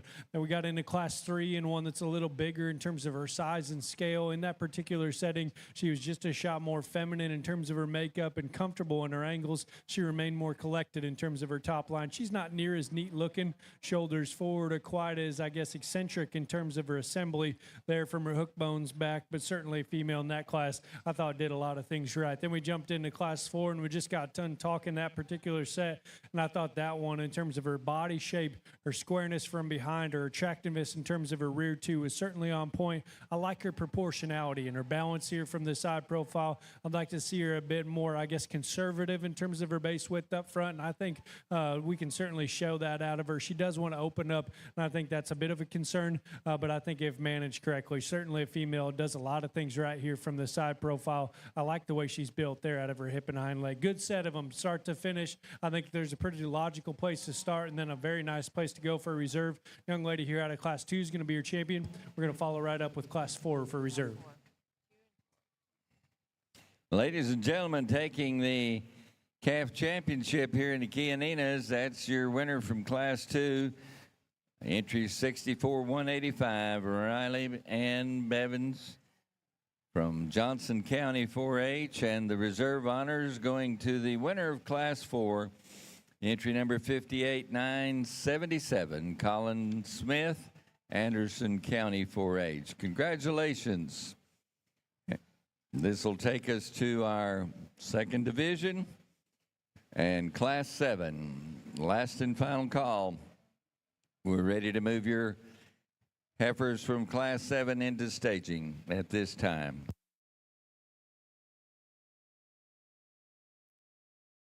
Balance and symmetry is research shown to draw your eye in, and I think this is a perfect example of that. The one that's the deepest and most sweeping in her rib cage is also the most parallel in her lines. She just kind of has that come hither look from the side, really a heads up female that's extremely attractive in her makeup. I think she wins pretty handily. The heifer in second is very fresh. She's extremely well presented, but you get down below that, and I'd like to modify her in a couple areas, lay her back in the angulation of her shoulder, just set her into her knee a shot better, and as she gets out and goes, she can handle herself just a little more comfortably. But like I said, presentation doesn't get much better than that. Very high quality, extremely attractive heifer. She's just longer measuring in terms of totals than the heifer that comes next. You have the advantage in terms of moderation, buddy, and I can tell you spent time at home. She's showing awfully well for you. For me, her moderation just doesn't lend to a very attractive look as we get off to the side of her.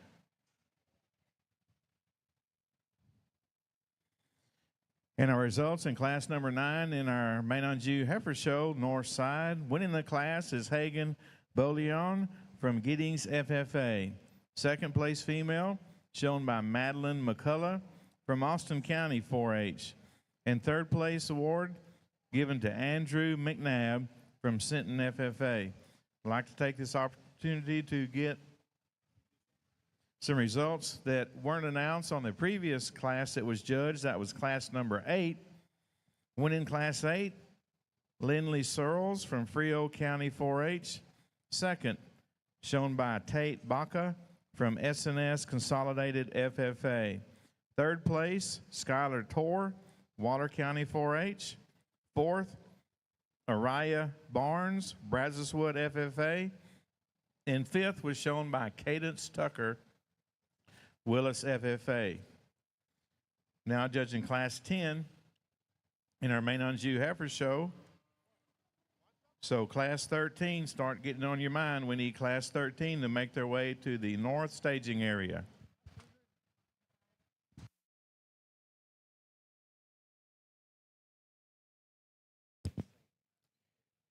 Canada exhibitors in Class 8 need to report into staging.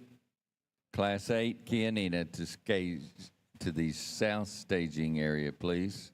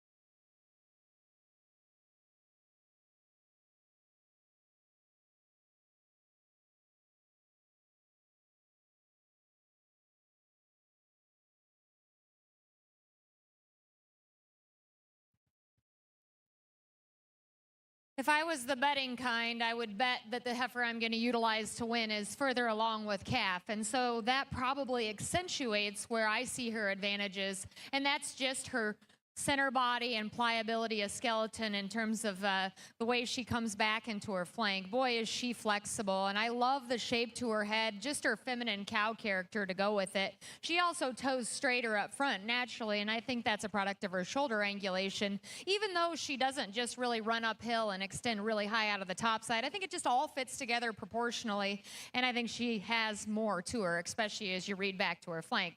Like I said, you don't bet about things you don't know, so we're not doing that here. And I love this one's hind leg, and when she steps down, boy, is it good. She's a little bigger framed kind of heifer. She wants to spin out just a nickel up front, and today I just don't read her to be as deep in terms of her body cage. Now, part of that is she is longer bodied, so if bigger cattle that are big and extended and attractive are your kind, she's awfully nice. She's maybe just a nickel Roman nose to get extra critical of her, but that's a high quality one. A hind leg like that runs the test of time. There's a flexibility advantage between this pair of heifers because they're actually pretty similar in the way that they're assembled from the side. Young man's heifers maybe just a little bit burlier in her overall build if you take into consideration the difference in how far along they are potentially with calf. Is she as extended and attractive as the pair ahead of her? That's where the questions are. So I'd like to change her there, but that's really, really a nice individual. This heifer has that advantage. She's got a really neat throat latch. She's got a neat neck that lays on a nice shoulder shape. Now, as far along with calf as she is, that probably is the reason she just wants to lumber around a little more today. So I wish that she'd get out and go, and we melt that calf out of her, how much true dimension is there. So that brings us to this heifer. And dimension, if that's what you're looking for, it's absolutely right here, and she has the most of it. I'd really like to change her rear foot shape and then just soften her inner structure off of both ends, but still possesses a lot of good for that next generation from a muscularity standpoint. Functional cattle all day long right here she's going to go home and do what it takes to make a cow in the show ring, just a little plainer in her pieces, like to make her more striking and attractive.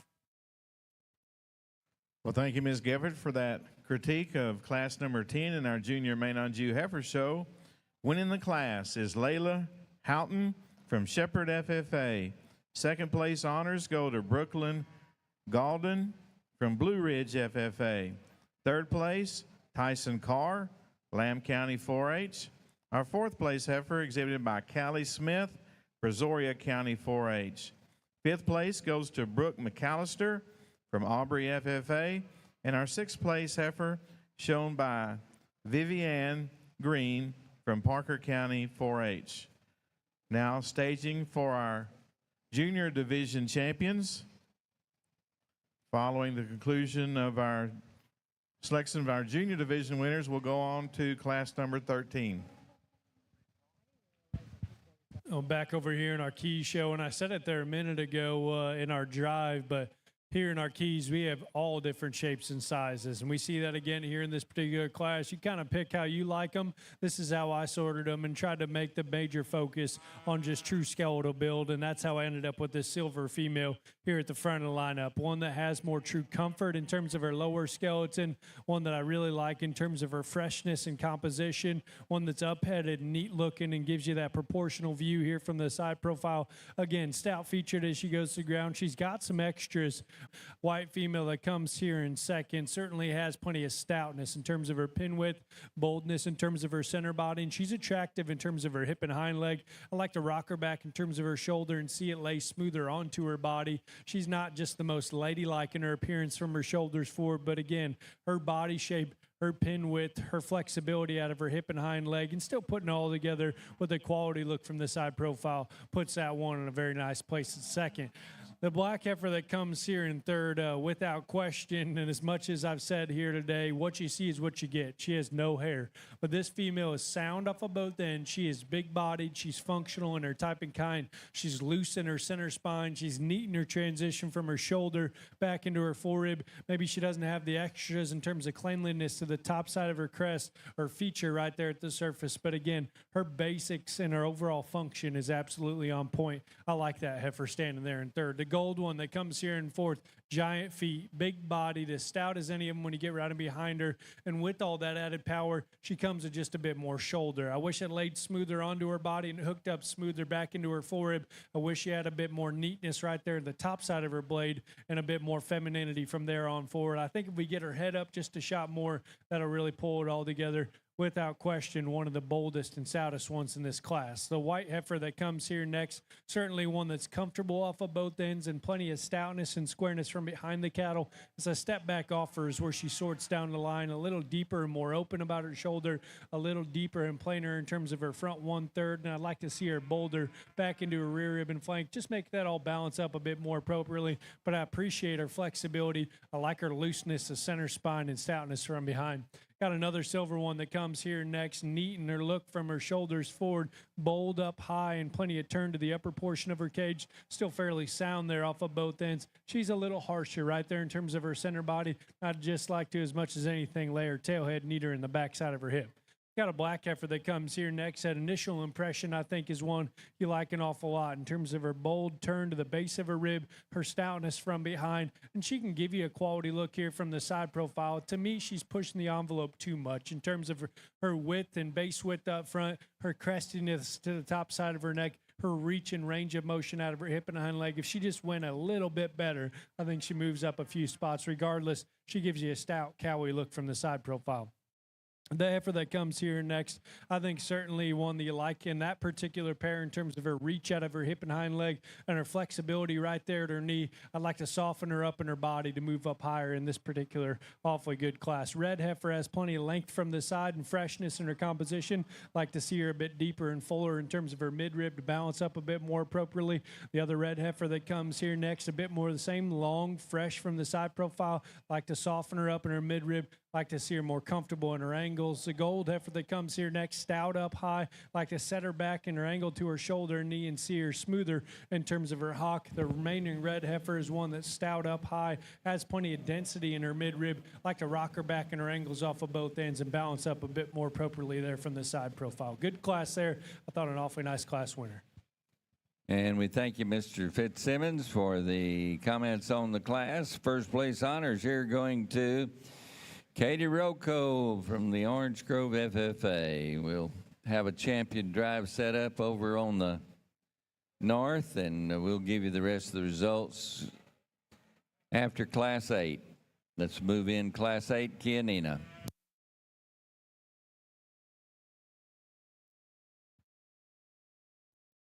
I think a very, very nice division drive in the main heifers, and all four of them represent good, and they absolutely represent differences. I think they're all built fairly similar in terms of rib and body, and as I weigh the differences amongst them and get comparative about our class winners to pick a champion, I looked down at the young lady taking a picture, and I thought to myself, which one of those takes the best picture?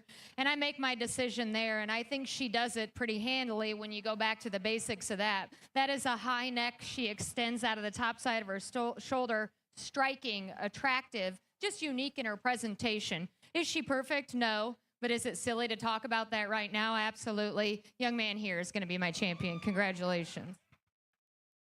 Your champion in our heifer division comes out of, our junior division comes out of class number 9, Hagen Bolian from Giddings FFA. Congratulations to you. And the reason I had to have that conversation with myself is because there's a pair of polar opposite heifers that are still so high quality, and I didn't really want to have to leave one of that pair out. They are not at all alike, but the heifer I'm going to utilize for reserve is just very, very practical. Young lady here will be reserved. In our reserve, in our junior division, comes out of class number 10, exhibited by Layla Houghton, Shepherd FFA. Congratulations to our champions and all those who showed in our junior classes. Well, ladies and gentlemen, in the Kianina Arena at this time are your Class 8, September through October heifers, and we have 20 head in this class. We'll share with you the results from the previous class judge. That was Class 7. Katie Rocco taking that class. First place honors. She's from the Orange Grove FFA chapter. Second in the class was earned by Cassidy Duco of the East Central FFA. Your third place award, Lauren Garza, Edinburgh Vela FFA member. Fourth in the class, going to Isaiah Salinas of the Veterans Memorial FFA chapter. Fifth place, Cody Martinez of the Victoria County 4-H. Sixth in the class was earned by Roman Del Bosque of Starr County 4-H. Seventh, Justin Fuller, Natchez FFA. Eighth place to Emery Butler of Marlin FFA. Ninth in the class, earned by Adelina Withrow of Calallen FFA. 10th place award going to Natalie Herrera, Fremont FFA chapter member.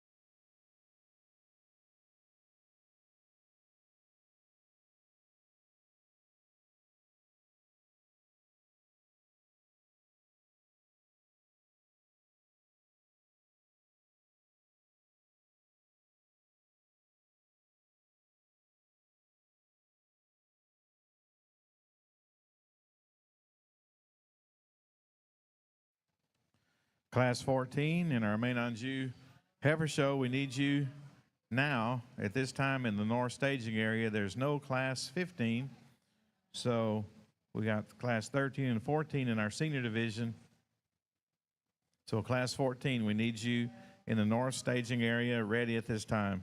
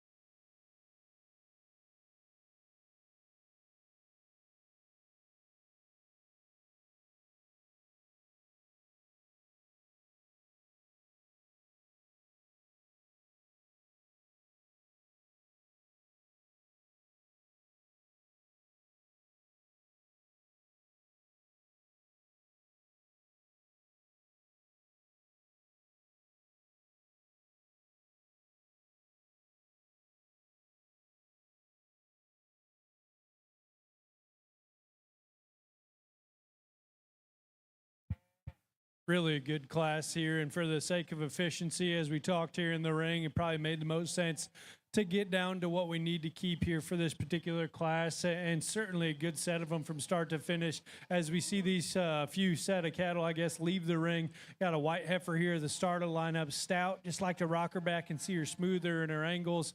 The golden white one's one a bit more of the same, stout up high, big legged, just smoother up in her joint work. Silver heifer just needs a bit more presence, but I like her body. The silver heifer, darker gray heifer that comes here next, a bit more of the same. Big-legged, stout up high. Like to see her a bit more ladylike. The black heifer is kind of in this particular mix right here. Certainly have some body. This one needs to be a bit neater in terms of her presence. This one could use a shot of body. And the young man here on the corner, we could set that one back in the angle to her shoulder. She was right on the edge and making it back over on that side of the ring. Young lady has one here that I like in terms of her foot and feature. Just like to soften her up and see her smoother in her general makeup. Awesome set of them here in terms of heifers. Even better set of kids. Give those kids a big round of applause as they exit the ring.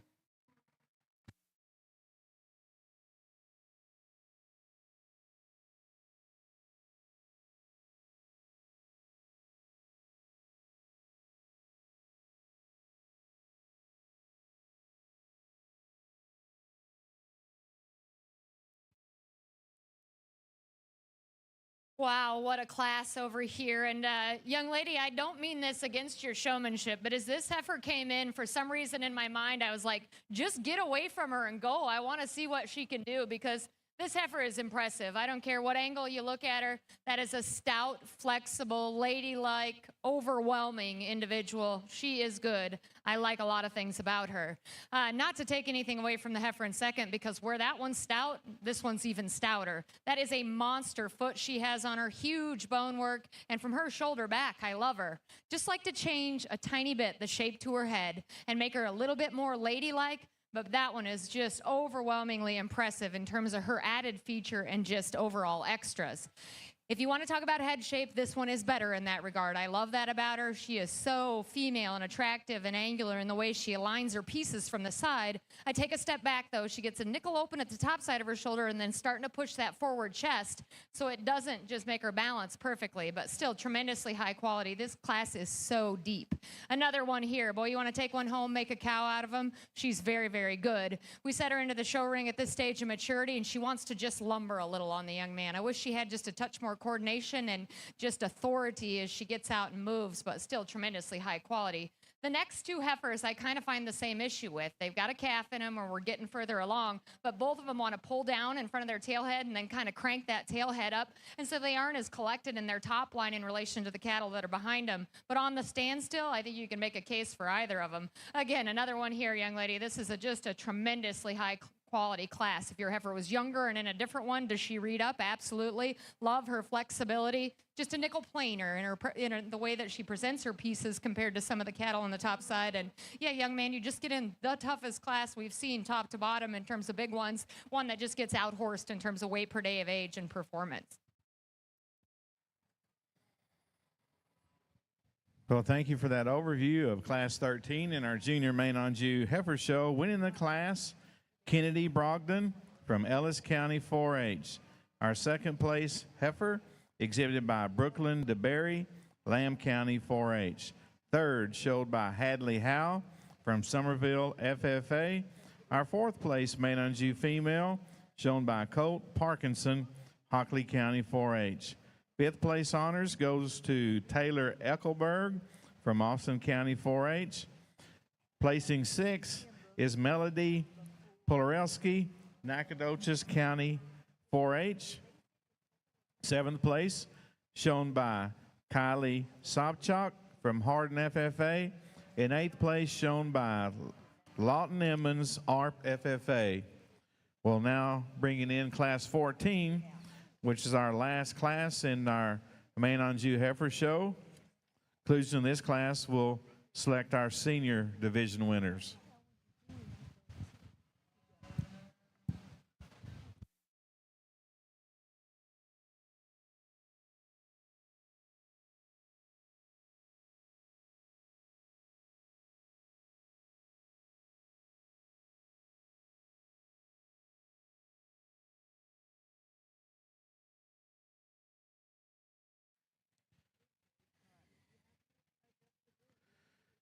You heifer and junior division winners, be ready in our Man on Jew female show.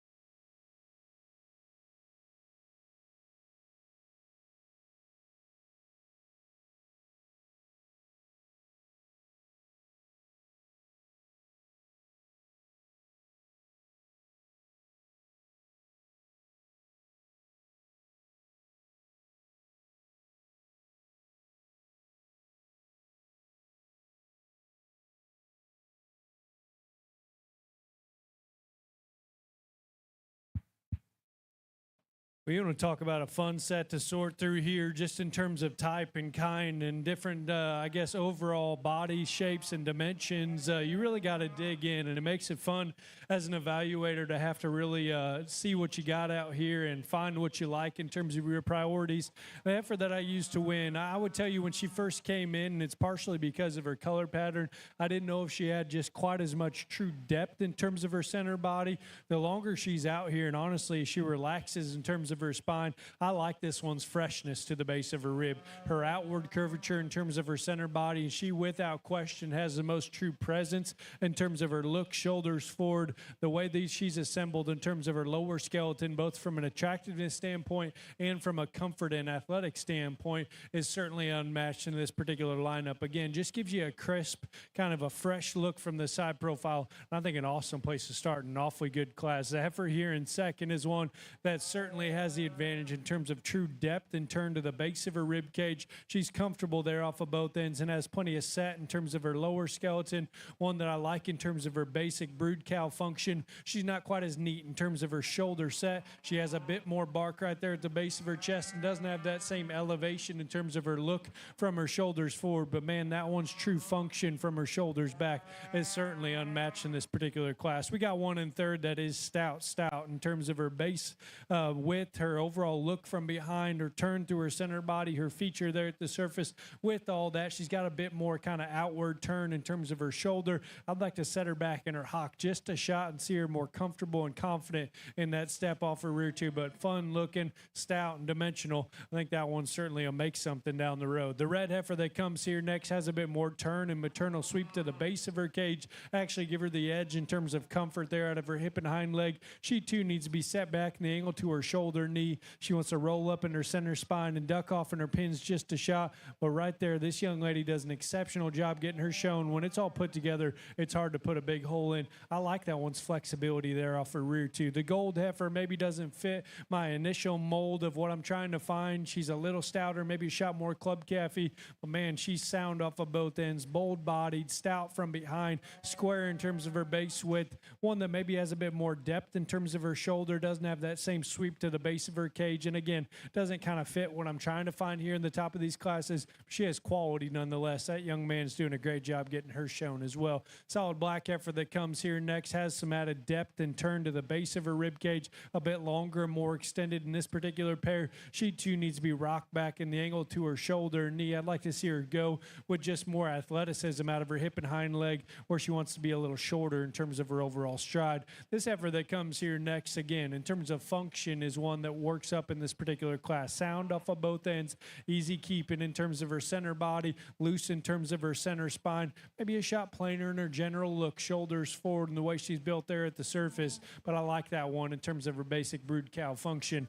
The gold white-legged one, or gray white-legged one that rolls around here next maybe doesn't initially grab your attention. She's a little rougher haired, maybe doesn't have just as much true fuzz in terms of her legs, and because of that looks a little kind of, I guess, more drab. One to me, I think still puts a lot of good together in terms of her flexibility off of both ends, her softness in her mid-rib, her added elevation there through her front end. I wish we could see her a shot more collected in her top line and see her a bit bolder in terms of her forerib. And then that heifer actually, in my opinion, can move up a couple spots. Red heifer's one that's attractive in terms of her hip and hind leg. I like her turn up high. I like to see her a bit neater right there at the base of her shoulder, a bit more ladylike from there on forward. Toughest decision for me today is between 10, and 11. We only get to give out 10 ribbons today, and I don't take that lightly. The white heifer is one that I just prefer in terms of her skeletal build, her foot size and shape, and the way that she goes there off of both ends. One that I wish we could open up in terms of the base of her rib, but certainly like that one in terms of her look and extension, shoulders forward, her reach and range of motion. The red heifer is one that I certainly appreciate in terms of the turn to the center portion of her body and her stoutness up high. She wants to tie up in her center spine just a touch. I'd like to see her a bit more coordinated in her movement right there at the surface. Awesome class, start to finish. Thought it was awfully good there up top. Congratulations to all those exhibitors. And we thank you for the overview of our heifers here in Class 8. First place honors go to Tucker Childers of Bowie. Second in the class going to Madison Evans, Hamilton, FFA. Our third place to Pecos Worley of Gillespie County. Fourth to Emma Wiggins of Liberty, FFA. Fifth to Connor Webb of Whitney, FFA. Our sixth place award went to Isabel Langford of Natchez, FFA. Seventh in the class to Journey Wilburn, Greenville, FFA. Eighth place to McKenna Bonso, Clear Creek, FFA chapter member. Ninth to Zane Wilson, El Campo, FFA. And 10th to Gracie Rhodes of College Park, FFA. Now moving into Class 9 here in the Key Show. We're on the last class of the day over here on the mains, and I think a nice class that assembles with a lot of differences. And the heifer I'm going to land on to win is maybe not the most attractive in her hock. Don't like to lead with negatives, but she's still, for me, the most functional from a structural standpoint. She's the most angular in her shoulder and just sets down with the most ease off of her rear, too. Now, is she just perfect in the way that she blends her shoulder as far as her body is concerned? No, but I think her angles are just more appropriate as we push her more into longevity. Young ladies, Baldy heifer, I really want to fall in love with this one. Her markings are hard to deny, and she is good when you get her stopped and you get her shown from the side. We set her into motion, though. She's a little more pitched forward in her shoulders. She compensates by kind of dropping her hip as she gets underneath of herself. And then from the side, her flank reads up higher than her chest floor, so she just doesn't balance quite as well. I think if she's further along with calf and she has a little more condition on her, maybe that story changes. And I do think she's still high quality. Like I said, you do a great job of getting her shown. If you want to talk about the next generation of cattle that are going to go on and raise ones from a production standpoint that are going to go into a food chain, this one is muscular. I like that about her. There's no doubt she's the biggest topped and stoutest penned, but like cattle that are built like her, maybe just not the most feminine. I'd like to soften her in her structure. She gets a little more rigid as she comes to her groundwork. You're doing a great job of presenting her as well. Well, thank you for that overview of Class 14, our last class of the day over here on the North Judging Arena. Winning that class is Maya Watts from East Bernard, FFA. Second in Class 14, Dakota Danley, Royce City, FFA. And our third place award goes to Madison Hullab, Schulenburg, FFA. We're now going to lead in our class winners and second places from classes 13 and 14 and select our senior division winning females.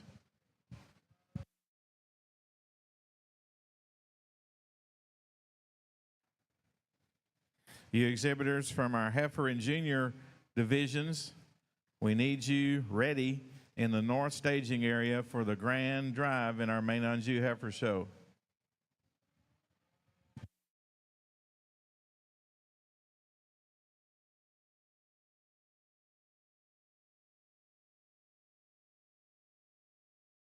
Also, just another reminder, if you were fortunate enough to be overall grand or reserve in your respective breed this morning and this afternoon, be sure and get your bios filled out and sent up to us at the announcer stand.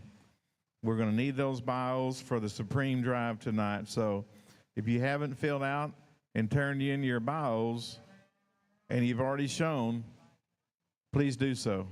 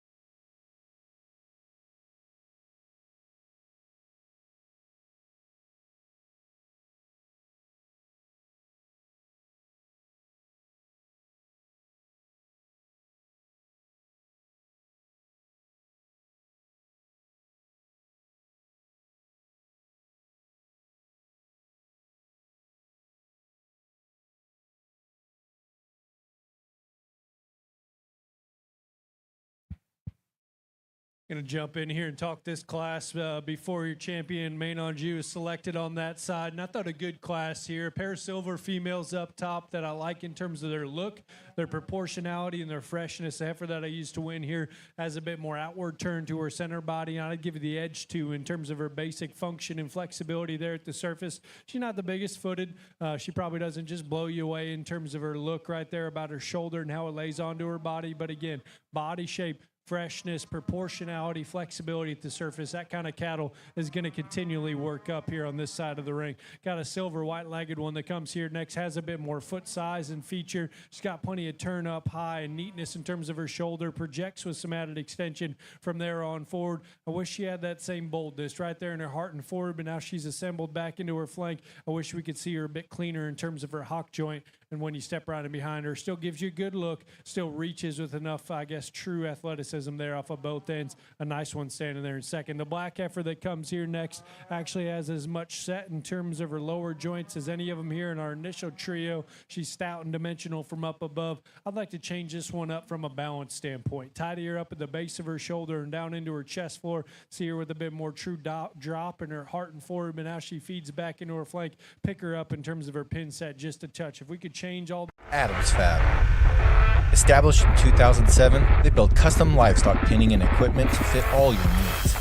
Hanger feeder rods, adjustable slam gate latches, and skirted panels. It all comes standard. Custom pins made by hand and hot dipped galvanized so that you know that they're going to last.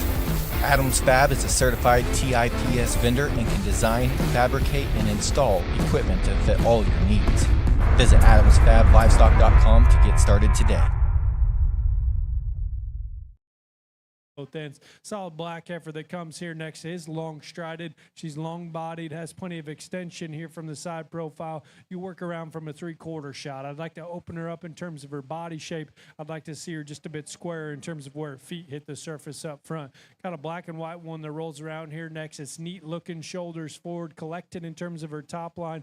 I wish she went to the ground with a bit more flexibility and confidence, specifically there off her rear two to move up here in this particular class. But I like her stoutness. I like her composition. Silver female closes us out. When she gets it all put together, can give you a good look. She's big-footed, bold-bodied, stout in terms of her upper pin set. She gets a bit more broken in terms of her top line. Doesn't have that same feminine look here from the side profile as a few of those females on the top end of this class. Good set of them. Thought an awfully nice top pair. Congratulations. Final call for Class 10 Chianinas. Last and final call. We need entry 45-181. Final call.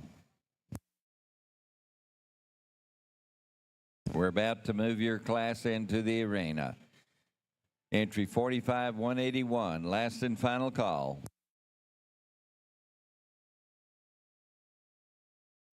Over here to pick the last division of mains. I think it's exciting. And not to take anything away from the two young ladies out of the last class. Those are nice cattle. The other two just chart into a different category. Logical decision to keep them together. Champion and reserve.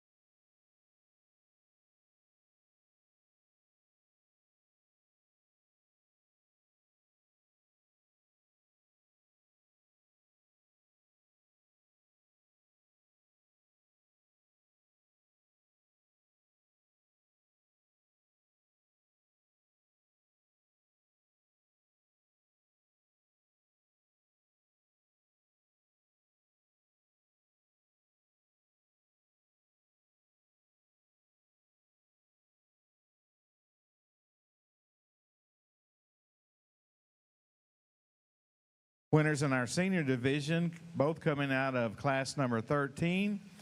Our champion senior heifer goes to Kennedy Brogdon from Ellis County 4-H. And our reserve senior division winner comes from Brooklyn, shown by Brooklyn DeBerry, Lamb County 4-H. Congratulations to those division winners. We need to bring back our winners out of our heifer division, our junior division, and our senior division back into the show arena.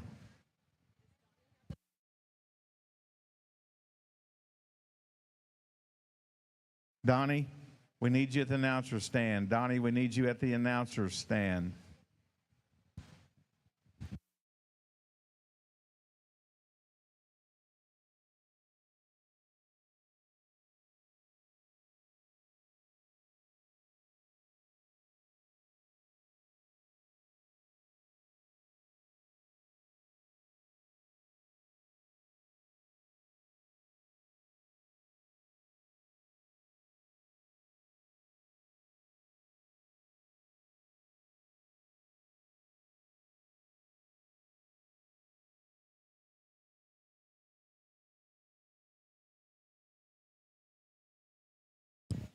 Reminder to Kianina exhibitors, we'll have our division drive here for the junior division following Class 10.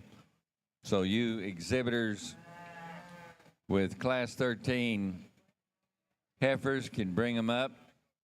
Have 3 head in that class, and Class 14 be standing ready. Let's bring up Class 13, Kianina, to staging, please.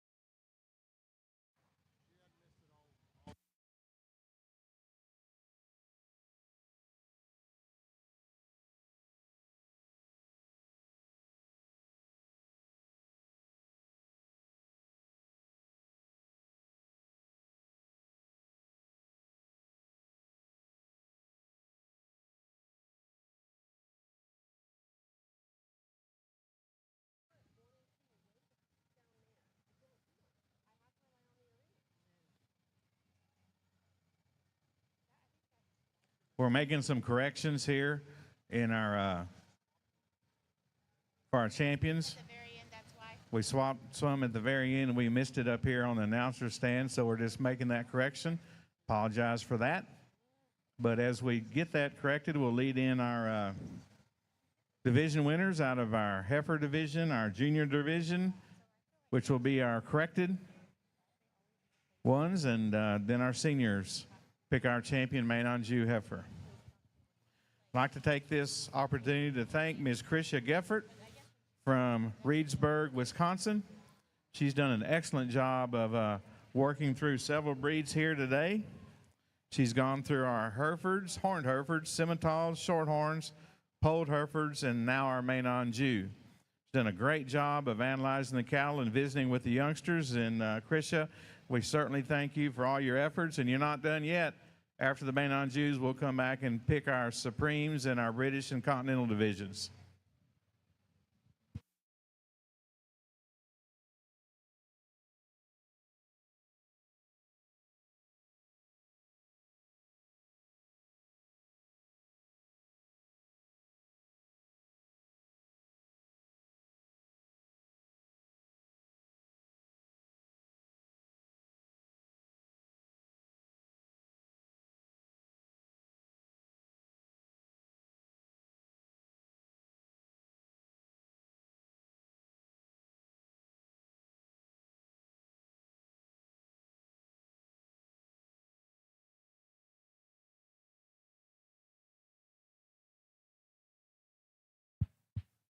Really a good pair here, and a pair of young men that are doing an incredibly good job getting these heifers shown, really putting me to the fire in terms of digging in here and figuring out where you need to be. And I think these heifers are awfully nice, and for different reasons. They have good contrasting pieces back and forth, where I'd like to change one, the other one does improve, and then vice versa. The heifer here at the front of the lineup, I'll be the first to tell you, and the young man told me that his dad maybe needs to work on his clipping. I'm not going to say it exactly how he said it, but I think a heifer here that's presented very highly. I think a heifer that I like an awful lot in terms of just her density, one that is so massive in her center body, one that I think certainly you like in terms of her flexible build, her foot size, her added feature. She has more true comfort built into her hock, one that's a little interesting. Maybe every once in a while she wants to kick up on her rear pastern, specifically on her back left, but she naturally is awfully good in terms of her lower angles. Again, so powerful and dimensional in terms of her midrib, so opened up in the outward curvature to her body.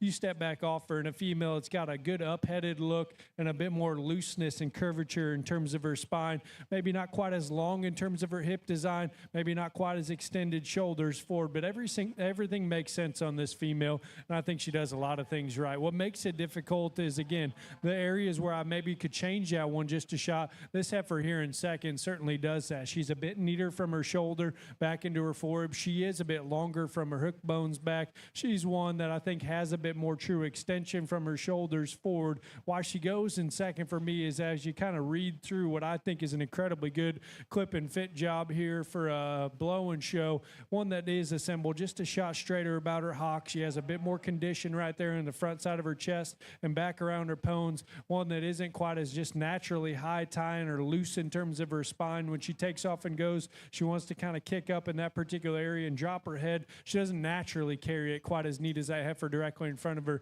Some harsh criticisms on a female. I think does a lot of things right. Again, I think both those showmen are doing an awesome job getting their heifers stuck. And we jump into this one in third, and she's a bit leaner in terms of her composition, one that I like in terms of her assembly of her hip and hind leg. She's out-horsed in terms of the dimension to the center portion of her body and the way she's built right there at her knee. If we could rock her back in that area and see her be a bit looser in terms of her center spine, then that one can get a bit more in the conversation there up top. Heifer that comes here next, long and level in terms of her top side design, one that certainly has enough foot size and feature and just true flexibility underneath. To me, she doesn't balance up quite as appropriately from the side profile. She pushes a little more chest. She wants to cut back up into her flank. She doesn't carry her shape quite as deep down into her center stifle and lower quarter. You put a female that's certainly sound off of both ends down the line just a shade in an awfully good class. Another one here that I like in terms of the turn to the upper portion of her rib for having a little added frame. I wish she was a bit softer in terms of her center body, a bit stouter in terms of her ankle to balance up just a shot more appropriately. Young man has a heifer here next that has that at a depth of body here from the side profile. In this particular pair, one to me, it needs to be leaned up in her composition. Wish we could see her longer and square from hooks to pins. The heifer that comes here next has a bit more true pin width and squareness from behind the cattle. Again, for having a little added length and frame, I wish she had a bit more true turn to the base of her rib and was a bit more comfortable in her step there off for both ends. The black and white heifer that closes out, moderate, easy flesh, and to the point where it works to her disadvantage. Got a little more coarseness right there at the point of her shoulder, a little uncoordinated. Wish we could see everything come together a bit neater there off of both ends. Good set. I thought an awfully nice top pair. Congratulations. Taking first place in Class 10 is Tackett Leonard Holder of Hale County. Second in the class to Keegan O'Leary, Parker County 4-H. Third place is Peyton Gilchrist, LaGrange FFA. Your fourth place honors went to Tyler Suckmeyer of Bland FFA. Fifth in the class to Brianna Gilchrist, Fayette County 4-H. Your sixth place award to Todd Kerr, Montgomery County. Seventh going to Gracie Garza, Royce City FFA, and eighth to Logan Bowman, Davenport FFA. We're ready to stage for our junior champion drive.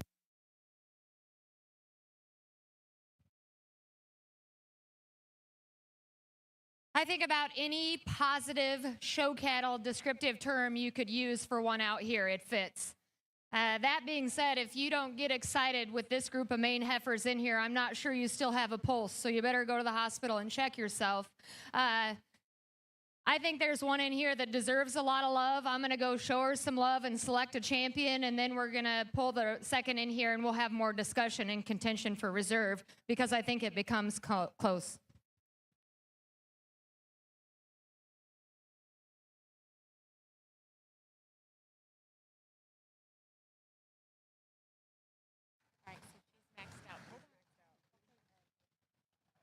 There's your grand champion Maine Anjou female of our 2025 Junior Heifer Show, shown by Kennedy Brogdon from Ellis County 4-H. Congratulations to you, Kennedy.